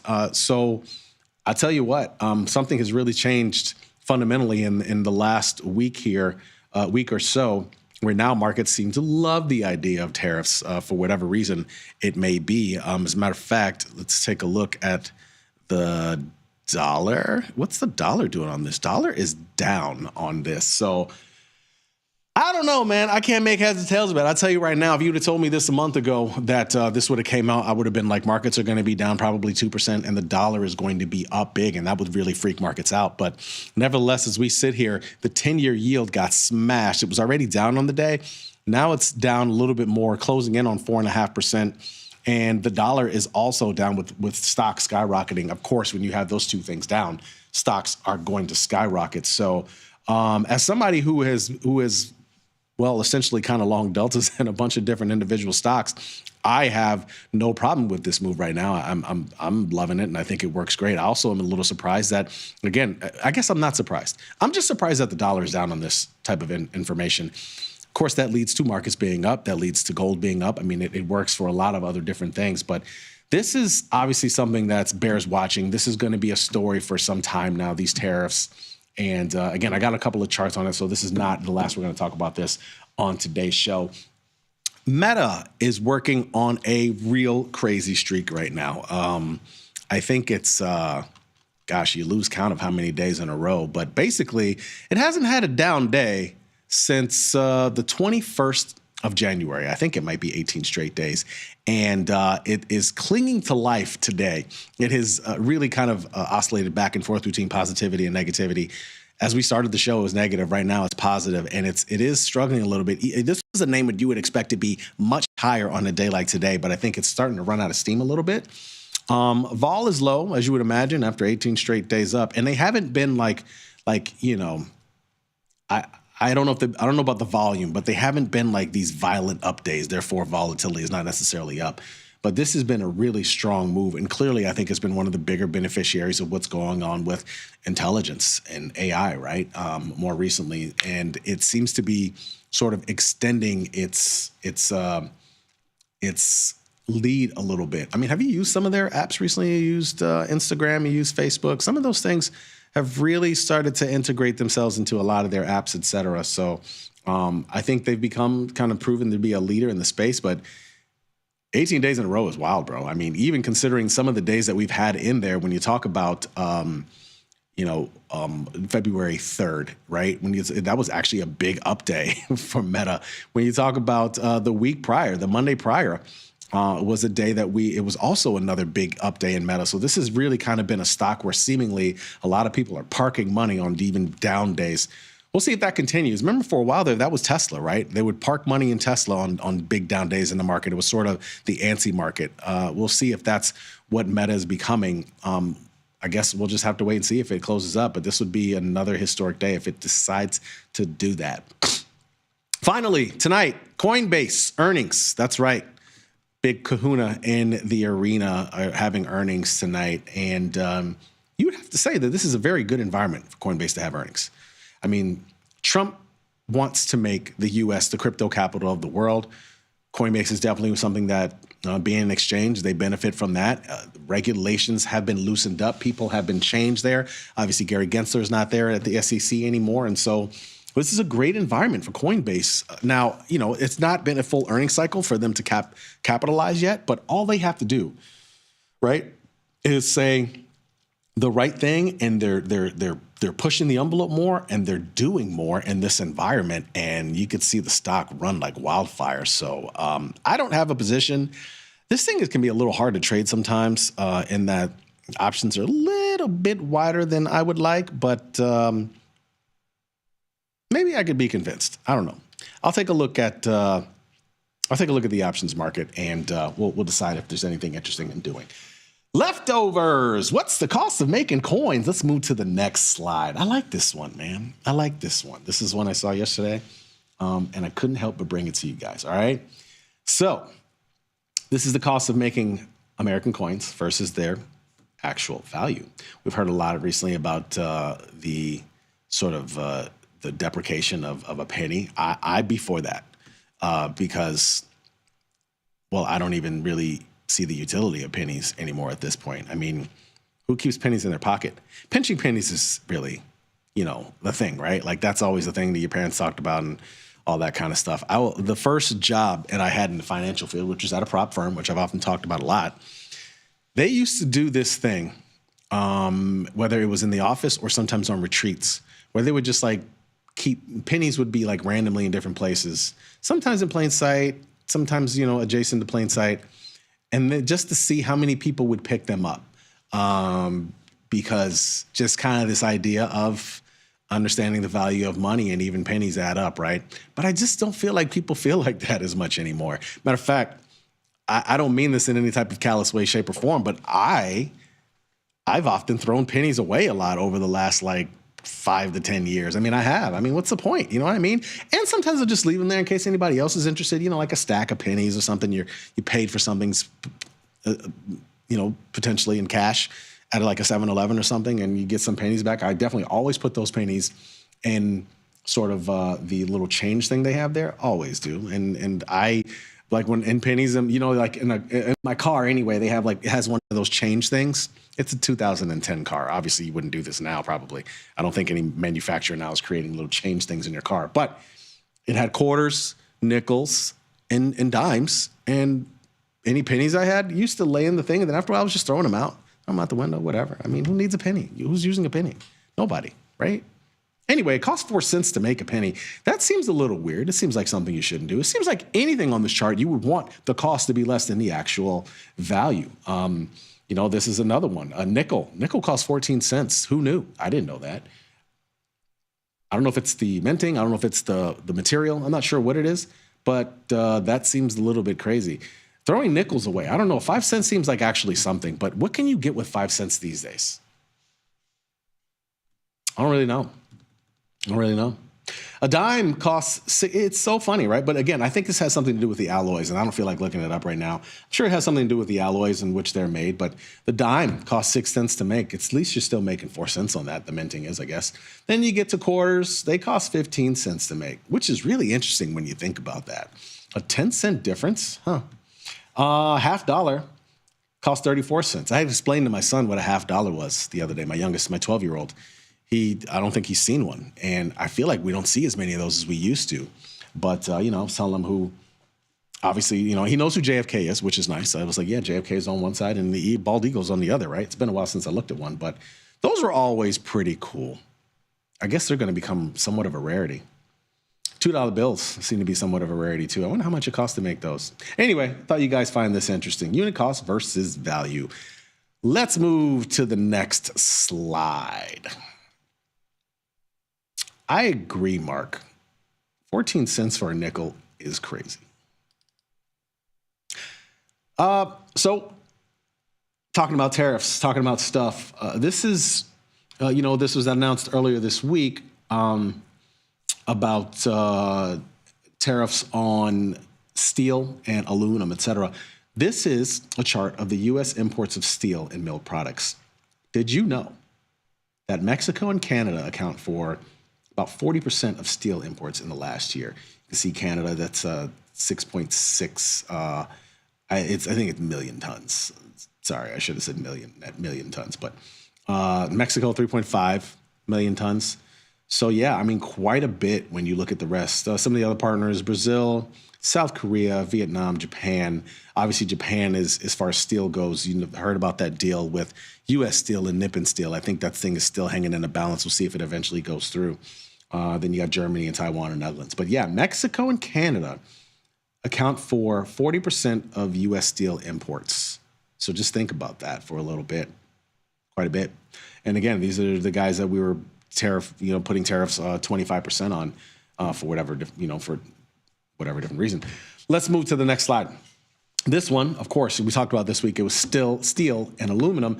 Now we got aluminum. Aluminum just completely dwarfs aluminum imports from Canada. Completely dwarfs some of these other countries that we have. So there's a couple of different metals that obviously are provided by Canada that we're using from them, right? But I mean, look at the other partners. I mean, this is like 3.2 metric tons, right? Compared to the others, UAE is like a distant second, and China, Korea, Bahrain, Argentina, whatever. I can't help but laugh every time I see Bahrain. It's because this was, what year was that? 2018. My wife and I went to a friend of hers' wedding in San Francisco, and one of the guys was actually in the wedding, and the guy who was getting married was Indian, so it was very formal. Now, if you know anything about an Indian wedding, there's usually the groom usually comes in on an elephant. Well, they couldn't do the elephant. Apparently, laws in San Francisco don't allow that. But nevertheless, they all wore some traditional, dope stuff as far as like the people who were in the party of the wedding. And it was funny because it actually was like one of the guys we were hanging with, white dude, but he was wearing this Indian garb. It was really beautiful, right? So, I mean, it looks like, he probably wouldn't normally wear that, but I digress. I made it fun. We went out that night, and I was telling people that he was the Shah of Bahrain. He was like the Shah's son. It worked like a charm. We were getting into everywhere. It was the best thing ever. We had a lot of fun. I'm into stuff like that. It was really funny. Let's move to the next slide. So yeah, Canada obviously is a big importing partner, and that's not even including oil. I mean, that's a whole nother separate conversation. I'll tell you what, I played a couple of these Mag 7s for earnings this time around. Apple has honestly moved more after earnings than it did on earnings. Microsoft didn't move a whole lot. NVIDIA's yet to come. Amazon, I can't remember. Did it move? I think it moved pretty decent on earnings, right? Been a little bit. I already forgot. I think it did. I can't remember. It might have covered the move. Google obviously moved, but it moved in the opposite direction. Meta was fairly strong for earnings, right? And yeah, I mean, and it's the point being, they haven't really completely crushed it more recently on earnings as far as the moves. And this is part of the reason why this is a chart of the difference between the realized quarterly revenue, so realized revenue, and the consensus estimate prior to reporting. As you can see, things were great in that first and second quarter of 2023. Matter of fact, all of 2023, you could see they were really outpacing. This time around, they've been a little bit weak. They really haven't had big sales surprises on earnings, and that's one of the reasons why they haven't moved as well or even moved down. So something to keep in mind. Next earnings cycle, are they going to improve this, or is this kind of the trend that we're seeing, right? This has been kind of the talk. A lot of the Mag 7 earnings haven't really been crushing it more recently. They've been in line. They've been fine. The growth is potentially slowing down. At least that's what we saw this past quarter. Let's move to the next slide. So yeah, I don't know how much I'm going to be playing them. I gotta remind myself of this when it comes to next earnings. I don't necessarily know if I'll be playing them as much because of that alone. Earnings, like we said, we got Coinbase, we got Twilio, we got Airbnb, we got PanW, DraftKings, Roku, AMAT, Wynn, Moderna. I feel like I'm trying to remember. thinking about Moderna. I feel like some of those names, some of these Merck was another one. I mean, Merck is not the same as Moderna, but still, I feel like some of these healthcare names, particularly the vaccine names, have not gone so well on earnings. So something to keep that in mind. Axle and MGA, I don't even know their real names, but I'll just tell you this: I know they're supply parts. They've always been automaker supply parts. And when you think about all the stuff that's going on in the auto industry, we're putting tariffs on Mexico. There's a ton of cars that are manufactured in Mexico, for those who didn't know. So these are two names. Keep an eye on those for earnings. I'm curious just to see what they say going forward. Retail sales is coming up on Friday. Another look at the consumer. We've had these inflation reports this week. Now we got retail sales on Friday. Markets are closed Monday, folks, for President's Day. Hope you got some good plans. I always just like to lay around and not do a whole lot. Then we got the next big data point is next week, Wednesday, FOMC meeting minutes from the most recent meeting where they did absolutely nothing. Number of SP 500 stocks above the 50-day moving average. That's not actually correct. I messed that up. But it's not too far off. It's 53% of the names in the S&P 500. The last time I updated that was a couple of days ago. So hasn't changed a whole lot from a couple of days ago, kind of in the same area. Let's move to the platform. So yeah, I mean, who knew markets were going to move like this? Who got the memo? I didn't know. Tell you what. Hi, Jamal. Should I invest my big stack of $2 bills in SB $8 or just leave them in the dresser drawer? Leave them in the dresser drawer, man. Leave them in the dresser drawer.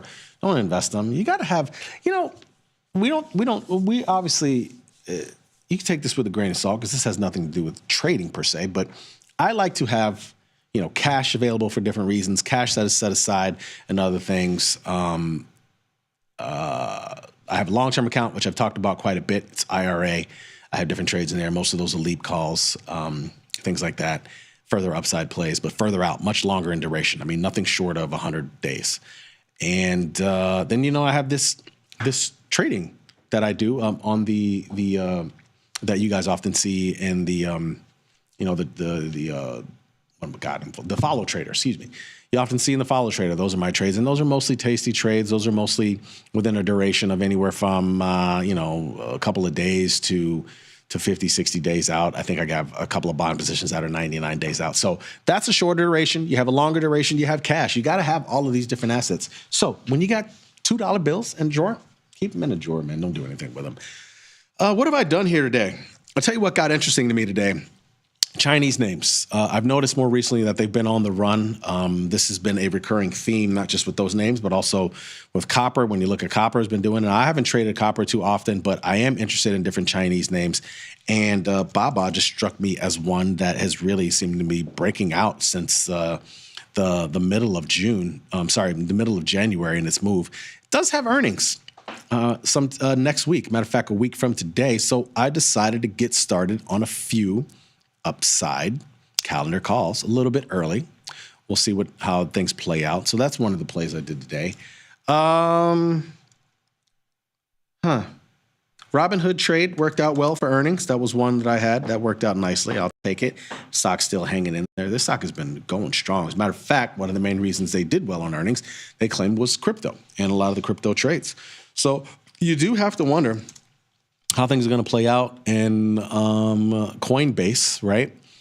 Last earnings, I'm guessing, was sometime in November. Was this an earnings? Probably somewhere in there, somewhere in these couple of days. I don't really know. There was also stuff going on around the election too. I think, while earnings are important, EPS and all that kind of stuff, obviously a lot of this has to do with the current environment. And they'd be crazy not to mention how great this current environment is for them. I mean, I don't have a trade, but if I were trading, I would probably do something along these lines. Although I will say, these are a little more expensive than I typically like to do. So let's see. And again, I've talked about the anatomy of a trade before when you're talking about doing my calendar call spreads for earnings. But let's just say, this is the $30, this is $28, right? So assuming somewhat of an upside surprise, you do the 30 strike, 330. It's usually, basically, I always end up selling the near-term call just outside of the expected move area. This is always just ends up working out that way, right? When you look at options theory, you look at how much these expected moves are. That's exactly what the expected move is showing you. 288 on this one. I mean, it's a little bit rich for my blood. I usually like these in the somewhere under $1 to maybe $1, $50, $60. This is a little bit rich, but it could happen. Depends on how you believe in it. And again, I always do upside. You're totally inclined and welcome to do whatever you want. These are all $2 and change. Boy, these are jacked to the upside. Look at these near-term options, man. Yeah, this is quite the thing. So, who knows? I mean, who knows what they say? Who knows how it plays out? Again, for those who are unfamiliar to the show, I don't like to sell premium for earnings.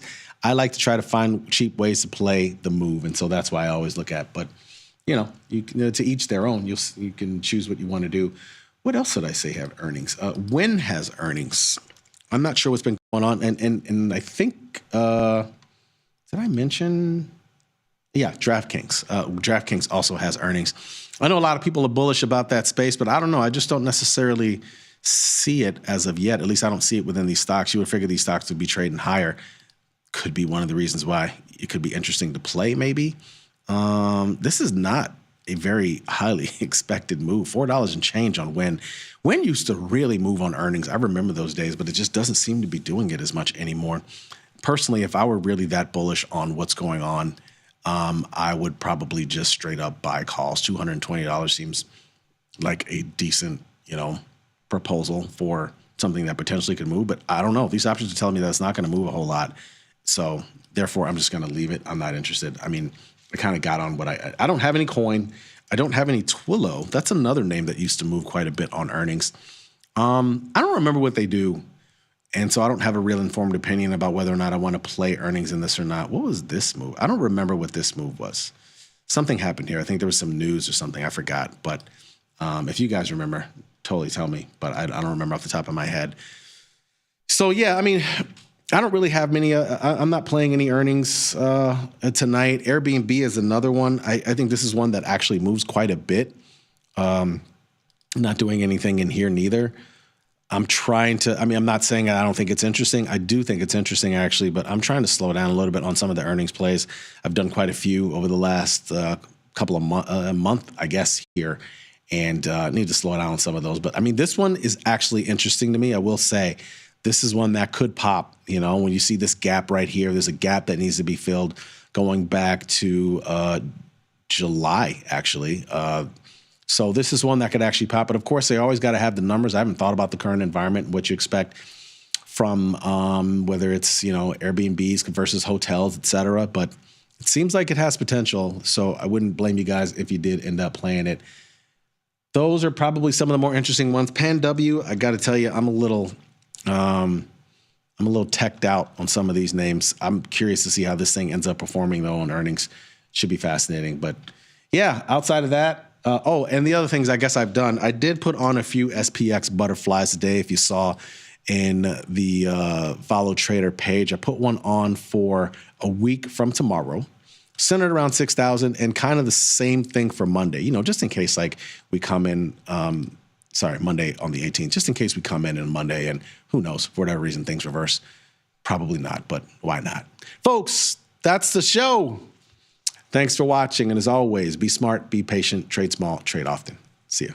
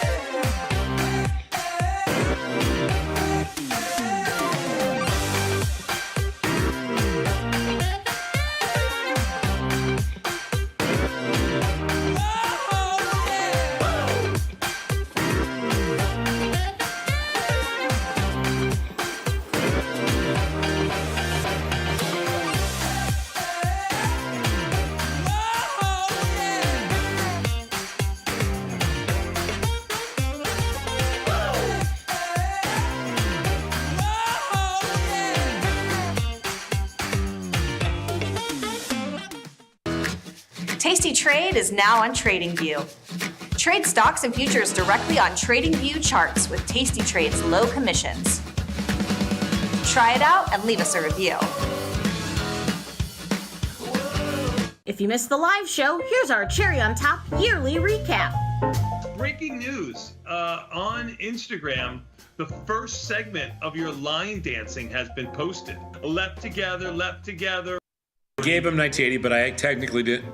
Thank you very much. Thank you very, very much. Not 1980. Not 1980. I remember. I was on the floor. I was working because I would have to get up earlier in the morning. In 1980, the New York Stock Exchange opened up at 10 a.m. Eastern. It closed at 3:30 p.m. Eastern Time. The schedule was in place until September 1985, when the opening time was changed to 9:30 a.m. Eastern. Pay me, Get the full scoop by checking out the archives at tastylive.com.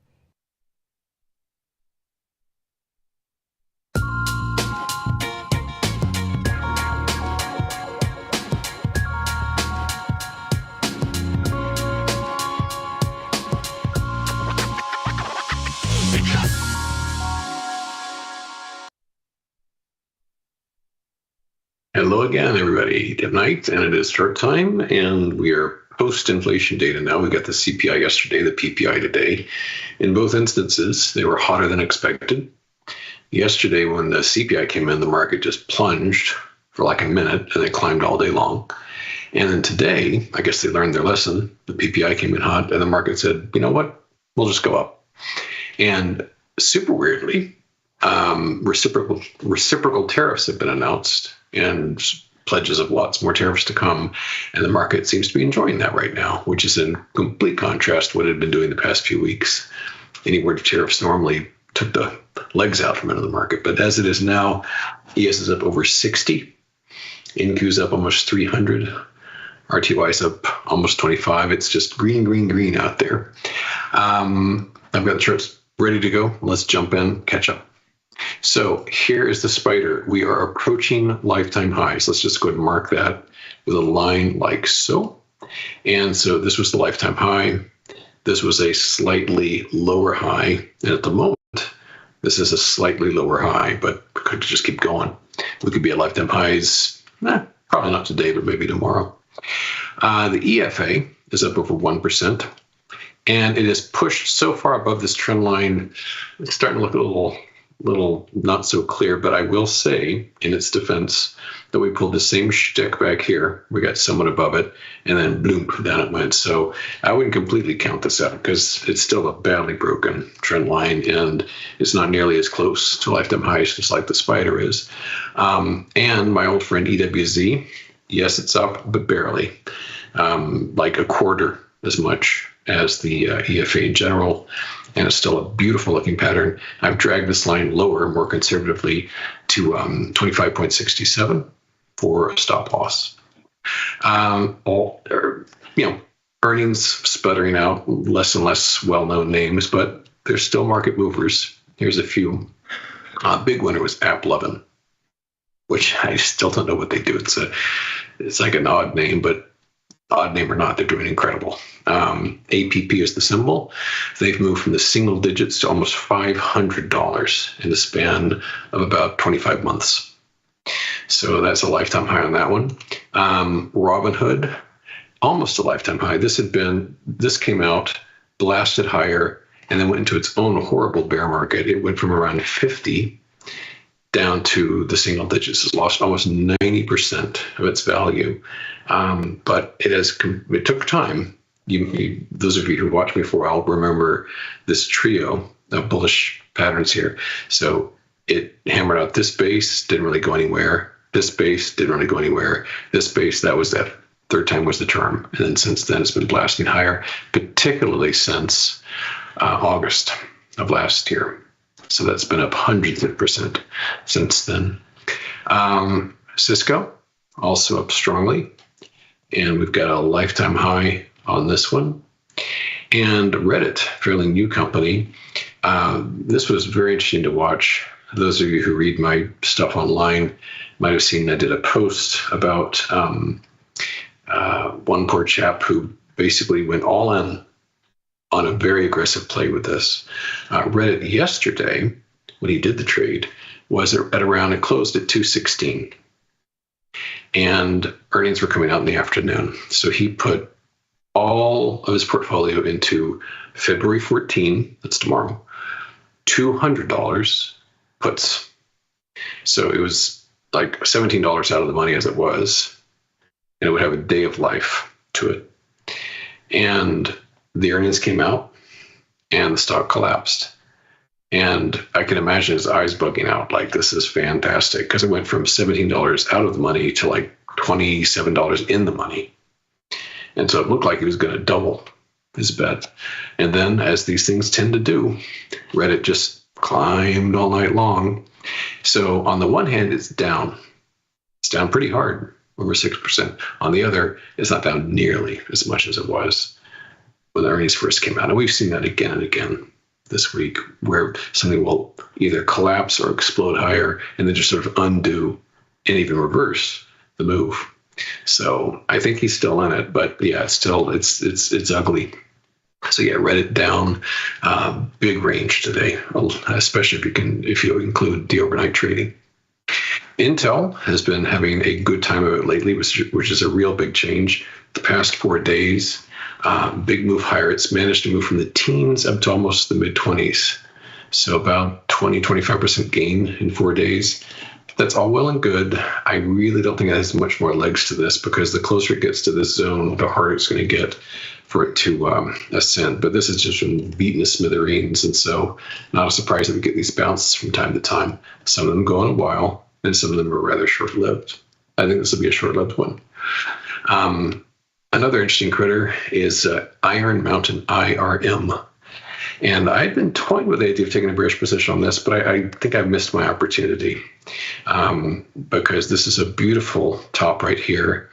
And I haven't dug into it, but I think the reason for the tumble today is because of the attention Elon Musk has given to it.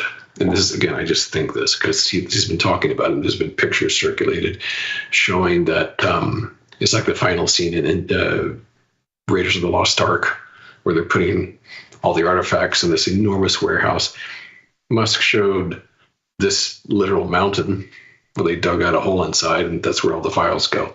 So it looks kind of absurd and preposterous, and perhaps that's why it's taken a hard fall, or maybe not. I don't know. It just seems logical to me, but I'm not getting into it because it's fallen so far already. But yeah, very rich to be on the company taking a hit.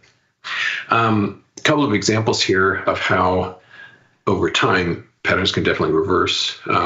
This is Oscar Health, which many months ago we held up as a bullish idea because it had this beautiful inverted head and shoulders pattern, and that did nicely. It went from about 10 up to over double. So that's fine. But since then, it's hammered out this topping pattern. So it's sort of gone from bullish to bearish and starting to break down beneath that. Here's another example, Roblox. This had been in this range for eons, finally broke out of it, had a nice ascent. But then, after their own earnings, it got kind of shunted down to this zone here. So these patterns, they eventually will spoil and even reverse, as we saw with Oscar. A few long items here and there. We've talked about this before. Serve Robotics, SERV. And it's not quite complete yet, but it's definitely doing its best. It's getting there. It's getting rather close to a breakout. And it's up strongly today, over 15%. And I've mentioned these before. They make these cute little robots that scurry around and deliver burritos and other small things. But I don't know when the earnings are on this. It must be a little far out, but that one's going well. Gilead, a little more conservative investment, but quite good. You've seen this many times in recent weeks. This is up again to another lifetime high. And Excelsius, EXEL, also nicely, over 5%, coming off this very pretty base. So this one kind of aggressive, speculative, young one, Serve, and then there's Guild and Excel. NVIDIA is strong today, and it's really interesting to watch because I've been pointing out a critical gap that it's getting closer and closer and closer to closing. So as we zoom in here, the gap itself took place between January 24 and 27. There's this enormous plunge. And I think that was the deep sea plunge. It's all a blur now. But there's the gap, 141.88. We bottomed not long ago, and it's been all green bars ever since, but we bottomed down here at 113.01. And since then, we've added about $20, so not quite 20%. But the closer we get to closing that gap, the more intriguing and appealing that gets as a short setup. And conversely, the closer we get, the more prudent it might be to take profits on the long side, because this is a nice run. It probably still has more to go, but that gap is a very important item to keep an eye on. And in turn, SMH, same deal. The gap's up here, driven principally by NVIDIA, which is its biggest component. This was a nice bullet dodged. This is Crocs. And it's funny because I only found out about this while I was walking my dog this morning. So I've talked about Crocs before. I bought puts in this on January 6th. And yesterday I decided to take profits. It was up about 65%. And if you'll note from this trend line here, it had fallen pretty far. It has a PE of 6. So I figured just get out, move on to greener pastures. It didn't even occur to me that earnings were coming, but that was a dumb, lucky mistake, because it wasn't a mistake. It's just dumb luck on my part that I got out, because it's very strong today, almost 25%, and probably setting up for another run lower after we let the dust settle some. But that was, like the old saying goes, better to be lucky than smart. Gold, GLD, another strong day, another lifetime high. Terrific. This is cool. It has spent basically all year, all of 2025 going up. And yay, precious metals. It doesn't seem to be taking a breather. My passion is really more in the silver zone. The silver gold ratio is very inexpensive now, if I can dare use that phrase. It's put it this way, it's historically cheap. We can say that as a fact. That's objectively true. So I've got a whole bunch of this PSLV, and it's nothing dramatic. But I'll take 0.5%. It's little by little moving up nicely. So silver's doing well. Just to wrap up with 3 crazy symbols here, just as kind of general themes. Here's our old strength chart, percentage of stocks with the 200 moving average. As you can see, big green numbers notwithstanding, the market is weakening. Another objective truth. We had broken down, we pushed higher, and it's starting to slip lower like so. And we can see this reflected also by way of the equally rated S&P divided by the plain old S&P. So this is illustrative of the overall pure unweighted 500 divided by 500 strength amongst these stocks. The market as a whole is weakening in spite of the Mag 7 doing so well. And one last one, our dear friend, all world stocks divided by gold. And I kind of eyeballed this. It seems to me if this pattern is going to complete, it'll be something like early September, late August, early September, something like that. It's a slow mover, but if it's going to get there, that's about how long it probably will take. So anyway, bottom of the hour, that's it from me. We'll close out the week tomorrow, and I thank you for your time and attention. See you Friday. Bye-bye.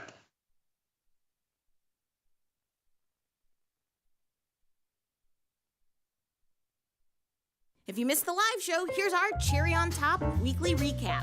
Ah, look what the cat dragged in. Top of the morning to you all. How are we doing? Rich McDonald from London, he was so excited to tell me that he was on a game show in LA. You were on a game show in LA? Yes. He was walking down the street and some Hollywood producer spotted him and goes, "Oh, we gotta have this guy." And what was the game show again? I forgot. It was called Eliminate. Oh, I know Eliminate! You were on Eliminate! Oh my God! You've seen it? Have you met me? Yes, I've seen Eliminate. Did you get eliminated on Eliminate? Who would not pick the Scotsman. Like who? Why? Oh, that's know. that woman's trash. I'm so sorry, Rich. The camera's finished, and she turned round to the guy she eventually picked, and she said, "So where are we going on our date then?" He said, "Oh, I'm very sorry, I've got a girlfriend. I'm going out with one of the Lakers cheerleaders. I just wanted to get on TV." In a tribute to you today, just so you know, we have one of our viewers sent Tony a bunch of Scottish things. The first thing. I mean, I wanted just a man in a kilt, but apparently I'm just gonna get some pudding. I don't even know what spotted dick is, really. It says it's delicious. I mean, this is the first time for me trying this. Vanetta, you? Yeah, I'm on a dick-free diet. Have you managed to warm up your spotted dick? It kind of tastes like, you know, like the banana pudding or the vanilla pudding that you get, but that's like not refrigerated. It's actually pretty good.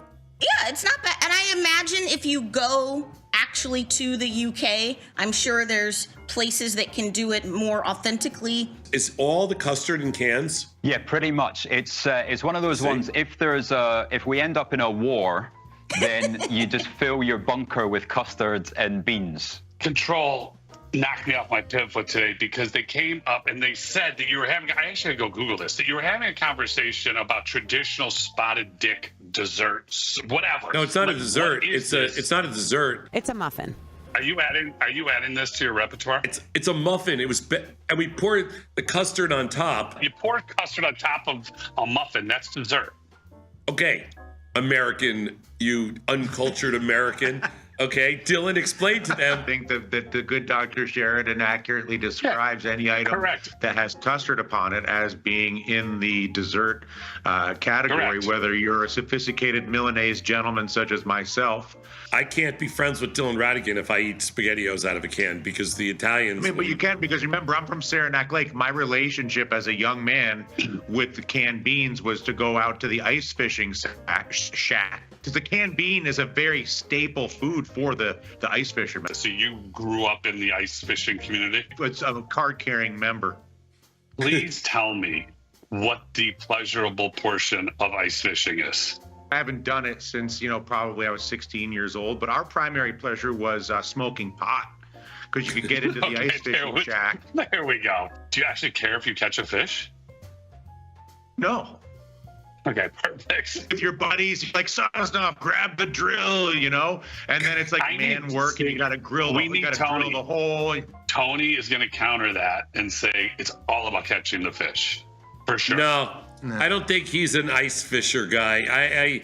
I don't see him sitting around the hole in the ice fishing just hoping a fish pops in. There's not enough marijuana in the world or Coors Light to get Tony to go ice fishing. Get the full scoop by checking out the archives at tastylive.com. Got the need for speed? No problem. At Tasty Trade, you can turn smart ideas into real trades with just a few clicks. Wow, that's fast. Tasty Trade, make your move. Here's what your buddies mean when they say to catch a falling knife. Ever seen a stock make a huge move lower? And maybe you had the thought, I'm gonna buy that stock. But then it just keeps going down. That's a falling knife. A falling knife is a stock that makes a big move lower and then continues to move lower. The contrarian trader has the idea to go long that stock in the hopes for a bounce, catching that falling knife. But you gotta be careful trying to catch those falling knives. Dear Kaylee, hats off to you for being such a culinary genius. I don't think it has ever dawned on our kitchen staff to serve gazpacho hot. Sincerely, Bob. Sometimes it feels good to get smart. Get even smarter with live trading insights and some live taunting. I don't want to fact check you with my vagina, but I will. From the smart mouths at Tasty Live.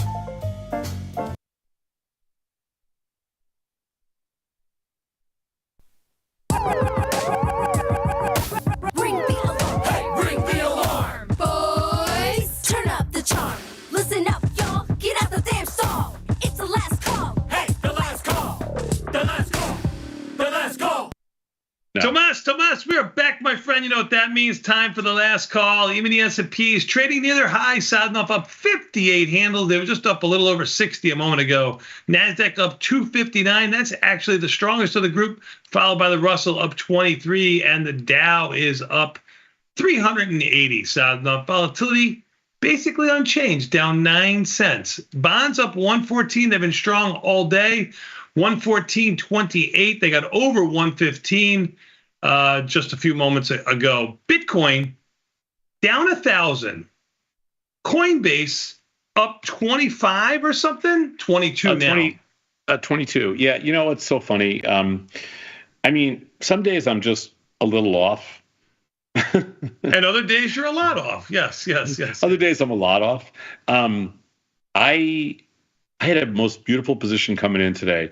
Got the earnings trade in Crocs, came in long bonds, I came in long yen. The Russell was strong this morning. Where's the Russell? Russell actually got a little stronger this afternoon, a little bit. Yeah, but it's in second place. It's in second. No, not really. Not for me.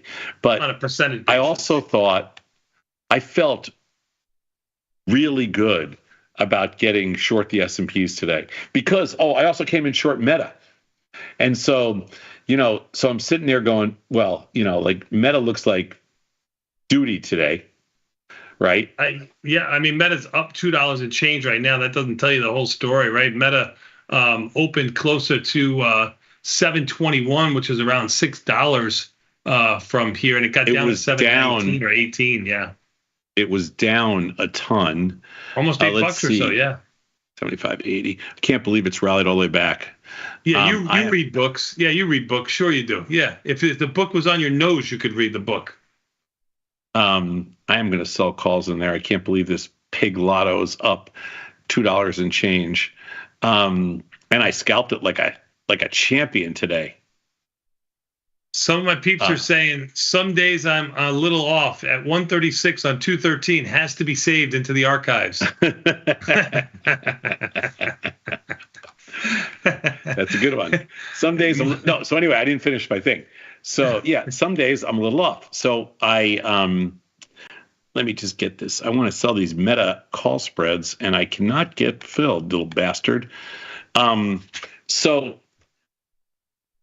today when they opened up, I was like, man, I got this. Meta's down $5.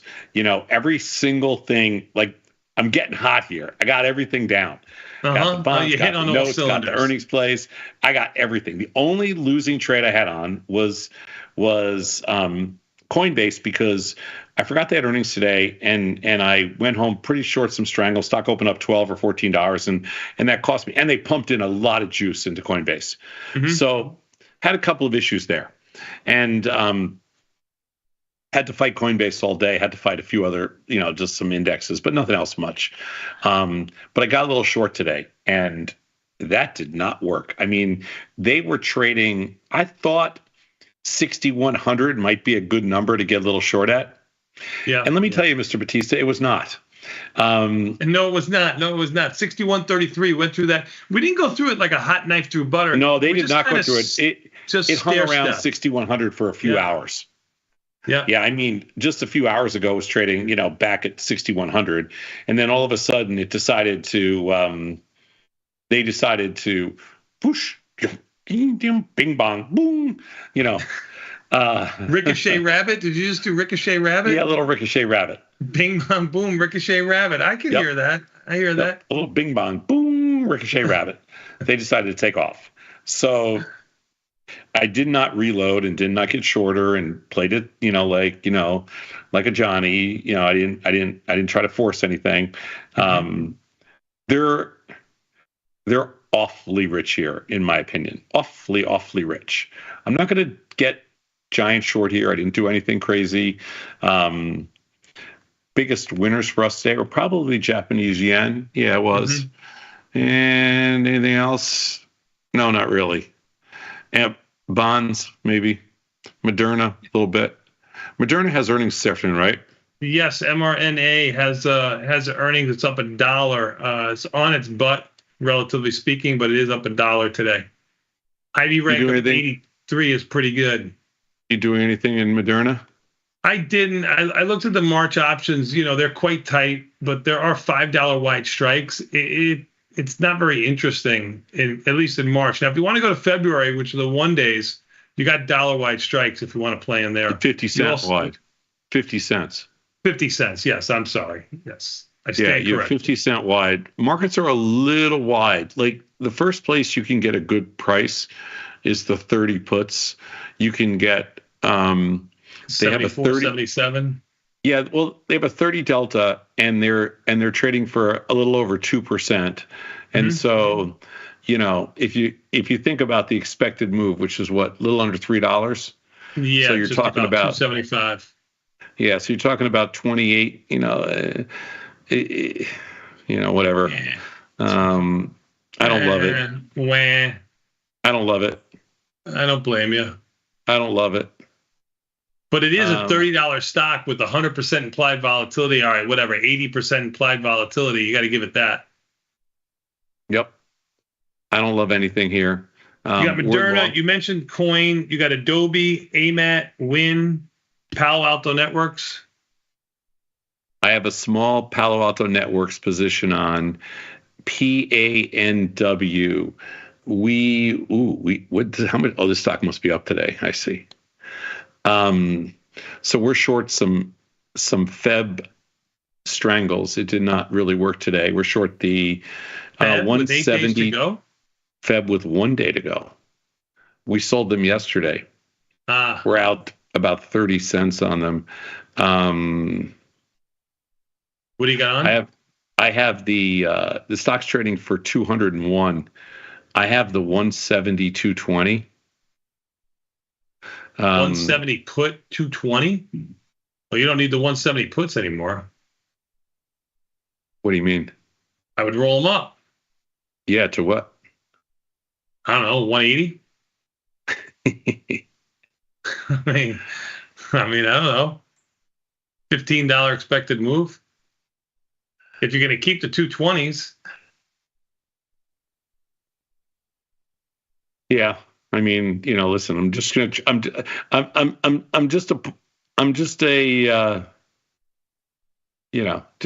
lowly trader trying to save the 30 cents you're out. Trying to save the 30 cents I'm out. Center the trade a little bit. I don't love Palo Alto Networks. If I was going to open a position in there, if I were any of you, I would stay super small, and this would not be my first choice. As earnings plays go, yeah, I get you. Yeah, as earnings plays go, what would be your first choice? Because I don't think Coin's that great of a trading product, to be honest with you. Coin, Adobe, Moderna, AMAT, Win, Palo Alto. I think they all stink. That's what I'm saying. I will tell you right now, Palo Alto is probably the worst of all those. I just adjusted my Palo Alto Network position, but I don't like it. I do have an AMAT position. I did not know they have earnings. We are up small in there today. And AMAT, let's take a look at the Feb expected move. I'm in the 8 days in there. You got any ideas? You're in the 8 days in AMAT? Yep. And what do you have on? I have the 170, 190. Expected move is $10. 70, 190. Expected move is $10. Yeah. I don't love it. That's way too tight for you. You kidding me? A guy like you, your wife would get mad at you if she sees this. Small. I'm going to ride with it. So I'm going to stay. Let me just set up my watch list here. So I'm going to stay in Palo Alto Networks, AMAT, A-M-A-T. And then we're going to stay in Moderna, M-R-N-A.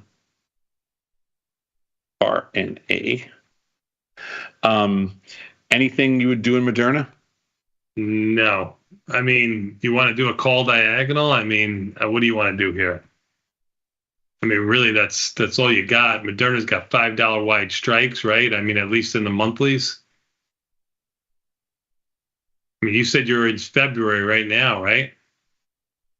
Yeah, I'm getting a little bit longer Moderna, just selling. I was long some 30 puts in there against some back month puts. I'm just selling them out. I don't need them. Staying a little bit long Moderna. Moderna is a dog with fleas. It's the total dog with fleas. And then all right, last one, Coinbase. It's my big shot tonight. I did a lot of stupid stuff in there. Yeah, you got a decent position there. Don't you find it odd that basically Bitcoin is unchanged? It's actually down $1,000, but now Coinbase is up 20 something. I don't find it odd. I think that they've already been very clear. If you look at MSTR today, it's been down small or unchanged all day, and it's still down 88 cents. Yeah, I'm saying it's been unchanged or down all day long. So what's been very clear? I'm saying what's so clear? What's very clear is that Coinbase has leaked that that they're going to put up good numbers today. Right from the opening bell, it was up $12 or $14 pre-market, and then all day it's been up. It's up $24 right now. I mean, I think there's no doubt about it that Coinbase is very clear that, hey, we've got good numbers. But if you look at the skew in there, there's pretty heavy skew to the upside. Always in Coinbase, for sure. By almost a 2-to-1 margin, right? Yeah. So I've been betting all day that Coinbase is, is that they've got a lot of the upside built in there. And I don't know. I mean, how else can you play it? You don't have to. I mean, you could save your money. I mean, you hate Tesla. It's up $30 in 2 days after Bat did it for his option trades today. That's no. I did fine in Tesla, and I covered it yesterday. Whatever. I covered it yesterday, so it was great. No issue there. But Coinbase, I feel like I need to take a position on. So I have a bunch of stuff. DraftKings too, DKNG. Oh, that has a position? Let's see. I have a position on in there, very small. This is one of your offspring positions. We're short the 40. He's the one that reminded me that they have earnings. DKNG, we were short the 40 and a half puts. DKNG. I like that play, and the stock's up, and we're actually up money on the play. Actually, this is a dumb play to have on because these puts are 39 cents. I don't even want them. That's what we're here. It's here to just remind you about the stupid trades you have on. I took it off, took our profits. So nice. Yes. So is there something else to do in DraftKings? I mean, I think my son's mildly bullish on it. I mean, I would think so. I would think that they had a very good stock's been on a tear though the last 3 days. Yeah. My guess is they had a really, really good Super Bowl because I think in general, from what I heard, Vegas had a very good Super Bowl. So if Vegas had a very good Super Bowl and Vegas bets against the public, and you didn't have a very good Super Bowl betting, and I did have a very good Super Bowl betting, would you be public? No. That was just a rare occurrence. What happens if you find out, Sadnov, all these years you've been trying not to be public, but you really are public? That would be so bad. That would be really just disappointing, if that was the case. Yeah, I would be a little. Would it hurt for generations? Generations? Nah, just hurt. It would hurt hurt a little bit. So my big position is Coinbase. So you bought your 40 and a half puts back, and you sold the 39 puts in March. I had the short-term puts. Mm-hmm. Okay, so let's talk about. If you would have done that as one trade, you probably would have made a penny better on that.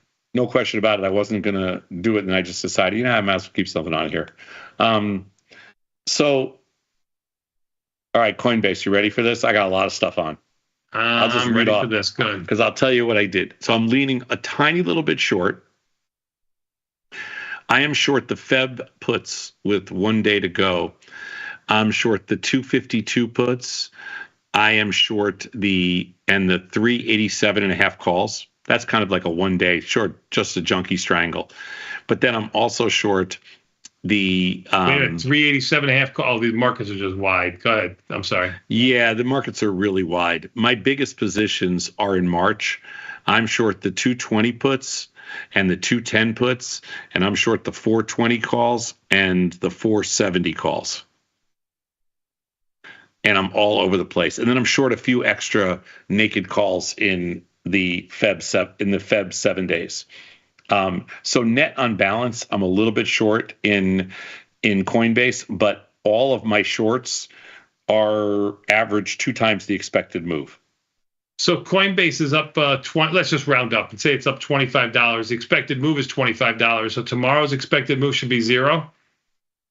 No, not at all. I went just $50. I went $50 away. I went 2 times. No, I know, but I'm expected just move. saying. But it's up $25 today without earnings. With earnings, it's projected to have. I'm betting that it's up $25 today because because it was up out of the chute. So I kind of feel like there was maybe a little leakage, and and way too many people were jumping on, the fact that it's going to have a good number. I think that there was also a little bit of like, the only way you can really judge, the only public company that trades a lot of crypto, public company in the U.S. that trades a lot of crypto, would be Robinhood, right? Pretty much. Yes. I mean, the only public company, because the only other public brokerage firm is Interactive Brokers, and they don't really trade crypto much. So the only other one would be Robinhood, and Robinhood had a big jump on earnings. Most of their earnings jump came from crypto. So my guess is that people were reading into the Robinhood earnings and assuming that Coinbase did really well. I'm assuming Coinbase did really well. But the question is, what does really well mean? Like, is it $25 really well? And I think that is, that's a big number for them. A 10% move, almost a 10% move the day before you announce the earnings is a big move. I mean, given what everybody already knows. So the question is... That was the point I was making. So I'm thinking that the move is going to be less. If any. Yeah, me too. Okay. Yeah. I'm agreeing with you. Did you trade it? I did. I sold some strangles. I'm a little nervous. Well, I mean, it's this is a big trade for you. You need big boy pants for this one. I'm not, you're not, you're an XLU type of guy. You're a utilities guy. You're a Duke Energy. You're an AT&T. Bank of America strangle seller. Wow. Illinois Bell or something like that. Sure, I go way back. Yeah. Coca-Cola, let them have it. Coca-Cola. There you go. Right. General Motors. Gotcha. Yeah. Hey, guess what, Sosnoff? From 36,000 feet, my man Clarence is trading 0-day options on the platform. How about that? Mobile, even. You can definitely. Our platform works from 36,000 feet. Very easy. It is. I think I have at least traded 10,000. I've made at least 10,000 trades from 35,000 feet, at least. But sometimes the only thing that bothers me sometimes is that you'll get futures quotes and everything else, but occasionally some of the quotes, they're hard to pull, individual option quotes occasionally at 35,000 feet. So it can be very frustrating. But if you're trading 0 days or futures, it's easy. All right. Well, tomorrow is Fast Market, tastylive.com/Fast Market. That's tastylive.com/Fast Market. And we've got the Overtime boys in the green room. And Let's bring them in. Yeah. What's up, gentlemen? I mean, did Sosnoff say hello? yeah? I mean, it was like he said that like we're changing your tire. It's going to be 15 minutes, or he was like, yeah, that's great. That's great. Could you 15 minutes. Where do you go? Faster? Huh? only 15 minutes. Where do you go? You Listen, I go to this taxi place on West 31st on 11th Avenue, bro. They can swap a tire in 10 minutes in New York. That's time is money, baby. That's money right there. You got to get in, you got to get out. You have very big Bluth energy right now, Dylan. Like, what's a banana cost? $20? All I'm going to tell you, Dylan, is my tire changing time is slightly longer than 10 minutes. Yeah, listen, we could take you come to my boy on 11th and 31st. I like up it. and down, baby. So I used to try to run over nails just for the pleasure of seeing how amazing it was. They swap that. You ever see that machine where they take the tire off? You know what I'm talking about? That spinner machine. They break it. You mean break down the tire? Whatever it is. What do you think? What do you think we're new, Dylan? We've been doing that since we were kids. It's taken you 7 hours to do a tire. You obviously haven't seen the super machine if you don't know what you're talking about. Oh my God, Ilya and Chris here. They've never seen a tire being broken down. No way. And I'll bet $100 on each. I used to have one of those in my tires basement 3 weeks ago. No, whatever magic happens. Didn't we all? Happens, but it's Everybody definitely had not one. me cranking it myself. That takes much longer. Yeah. The compressed air, the sound of the compressed air going off. Come on, that's exciting. Anyway, Vecchio was gloating to me by text earlier today, saying that he was happy that it was a 1-hour show today, so that he could spend the entire hour gloating at Ilya as to the behavior of the equity markets. That's not what I said. Today. That's not what I said. That's what you said.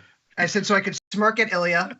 At Ilya. I'm not sure what there is to be excited about here. The gloating was implied. We're still in the same range. We haven't gone anywhere. Well, I mean, the tariff gods giveth today, though, as opposed to taketh. Is that what this is? A tariff rally? Well, it seems like it all moved when the reciprocal tariffs got maybe pushed off to April, kinda. So maybe. The announcement came out, was like, hey, yeah, reciprocal tariffs, but we've got to study it, and who knows? Maybe in April we'll know stuff. Right. Thank God I don't watch the news, because that would have just driven me crazy. Reciprocal but yesterday, tariffs. the best was, in terms of a man who doesn't watch the news. So yesterday, we're doing Truth or Skepticism. Oil's fully rolled over, like a material change in price, very clear. I'm like, oh, Trump just said, he's going to make a peace deal.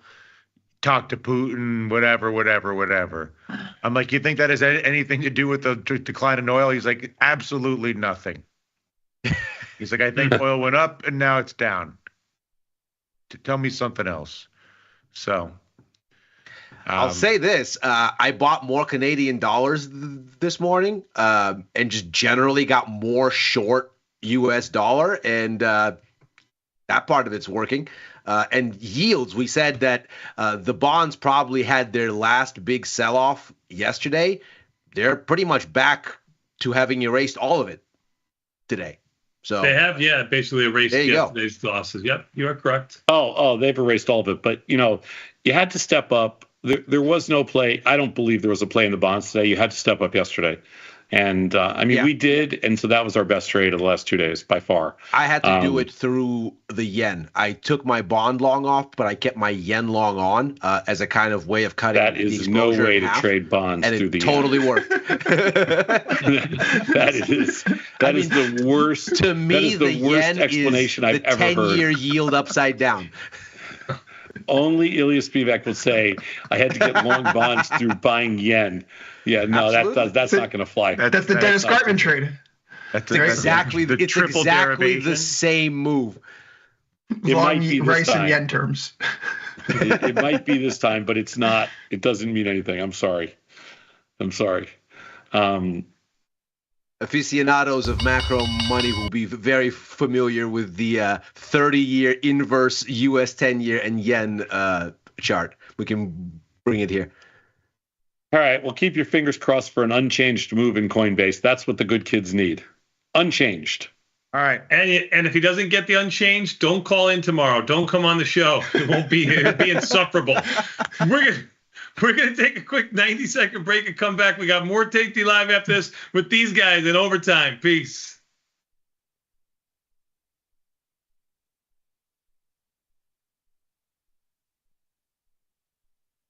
You can get up to $4,000 when you open and fund a new account with Tasty Trade. That's 4,000 buckaroos, 4,000 bills, or clams, 4,000 in dough or cheddar, not the cheesy kind. 4 large, 4K, 4 grand, which is no small thing. Open and fund a new Tasty Trade account and get on the platform for traders who just want to trade. And did we mention a bonus of up to 4,000 smackaroos? Tasty Trade. Make your move. Well, he's more public in his mentality. I'm a believer. I believe that the world is good. And I know that the world is not good. That questioning yourself and questioning yourself in dialogue with someone you respect is both pleasant and sometimes extremely insightful and useful sometimes.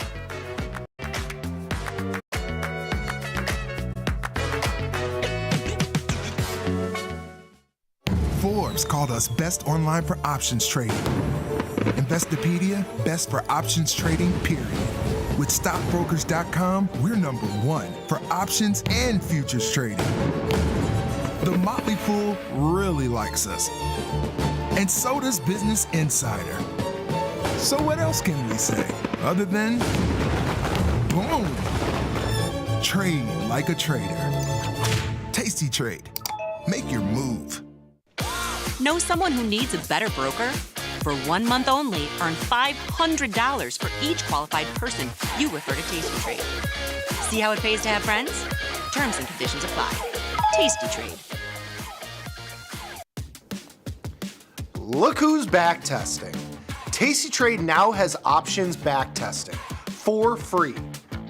Test your trades with over 10 years of data for the most popular symbols. See how your trades would have performed in the past. Look back at profit and loss and take the guess out of guesswork. Oh, did we mention that it's free? Get back testing at Tasty Trade. There's a beast in the financial world, and it's not the bull. If that's you, join us on Tasty Trade. Genius loves company.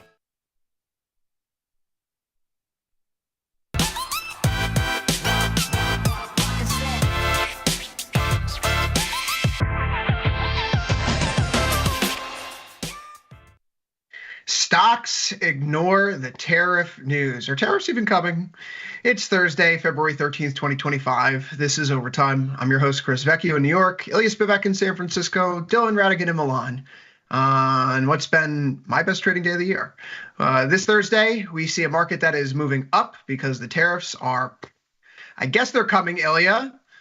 Maybe sometime in April, perhaps.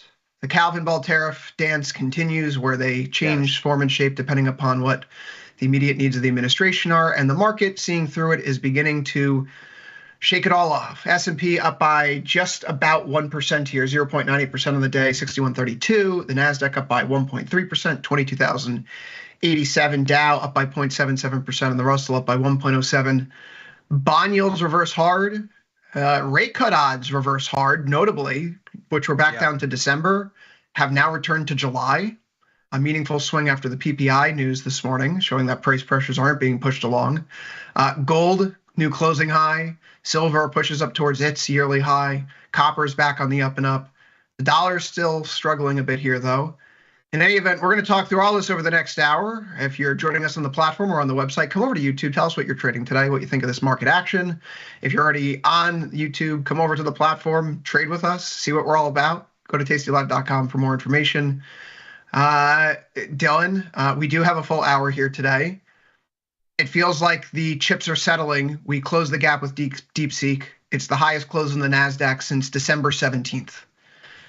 The market's absorbed these body blows in recent days, and it now feels like we are laughing off the tariff threat. We've come to see it as a negotiating tool, and we really need not consider ourselves to be too worried about it. Are we on the precipice of the next major leg up?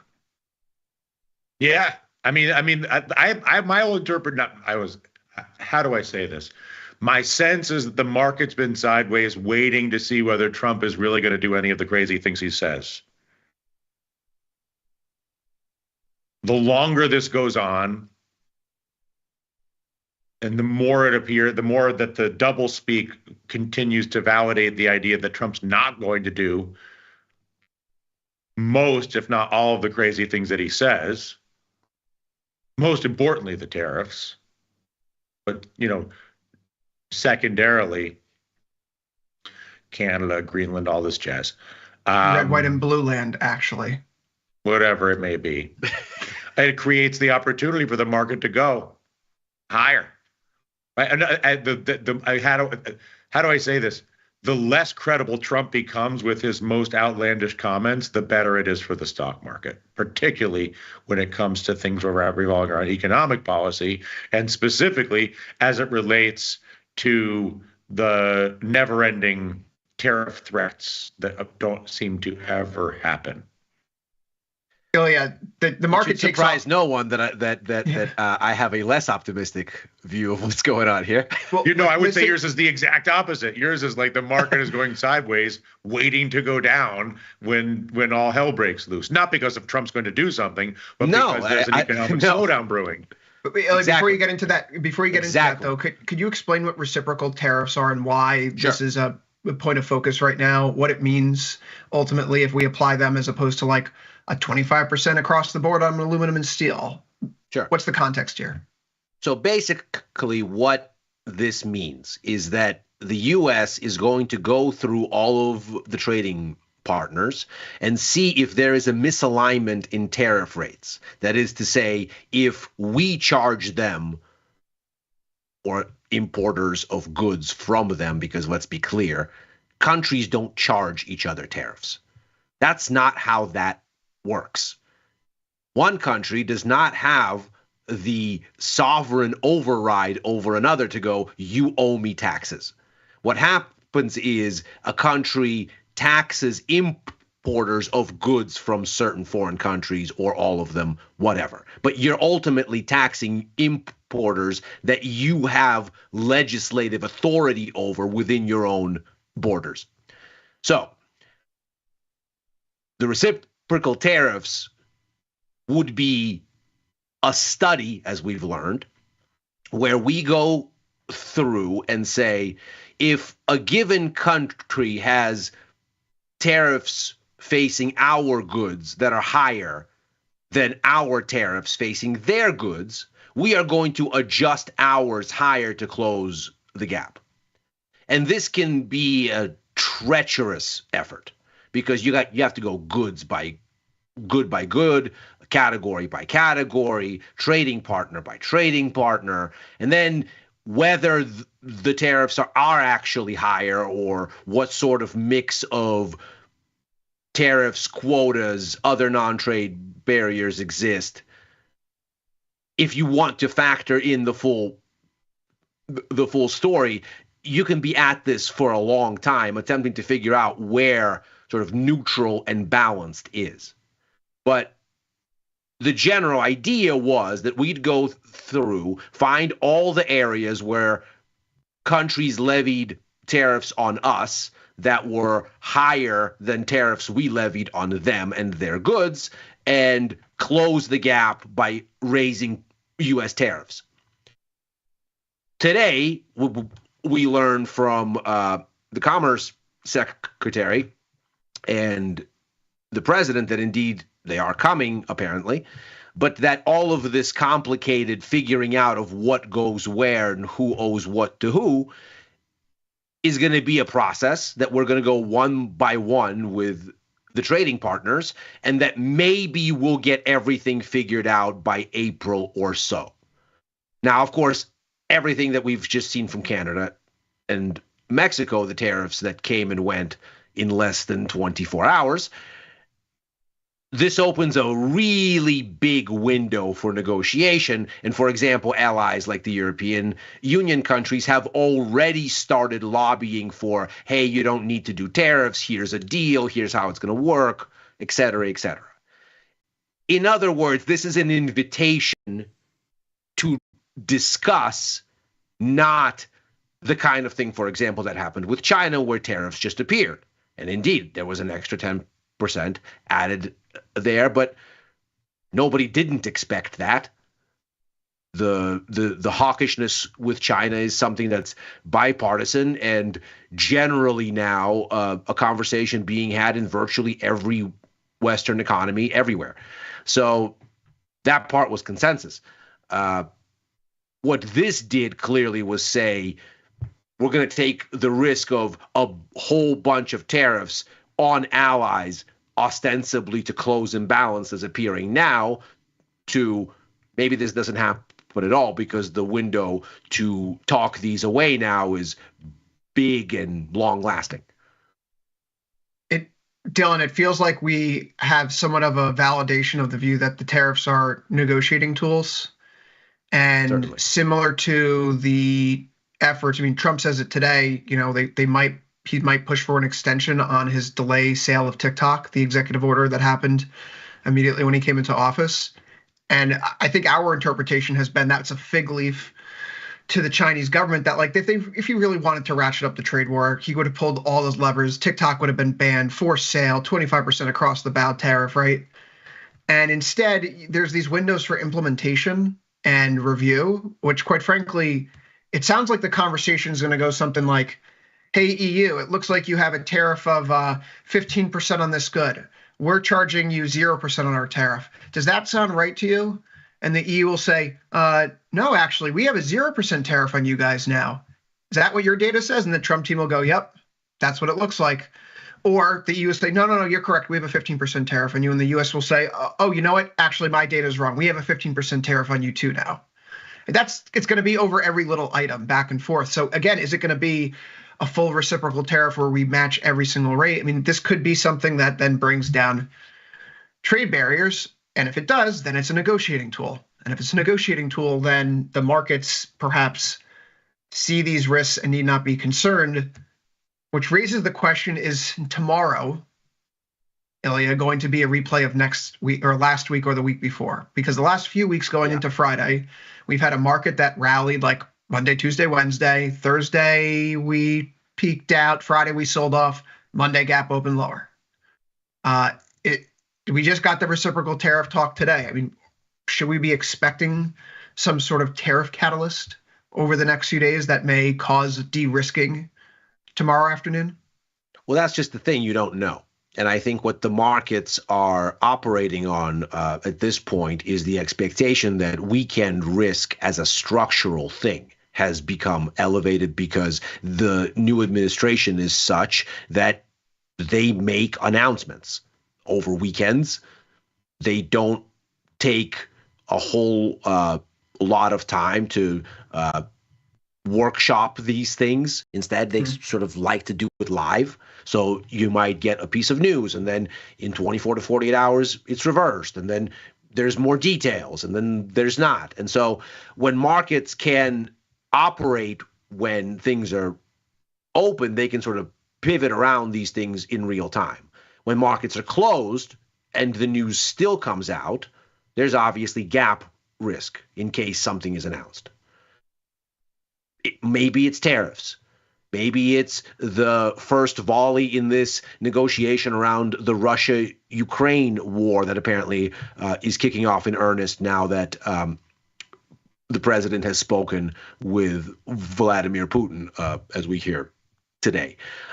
Maybe it's some sort of movement in the Middle Eastern theater after the visit from King Abdullah of Jordan, and this idea that Egypt is trying to push a plan whereby the entire population of Gaza isn't displaced from their territory. So it's who knows where it comes from, but the idea that there is just generally greater weekend gap risk and that's what's normal now, that seems to not necessarily have to do with one thing or another. That just seems to be a function of the environment now. But the issue tomorrow is actually larger than that before we get even to any of this, and it's the retail sales report. Because in my mind, all of these back and forth gyrations on the tariffs are ultimately noise. The larger issue is that there is a business cycle situation that's starting to take shape in an untoward fashion.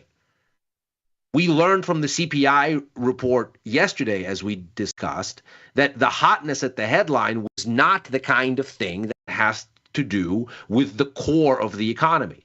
The service sector, the only thing in the world really that's still growing, the U.S. service sector, it actually cooled, which confirmed the purchasing manager index numbers we got last week that gave us the weakest service sector in a year, if you ask S&P Global, and in about half year, if you ask ISM. There is every concern then that if you get a soft retail sales number, in particular after that very disconcerting University of Michigan consumer confidence report last week, which the markets didn't like at all. In fact, they shrugged off NFP and sold off on that. Yeah. When you consider what that retail sales report says, if it says that retail sales, which already are expected to decline, fell more than expected, forget the tariffs. That's just smoke and mirrors. The larger issue is what the economy is already doing. If the tariffs then appear, then that makes things worse. If they don't appear, it doesn't make things any better. That's the larger issue here. And if you look at the S&P, you look at NASDAQ, yeah, they're up today on this reprieve from the tariff gods, but NASDAQ hasn't made a new high since before the start of the year. It's at the top of a long range. The risk reward here, as a matter of fact, to be newly long, if you haven't been long already, has only become worse by the absence of a breakout. Is it an absence break of a out, breakout, though? Huh? Is it an absence of a breakout? I mean, this is the highest close we've had since December 17th. We're above, and yet we still can't get over the top of the range. We've seen this kind of breakout before. It faltered somewhere in the middle of last month. Listen, Becky, we can't catch a break with this guy. I got to tell you right now. I guess I don't know what to tell you. You're going to try. You know, but I think that show me a market breakout. That's all I'm asking. I understand, but I also think that you make an interesting point, which is that if you ignore a lot of the jibber jabber, that the economic data is indicating rising inflation and a slowing economy. Yeah. On the marginal indication is weakening economic data ish, and more for sure, clearly increasing inflation pressure. And the inflation pressure is increasing for the wrong reasons. For the wrong reason. Not to mention, a friend of mine told me that the second half of February tends to be weak. Mm-hmm. There is that. Which, yes, we are, I'm a seasonal guy, right? And we have to be intellectually honest with ourselves. The seasonal drumbeat is that the market tends to decline in the second half of the month. Likewise, the market typically trades sideways from the start of the year into the middle of March till about March 15th, and then the resolution to the upside occurs. Again, not surprising. The past 20 years, markets have mostly marched higher. So, yeah, I mean, if you're looking for a reason, it's not tomorrow, although the 15th is on Saturday, so the market's technically closed. Tomorrow would be the seasonal peak. This comes from Ryan Detrick over, Coinbase. I'm not sure if Tom's going to be happy. Coinbase revenue surges. Well, you can't just say that and not tell us. I'm going to read it now. Coinbase surges more than 130% revenue. Okay, EPS 468 versus 181 expected. It's a fair amount of money. Not bad. Not too shabby. Coinbase shares themselves here, though. That's the different story. Despite it being very good news and information, they're only up about 2% here after hours. We'll see what their forward guidance says, because obviously if they continue with 130% year-over-year revenue growth, the company's probably undervalued at $300 a share. But that's going to be coming up shortly, I think in about an hour time. So keep an eye on that. But Coinbase here, very, very impressive earnings. EPS, again, 468 versus 181 expected. Wow. That's a big number. Kind of makes sense given how much centrality there was around crypto in the presidential campaign and everything that's followed. And Bitcoin, almost doubling. Wait, from lots its of speculative pre-election lows. interest. Yeah, I mean, lots and lots of speculative interest in crypto. And if you are the facilitator of said speculative interest, you've probably done well. Yes. Let's go back to the conversation about seasonality, though, in the broader markets. Yes. So if tomorrow, right, retail sales comes in and all of a sudden the market turns to the downside and today's gains are erased and you're back below 6,100 in ES and, the NASDAQ's trading below 21, we'll call it 750 or so. You can peer through that window and say with a higher degree of confidence that this range is going to continue to hold for the foreseeable future. But the flip side of it is if tomorrow we continue to press higher here in ES, right, we're all of a sudden talking about a high close for the year that could be the high close of the year right now is 61.52. 17 points is nothing. We did that and then some from when the tariff announcement came out. Yep. In fact, on Futures Power Hour, we were questioning where do we see this 10-point ES drop from 61 down to 60.90?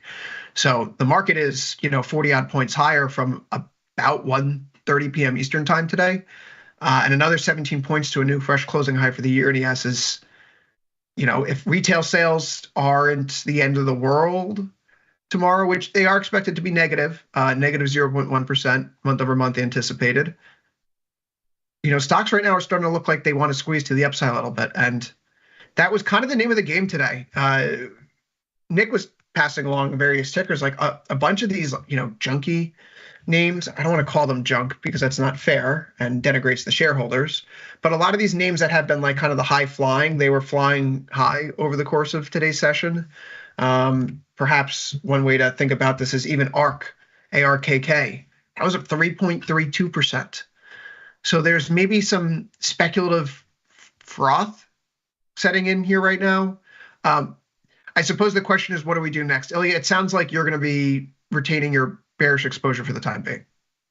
I'm not going to do anything here between probably the end of the week. I mean, it'll depend, of course, what retail sales does. If there's a clear breakout, then I need to be as mindful of weekend risk as anyone else. And so I'll be looking at it. And I'm also coming up on expiration on some of my exposure. So I need to think about whether I want to roll it or not.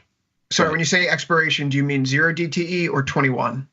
Oh, no. So I'm approaching zero, and this is already the second sort of roll in these shorts. So markets topped in December.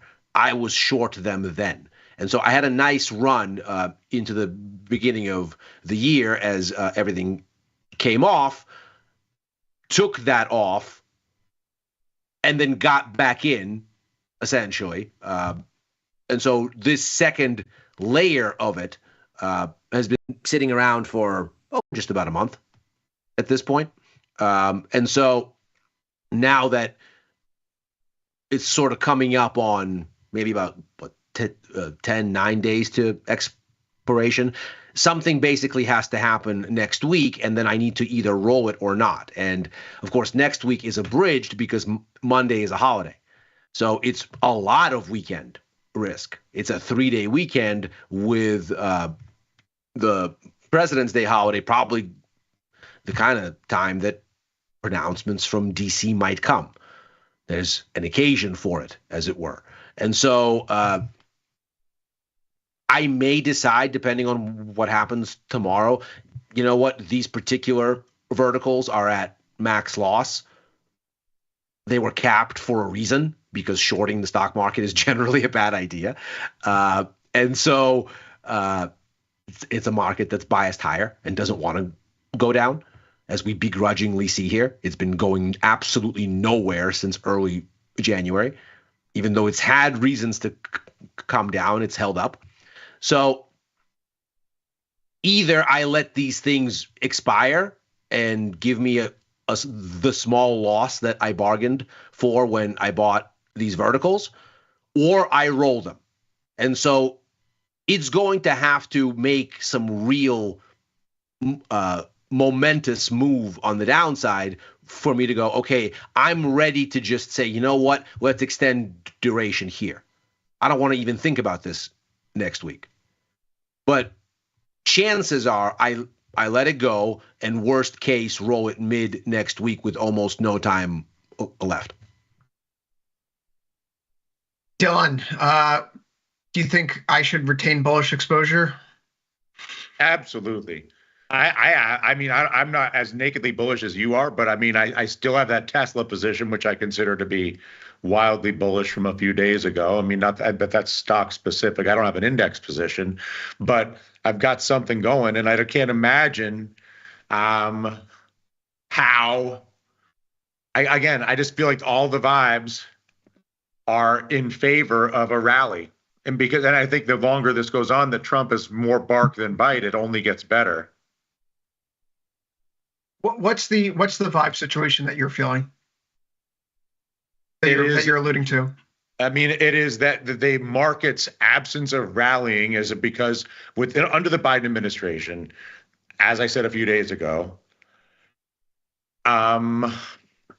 we knew it was a predictable administration, and so we could put them in a place.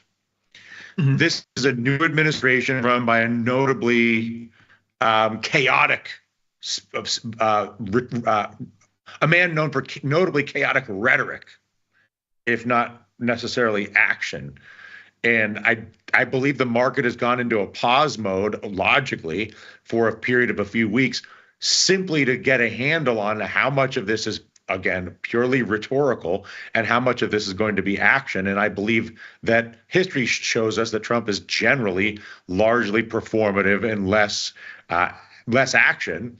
And that ultimately this kind of goes back to your rhetoric from pre-election, where this is going to be a standard Republican administration, less regulation, lower taxes, and that those types of things are going to be market positive. Now, you know, I don't worry so much about the economic data. I know that's why I'm interested to sort of interrogate Ilya a little bit more about what he sees in it. But I am a little bit concerned about the inflation data, even though the market is not.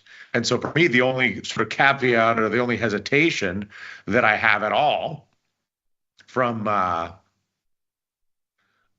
being more nakedly bullish is an inflation concern more than it is an economic weakness concern. And the reason that I'm optimistic is because I believe Donald Trump is ultimately a performative individual more than he is someone who's actually going to implement a bunch of policies that are any more deviant than what would be a normal Republican majority administration, which people may not like on the social side. They may get anxious about it and this and that. But when it comes down to the actual performance of companies and the sales of goods and services in the private sector, domestically and internationally, that it will tend to benefit from lower regulation and lower taxes, even if that benefit tends to accrue to an increasingly smaller percentage of the American population, which obviously it does by virtue of all the wealth consolidation and wealth extremes that have developed not only in the U.S., but around the world. That's a massive political and social issue that ultimately at some point I think is going to yield incredibly bad consequences. But between here and there, and that I don't know where there is, I do believe that ultimately it's better for the value of publicly traded stocks. And the only thing that stands between where we are today and higher stock prices is some idiotic tax or regulatory decision or tariff decision from the United States government, which the longer this goes on appears to be less and less likely. So thus, I support your long position. But I listen to Ilya very closely, and obviously, you know, who knows from right and wrong, and that's why I'm sort of interested into what Ilya sees that he feels is indicative of a meaningful economic slowdown.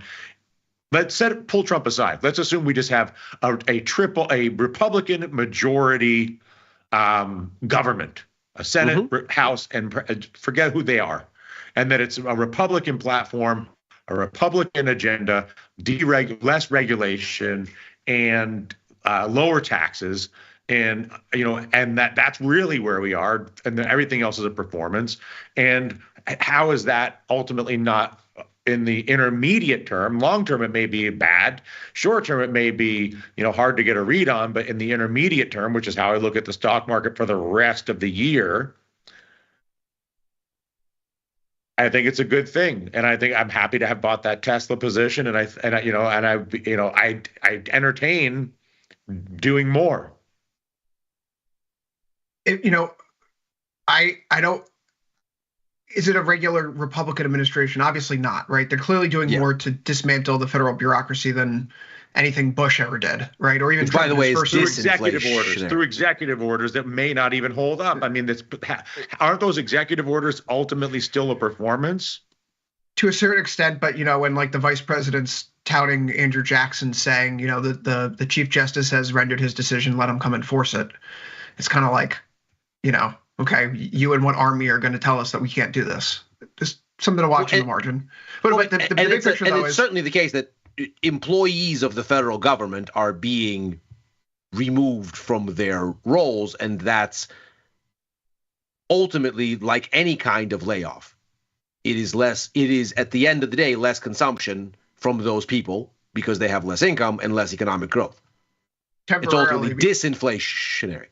Temporarily, because if those people with federal government working credentials want to find jobs in the private sector, there's a fairly good chance they're going to get paid more than they would from working in the government. So if maybe they can find it. Maybe. But like in terms of, Dylan, we think about the risk here. Are the tariffs going to be 25% across the board? Is he going to deport 3 million people? I've been watching the deportation rates here again. And last night I was trying to talk with Victor about this. I think we were talking past each other a little bit. What I think personally doesn't matter. We're talking about what to do with our money to position it in the market, right? So facts. The House Appropriations Bill is calling for $4.5 trillion of new debt over the next decade. Doge can make these cuts to flood the zone for the media. Deficit spending is not going anywhere meaningfully. Okay, the Federal Reserve's next move that's being priced in by the market is still a cut. Those are two huge macro tentpoles for me. And then if we think about the labor market, concerns with the deportations ultimately lead to destabilization in the agriculture sector or services. We've been deporting on any given day somewhere between 600 and about 1,100 people. The first month of the Trump administration will have about 25,000 people deported. So it seems like shock and awe right now, but 25,000 people a month is going to get us to about 300,000 people this year deported under Trump's first year. Under Biden's last year in office in 2024, 271,000 people were deported. So if we're going from 271 to 300K, if that's really the pace, unless they dramatically step it up, which is of course possible, but given the current run rate, is this an administration that's going to be doing something in the short term that's leading to significant destabilization of the labor market? Not as things have unfolded in reality so far. The rhetoric has been way more aggressive than what one actually assume looking at the data.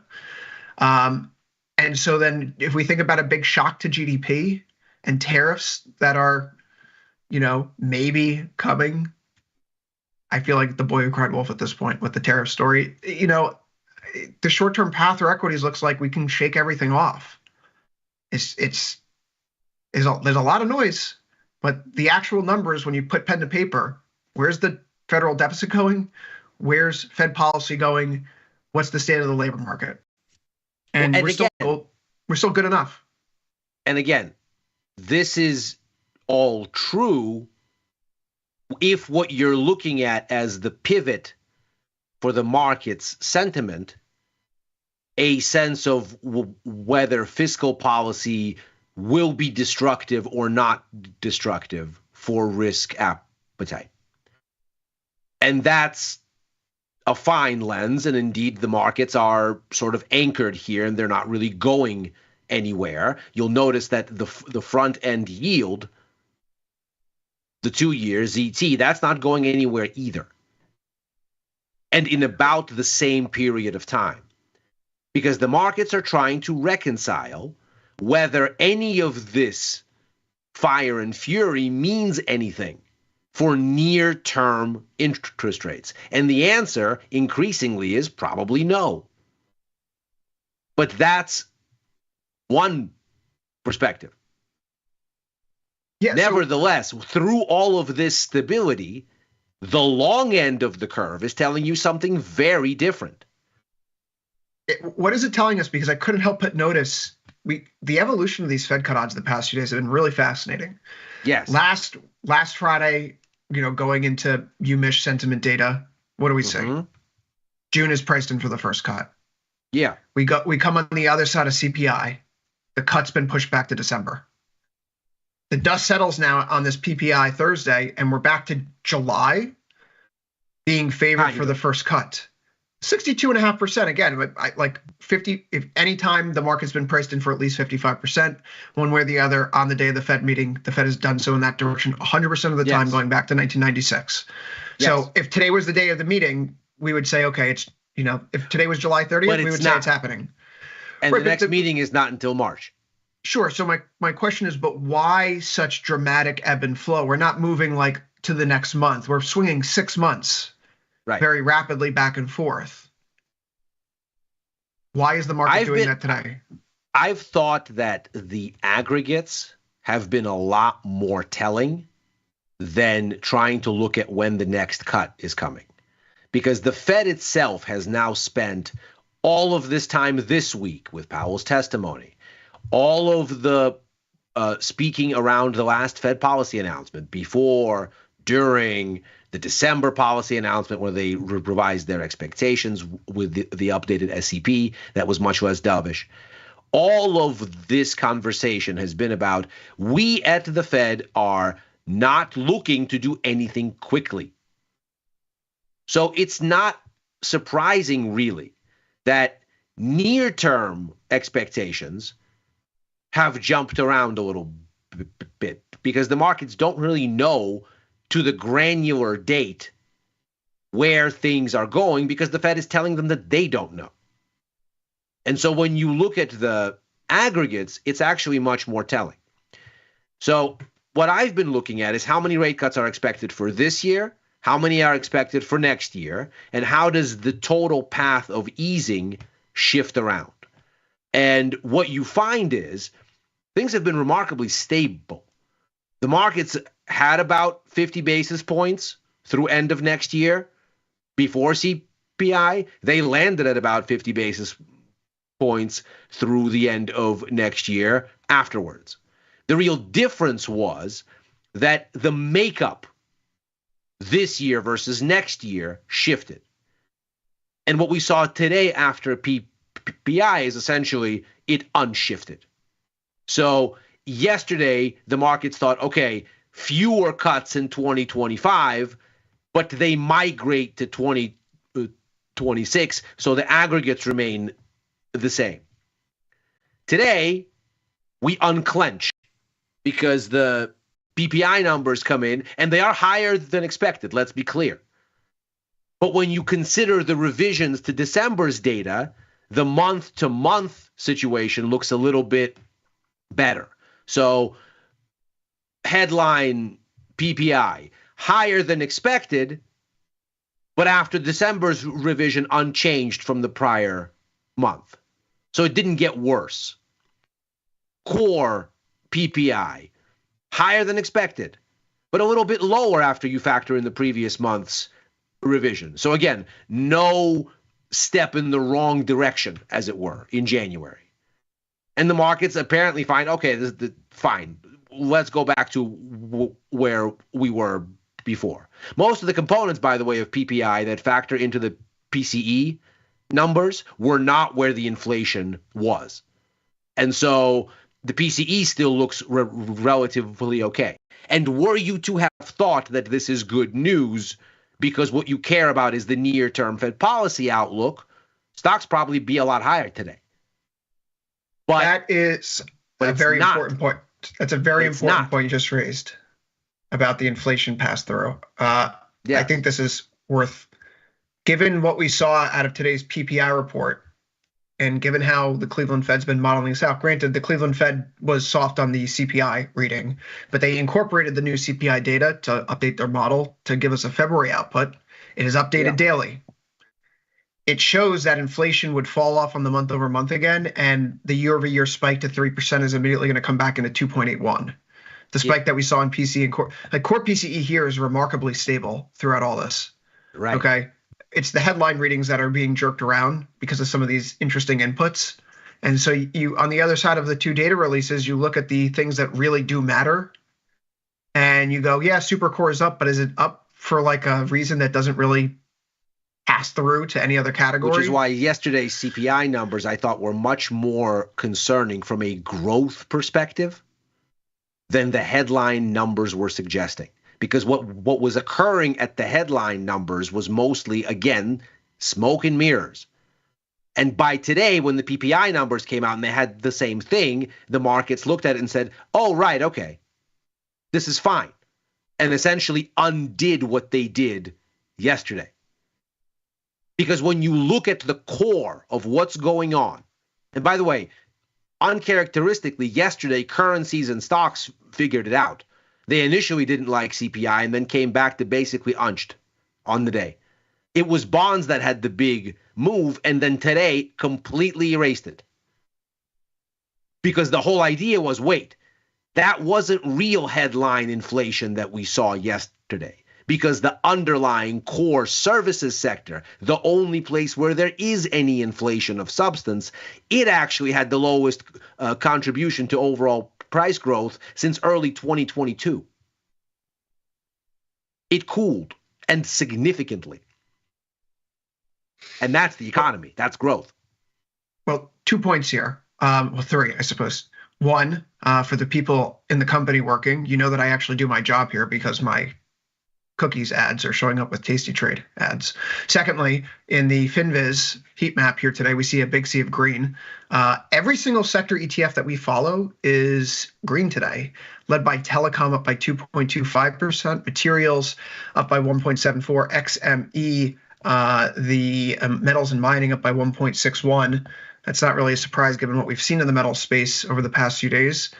The worst performing sectors were utilities, industrials, healthcare, which more defensive type of names. So I suppose that's broadly speaking good. We talk about breadth in today's market. 387 of the 500 S&P 500 stocks finished in the green. It's a very, very broad rally. Feels like capital is not just shifting around in the market anymore, but like being redeployed to a certain extent. Dylan, GameStop here. I saw this headline too. This is point number 3. GameStop is considering investing in Bitcoin and other cryptocurrencies, sources say, according to CNBC, which has been briefed on the matter. To this point, they don't know if they would actually be able to deploy a plan. They are considering it. They don't have anything firmly set in stone, and they're just studying the matter.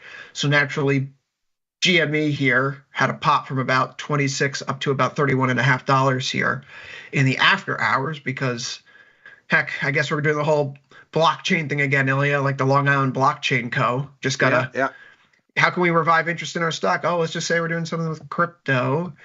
Although in fairness, can I do that thing? Was it? Or I'll do that thing. Blockchain, whatever it was. Yeah, people seem to like that when you make crypto announcements. So tonight I'll be recording an half an hour long segment with NPR about the role of cryptocurrency in society, and I'll be making the argument that it's a better use case than gold. I've been arguing that for years if you're thinking about it as a store of value in a modern 21st century sense. So I will be sure to share that later because people seem to like the crypto stuff. I was looking back at one of our PCM presentations that we did in 2021, and it's really interesting to see how 3-4 years later what has actually changed in the space and how treasuries and institutions have adopted it along the line that people were saying that they could back then. So is there any real use case still? I don't know. But do people believe it's a store of value? You bet. And that's good enough sometimes, even if we haven't put the treasury on the blockchain just yet. Dylan, what's the most compelling story for you in the market right now? If we think that the news that we're seeing is a lot of just noise and ultimately when rubber meets the road, it's not really a problem. What's the most compelling thing that I've been sort of, I'm sorry to be so Trump-centric, but the thing that I've really been thinking about is I do think that, I don't know whether to pull it off, but I do think that Trump's ego draws him to the appeal of positioning himself as the peacemaker president. And so if he can find a way to make a deal in Ukraine, now it may not be a deal a lot of people, it may be a deal no one else would make. It may be 1,000 problems with the deal. So I'm not saying that the deals will be good or in the interest of the United States for that matter. I'm saying that they may reduce conflict. Yes. Donald Trump just said there's a very big trade deal that will be announced in the near future. Okay. Do we know anything else? He's currently in a meeting with Prime Minister Modi in India. With Prime Minister Modi of India, not India. They're at the White House. Could be so exciting. Just something to, again, watch. But if you buy into the peacemaker president, I just think that oil gets weaker, or that energy resources get cheaper. If you believe Ilya's interpretation, which is economic activity is more likely to be marginally slower this year, maybe not marginally, if you believe Ilya, and you believe that Trump is positioning to be the peacemaker president, even if the way that he makes the deals is contrary to various national self-interests. All of those things speak to weaker energy prices, full stop. And so I actually am entertaining a bigger, larger, longer short oil position, as well as a long Dubai on peacemaker president marketing and reality, in the sense that there, I think, will be less shooting in the short and intermediate term in the Middle East and in Ukraine, which will create less perceived immediate risk to energy supplies.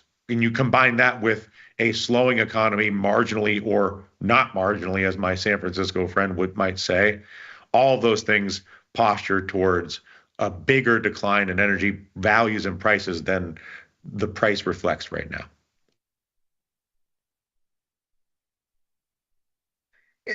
Ilya, tomorrow's retail sales report, is that something that you are particularly concerned with? It's really the only major data release on the day. Absolutely. And I think the reason why stocks shrugged off CPI yesterday, ultimately, the reason why the dollar shrugged off CPI ultimately, which is actually kind of unusual. Typically, the bond market is the smarter of the bunch, but it had to wait until today and confirmation from PPI to rethink yesterday's excesses. But the reason that I think the dollar and stocks ultimately looked at CPI yesterday and said, this is not a reason to rally, but it's certainly not a reason to sell off, and ultimately ended the day flat, is because they looked at CPI and said, the internals of this are actually growth negative. The weakness here is in the service sector. That rhymes with the ISM and PMI numbers we just saw the previous week. And if the service sector goes, forget tariffs, forget all of these things. None of that would even begin to make a dent. At best, it would make things no worse if these things didn't happen. If they did, they would just add fuel onto something that is negative already. If what we saw in the PMIs is the beginning of something, then the global economy is in trouble. Now, we don't know that yet. It's 1 month's data, but it's 1 month's data from 2 independent sources showing very analog things, and then the CPI report reinforcing them. So now the retail sales number is a very big deal, because the real question isn't about tariffs or peace deals or annexing Greenland or taking over Gaza. None of that stuff matters that much, if at all. The real question is, China has stopped growing for a long time. The Eurozone has slowed down to a standstill. The only thing that's growing is the U.S. service sector, powered by U.S. consumers. Because most services are done, most of that business is done domestically. It's how the strong U.S. economy has not spilled over to other markets. Typically, that would be via U.S. buying of goods exports from everywhere. but the strength has not been in goods. It's been in services. And so if the U.S. consumer is on weaker footing here, and that's where this weakness in services is coming from, as the PMI suggest, because indeed the declines are in new orders and forward look and employment in measurable forward-looking indicators. If that's what's going on, and we get a weaker retail sales report as another bit of evidence in this direction, forget all this noise. There's a cyclical downturn that was inevitable eventually, and maybe starting to show up. Now, of course, all of this is early evidence. We're going to get an update of the PMIs next Friday. So we'll see if there is a second dot in the series here. But the body of evidence to suggest that the U.S. economy cannot and will not forever be the sole pillar on which global growth stands, it's building. At the same time that the other pillars are not getting any better. So yes, of course, the retail sales number is a big deal tomorrow. If it misses, this trade deal looks like it is with respect to India. Senior Trump officials saying that there is a goal to have a comprehensive defense and trade pact with India by the end of this year. It's interesting because the U.S. effective tariff rate against Indian goods is about 3%, while Indian tariffs against American goods is roughly 17%. So India being caught in the thrall of reciprocal tariffs would be an enormous increase there and could dampen trade. But there's also the opportunity that if we're careening, and as Marco Rubio, the Secretary of State, points out, as Pete Hegseth, the Defense Secretary, points out, that we're turning our attention away from Europe and going to focus more on China, India becomes a very valuable partner to resupply or rebuild supply chains in friendlier nations. Not that India is a particularly U.S.-friendly nation. It always had an intermediate role in the Cold War. Even during this whole Russia-Ukraine fiasco, it took more of a neutral position. But that is a friendlier location for factories manufacturing than China for American companies. So if you avoid those tariffs and you get a trade agreement here, a big bilateral trade deal, that is something that is quite fascinating with the world's largest democracy in India. Coinbase here, pinned. I guess we can say congrats to Tony. He's going to have a pretty easy show tomorrow, Dylan. Coinbase closed in at 298. We're basically flat at 301. Those big earning results didn't really translate into substantial moves across the board, at least in coin. Elsewhere, though, we had a few other earnings releases come here after hours. Palo Alto Networks, they came in. EPS was 81 cents versus 78 expected. Revenues just barely higher, 226 versus 224. Their guidance wasn't above expectations. So if you're not promising the moon right now, you're getting slapped around. On the other hand, Airbnb, 73 cents EPS versus expectation of 58 cents. Roku, likewise, another huge beat here. Their share price is up. Apparently, streaming is still popular. On the other end, Advanced Materials, they offer weaker guidance. Their share prices are down. EPS 238 versus 229. That is a consistent thing we've seen in this market, this earnings cycle, by the way, which is coming to an end. According to FactSet, companies that have been beating their earnings estimates are being rewarded less than average. In Q4 2024, companies that are beating their EPS estimates are seeing an average price increase of 0.3% the 2 days before the earnings release and 2 days after. That's below the 5-year average of an average price increase of 1% during that same trading window. Whereas the companies that are missing their earnings, they're seeing an average price decline of 2.4% 2 days before the earnings release through the 2 days after that release. And that is just slightly weaker than the 5-year average of minus 2.3%. So in this market, if you're beating and you're not giving even better guidance, you're getting knocked a bit lower. And if you're not beating and you're offering weaker guidance, you're getting punished.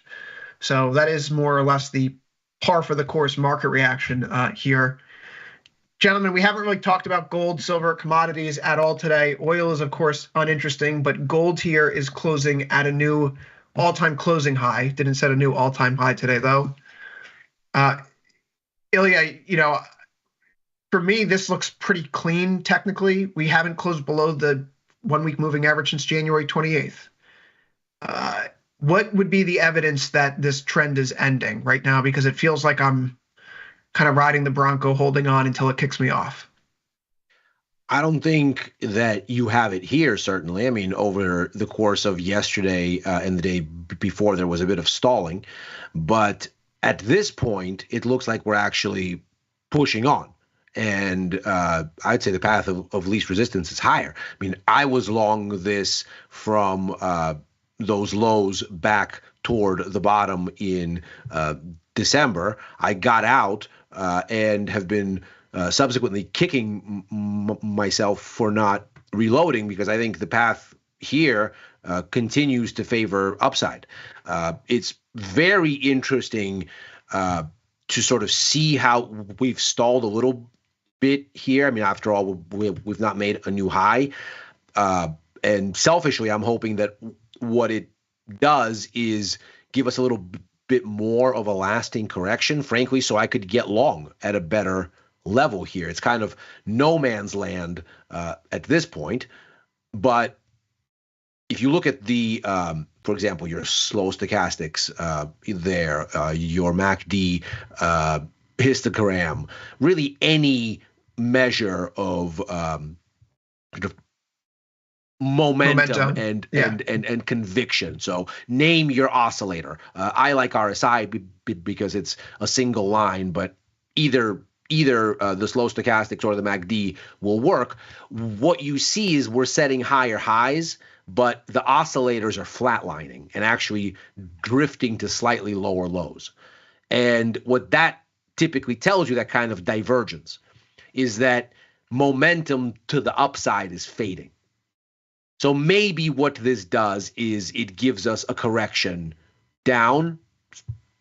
Not necessarily the case at all, looking at the price action here, but I'm hopeful that it does, because I think the bias is strongly to the upside. I think there's every reason to expect that to continue. And if I get a mulligan, I'm in. I have an upside target of 30.42 right now, give or take a few bucks. Swing low that we have at the end of June, up to the high you have in October, back down to that November low. November low, I think, is important. It's when we heard that China was resuming their buying of gold in the market, and we haven't revisited those levels since then. That simple Fibonacci expansion calls for $42.80 in the GCJ5 contract. I'm going to be staying long here. I think everything worked out well for me today. Even one of the AI power plays that we've put on the radar. We talk about phase 2 names. EXC is something that's been in the back pocket with the 42-47 call spread here, and so that's working very neatly. It's a longer term idea about a phase 2 play, so there's still 127 days to expiration. But in terms of a bottom that's coming together right now, there's substantive evidence that the phase 2 AI theme is very much leading the pack and could be the leader in this breakout to the upside.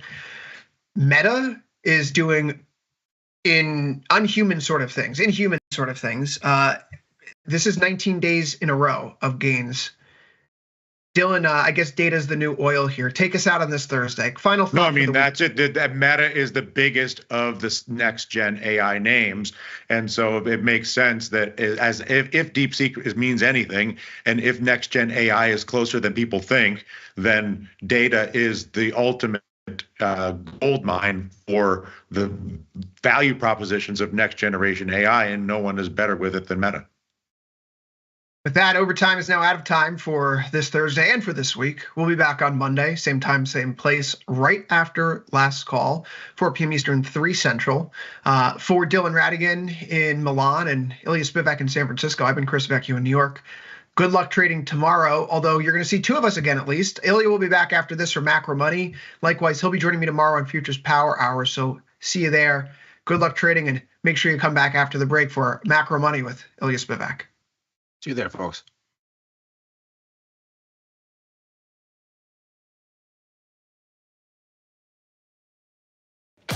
Know someone who needs a better broker?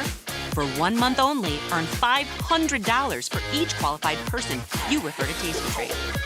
See how it pays to have friends? Terms and conditions apply. Tasty Trade. I bought a stock when I was first old enough to open a brokerage account. It went up 1,000% and I made a bunch of money and I was hooked. I felt like I was just pretty much gambling in the markets. I had a big win and it was mostly failures thereafter that. And I thought I need to find a way to consistently pull money out of the markets and find a more consistent, repeatable system. Fast forward, I ran into tastylive. Really loved the market measures and the data they had behind to back up the research they were doing. My biggest takeaway is that you can find an edge in financial markets. It lies in volatility overstatement, volatility mean reversion, and having solid mechanics. Calling all traders. Are you using tastylive mechanics and enjoying awesome results? Are you an up-and-coming options savant? We're looking for you. For over a decade, tastylive has shared the most inspiring stories of traders teaching themselves a new skill, using probabilities and experiencing new levels of success. If you think your trading journey should be shared with Tasty Nation, we'd love to hear from you. We are always on the lookout for the next class of rising stars. Email us at risingstars@tastylive.com if you'd like a chance to share your trading journey and inspire others. Ready to take your trading skills to the next level? Dive into the world of stocks, options, and futures with Tasty Trade courses. Whether you're a beginner or more advanced trader, our courses can empower you with the knowledge to succeed. Watch as our team in Chicago shows you how to use the Tasty Trade platform and go over the basics of trading. Perhaps you'll learn about a new strategy or a potential product for your portfolio. To find our courses, go to the Manage section of our web platform or head to courses.tastytrade.com. Start taking control of your financial future. Visit our courses today.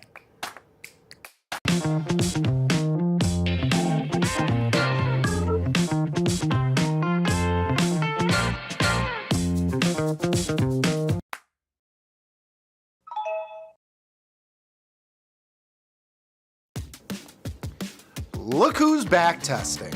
Tasty Trade now has options back testing for free. Test your trades with over 10 years of data for the most popular symbols. See how your trades would have performed in the past.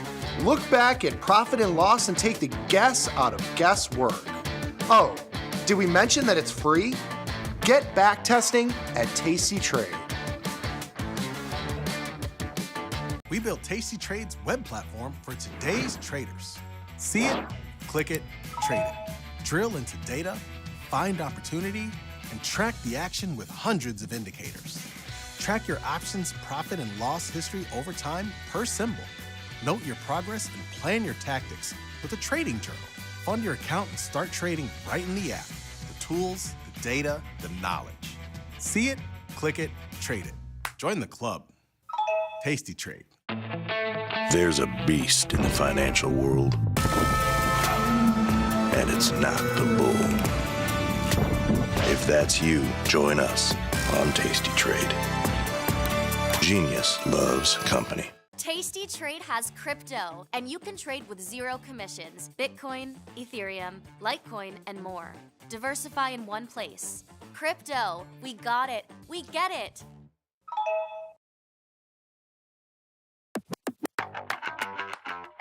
If you say way to go out on a ledge, what are you doing? Way to go out on a ledge is just another expression when you make fun of another trader who's not willing to take any risk, who's very risk averse. So when somebody's very risk averse and doesn't want to do anything risky, you say, "Hey, way to go out on the ledge." When you say you're going to whack the bid, what are you doing? When you whack the bid, that means you're selling at the best available price. A scoopy.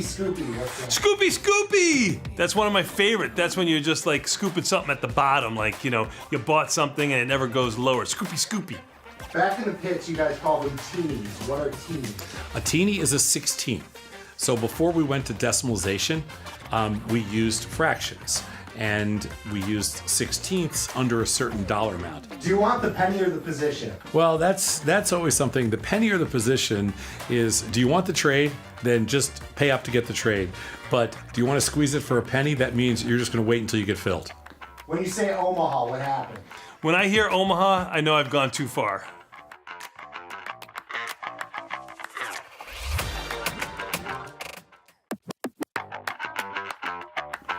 So, Tom, what is your definition of underwater?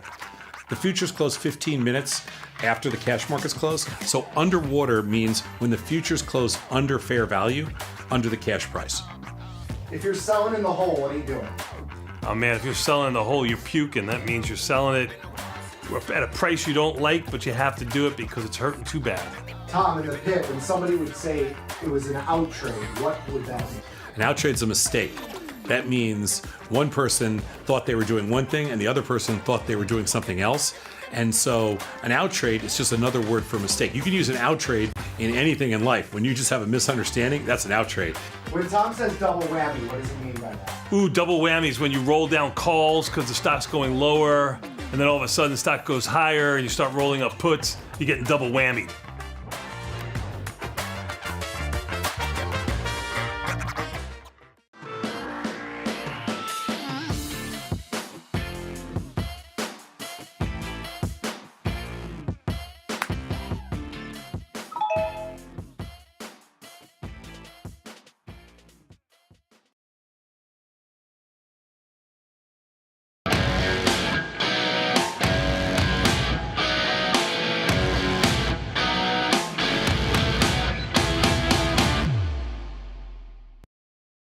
The markets get a little bit of a reprieve for following yesterday's shenanigans with the CPI report that spooked one and all.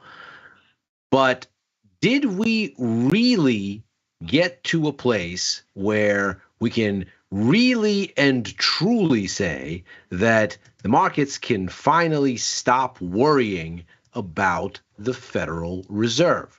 That is, of course, the key question for us as we consider where this might be going. And that's what we're going to unpack here as we look at the event risk that comes at us from here. And we'll do a little bit of unpacking of how it was that we got our little reprieve today. And of course, yesterday we talked about the U.S. retail sales report that still comes at us with that release on Friday. So tomorrow, less than 24 hours now. But in the meantime, as we get ready, it should be helpful to see exactly what the markets did here and why.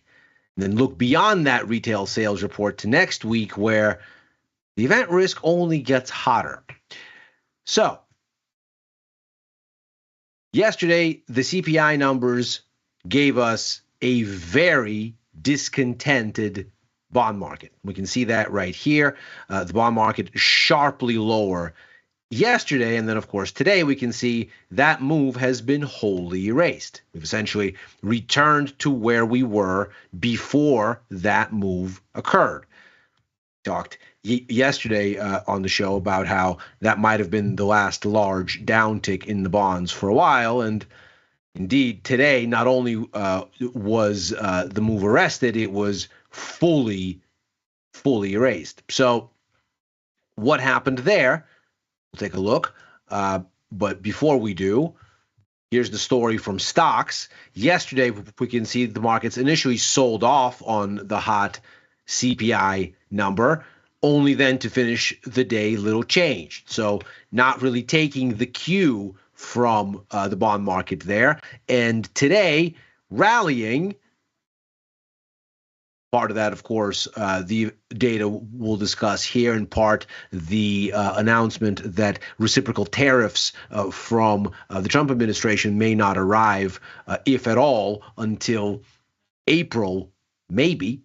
That, of course, diffuses a risk that they might appear much sooner than that. So we get a little bit of a rally, but ultimately stay within this narrow range that we've carved out since late November, early December of last year, sort of depending on how you frame this sort of congestive period here. But what certainly seems to be clear is that there's not a whole lot of conviction still, because we, of course, not only remain underneath that high, but we've only just closed the gap from that DeepSeek fiasco and nothing more. We struggled to even make a run at the secondary high here from early in the year. So a little bit of upside from the markets, but conviction still seemingly lacking. For the U.S. dollar yesterday, it initially strengthened on the data. Today, a reprieve there as well, selling off against the euro here. We're looking at 6E futures for the euro as a kind of stand-in for the dollar's overall direction, because, of course, the euro is its largest counterpart, and the general benchmark, the U.S. dollar index, is overwhelmingly tilted toward euro, because most of the legacy currencies that make up the basket are now the euro, like the Deutschmark or the French franc or the Italian lira. And so when we look at what's occurred here, yesterday the dollar tries to rally. It manages it against the yen for what it's worth, even though it gave it away today just as the bonds gave up their losses and erased that. But in aggregate and overall, the dollar ultimately doesn't get much headway thanks to CPI, much like stocks don't get much of a downdraft. And today, as stocks extend, so too the dollar pulls back lower. So what is this sequencing and what's going on? So here is the CPI report that we ended up seeing that ultimately spooked everyone. 3.3% on headline inflation versus 3.1 expected. And indeed, this core number rising, whereas it was expected to come down from 3.2 to 3.1, and ended up not only not going down, but actually going the other way and unexpectedly accelerating. Unexpected acceleration at the number, including food and energy as well, the broader number here, 3% versus 2.9. And not surprisingly, that shook the market's expectation for how much the Fed might be able to cut rates. And so that's this sell-off in the bonds. Why were stocks and currencies more circumspect? Well, as we discussed yesterday and we'll briefly review today, it seemed like what was going on in the inflation numbers was actually not all that scary when you consider where the headline numbers came from. They mostly came from the goods side of the ledger rebasing, so the negative contribution from goods to CPI became smaller, and energy swinging from a marginally negative reading to a marginally positive one. But when we look at where most inflation actually lives, the core services sector, it went down. In fact, we can see here in the breakdown, this is the inflation that matters. This big, thick gray area, that's where the Fed's progress to 2% inflation will be made or broken. And what we see is that on this measure, we actually come in significantly. 2.62 percentage points is actually the smallest contribution from core services to overall CPI in years. And so what the markets took away from this was actually that the numbers probably don't change the Fed's calculus terribly, because the part of the equation where they have agency actually seems to be moving in their direction after these temporary and, for the most part, statistical adjustments work their way through the data. Now, more worryingly, what this rhymes with is a sobering set of PMI numbers that came out last week, suggesting that the U.S. service sector has started to significantly cool. And of course, that's the essence of why we get this sort of skew in CPI. Notice almost nothing for inflation for goods for quite some time. Food has been squeezed down. Energy is still very low, if now no longer negative. All of this is happening in core services. And then when we look at what's going on with the drivers of growth for the U.S. economy, we can see it's services with the strength, whereas the manufacturing side has been anemic and only just returned to growth last month. As ever, these PMI numbers are done around an axis of 50, where that's neutral. Above it is growth. Below it is contraction. The further you go above 50, the faster the growth. The further you go below 50, the faster the contraction. And so what you find here is a significant downstep in this critical sector. And not only do you find it in the S&P Global data, and albeit here it's more dramatic, but a parallel PMI data set, this one from the Institute of Supply Management, ISM, it also misses on its service sector gauge. 52.8 versus 54.3 expected. Not quite as dramatic. This gives us a 12-month low on U.S. economic growth, thanks to a steep come down in the service sector. This gives us a more modest come down, but still the weakest reading in some months. So as we look at this in the context of these CPI numbers, the markets say, well, maybe the story here is, at least from the immediate Fed policy perspective, not a prescription to jettison rate cuts altogether, as the bond markets seem to be worrying about, because clearly the underlying economy, that is the service sector, its sole sort of pillar of growth and support, that's actually cooling.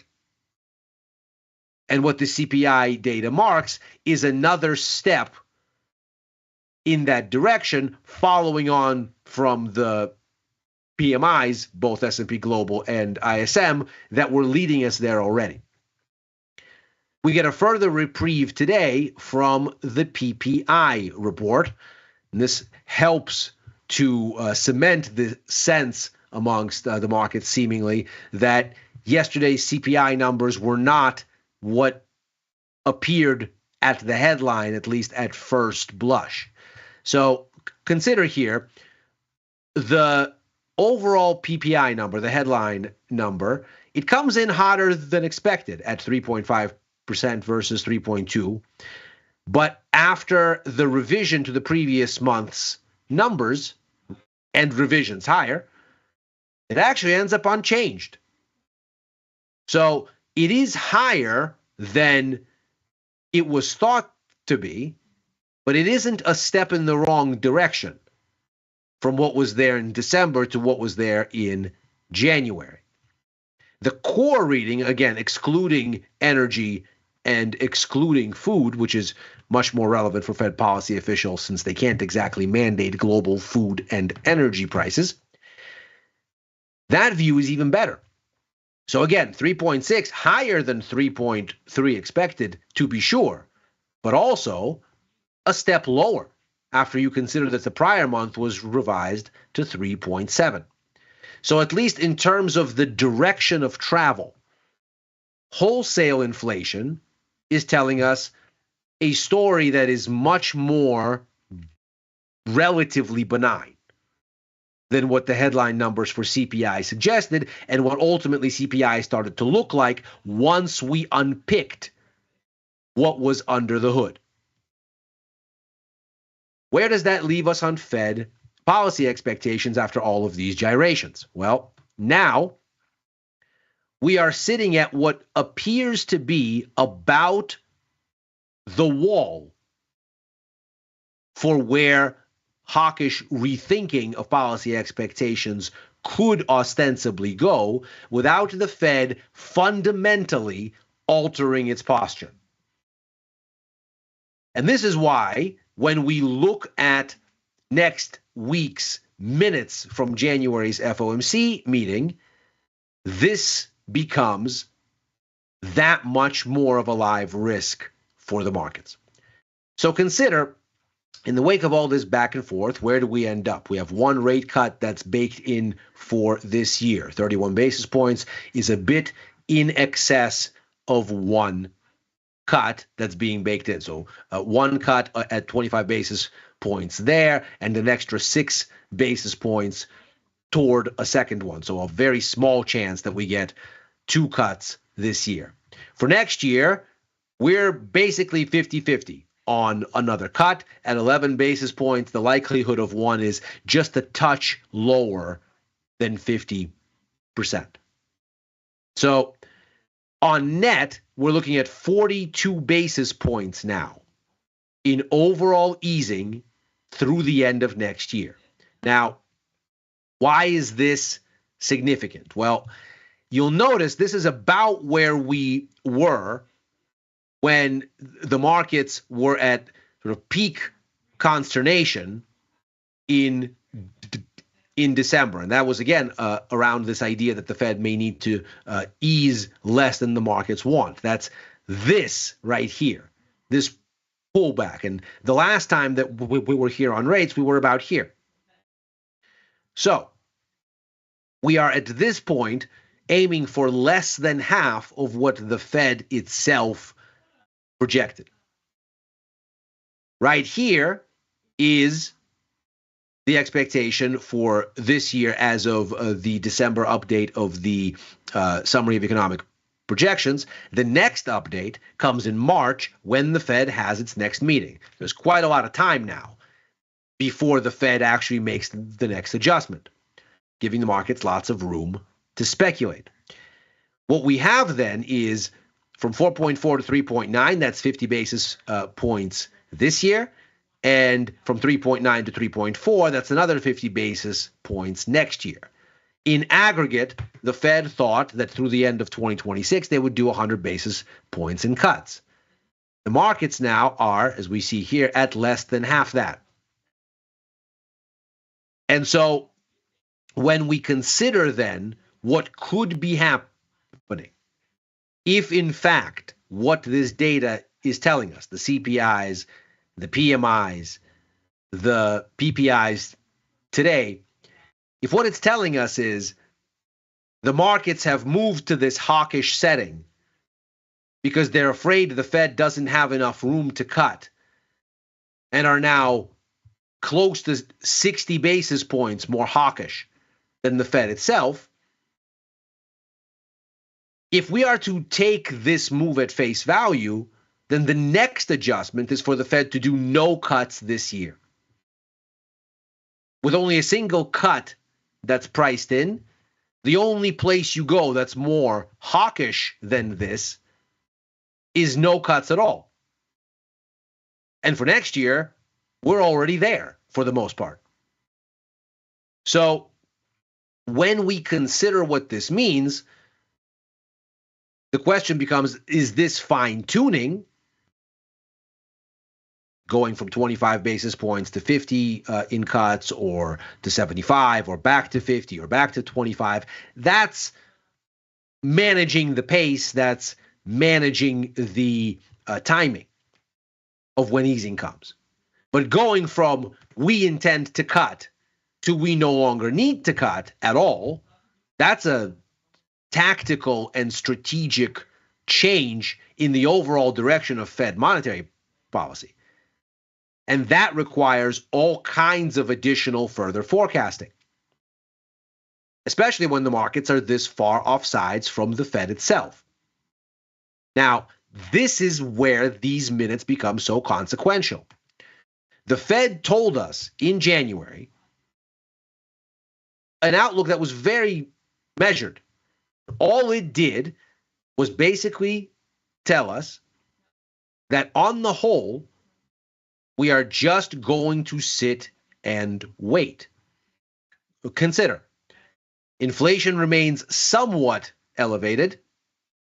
The unemployment rate is stabilized at a low level, and labor market conditions remain solid.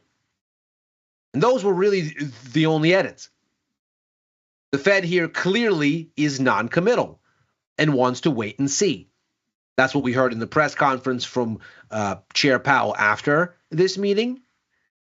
It's also what we heard from him in testimony in front of Congress, now both Senate and the House, this week. This does not sound like a Fed that's changing its mind about the overall direction of travel, and instead is more so trying to fine-tune when it's going to make the next move to ease. That would suggest that this right here has reached about as hawkish as it can go, give or take. If the minutes then come out from this January meeting and tell us the Fed remains committed to the direction, they are not rethinking the path to where they want to end up, they do want to be cutting, what they're trying to figure out is when to do the cutting and how much of it to do. And if their cutting cycle is entirely off the table, well, that doesn't seem to be in the cards, unless, of course, Fed officials start to talk about it. If the minutes do suggest that, then, well, we could have another big run-up in yields. But if not, this appears like it's reached something of an exhaustion point, or at least very close to it. At the same time, the other big update on economic data next week will be, conveniently enough, the next set of S&P Global PMIs.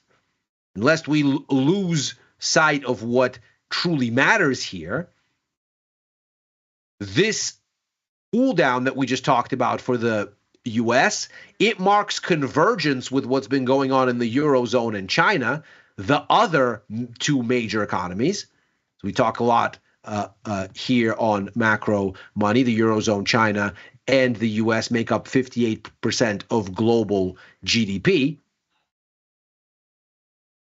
And the other 42% are, for the most part, vendor economies that need demand from the large three in order for them to have a sizable or at least a meaningful contribution.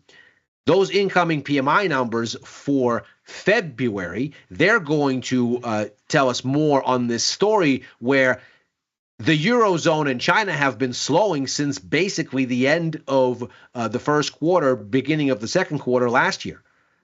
And it's been the U.S. holding up the entire global economy, maybe until January, where we're converging toward slower growth. And if that's the case, then the signs of weakness we've now seen in CPI, the confirmation of that underlying softness in PPI today, all of that seems to suggest that not only is the economy on weaker footing and there is a global recession risk that might be brewing if this continues, because if the U.S. slows, there is no safety net from the other major economies, but most importantly, that this is now incorrectly hawkish. And what all that boils down to then for asset prices starts to look like bonds that are relatively cheap and have perhaps room to break out and extend higher as the markets start to consider that the Fed is going to need to do a lot more easing downwind, even as they resist now. And for stock markets not to necessarily love that news, because the easing will not be fast coming. Again, the next Fed meeting is in March. They would need to significantly rethink their perspective if they were going to speed things up aggressively. In the meantime, the global economy would show significant signs of wear and tear, and this top may well hold with a turn lower. And of course, if the markets are speculating on Fed easing before the Fed really gives them the support and the confirmation that, in fact, it sees things the same way, the speculative element here might well drive down the U.S. dollar as the markets seek to push the Fed toward a conclusion, or at least anticipate that it will get there, which probably means a weaker U.S. dollar once next week runs its course. And that is Macro Money for today. As ever, we are here Monday through Thursday, right after Overtime, a show that I co-host with Dylan Radigan and Chris Vecchio, looking at the Wall Street close and where things may go from there. I'm likewise on with Chris for Futures Power Hour Mondays and Fridays, on with Victor Jones for The Price of Truth on Tuesdays, back with Victor and Tom for First Call on Sundays, writing for the News and Insights portion of tastylive.com, and commenting at Ilya Spivak on the platform formerly known as Twitter and on Blue Sky. If you're watching on YouTube, like and subscribe. Macro Money's back next week. Happy trading.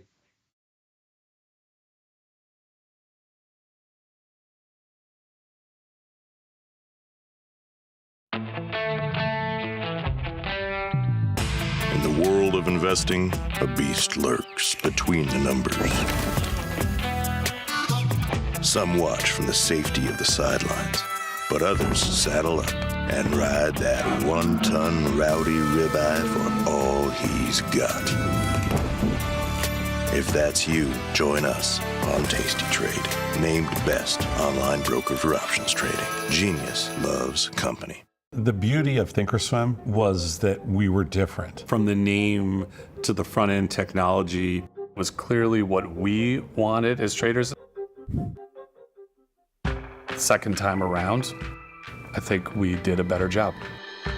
Yes, we are known for our ability to support complex derivatives traders, but we also have the tools for somebody who's brand new who wants to come in on the first floor and work their way up to the top of the building. Oh yeah. Tasty Nation, good morning.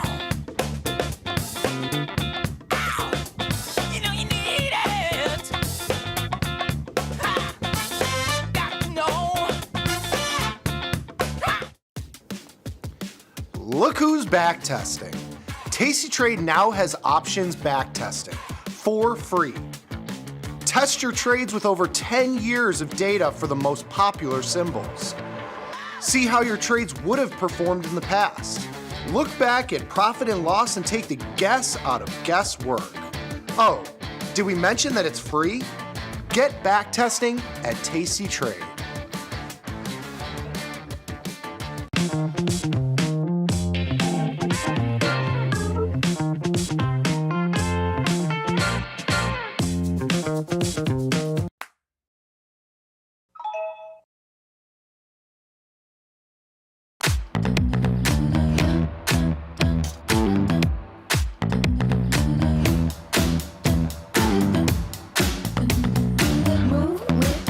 Shake it up, stop when the clock hits 13. Sing 1, 2, 3, 4. Cause no one can do it like we do it, like we do it, like we do it. Cause no one can do it like we do it, like we do it, like we do it. Dear Cheapo Airlines, thank you so much for sending my luggage on a magical side quest instead of my planned destination. I am glad that I had the sustenance of the single pretzel I was served on board while I was waiting for my bag to arrive. Looking forward to your reply, because surely the response can't be as delayed as long as my flight was. Warm regards, Bettina. Sometimes it feels good to get smart. Get even smarter with live trading insights and some live taunting. Every day I do God's work here. From the smart mouths at Tasty Live. Got the need for speed? No problem!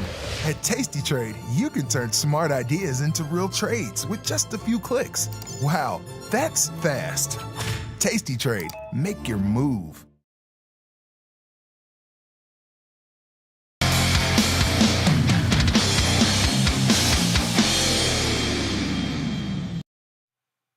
What is going on, and welcome back to today's segment. Today's been a volatile one to the upside today, Gus, but we're back. It's Thursday. I know we talked about some things on Tuesday with some positions, and we're going to come back and see how those panned out. But before we even get into that, how we doing? It's the end of the trading day. Tomorrow's Friday. We got a shorter week next week too, but what's going on, Gus? I'm doing well. I'm hanging in here. I kind of got beat down today. I don't know. Yeah, position's going the wrong way on me, but I do have a nice. You got time though, right? They don't expire. It's true. It's true. And I do have a nice DraftKings short position that I took headed into the close, and they have totally donked their earnings. So that looks like it should pan out for me. But as we discussed on Tuesday, you really never know with earnings. They could miss EPS by 60% and announce good forward guidance and just move up. So we'll see what the market decides to do with that one tomorrow. But not a great day on the brokerage, but a great day in general. I'm happy to be here. It's a good day to have a good day. But how do you feel about 4-day trading weeks? You got any gripes with it or what? I know in the beginning of the year, I felt like we had 4-day trading weeks, like 4 weeks in a row, like 5 towards the end of the year. But I know we got a shorter one coming up next week, so we'll have to manage some of our positions a little sooner. But any experience with those? Yeah, I don't know. I certainly don't like them. I mean, I would prefer things to just be standard, and when we're under standard operating procedures is certainly when I feel the most comfortable. However, I hear you. There is some increased volatility that comes with it. I used to, when I first started trading in 2020, I used to always say, "Oh, everyone's just so excited to trade. There's a ton of volatility." I've come to realize that 2020 was the exception and not the rule. But I do still think there's some increased volatility on those Tuesdays, particularly when the market is closed on a Monday. I feel like when we're closed on a Friday, it's easy for it to just normal end of week happenings will just happen on the Thursday, and then it's a normal next week. But when we're closed on the Monday and it's the short week on the back end, I think there's usually some more volatility on Tuesday. So excited to sit down on Tuesday and get cooking on all that. No, I hear you. Well, we are coming close to the end of the week. This last Wednesday, we did have CPI. Came in a little harder than expected. It's kind of crazy that we've came all the way back down from, 9%. It doesn't feel like it, but that's what some of the numbers are saying right now. So I know we had a pretty big move to the downside yesterday, about an hour before the market opened up, and then we rallied all day. I mean, it's like it put in the low at 8:30 after the news, and then we pretty much rallied all day. So we'll take a look at that. And then also, I know earlier you were mentioning DraftKings. What's been going on over there? We'll take a look at it in a second. Yeah, just really, really bad earnings. I played this. An earnings strategy I've started to employ a little bit recently is just do whatever the opposite of what the market is pricing in is. And today DraftKings ran up all day, and I was eyeing it as it ran up, and I didn't think it was overextended enough. And the last candle on the day, on the 1 hour at least, opened red and stayed red into close. And so that was enough confirmation to me that it had run out of steam at the top there already. And perhaps some efficient market stuff happening with bad earnings omens coming with that. But yeah, I went short, just a short call, nothing special, no risk protection. It was a little bit silly to that end. Perhaps if it had moved up $10, it would have cost me dearly. But fortunately, looks like that's not going to be the case. Although, like I said, you just never know. Yeah, horrible earnings miss over there. And also I love when people miss earnings when there's already a loss expected and then they lose bigger, because that's what happened here. They were expecting negative 17 cents a share on EPS and came in at negative 28. So much worse than the projections there. They did narrowly miss revenue, only I suppose $10 million short on their revenue target, but only 10 mil. Only 10 mil. Only 10 mil. When we're throwing around billions of dollars, it's all kind of negligible. But I'm really high on DraftKings in general. I'm high on gambling stocks in general. The industry in general. You have a little experience with that. I'm curious to see, what do you see in that arena, right? You were you were around a lot of your peers that were probably into that space. What kind of trends do you see or noticed within sports betting and things of the sort? Yeah, it's certainly there's a lot of room for upside. Anytime where I can find something that is not legal in all 50 states that I feel inevitably will become legal in all 50 states, those are things that I try to get in on. I feel the same way about cannabis. It's free. Right. That's what I thought you were going to bring up next. Yeah, it's free growth when you can just expand into new markets and acquire entire new markets like that. So I'm high on gambling to that end, and I do think that sports betting, especially and probably gambling at large, will be legalized in all 50 states sometime soon. But the trend that I'm seeing in the sports betting world, and what makes me even more bullish on these companies, is that as they get more and more users, and DraftKings especially, they start to be worse and worse to their users, which is not good, obviously, on a consumer. In terms of In terms of prices, they're getting way too comfortable. Like I'll throw out NFL teasers. You used to be able to take 6-point teasers at -110. I hear stories from people older than me that you used to be able to get 6-point teasers at even money, and now it's pretty much -120 everywhere. DraftKings and MGM and Caesars are going to give you -130, and also they're getting much more. I don't know, generous with their. I don't know what's the opposite of generous. I'm blanking here. Stringent, Stingy? I suppose. Stingy, yeah. Let's go with that. With their with the lines that they give, it's pretty typical in sports for a spread to have -110 on both sides. We've been getting into a lot of -120 on both sides, which is a 40-point spread, and that makes way more money for the books when they do things that way. Do you think they always had that in mind? They might make those adjustments later on, but how they were kind of framed earlier was kind of an incentive to build? Or do you think it was kind of like, we scaled, we have a little bit more power and leverage in terms of what we want to do because we're experiencing success? How do you think it was? Do you think it was just decisions in the moment, or do you think they were kind of planning on doing that later on? Maybe with the DraftKings and the FanDuels of the world, these companies that have kind of just come into the limelight in the last 10 years, I would say so. Right. But with the more institutional companies, your Caesars and your MGM and these casinos that have been on the Vegas Strip forever that are now expanding into nationwide sports betting powerhouses, I don't think that they ever saw this coming. I mean, because just 20 years ago, this stuff was so stigmatized, you would never hear a sports analyst say the word spread on television. And now we have ESPN Bet. It's a network. All they do is talk about betting. So I think that the rapid destigmatization of betting has really led to where we are now. And I do think that most of these books are just kind of making these calls in the moment. They're like, man, we don't think our users will notice if we put another 10 cents on this middle. And most of the time, it doesn't hurt them at all. DraftKings did recently, New York put new taxes in place, and DraftKings decided that they were just going to go all the way and start just passing that tax burden onto the user directly. Like they didn't even try to work it in. So every time you placed a bet, they would just charge you like a commission, which was silly. But anyway, Interesting. Get into the weeds. No, it is interesting to see how this industry is kind of developing in real time. But even the players that are playing in these games are quite aware of their spreads and what people are. So it is kind of crazy how it really is just within the culture now. Even the players are completely aware of what's going on. And then, I mean, you go on TikTok, you see everybody talking about their parlays. Jalen Hurts, don't sell my parlay. So it's just almost within natural conversation of sports talk now, talking about the spreads and things of the sort. So that's what we have on the sports betting end. We can kind of break down some of these positions that we have here now, and then what we'll look at into the end of the week. But the first thing that I do want to touch on is QQQ. So I know I was kind of in a pickle, right, on Tuesday. It was a very narrow range, right? I had sold the, where does it say there? I had sold, let me go over here. Oh, that's DraftKings. Let's go to QQQ. I had that very narrow iron condor, and I had sold the 530. So let's visualize this a little bit. Sometimes I like to go over here and just put a line at the strike that I sold to have a little bit more of a visual element. So whenever we look at the price, but I sold the 530s.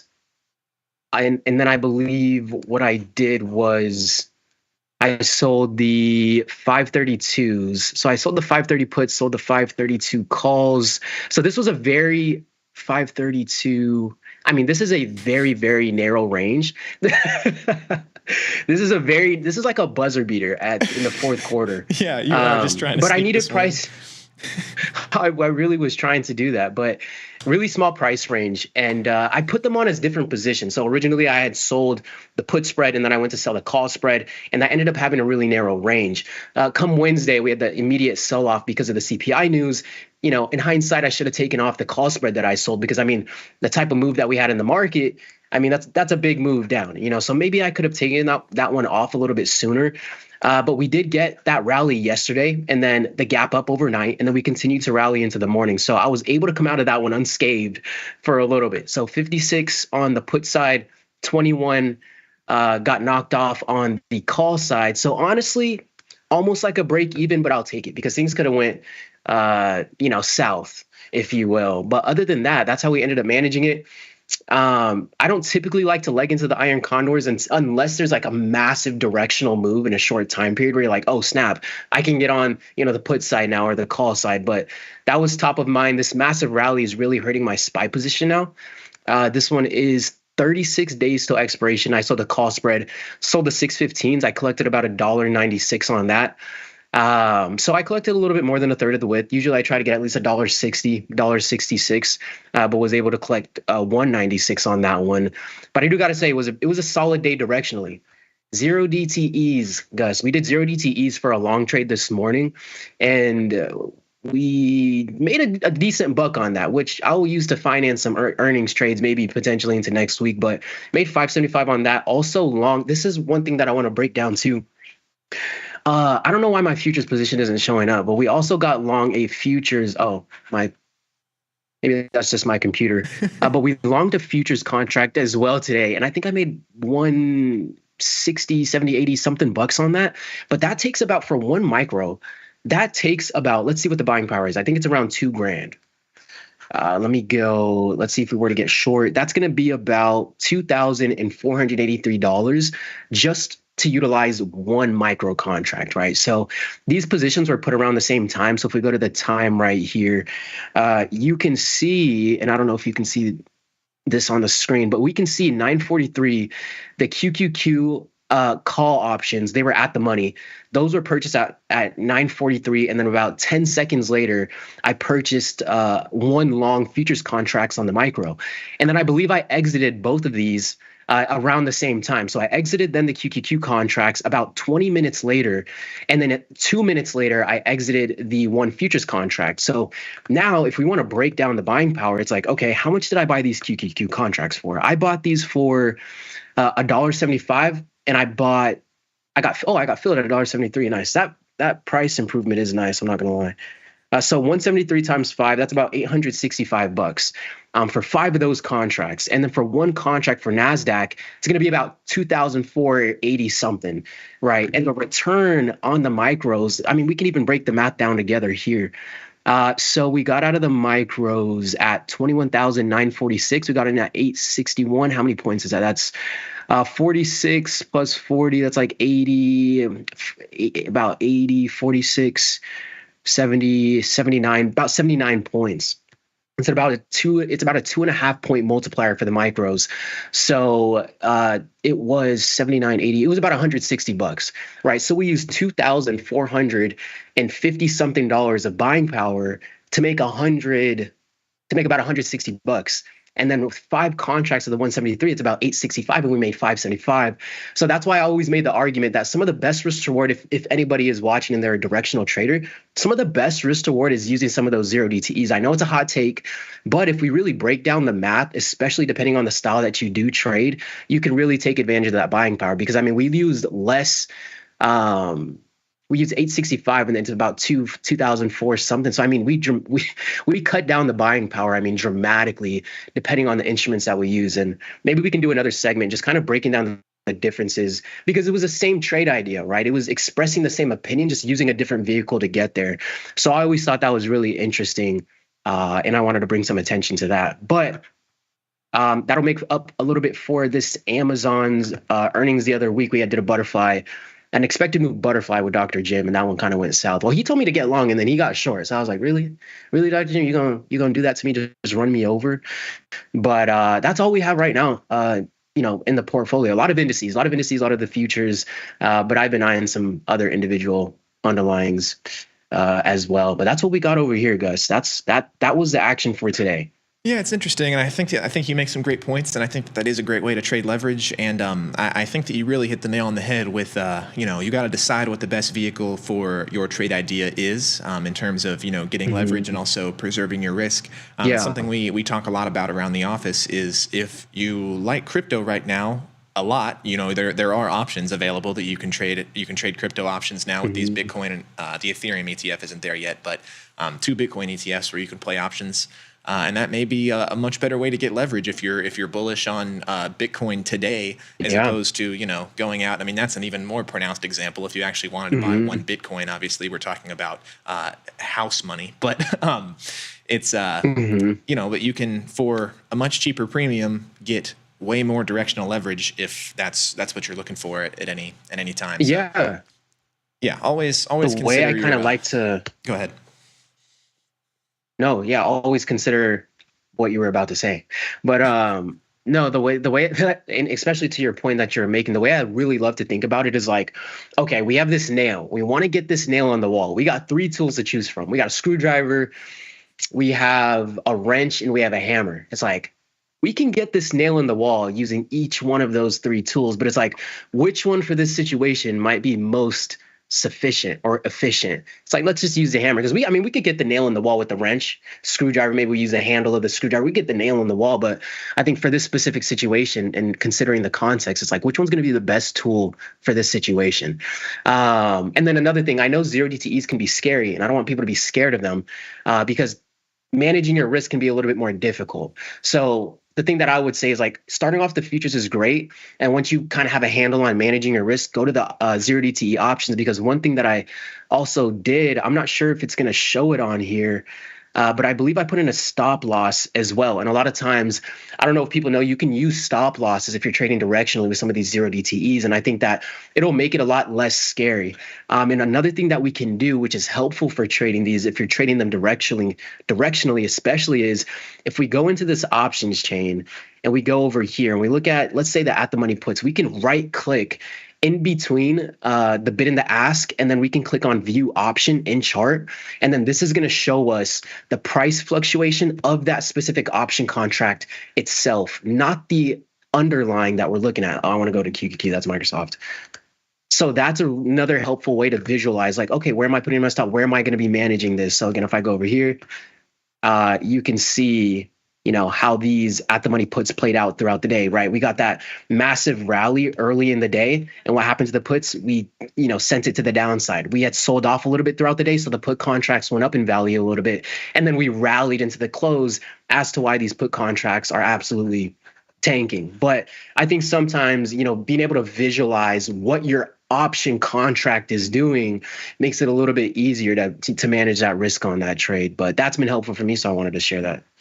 Yeah, I think that's very interesting. I've actually I've known people who successfully will apply technical analysis to the charts, like, of the options contracts themselves, which that's some, really? Yeah, that's some next level stuff. I've never messed with it myself, but I would float that is something that I have seen people profitably do. I certainly would not recommend it.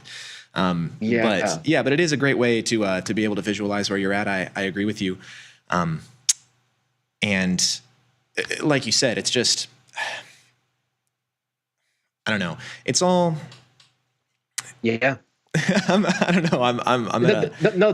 The visual element of it is helpful, because I remember one of the first times I bought an option. This is, years ago. I literally didn't know what I was doing. I remember I purchased the option and the price was going in my direction. Finally, I was like, why am I barely breaking even or losing a little bit on this trade? It doesn't make any sense. And if I were to be able to see the price fluctuation of the option contract itself, it would have made a little bit more sense to me.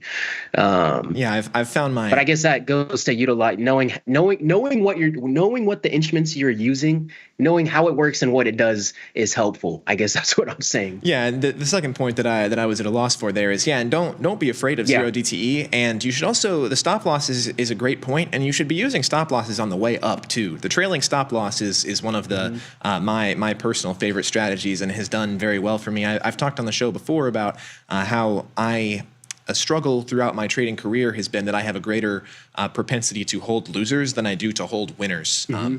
Paper hands, sand hands, whatever you want to throw around, I have that problem. And so when you have the trailing stop losses and you're at 40% of max profit, you can throw a stop loss in at 20% of max profit too, and make sure you still make money should it come back down. It really takes a lot of the weight off of having to manage those things. So stop loss is incredibly valuable tool, and especially if you're going to do zero DTE stuff, there is absolutely a ton of value there. But also obviously make sure you're preserving your risk always. Right.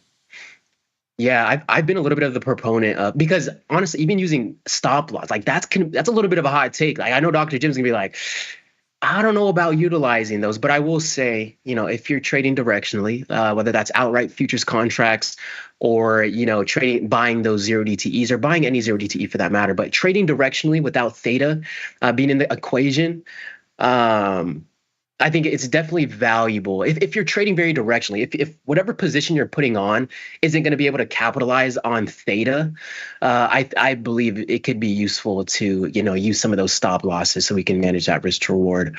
But Nicola, your favorite underlying Nicola, Gus, it's looking like it's taking a little bit of a hit here. I was just going through the through the watch list and was reminiscing on that one. Yeah, what it go from a dollar to 60 cents or something? This thing. Ooh, I mean, that looks like it hurts. I mean, the Nicola. So I know they got caught in some type of scandal. I know they had the semi that rolling. wasn't actually moving, and they were right. So was that I get why they would get backlash for that, but it's like was there really no basis to the company? Was there really nothing for the company to stand on for it to be taking a hit like this, or was it like all a fraud company? What was going on over here? To my understanding, they were like 5+ years from actually having that truck running, and the whole thing with the SEC was that they were able to assert that they deliberately made that video to mislead investors, I believe. So yeah, I think that the hit is justified. Do they still make cars? I kind of had in my head that the stock got delisted. I'm surprised to even be sitting here looking at it right now.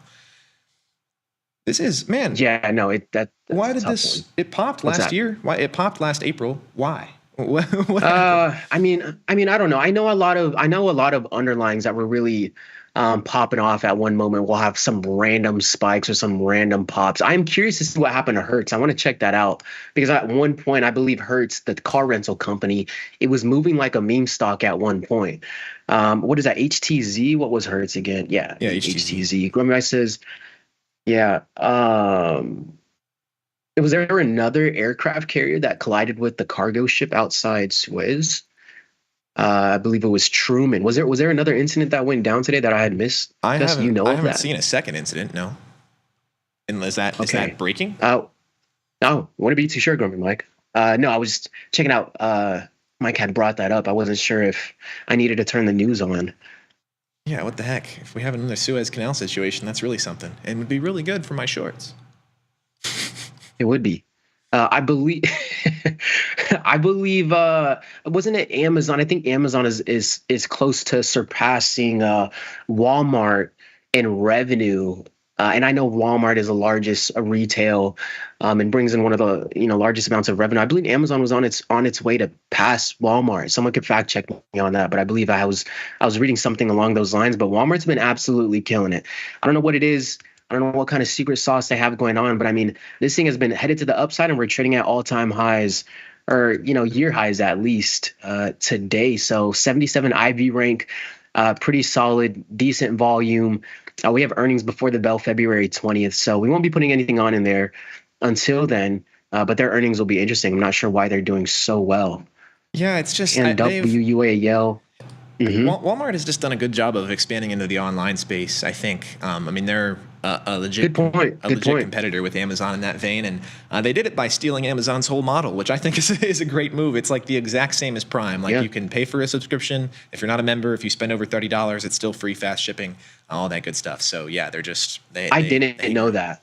Oh yeah, I didn't know that. When they I didn't know decided, you could get a Walmart membership online. Yeah, I think they have some sort of Amazon Prime type of thing where it just makes it like free and super fast shipping on all of your stuff under a certain amount. And their shipping in general is just very fast. I mean, yeah, that's something they've been trying to expand into. I never shop on Walmart online. Maybe I should start. Yeah, no, maybe so. Not a bad approach though. PLTR was another individual underlying that's been going absolutely ham. Whenever I see individuals that aren't really involved in the market even posting about PLTR, it's really doing something. So let's let this load up so we can get a good look at it. Earnings anytime, this thing, 50 IV rank. It's trading at like 300 or 400x its actual value. PLTR is crazy. Oh, we're gonna be cooking on this. Hey Gus, by next week we'll see what the market does when we open up tomorrow. I have to throw out an out of the money call spread on this. Let's look at the options chain real quick. I mean, this is screaming at me right now, and watch it go parabolic and rally to $200. I mean, yeah, it's so vertical. I agree with you. There's a gap. I mean, everything, but again, it's PLTR. I just don't know. I mean, this thing it's sort of like 2025 Tesla happening here. Their CEO is a very funny guy. He's like if Sam Bankman-Fried and Elon Musk had a kid. Say that again. Elon Musk. It's like he looks and acts like if Elon Musk and Sam Bankman-Fried had a kid. It's like that's PLTR CEO. He's like that's a good way. He's got the afro. He's kind of boisterous and out there, and I like him. I rock with it. That's what you got to do to be successful in this economy, I think. PLTR though, I think it's going to stay on the radar, Gus. I think I'm going to, tomorrow when the market opens, I'm going to be eyeing that 125 call. I'm collecting near $1.60. A gap up and a continuation higher tomorrow would be ideal, so I can collect a little bit more premium on the call side here. But I think I'm going to be looking at this. I know I'm a little close to the stock price, selling the 40 delta. But I do like what we've seen within PLTR. Not sure if anybody else has been looking at it, but I mean, Tom's got to be in PLTR. Hold on, let's see. There's no way Tom didn't get a short on in here. Has he been? Yeah. Tom's had to have got onto PLTR. I'll be surprised if he doesn't. PLTR. Maybe not. Oh, is he short DraftKings? I'm surprised the contrarian. DFKG. Yeah, it's the top ones. So. Oh no, he just traded it. No, it looks like he's out of that. Yeah, he's out of that. But PLTR, nothing on PLTR, I guess. Oh, you're in Eastern time. I was like, man, who's trading it? 3:50 p.m. I am. No, I know. Tom's gotta give me those Let's go to coin quickly. Yeah, as we're Coinbase just as we're wrapping up now, smashed their earnings. 120% beat on EPS. They reported 466 on 211 estimates. Blew revenue out of the water too. 23% beat. This thing might move tomorrow. Yeah. Let's see if we can get a quick snapshot of what that's looking like after hours, and then we'll wrap here. Really volatile one. I mean, we sold off to the downside, then we ripped to the upside. We're kind of unchanged as of now. We had this pretty big down move, up move. Now we're just a little bit below the closing price. So we'll see how that pans out in tomorrow's into tomorrow's market open. But we are coming to a close here. Gus, anything to add before we head out? I don't have anything to add. Markets are closed Monday. I just learned today that Monday is in fact President's Day, so don't try to trade. I learned that as well shortly. Yeah, 4-day week coming up. Awesome. Well, that's gonna wrap it up. Thanks for taking the time to hang out with us. We'll see how some of these earnings open up into the market open tomorrow, and we'll go from there. Thanks for hanging out with us, and we'll catch you guys next time. Peace.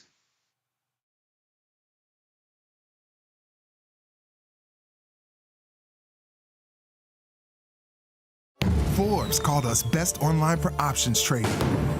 Investopedia, best for options trading, period. With stockbrokers.com, we're #1 for options and futures trading. The Motley Fool really likes us. And so does Business Insider. So what else can we say other than boom? Trade like a trader. Tasty Trade. Make your move.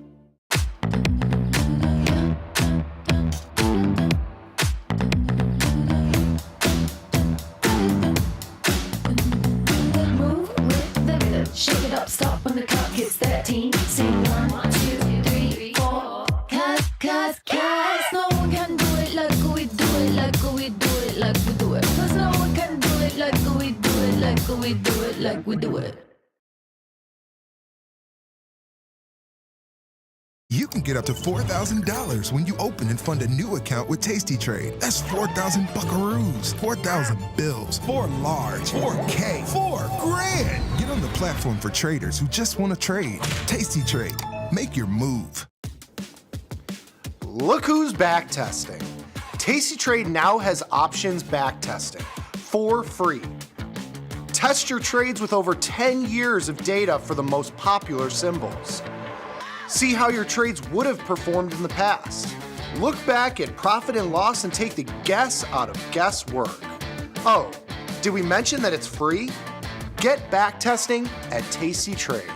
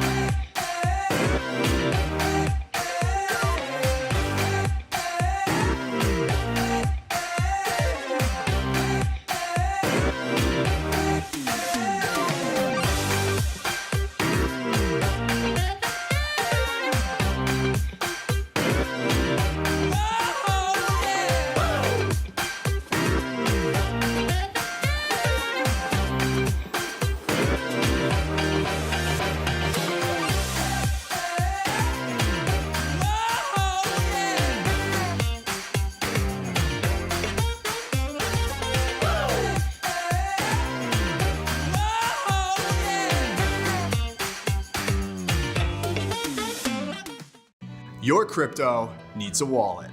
And crypto is better when it's tasty.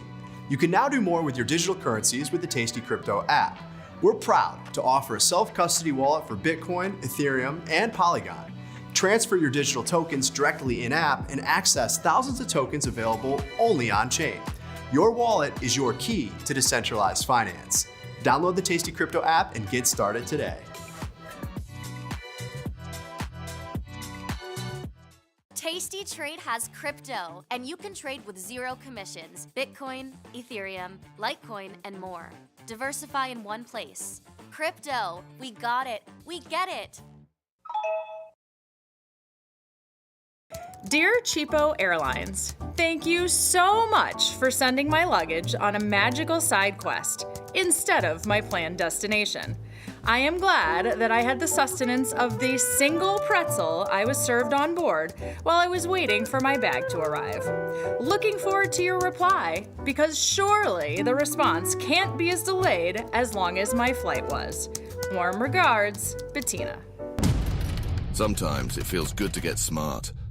Get even smarter with live trading insights and some live taunting. Every day I do God's work here. From the smart mouths at tastylive. You can get up to $4,000 when you open and fund a new account with Tasty Trade. That's 4,000 buckaroos, 4,000 bills, 4 large, 4K, 4 grand. Get on the platform for traders who just want to trade. Tasty Trade. Make your move.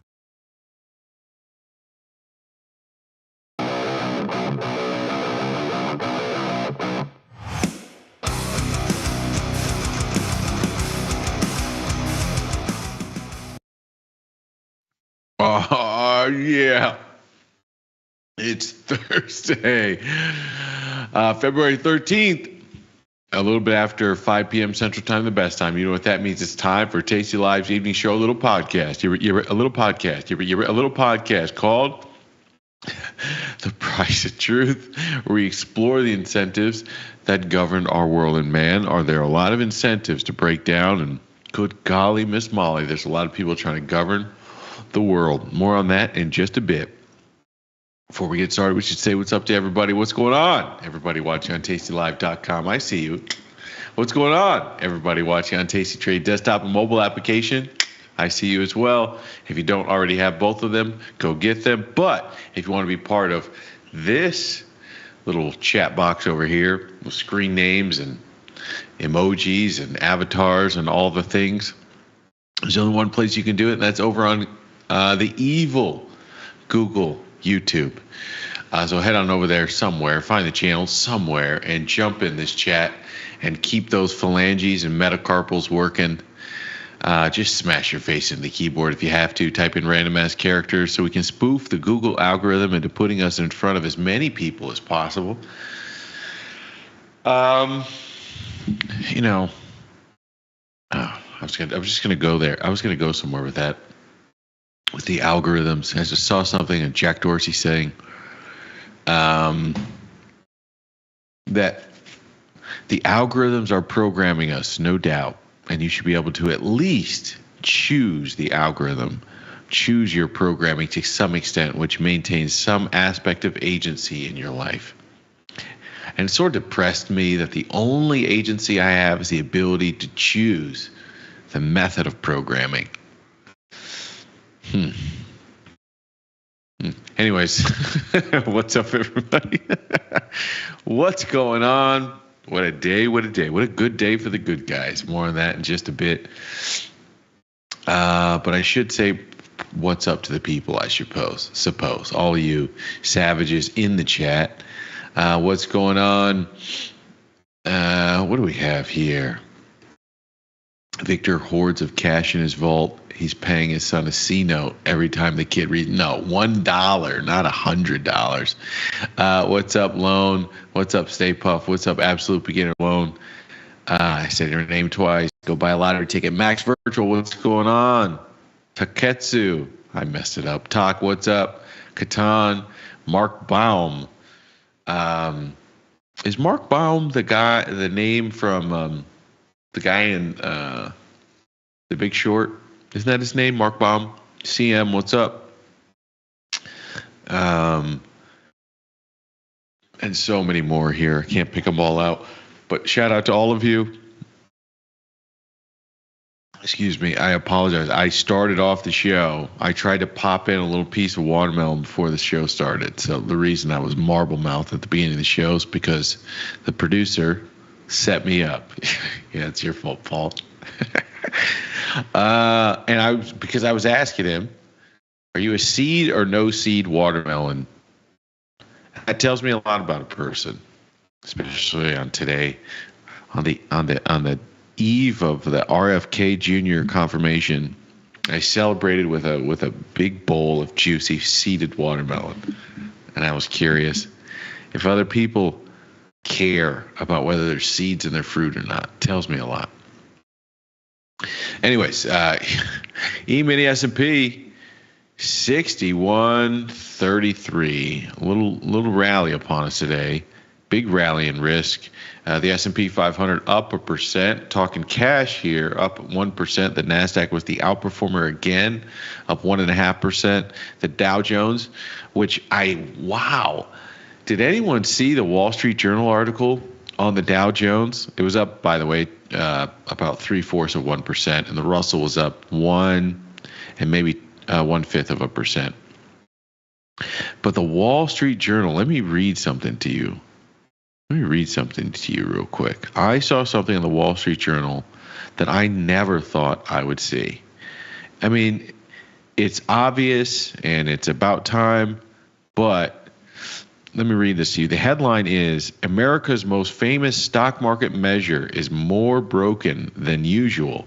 This was February 13th, so a couple of days ago.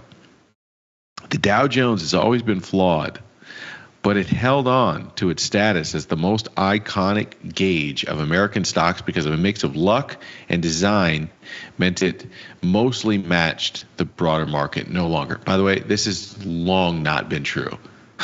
Nobody cares what the Dow is doing except a handful of clowns on television. Far from tracking the S&P 500 index of the top U.S. companies, the Dow Jones Industrial Average for the past 2 years has been left in the shade. It lags behind the S&P by more than 10 percentage points in 2023 and 2024, a dismal performance matched in only 2 years. The S&P was introduced. I'm missing something. A dismal performance matched in only 2 years since the S&P 500 was introduced in 1957. So first of all, false premise, completely false premise that the Dow Jones should be mimicking the performance of the S&P 500, and that because it's not a good index. It's not a good index, but it's not a good index. That's not the reason. It's like saying the Nasdaq is not tracking the S&P, therefore it is a horrible index, or the Russell is not tracking the S&P, therefore it's a bad index. The Dow is a price-weighted index of blue chip companies, and from a sector point of view is weighted completely different than the S&P 500. Therefore, it should not track. False premise. Let's keep going. The Dow's current problem is big tech, but the reason it has this problem is more fundamental. The Dow is an awful index. Look, the hit piece on the Dow is wild. The Dow is an awful index that was designed for an era of human stock selection and slide rules, and is horribly outdated in the automated age of index tracking. Again, completely false premise. What the hell does those sentences even mean? Professional investors mostly ignore the Dow, though they pay close attention to the Nikkei 225, Japan's equally flawed index. Yet the Dow gets outsized attention in the media and among ordinary investors. Not true. Literally not true. No ordinary investor gives a flying what the Dow is doing. Presenting a distorted picture of what's going on with America's stocks. Again, not distorted, it's telling you exactly what it's designed to tell you. Start with the current problem. Excitement about artificial intelligence has driven the magnificent 7 stocks of Alphabet, Amazon, Apple, Meta Platform, Microsoft, Nvidia, and Tesla to make up almost a third of the S&P 500. First of all, that's a problem. Presented as not a problem. Let's keep going. Moves in the S&P 500 are dominated by whether it is a good day or bad day for big tech. Problem. You see all the garbage that they just set up, that was negative language about the Dow. None of that negative connotation, none of that language, none of that framing word choice was used to describe the fact that 7 stocks make up 30 to 40 cents of a diversified, broad-based index of 500 stocks, which are supposed to tell you how the American economy is doing from a day-to-day basis. I'll continue. Moves in the S&P are dominated by whether it is a good day or bad day for big tech. But in the Dow, these 7 stocks make up only 13.9%. with Meta, Tesla, and Alphabet missing altogether. And they go on to say the big hitters in this one, the 5 biggest Dow stocks are Goldman, United Health, Home Depot, Caterpillar, and Sherwin-Williams. Together, they are 32% of the Dow. Again, problematic, but make up a tiny 2.6% of the S&P 500. It goes on. But we've long sort of made this joke. It's a running joke. Every time I talk about the 4 indices in the morning, I sort of shit on the Dow because it's a joke. It's a price-weighted index filled with blue chip, dividend-paying companies that are way past, or oftentimes way past the growth era, and are just trying to figure out how to protect their moats. And it's long since been that way. And most people are benchmarking their performance to the S&P 500. It's been that way a very long time. And the only people clinging to what the Dow is doing are a handful of people in the media. I'm not going to call them out by name, but there's maybe one financial news channel, and there's a handful of periodicals like the one we're talking about here, and then maybe a couple of Me Too local stations, things like this, like because they don't know any better. But like nobody else talks about the Dow. And the hit piece on the Dow Jones Index the other day in the Wall Street Journal, I was blown away by it because, one, it's true, it's a bad index. But it's like, if you're going to tell people it's a bad index, why don't you just explain why? Why don't you say that the S&P 500 is a market cap weighted index? And that the Dow Jones is a price-weighted index, and that's generally a flawed way to weight stocks within an index. Is it because you think that the people that read this stuff are too stupid to follow the concept there? This is the problem. This is why Tasty, I suppose, is so great and everything else sucks, because, God forbid we have a conversation that, requires a brain that can operate above a level that says 2 + 3 is 5. God forbid we've got to think for a minute and just start talk, use a little bit of math for a conversation. We can't even do that in the Wall Street Journal. But instead, you just kind of use this weird ass language that says the Dow is not the S&P, therefore the Dow is a bad index. What kind of dumbass logic is that?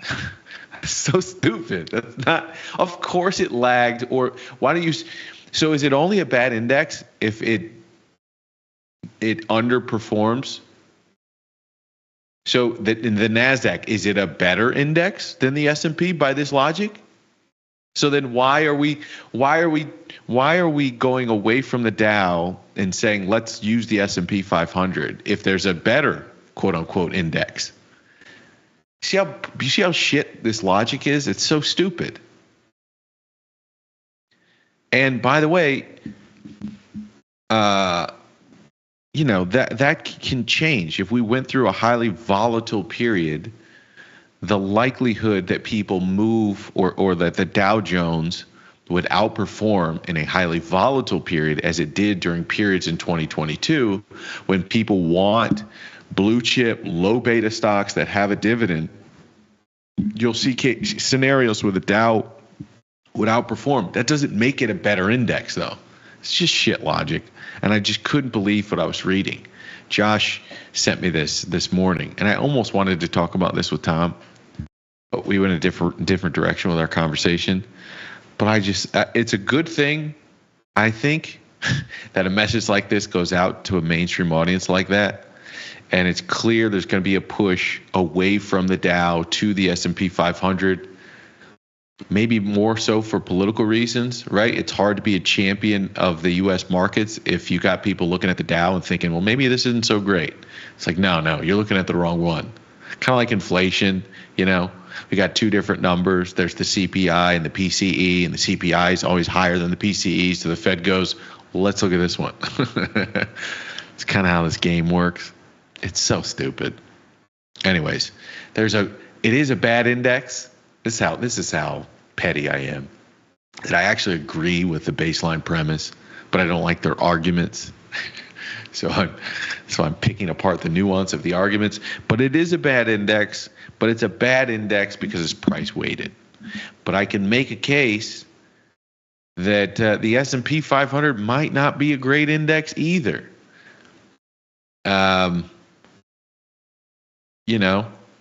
I guess I would have to figure out. I haven't looked at this in a while, but like, what is the percentage of the economic activity in the U.S. economy that is coming from 7 companies versus the market cap weight? I don't know the answer offhand. And if 30% of our economic activity is coming from these 7 companies, then I'll stand corrected. I don't know if that's true. Stay Puff says, CNBC cares. I don't know what that is, because I know the people there are smart, and they know nobody cares about the Dow. Nobody serious cares about the Dow. But there's something holding them to keep using it as their barometer on that channel. I don't know what that thing is. You know what I mean? I don't know if they did some testing or because their average audience is like 55 years old and they think the 55-year-olds in the country more readily identify with the Dow over the S&P just because that's always been that way. But it's probably time to get rid of this. It's probably time to treat the Dow as sort of the redheaded I can't say that. Shout out to all the redheads out there. It's not like the others. Well, those. My son's doing all these workbooks now. Like, which one is not like the others type thing. The Dow Jones is not like the others. Lincoln says, I watched the SPX EW. So yeah, that's the equal weight versus the Mag 7 weighted SPY. Absolute Beginner says, just watch Nvidia and Apple. I know. Who knew ASTS and T-Mobile would rock like this? Not just that. Did you guys see the casino stocks today? Gangbusters. Did you guys see some of the Chinese stocks over the last couple of days? Gangbusters all over.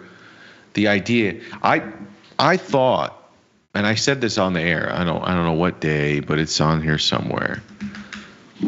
I thought Baidu was going to end up winning the sort of AI partnership. So to me, like the Baidu is a really good bet on Apple or somebody wanting to come into China with an AI offering. And so I think the announcement was made the other day that, with Alibaba. But I think they also said yesterday or something like that, they're still working with them or sort of exploring a partnership, something to this extent. And Baidu was up something like 3% today. But man, there are some rocking pockets in this market for sure. NASDAQ started in 1971, I think. Maybe we are near the top, and they want to push the NASDAQ S&P bag on everyone else. I do think that's kind of the way the game works, that there's a sort of this risk transfer that happens between the general public and sort of an an insider block. I don't know if it happens as coordinated as you're saying. I think it's probably not. I think it's Matthias. I think it's probably less sinister than that. I don't know. I had to guess. Maybe I'm being too naive. I think it's probably just that I think it's a little bit different than that. That the U.S. markets are, by many measures, outperforming world markets, but they're not outperforming world markets. You lose that as sort of this talking point or this perspective from the person who's following the Dow Jones from the U.S. perspective.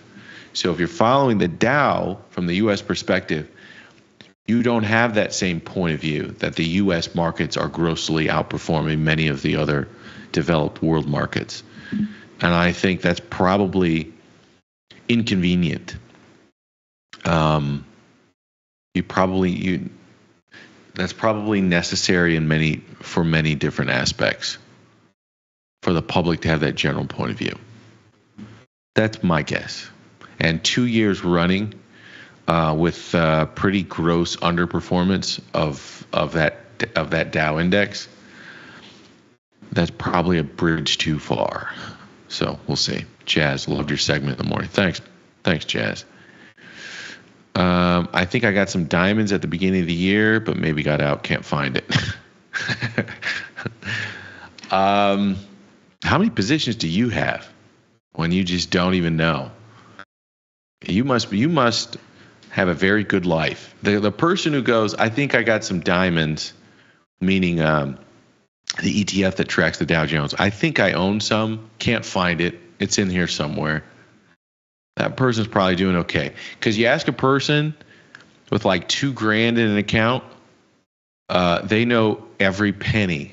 They know where every penny is. So if you got stuff you don't even know where it is. Catan says, when you and Tom agree on something, we're doomed. What did we agree on? Oh, the Dow. I think he probably agrees too. Price weighted. So if there's a stock split, it loses its weight. Weird. Correct.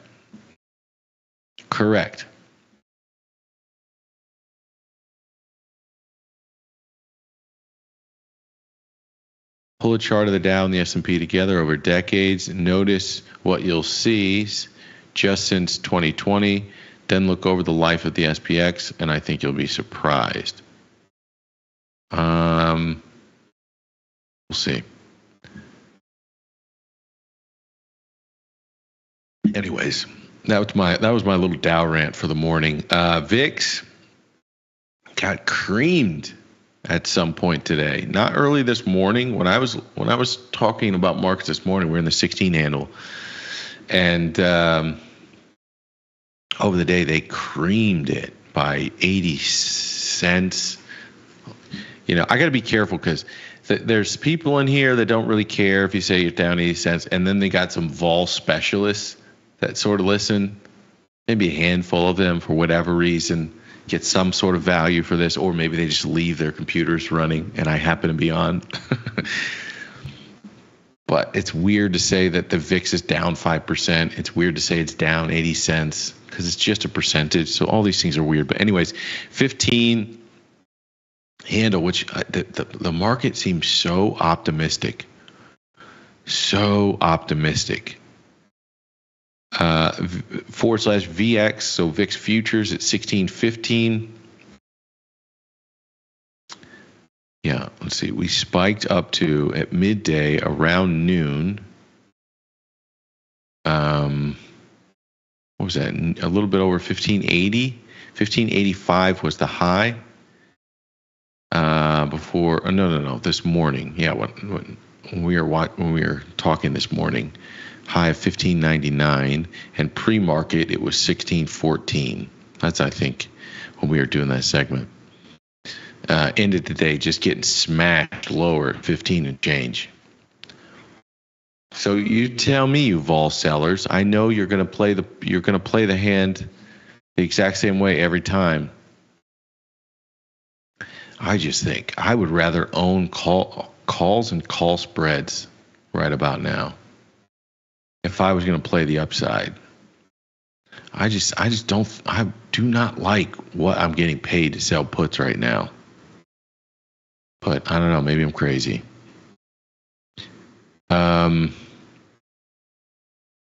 Mark Baum said every penny is accounted for over here. Exactly.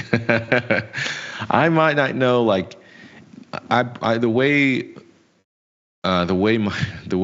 my account is set up, I probably have 5 to 8, depending on what I'm doing. I probably have 5 to 8 of the larger positions, and then a smaller positions of everything else, of varying degrees, medium and small. And so I generally know all my positions. I just don't know. Maybe there's a little bit of a size difference. If they're part of the 5 to 8, I know exactly how much is in there on an absolute and percentage basis.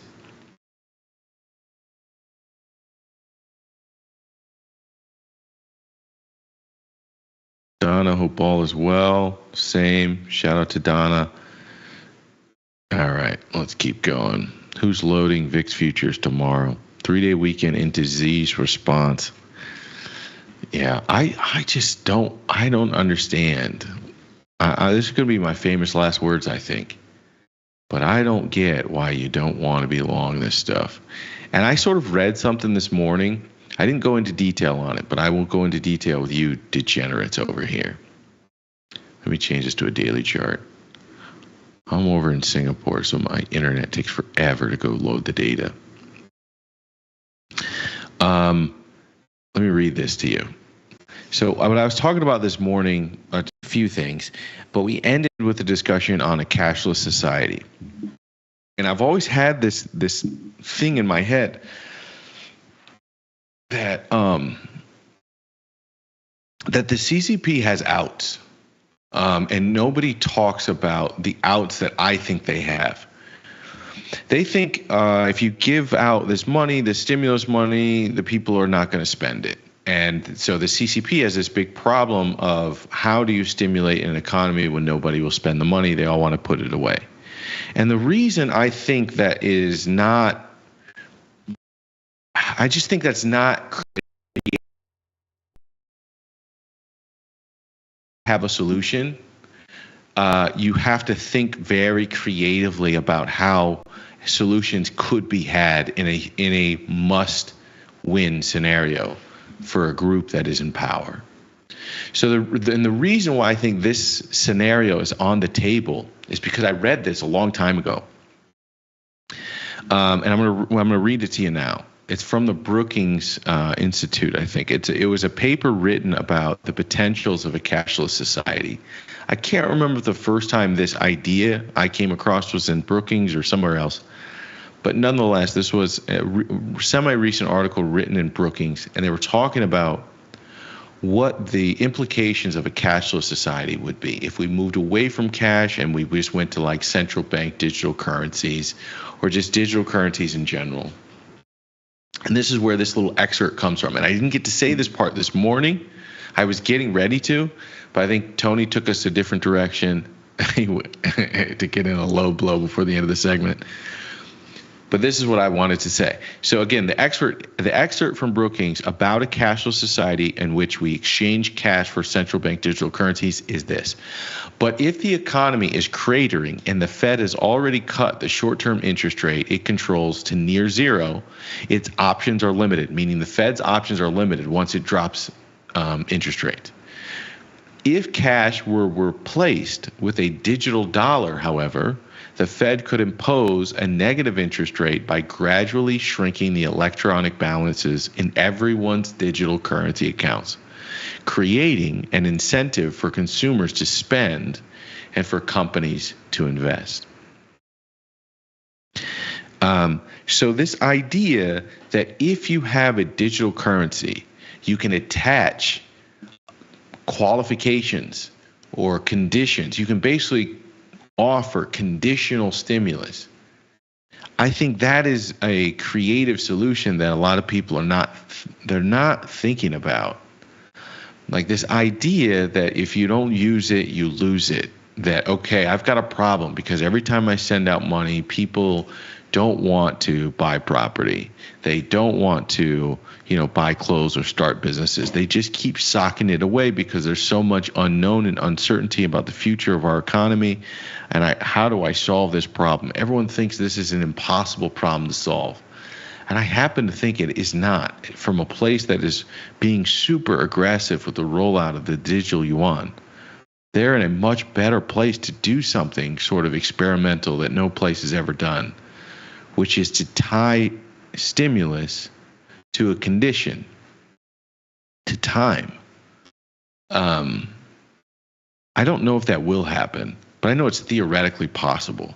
And I know we've never done it before, and I know that's a potential eventuality. And just like the wild monetary policy that the Japanese implemented through negative interest rates and Abenomics and just flooding the world, this inflation of debt, inflating debt away, the whole world got to watch this one use case and see how did it work, and then learn from those lessons. I think somebody's probably going to be the first to implement stimulus and tie it to a condition through the use of digital currency. I don't think the U.S. is going to be first, and I think probably people want a good look at what that would look like. Not saying that they would cooperate to do this in China, but I'm just saying, if you think outside of the set of accepted solutions to solve China's problem, this falls within those theoretical boundaries, and nobody says it. Therefore, I do think they have cards in the deck to make their hand. And the unfortunate thing is nobody would listen. FXI is now trading back towards its highs when it was on this stimulus-fueled rally. And we didn't just shoot up there in 2 weeks this time. We've gradually got there. And their fundamental condition, I don't know that it's changed much from January until mid-February. I don't know that it's actually changed much. But that's kind of the whole point, that the narrative is like a big ship. It takes a really long time to get the narrative to change. And do you want to know what the narrative follows? The narrative follows price. So when you have a giant discount in price, or when you have a decent risk reward bet, you take it regardless of the people who are talking about all the spooky stuff in the world. And this is not to say that negative outcomes can't happen from here.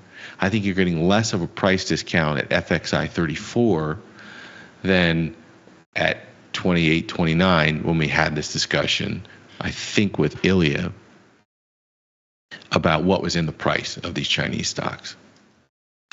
A lot more optimism is now in the price of these Chinese stocks over the last month. But that's how it works. And guess what's going to happen? The narrative on a lot of these Chinese stocks is going to come with it. That's how this game works, man. Las Vegas Sands, this is sort of an interesting little aside here. All of these casino companies have been just beaten up since the turn of the year. Las Vegas Sands, Wynn, I think Caesars as well. All of this stuff. Caesars not so bad. Interesting. The ones with more international presence have been beaten up more so than Caesars. Anyways, but a lot of these things ripped today in sympathy with MGM. MGM was up 17.5% today. Earnings, obviously. And everything else came with it. Caesars came with it, Wynn, Las Vegas Sands. But the difference is, like MGM and Caesars, which have a little bit more U.S. exposure, those charts look a lot better. Las Vegas Sands and Wynn, they don't look as good. Maybe there's something interesting here. What do you say? What say you, people? Do we like the... Ooh, look at that IV rank, too. 94. IV at 47. People, hello. Ivy rank 94.6. IV 47, not bad. I think we can do a little something in these bad boys. We might have missed some of the party. Wind was up 2.6%.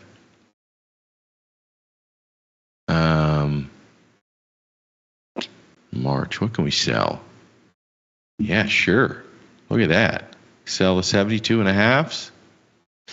I just got done saying I don't love the idea of selling puts in this market,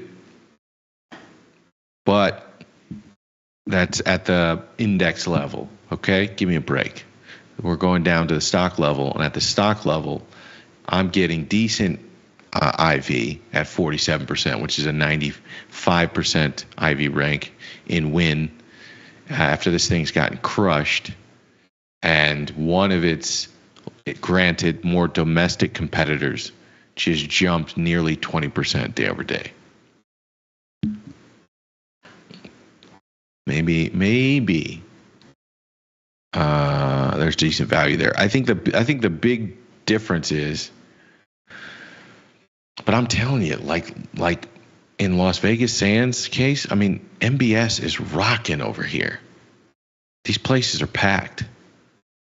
I can't speak for some of the other places in Asia where Las Vegas Sands has big stronghold, but in Singapore, this place is rocking. I don't know. Let's see.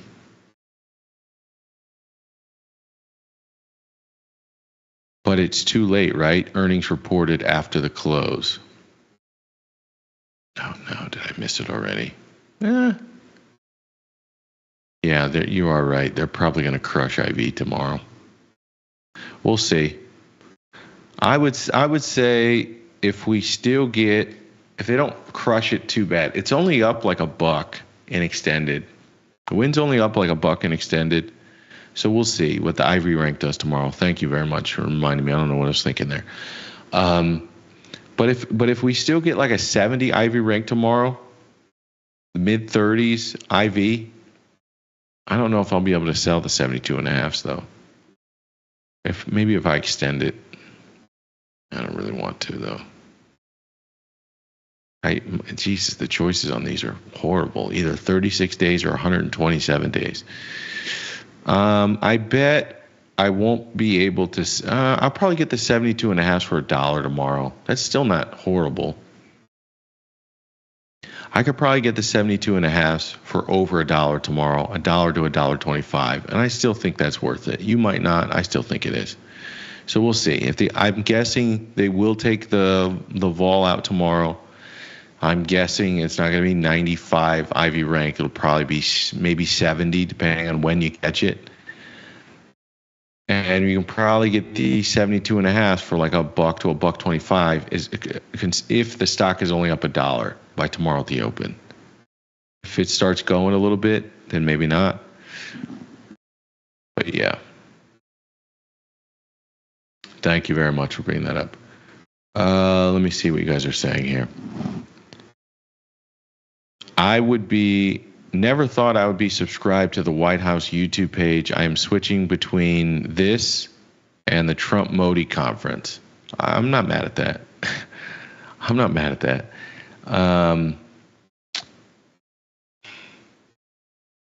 Bro, can we get back to business? You are describing a very hypothetical, unlikely situation. I don't think I am. We'll see. We'll see if you're right. Donna said, we'll actually know in the next couple of weeks. Donna says the Federal Reserve is already setting up accounts for each person using the ACH system or has an SBA loan to repay. It's called a FedNow account and it's designed to be a CBDC account. Exactly. It's just going to be a hot swap in the back end. Nobody's really going to know, Donna. I had no choice. The Fed has given me a FedNow account ready for US CBDC when they switch. Mark CBDC equals mark of the beast. But Donna, Trump banning or talking about it, banning CBDC. Did he actually write or sign an executive order or just talk about it on CBDCs? And the problem with the executive order, though, is he's basically just saying, I'm not going to do it for my term. Because, the executive order, as soon as you get a new executive, all those things should be ripped up and rewritten. So really an executive order on something like CBDC is just a promise to the American people that I'm not going to do this, and we're not going to move forward on this for the next 4 years. So I don't really think, even if there is an executive order on this already, I don't really think it matters. Anything related to Macau rocks. Let's see.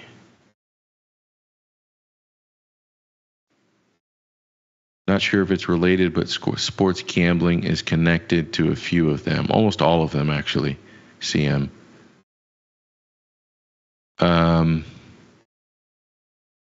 Victor excels at conjecture. Yeah, that's what you say now, right? That's what, because most of this is understanding the range of the theoretically possible and then assigning probabilities to the theoretically possible. And then the better I am at handicapping the theoretically possible than you or the crowd, the more alpha I generate, or you or whoever. So if you can't think about the theoretically possible, or you have a limited range of what's theoretically possible, it'll skew your tail. Or how you think about the tails. So to me, stuff like this, thinking through those problem sets become important. Maybe I'm just going, maybe I'm just justifying that rant I just made. Maybe that's what I'm doing anyway. All right, let's talk bonds. Nice little rally in the long end today, my babies, after inflation spooked everybody a couple of days ago. So very interesting to see after a super hot inflation number. It was good for what, a point, maybe 2 points off of the highs, and they came back and they undid everything yesterday, all today. Interesting sort of tone of resilience that the long end of the curve exhibited here today. 114 and 24/32, nearly 115. So we're just, what are we, like maybe 2 points off of our recent swing highs here. But a lot of strength being exhibited in the long end of the curve here. And I say that on a relative basis. I say that knowing that we really only moved 5 or 6 points off of the lows. And this has been a bloodbath to the downside from 127. I should round up to 128, all the way down to 118. So 18-point bloodbath. So floating 4 or 5 points higher isn't necessarily like this giant retracement. But I think at some level we were sort of saying that the risk to reward probably favors bond long than bond short.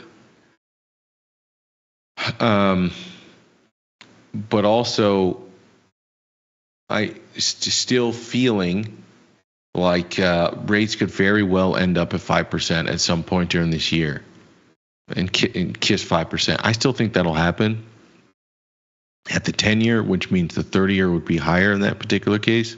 I still think that happens.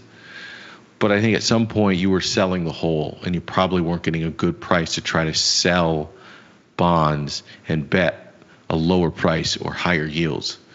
And the higher the long end floats up, the more of an opportunity that the market is going to get to reload on that trade. I just don't think you're getting a great price setup here. And granted, I think we went a lot lower than I thought we would. That 5 or 6 day push down to 110, that was like, let's see how much pain, let's see how much they'll take.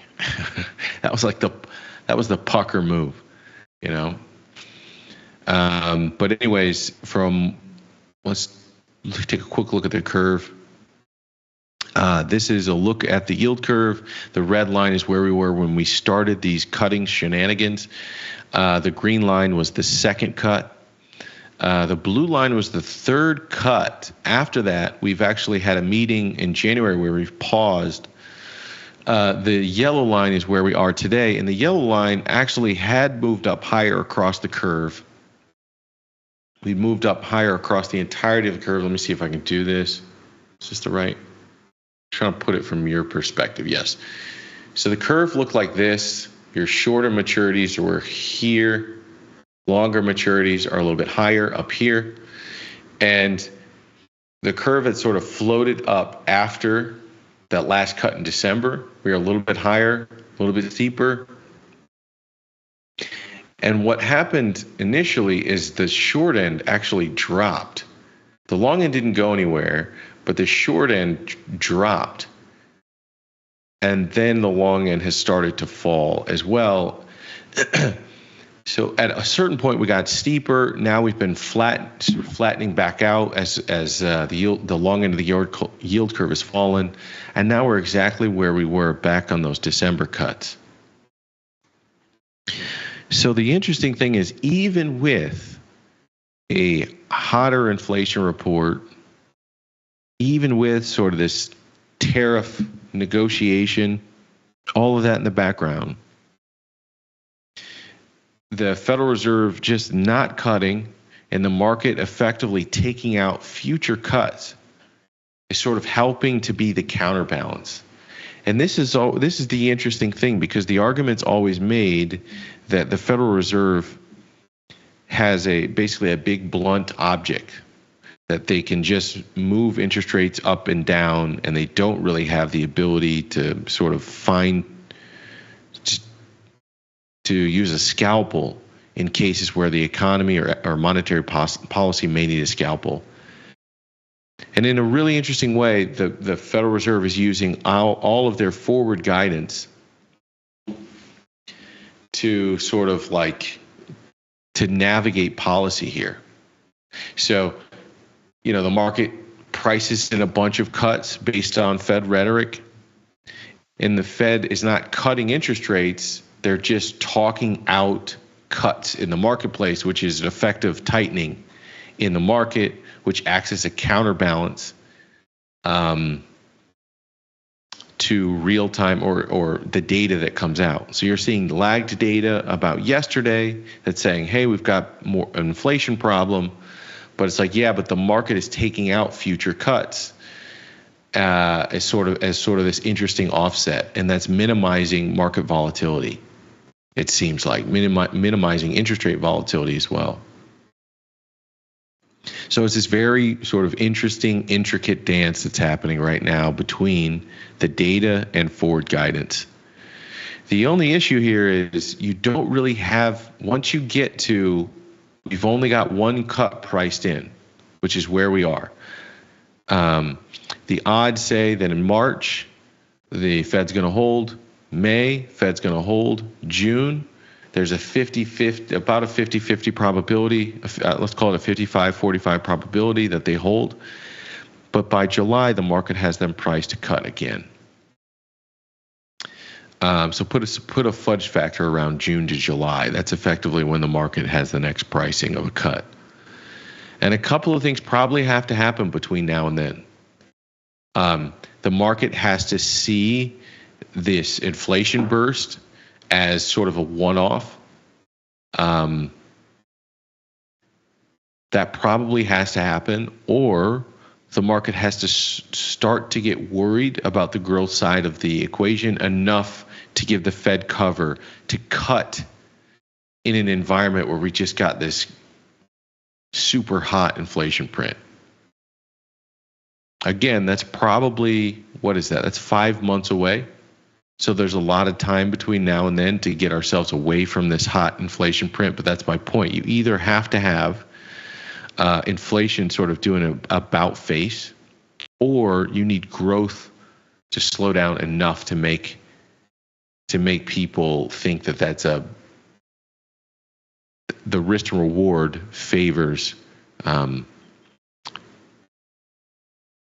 supporting growth at that time. Because given what the data looks like today, I don't think there's a shot in hell that they could get off a cut between now and then. My point is, you don't have much more room to get more hawkish. So if we get another March number, which would be a February report, if you get a number in March that is hot, what can the market do at this point? The market can't really remove cuts. You can remove maybe one more or go to like a 50-50 shot. But there's not much more room to be hawkish, is my point. So either the Fed is in a box where they really need inflation to do an about face, or the market is not appropriately positioned for the potential of us getting to a place where we just say no cuts. No cuts 2025, 2026. And I think if we go another month with inflation where it just came in or even close, there's no possible way we can be talking about cuts in June or July. No possibility at all. All right, let me take a second. But they are strong on tokens. Tokens will be the next wave. They mentioned it several times. Watch the token space. It's about to get nuts, whatever this ride takes us. I think given the position he's put himself in, he has to be somewhat supportive of tokens. I don't understand how that's not a conflict. It is a conflict, in my personal opinion. So yeah, he's got to be supportive of tokens. I don't see how people don't just look at tokens as this gigantic game of hot potato. I wouldn't put somebody else's money in that world, but maybe I'm just maybe I'm just an older millennial and I don't have the risk tolerance that the youngins have today.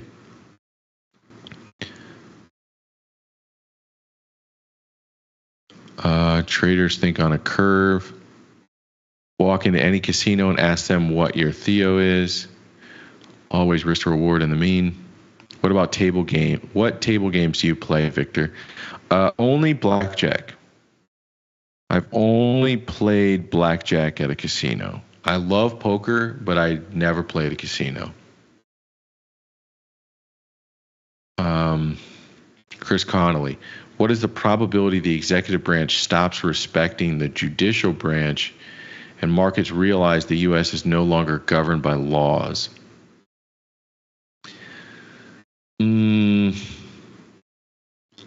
I think low probability for the first. The U.S. is no longer governed by laws. I think there's an aspect of that priced into the long end of the curve. I would say it's a bridge too far to say we're no longer governed by laws. It's just the laws are constantly evolving to allow nefarious activity. That's the game, right? You don't actually break the law in many cases. You either have somebody else do it for you, or you pay enough money to get the law changed so that your actions are considered legal. But I think you can only do that so much before it gets priced into the risk of loaning you money. That's the ultimate, to me, that's the ultimate juror. The juror on all this stuff is the bond market. Oh, somebody going January 6th route. No thanks. Vic, it's all geopolitics now. It's all Trump. The press conferences are driving markets, and I'm not talking FOMC. I actually disagree with you a bit, Matrix. I disagree with you. I think there's probably a little bit of market beta on a day-to-day basis that's driven by the headlines, and it probably feels like that's what it all is, because for whatever reason, love this person or hate this person, people like to watch this person. If they love him, they like to watch him. If they hate him, they like to hate watch him. So he drives ratings. And so because he has an emotional response with people, he's the perfect asset to put out and sell a product. And what you're selling is attention. And if you can grab people's attention, either because can you believe what he said? Or on the other end, like, hell yeah, I love what he just said. If you can sell that, that's kind of the whole game. So it feels like that's what everyone cares about. But I don't think that's what everyone cares about. It's just the perception because it's all over the place. And it's all over the place because it sells. So I don't think that's the case. And I don't think that because in 2016 through 2020, I saw all of this. He sells newspapers. You know what I mean? He sells soap. But and a lot of this it's unknown and unknowable. I don't even think he knows where he's going to go with some of these negotiations. And I think a little, you got to give him a little bit of credit for having the stones to get involved in these high wire negotiations in full view of the public. But also it's a massive gamble. It is a massive gamble. You have to respect that, like this, what we're engaging in has very little predictability, and it's a massive gamble. And I think that's why you keep hearing all these people, whether it's the Federal Reserve or world leaders, they keep saying that there's this big unknown. There's this unknown about U.S. trade policy is unknown. It has the potential. It has the potential because, in a way, it is true that this is a negotiation. You don't know where people's sticking points or red lines are, and therefore you don't necessarily know the outcome. The market has to price that implied risk. But I don't think that's everything. In 3 weeks, I don't think the market has gone from caring about either valuations or AI or critical minerals or electric or nuclear or consumption patterns or birth rates and like long-term macro outlooks. I don't think the market stopped caring about that stuff. I just think the news is doing the news. They're selling soap and advertising and attention. Chess says craps, so fun. Yeah, craps is fun. Craps is a fun game to watch. I just can't get over. I can't get over the edge thing, I remember going into Vegas. And I think Tom. It was one of the first times I had seen Tom speak. It wasn't it might have been it might have been the first time. I remember being in Vegas. Actually, this happened twice. The first time and then more recently. And more recently was when commissions went down to zero. And I was in Vegas, and Tom was at Tasty the second time, and he was doing this speech. And his speech was about, high probability engagement in the marketplace, and commissions had just gone down to zero. And I remember walking through the casino floor and looking at people shoveling quarters into these machines with negative edge. And I remember thinking, just how wild it was that just a room away, it was a free conference. All you had to do was walk in, maybe give your email or something like this, something for them to sell you on. But you had to walk into this room, and there were a bunch of people, successful, proven traders, who would tell you how to get 50-50 or even theoretically put yourself on a better than 50-50 grounds. I remember thinking how crazy that was in juxtaposition to people sitting at a slot machine shoveling quarters into these negative edge machines. I just couldn't. That thought, that juxtaposition, it's like, bro, you just have to stand up and move over here, and then you could do this in a different way with at least even money. At worst case, even money, if not some slight positive theoretical edge on the short run. I remember thinking how wild that is. But yeah, so I see all the fun that people have. I know it's a lot of fun to, I don't know, I guess pull that lever or roll those dice on the craps table. I just it's not for me. You know what I mean? They didn't build Vegas on because a bunch of people win when they go there. So I just can't do it. That's why I'll go to Vegas. I'll do shows and debauchery. I think I'm going actually in the middle of this year for a bachelor party. God help me. The poker in Vegas was awesome. The rest of the city, not so much.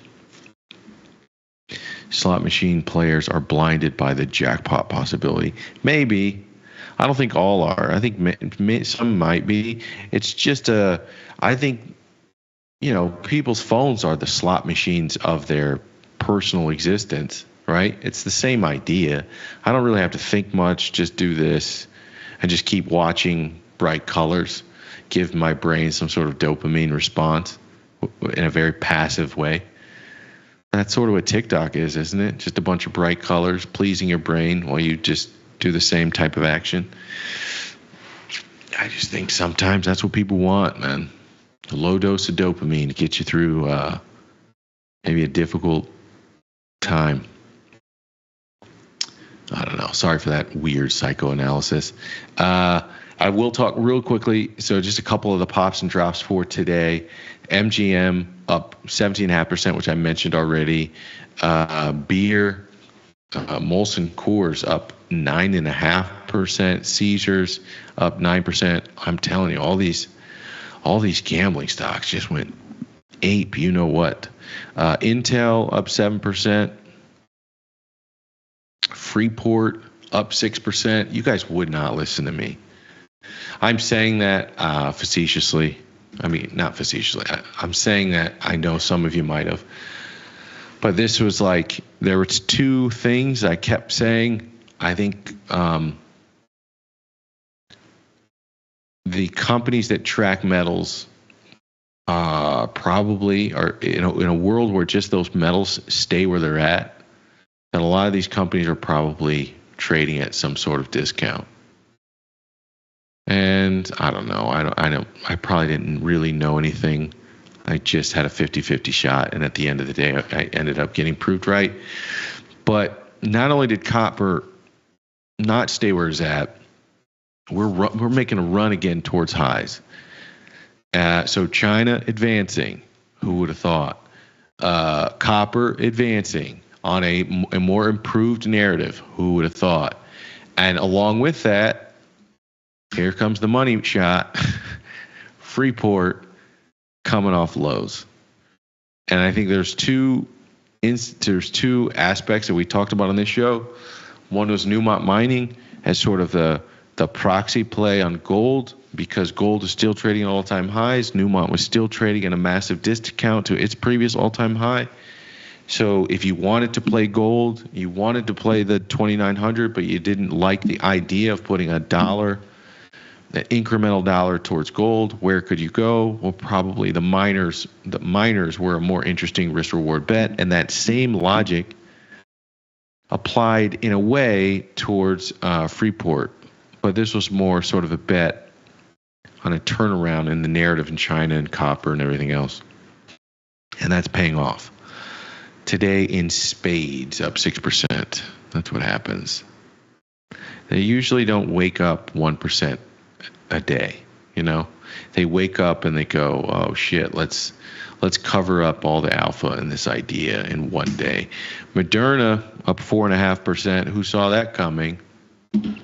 This is why I love markets. Markets are so effing sick. Let me read this to you.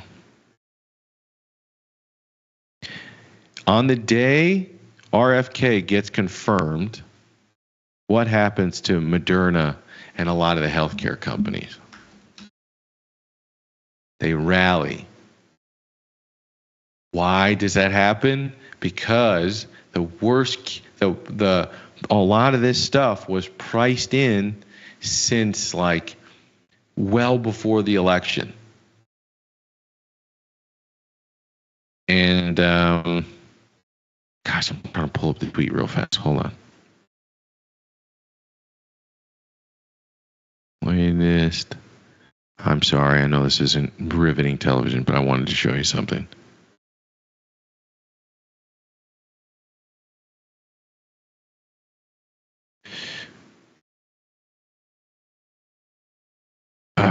I can't find it.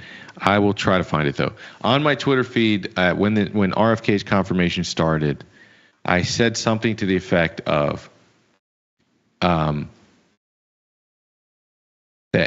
if RFK is not confirmed, that our mRNA and Pfizer, all these companies, the asymmetric risk to reward, if in fact he did not get confirmed. I said the daily upside potential on mRNA and PFE is crazy if he's not confirmed. In other words, meaning there was asymmetric upside to betting that he didn't get confirmed. But then I also said, maybe even if he is confirmed. In other words, and I said few. Shout out to Mike Guyett. But my point was that so much of the negative had been priced into Moderna and Pfizer and all these companies that the likelihood of a confirmation leading to a risk rally in my mind in these underlying names was high, and it would be the exact opposite of what sort of what a person would think. Like if you're not following this, you would go, oh, RFK just got confirmed. What are healthcare stocks doing? And you go, what? They're up? Yeah, because these stocks just got murdered ever since there was a decent probability that Trump could win and that he could appoint RFK Jr. as the Secretary of HHS. Moderna was like at $70 at that point. The market has discounted this to 50% off. The stock was at a low of $30, and then he gets confirmed, and this thing's up 4.5%. And I think that's the sick way that markets work, and I love how sick they are. That a guy gets confirmed, and the normal news cycles should tell you, you'll get the articles that try to get written, like, oh my God, this guy got confirmed, and the stock's up 4.5% today. You have to throw that in there. But it's because markets are so sick. Brian Watson says markets don't like uncertainty. That's right. They like certainty more than they like a particular outcome. But anyways, I thought that was an interesting aside to just throw at you really quickly. I'll give you a couple more. CrowdStrike again rallying. To me, I think I do not get it. I don't get why these companies, I've said this before, I'll say it again. I don't get why these companies deserve any money from anybody. They don't save any, but all of our data at this point has been hacked. It's on some lists in the dark web somewhere, can be easily purchased.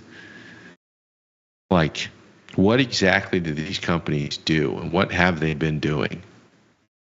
At some point, the ruse is going to be up. Everyone's going to go, you know what?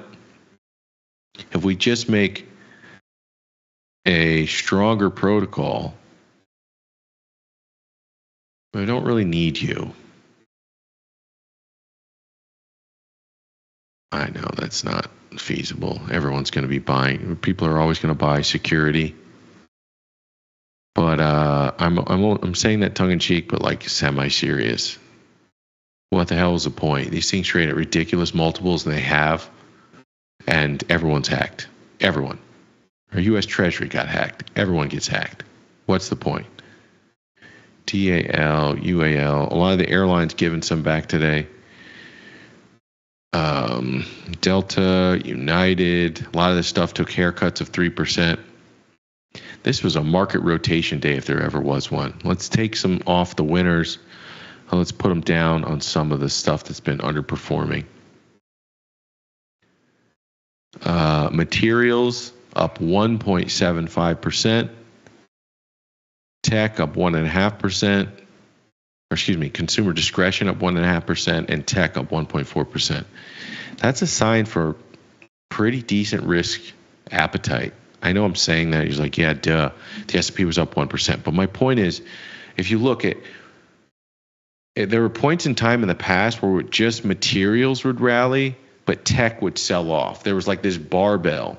You either liked tech, and most of the time that was a safety trade. That was actually a slowdown trade because materials would come down. So in what world do you need less materials but tech advances? Most of that was happening because when people were scared, they're running to the Mag 7. And when people were not scared, they were moving more towards, let's say, Russell stocks, small mid-cap stocks, or materials because you're betting growth. But you didn't have a lot of this stuff happening at the same time. You didn't have materials advancing, like consumption stocks advancing, and tech advancing all in one go. That hasn't happened very often. So for those to be the top three sectors, and they all three of them outperformed the overall market, and the bottom three sectors are your defensive low beta areas, your healthcare, your utilities, and I don't know, industrials to an extent. Usually it might be real estate, but because bonds had a decent rally today, real estate has a decent day. I mean, it's a risk rotation day if I ever saw one. And I think you're either betting the don't, to speak to our table, you're either betting a binary condition that the market is just too stretched here and you're betting against the market, or you're probably betting a rotation. You're a crazy man if you're betting a Mag 7 advance, I think. But the crazy man has been the winner for like the last 10 or 15 years. Straight beta monkey is doing the best, so I can't hate on you. But it does look like a little bit of a risk rotation for the short term is in the cards. All right. I heard Amazon gets like 5 billion hack attempts per day. Yeah. Yeah, maybe I'm being a bit too harsh. But I just don't get if your data is already compromised, if there are so many credit card numbers, social security numbers, date of birth, security questions, if there's so many of that already available, I guess I shouldn't ask this question because I understand the incentive structure. When you understand the incentive structure, you realize why they're going to keep doing this and why we'll pay up to protect it. All right, everybody. That's going to do it for us. I've reached the end of my usefulness here for today and likely the week. Bitcoin at 96,000. Kind of an interesting, weird day for Bitcoin. A weird week, quite frankly. I think on a risk rally, the fact that Bitcoin stayed muted,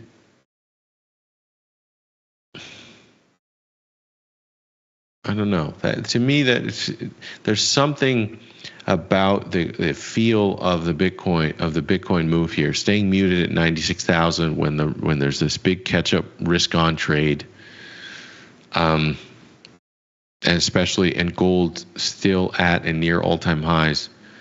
Something a little strange about that Bitcoin move today. All right, we will. I wish I could be more actionable. That's very helpful analysis, Victor. Something weird about the move. What I'm saying is it structurally seems weak. It seems weak here. And it doesn't seem like there's going to be a government catalyst anytime soon. It seems like there's a demand for bonds. And it seems like there are potentially the market is finding attractive assets. It's finding assets in materials. It's finding underpriced assets in China. So in a world where you have competition for risk, I don't know if it's the best in the very short term, the best risk and reward buying Bitcoin at 96,000 versus, buying up some of these Chinese stocks at deep discounts to their US and world counterparts, or buying up miners, or buying up some of these casino companies. So it seems like, at least for now, the world is finding, or the markets are finding, better risk to reward bets than Bitcoin at 96. I don't know how long that lasts, but if that is true, you wonder, do we need to see a lower price in order to attract investment capital such that it's a more interesting risk reward bet relative to equities, to value investments in equities? Maybe that's true. And for that reason, it sort of seems like a structurally weak setup. There, maybe that's better analysis. Maybe that's just maybe that's a little more than what I said at the beginning. Seems weird. All right, everybody, that's going to do it for me. I will see you back here. This is Synthetic Friday for the Price of Truth. I will see you back here on Sunday for First Call, I think. Are we doing it this week? I forget. No, we might not be because of the Lovers Holiday. I'll see you back here whenever I see you. I'll definitely be here Monday, I think.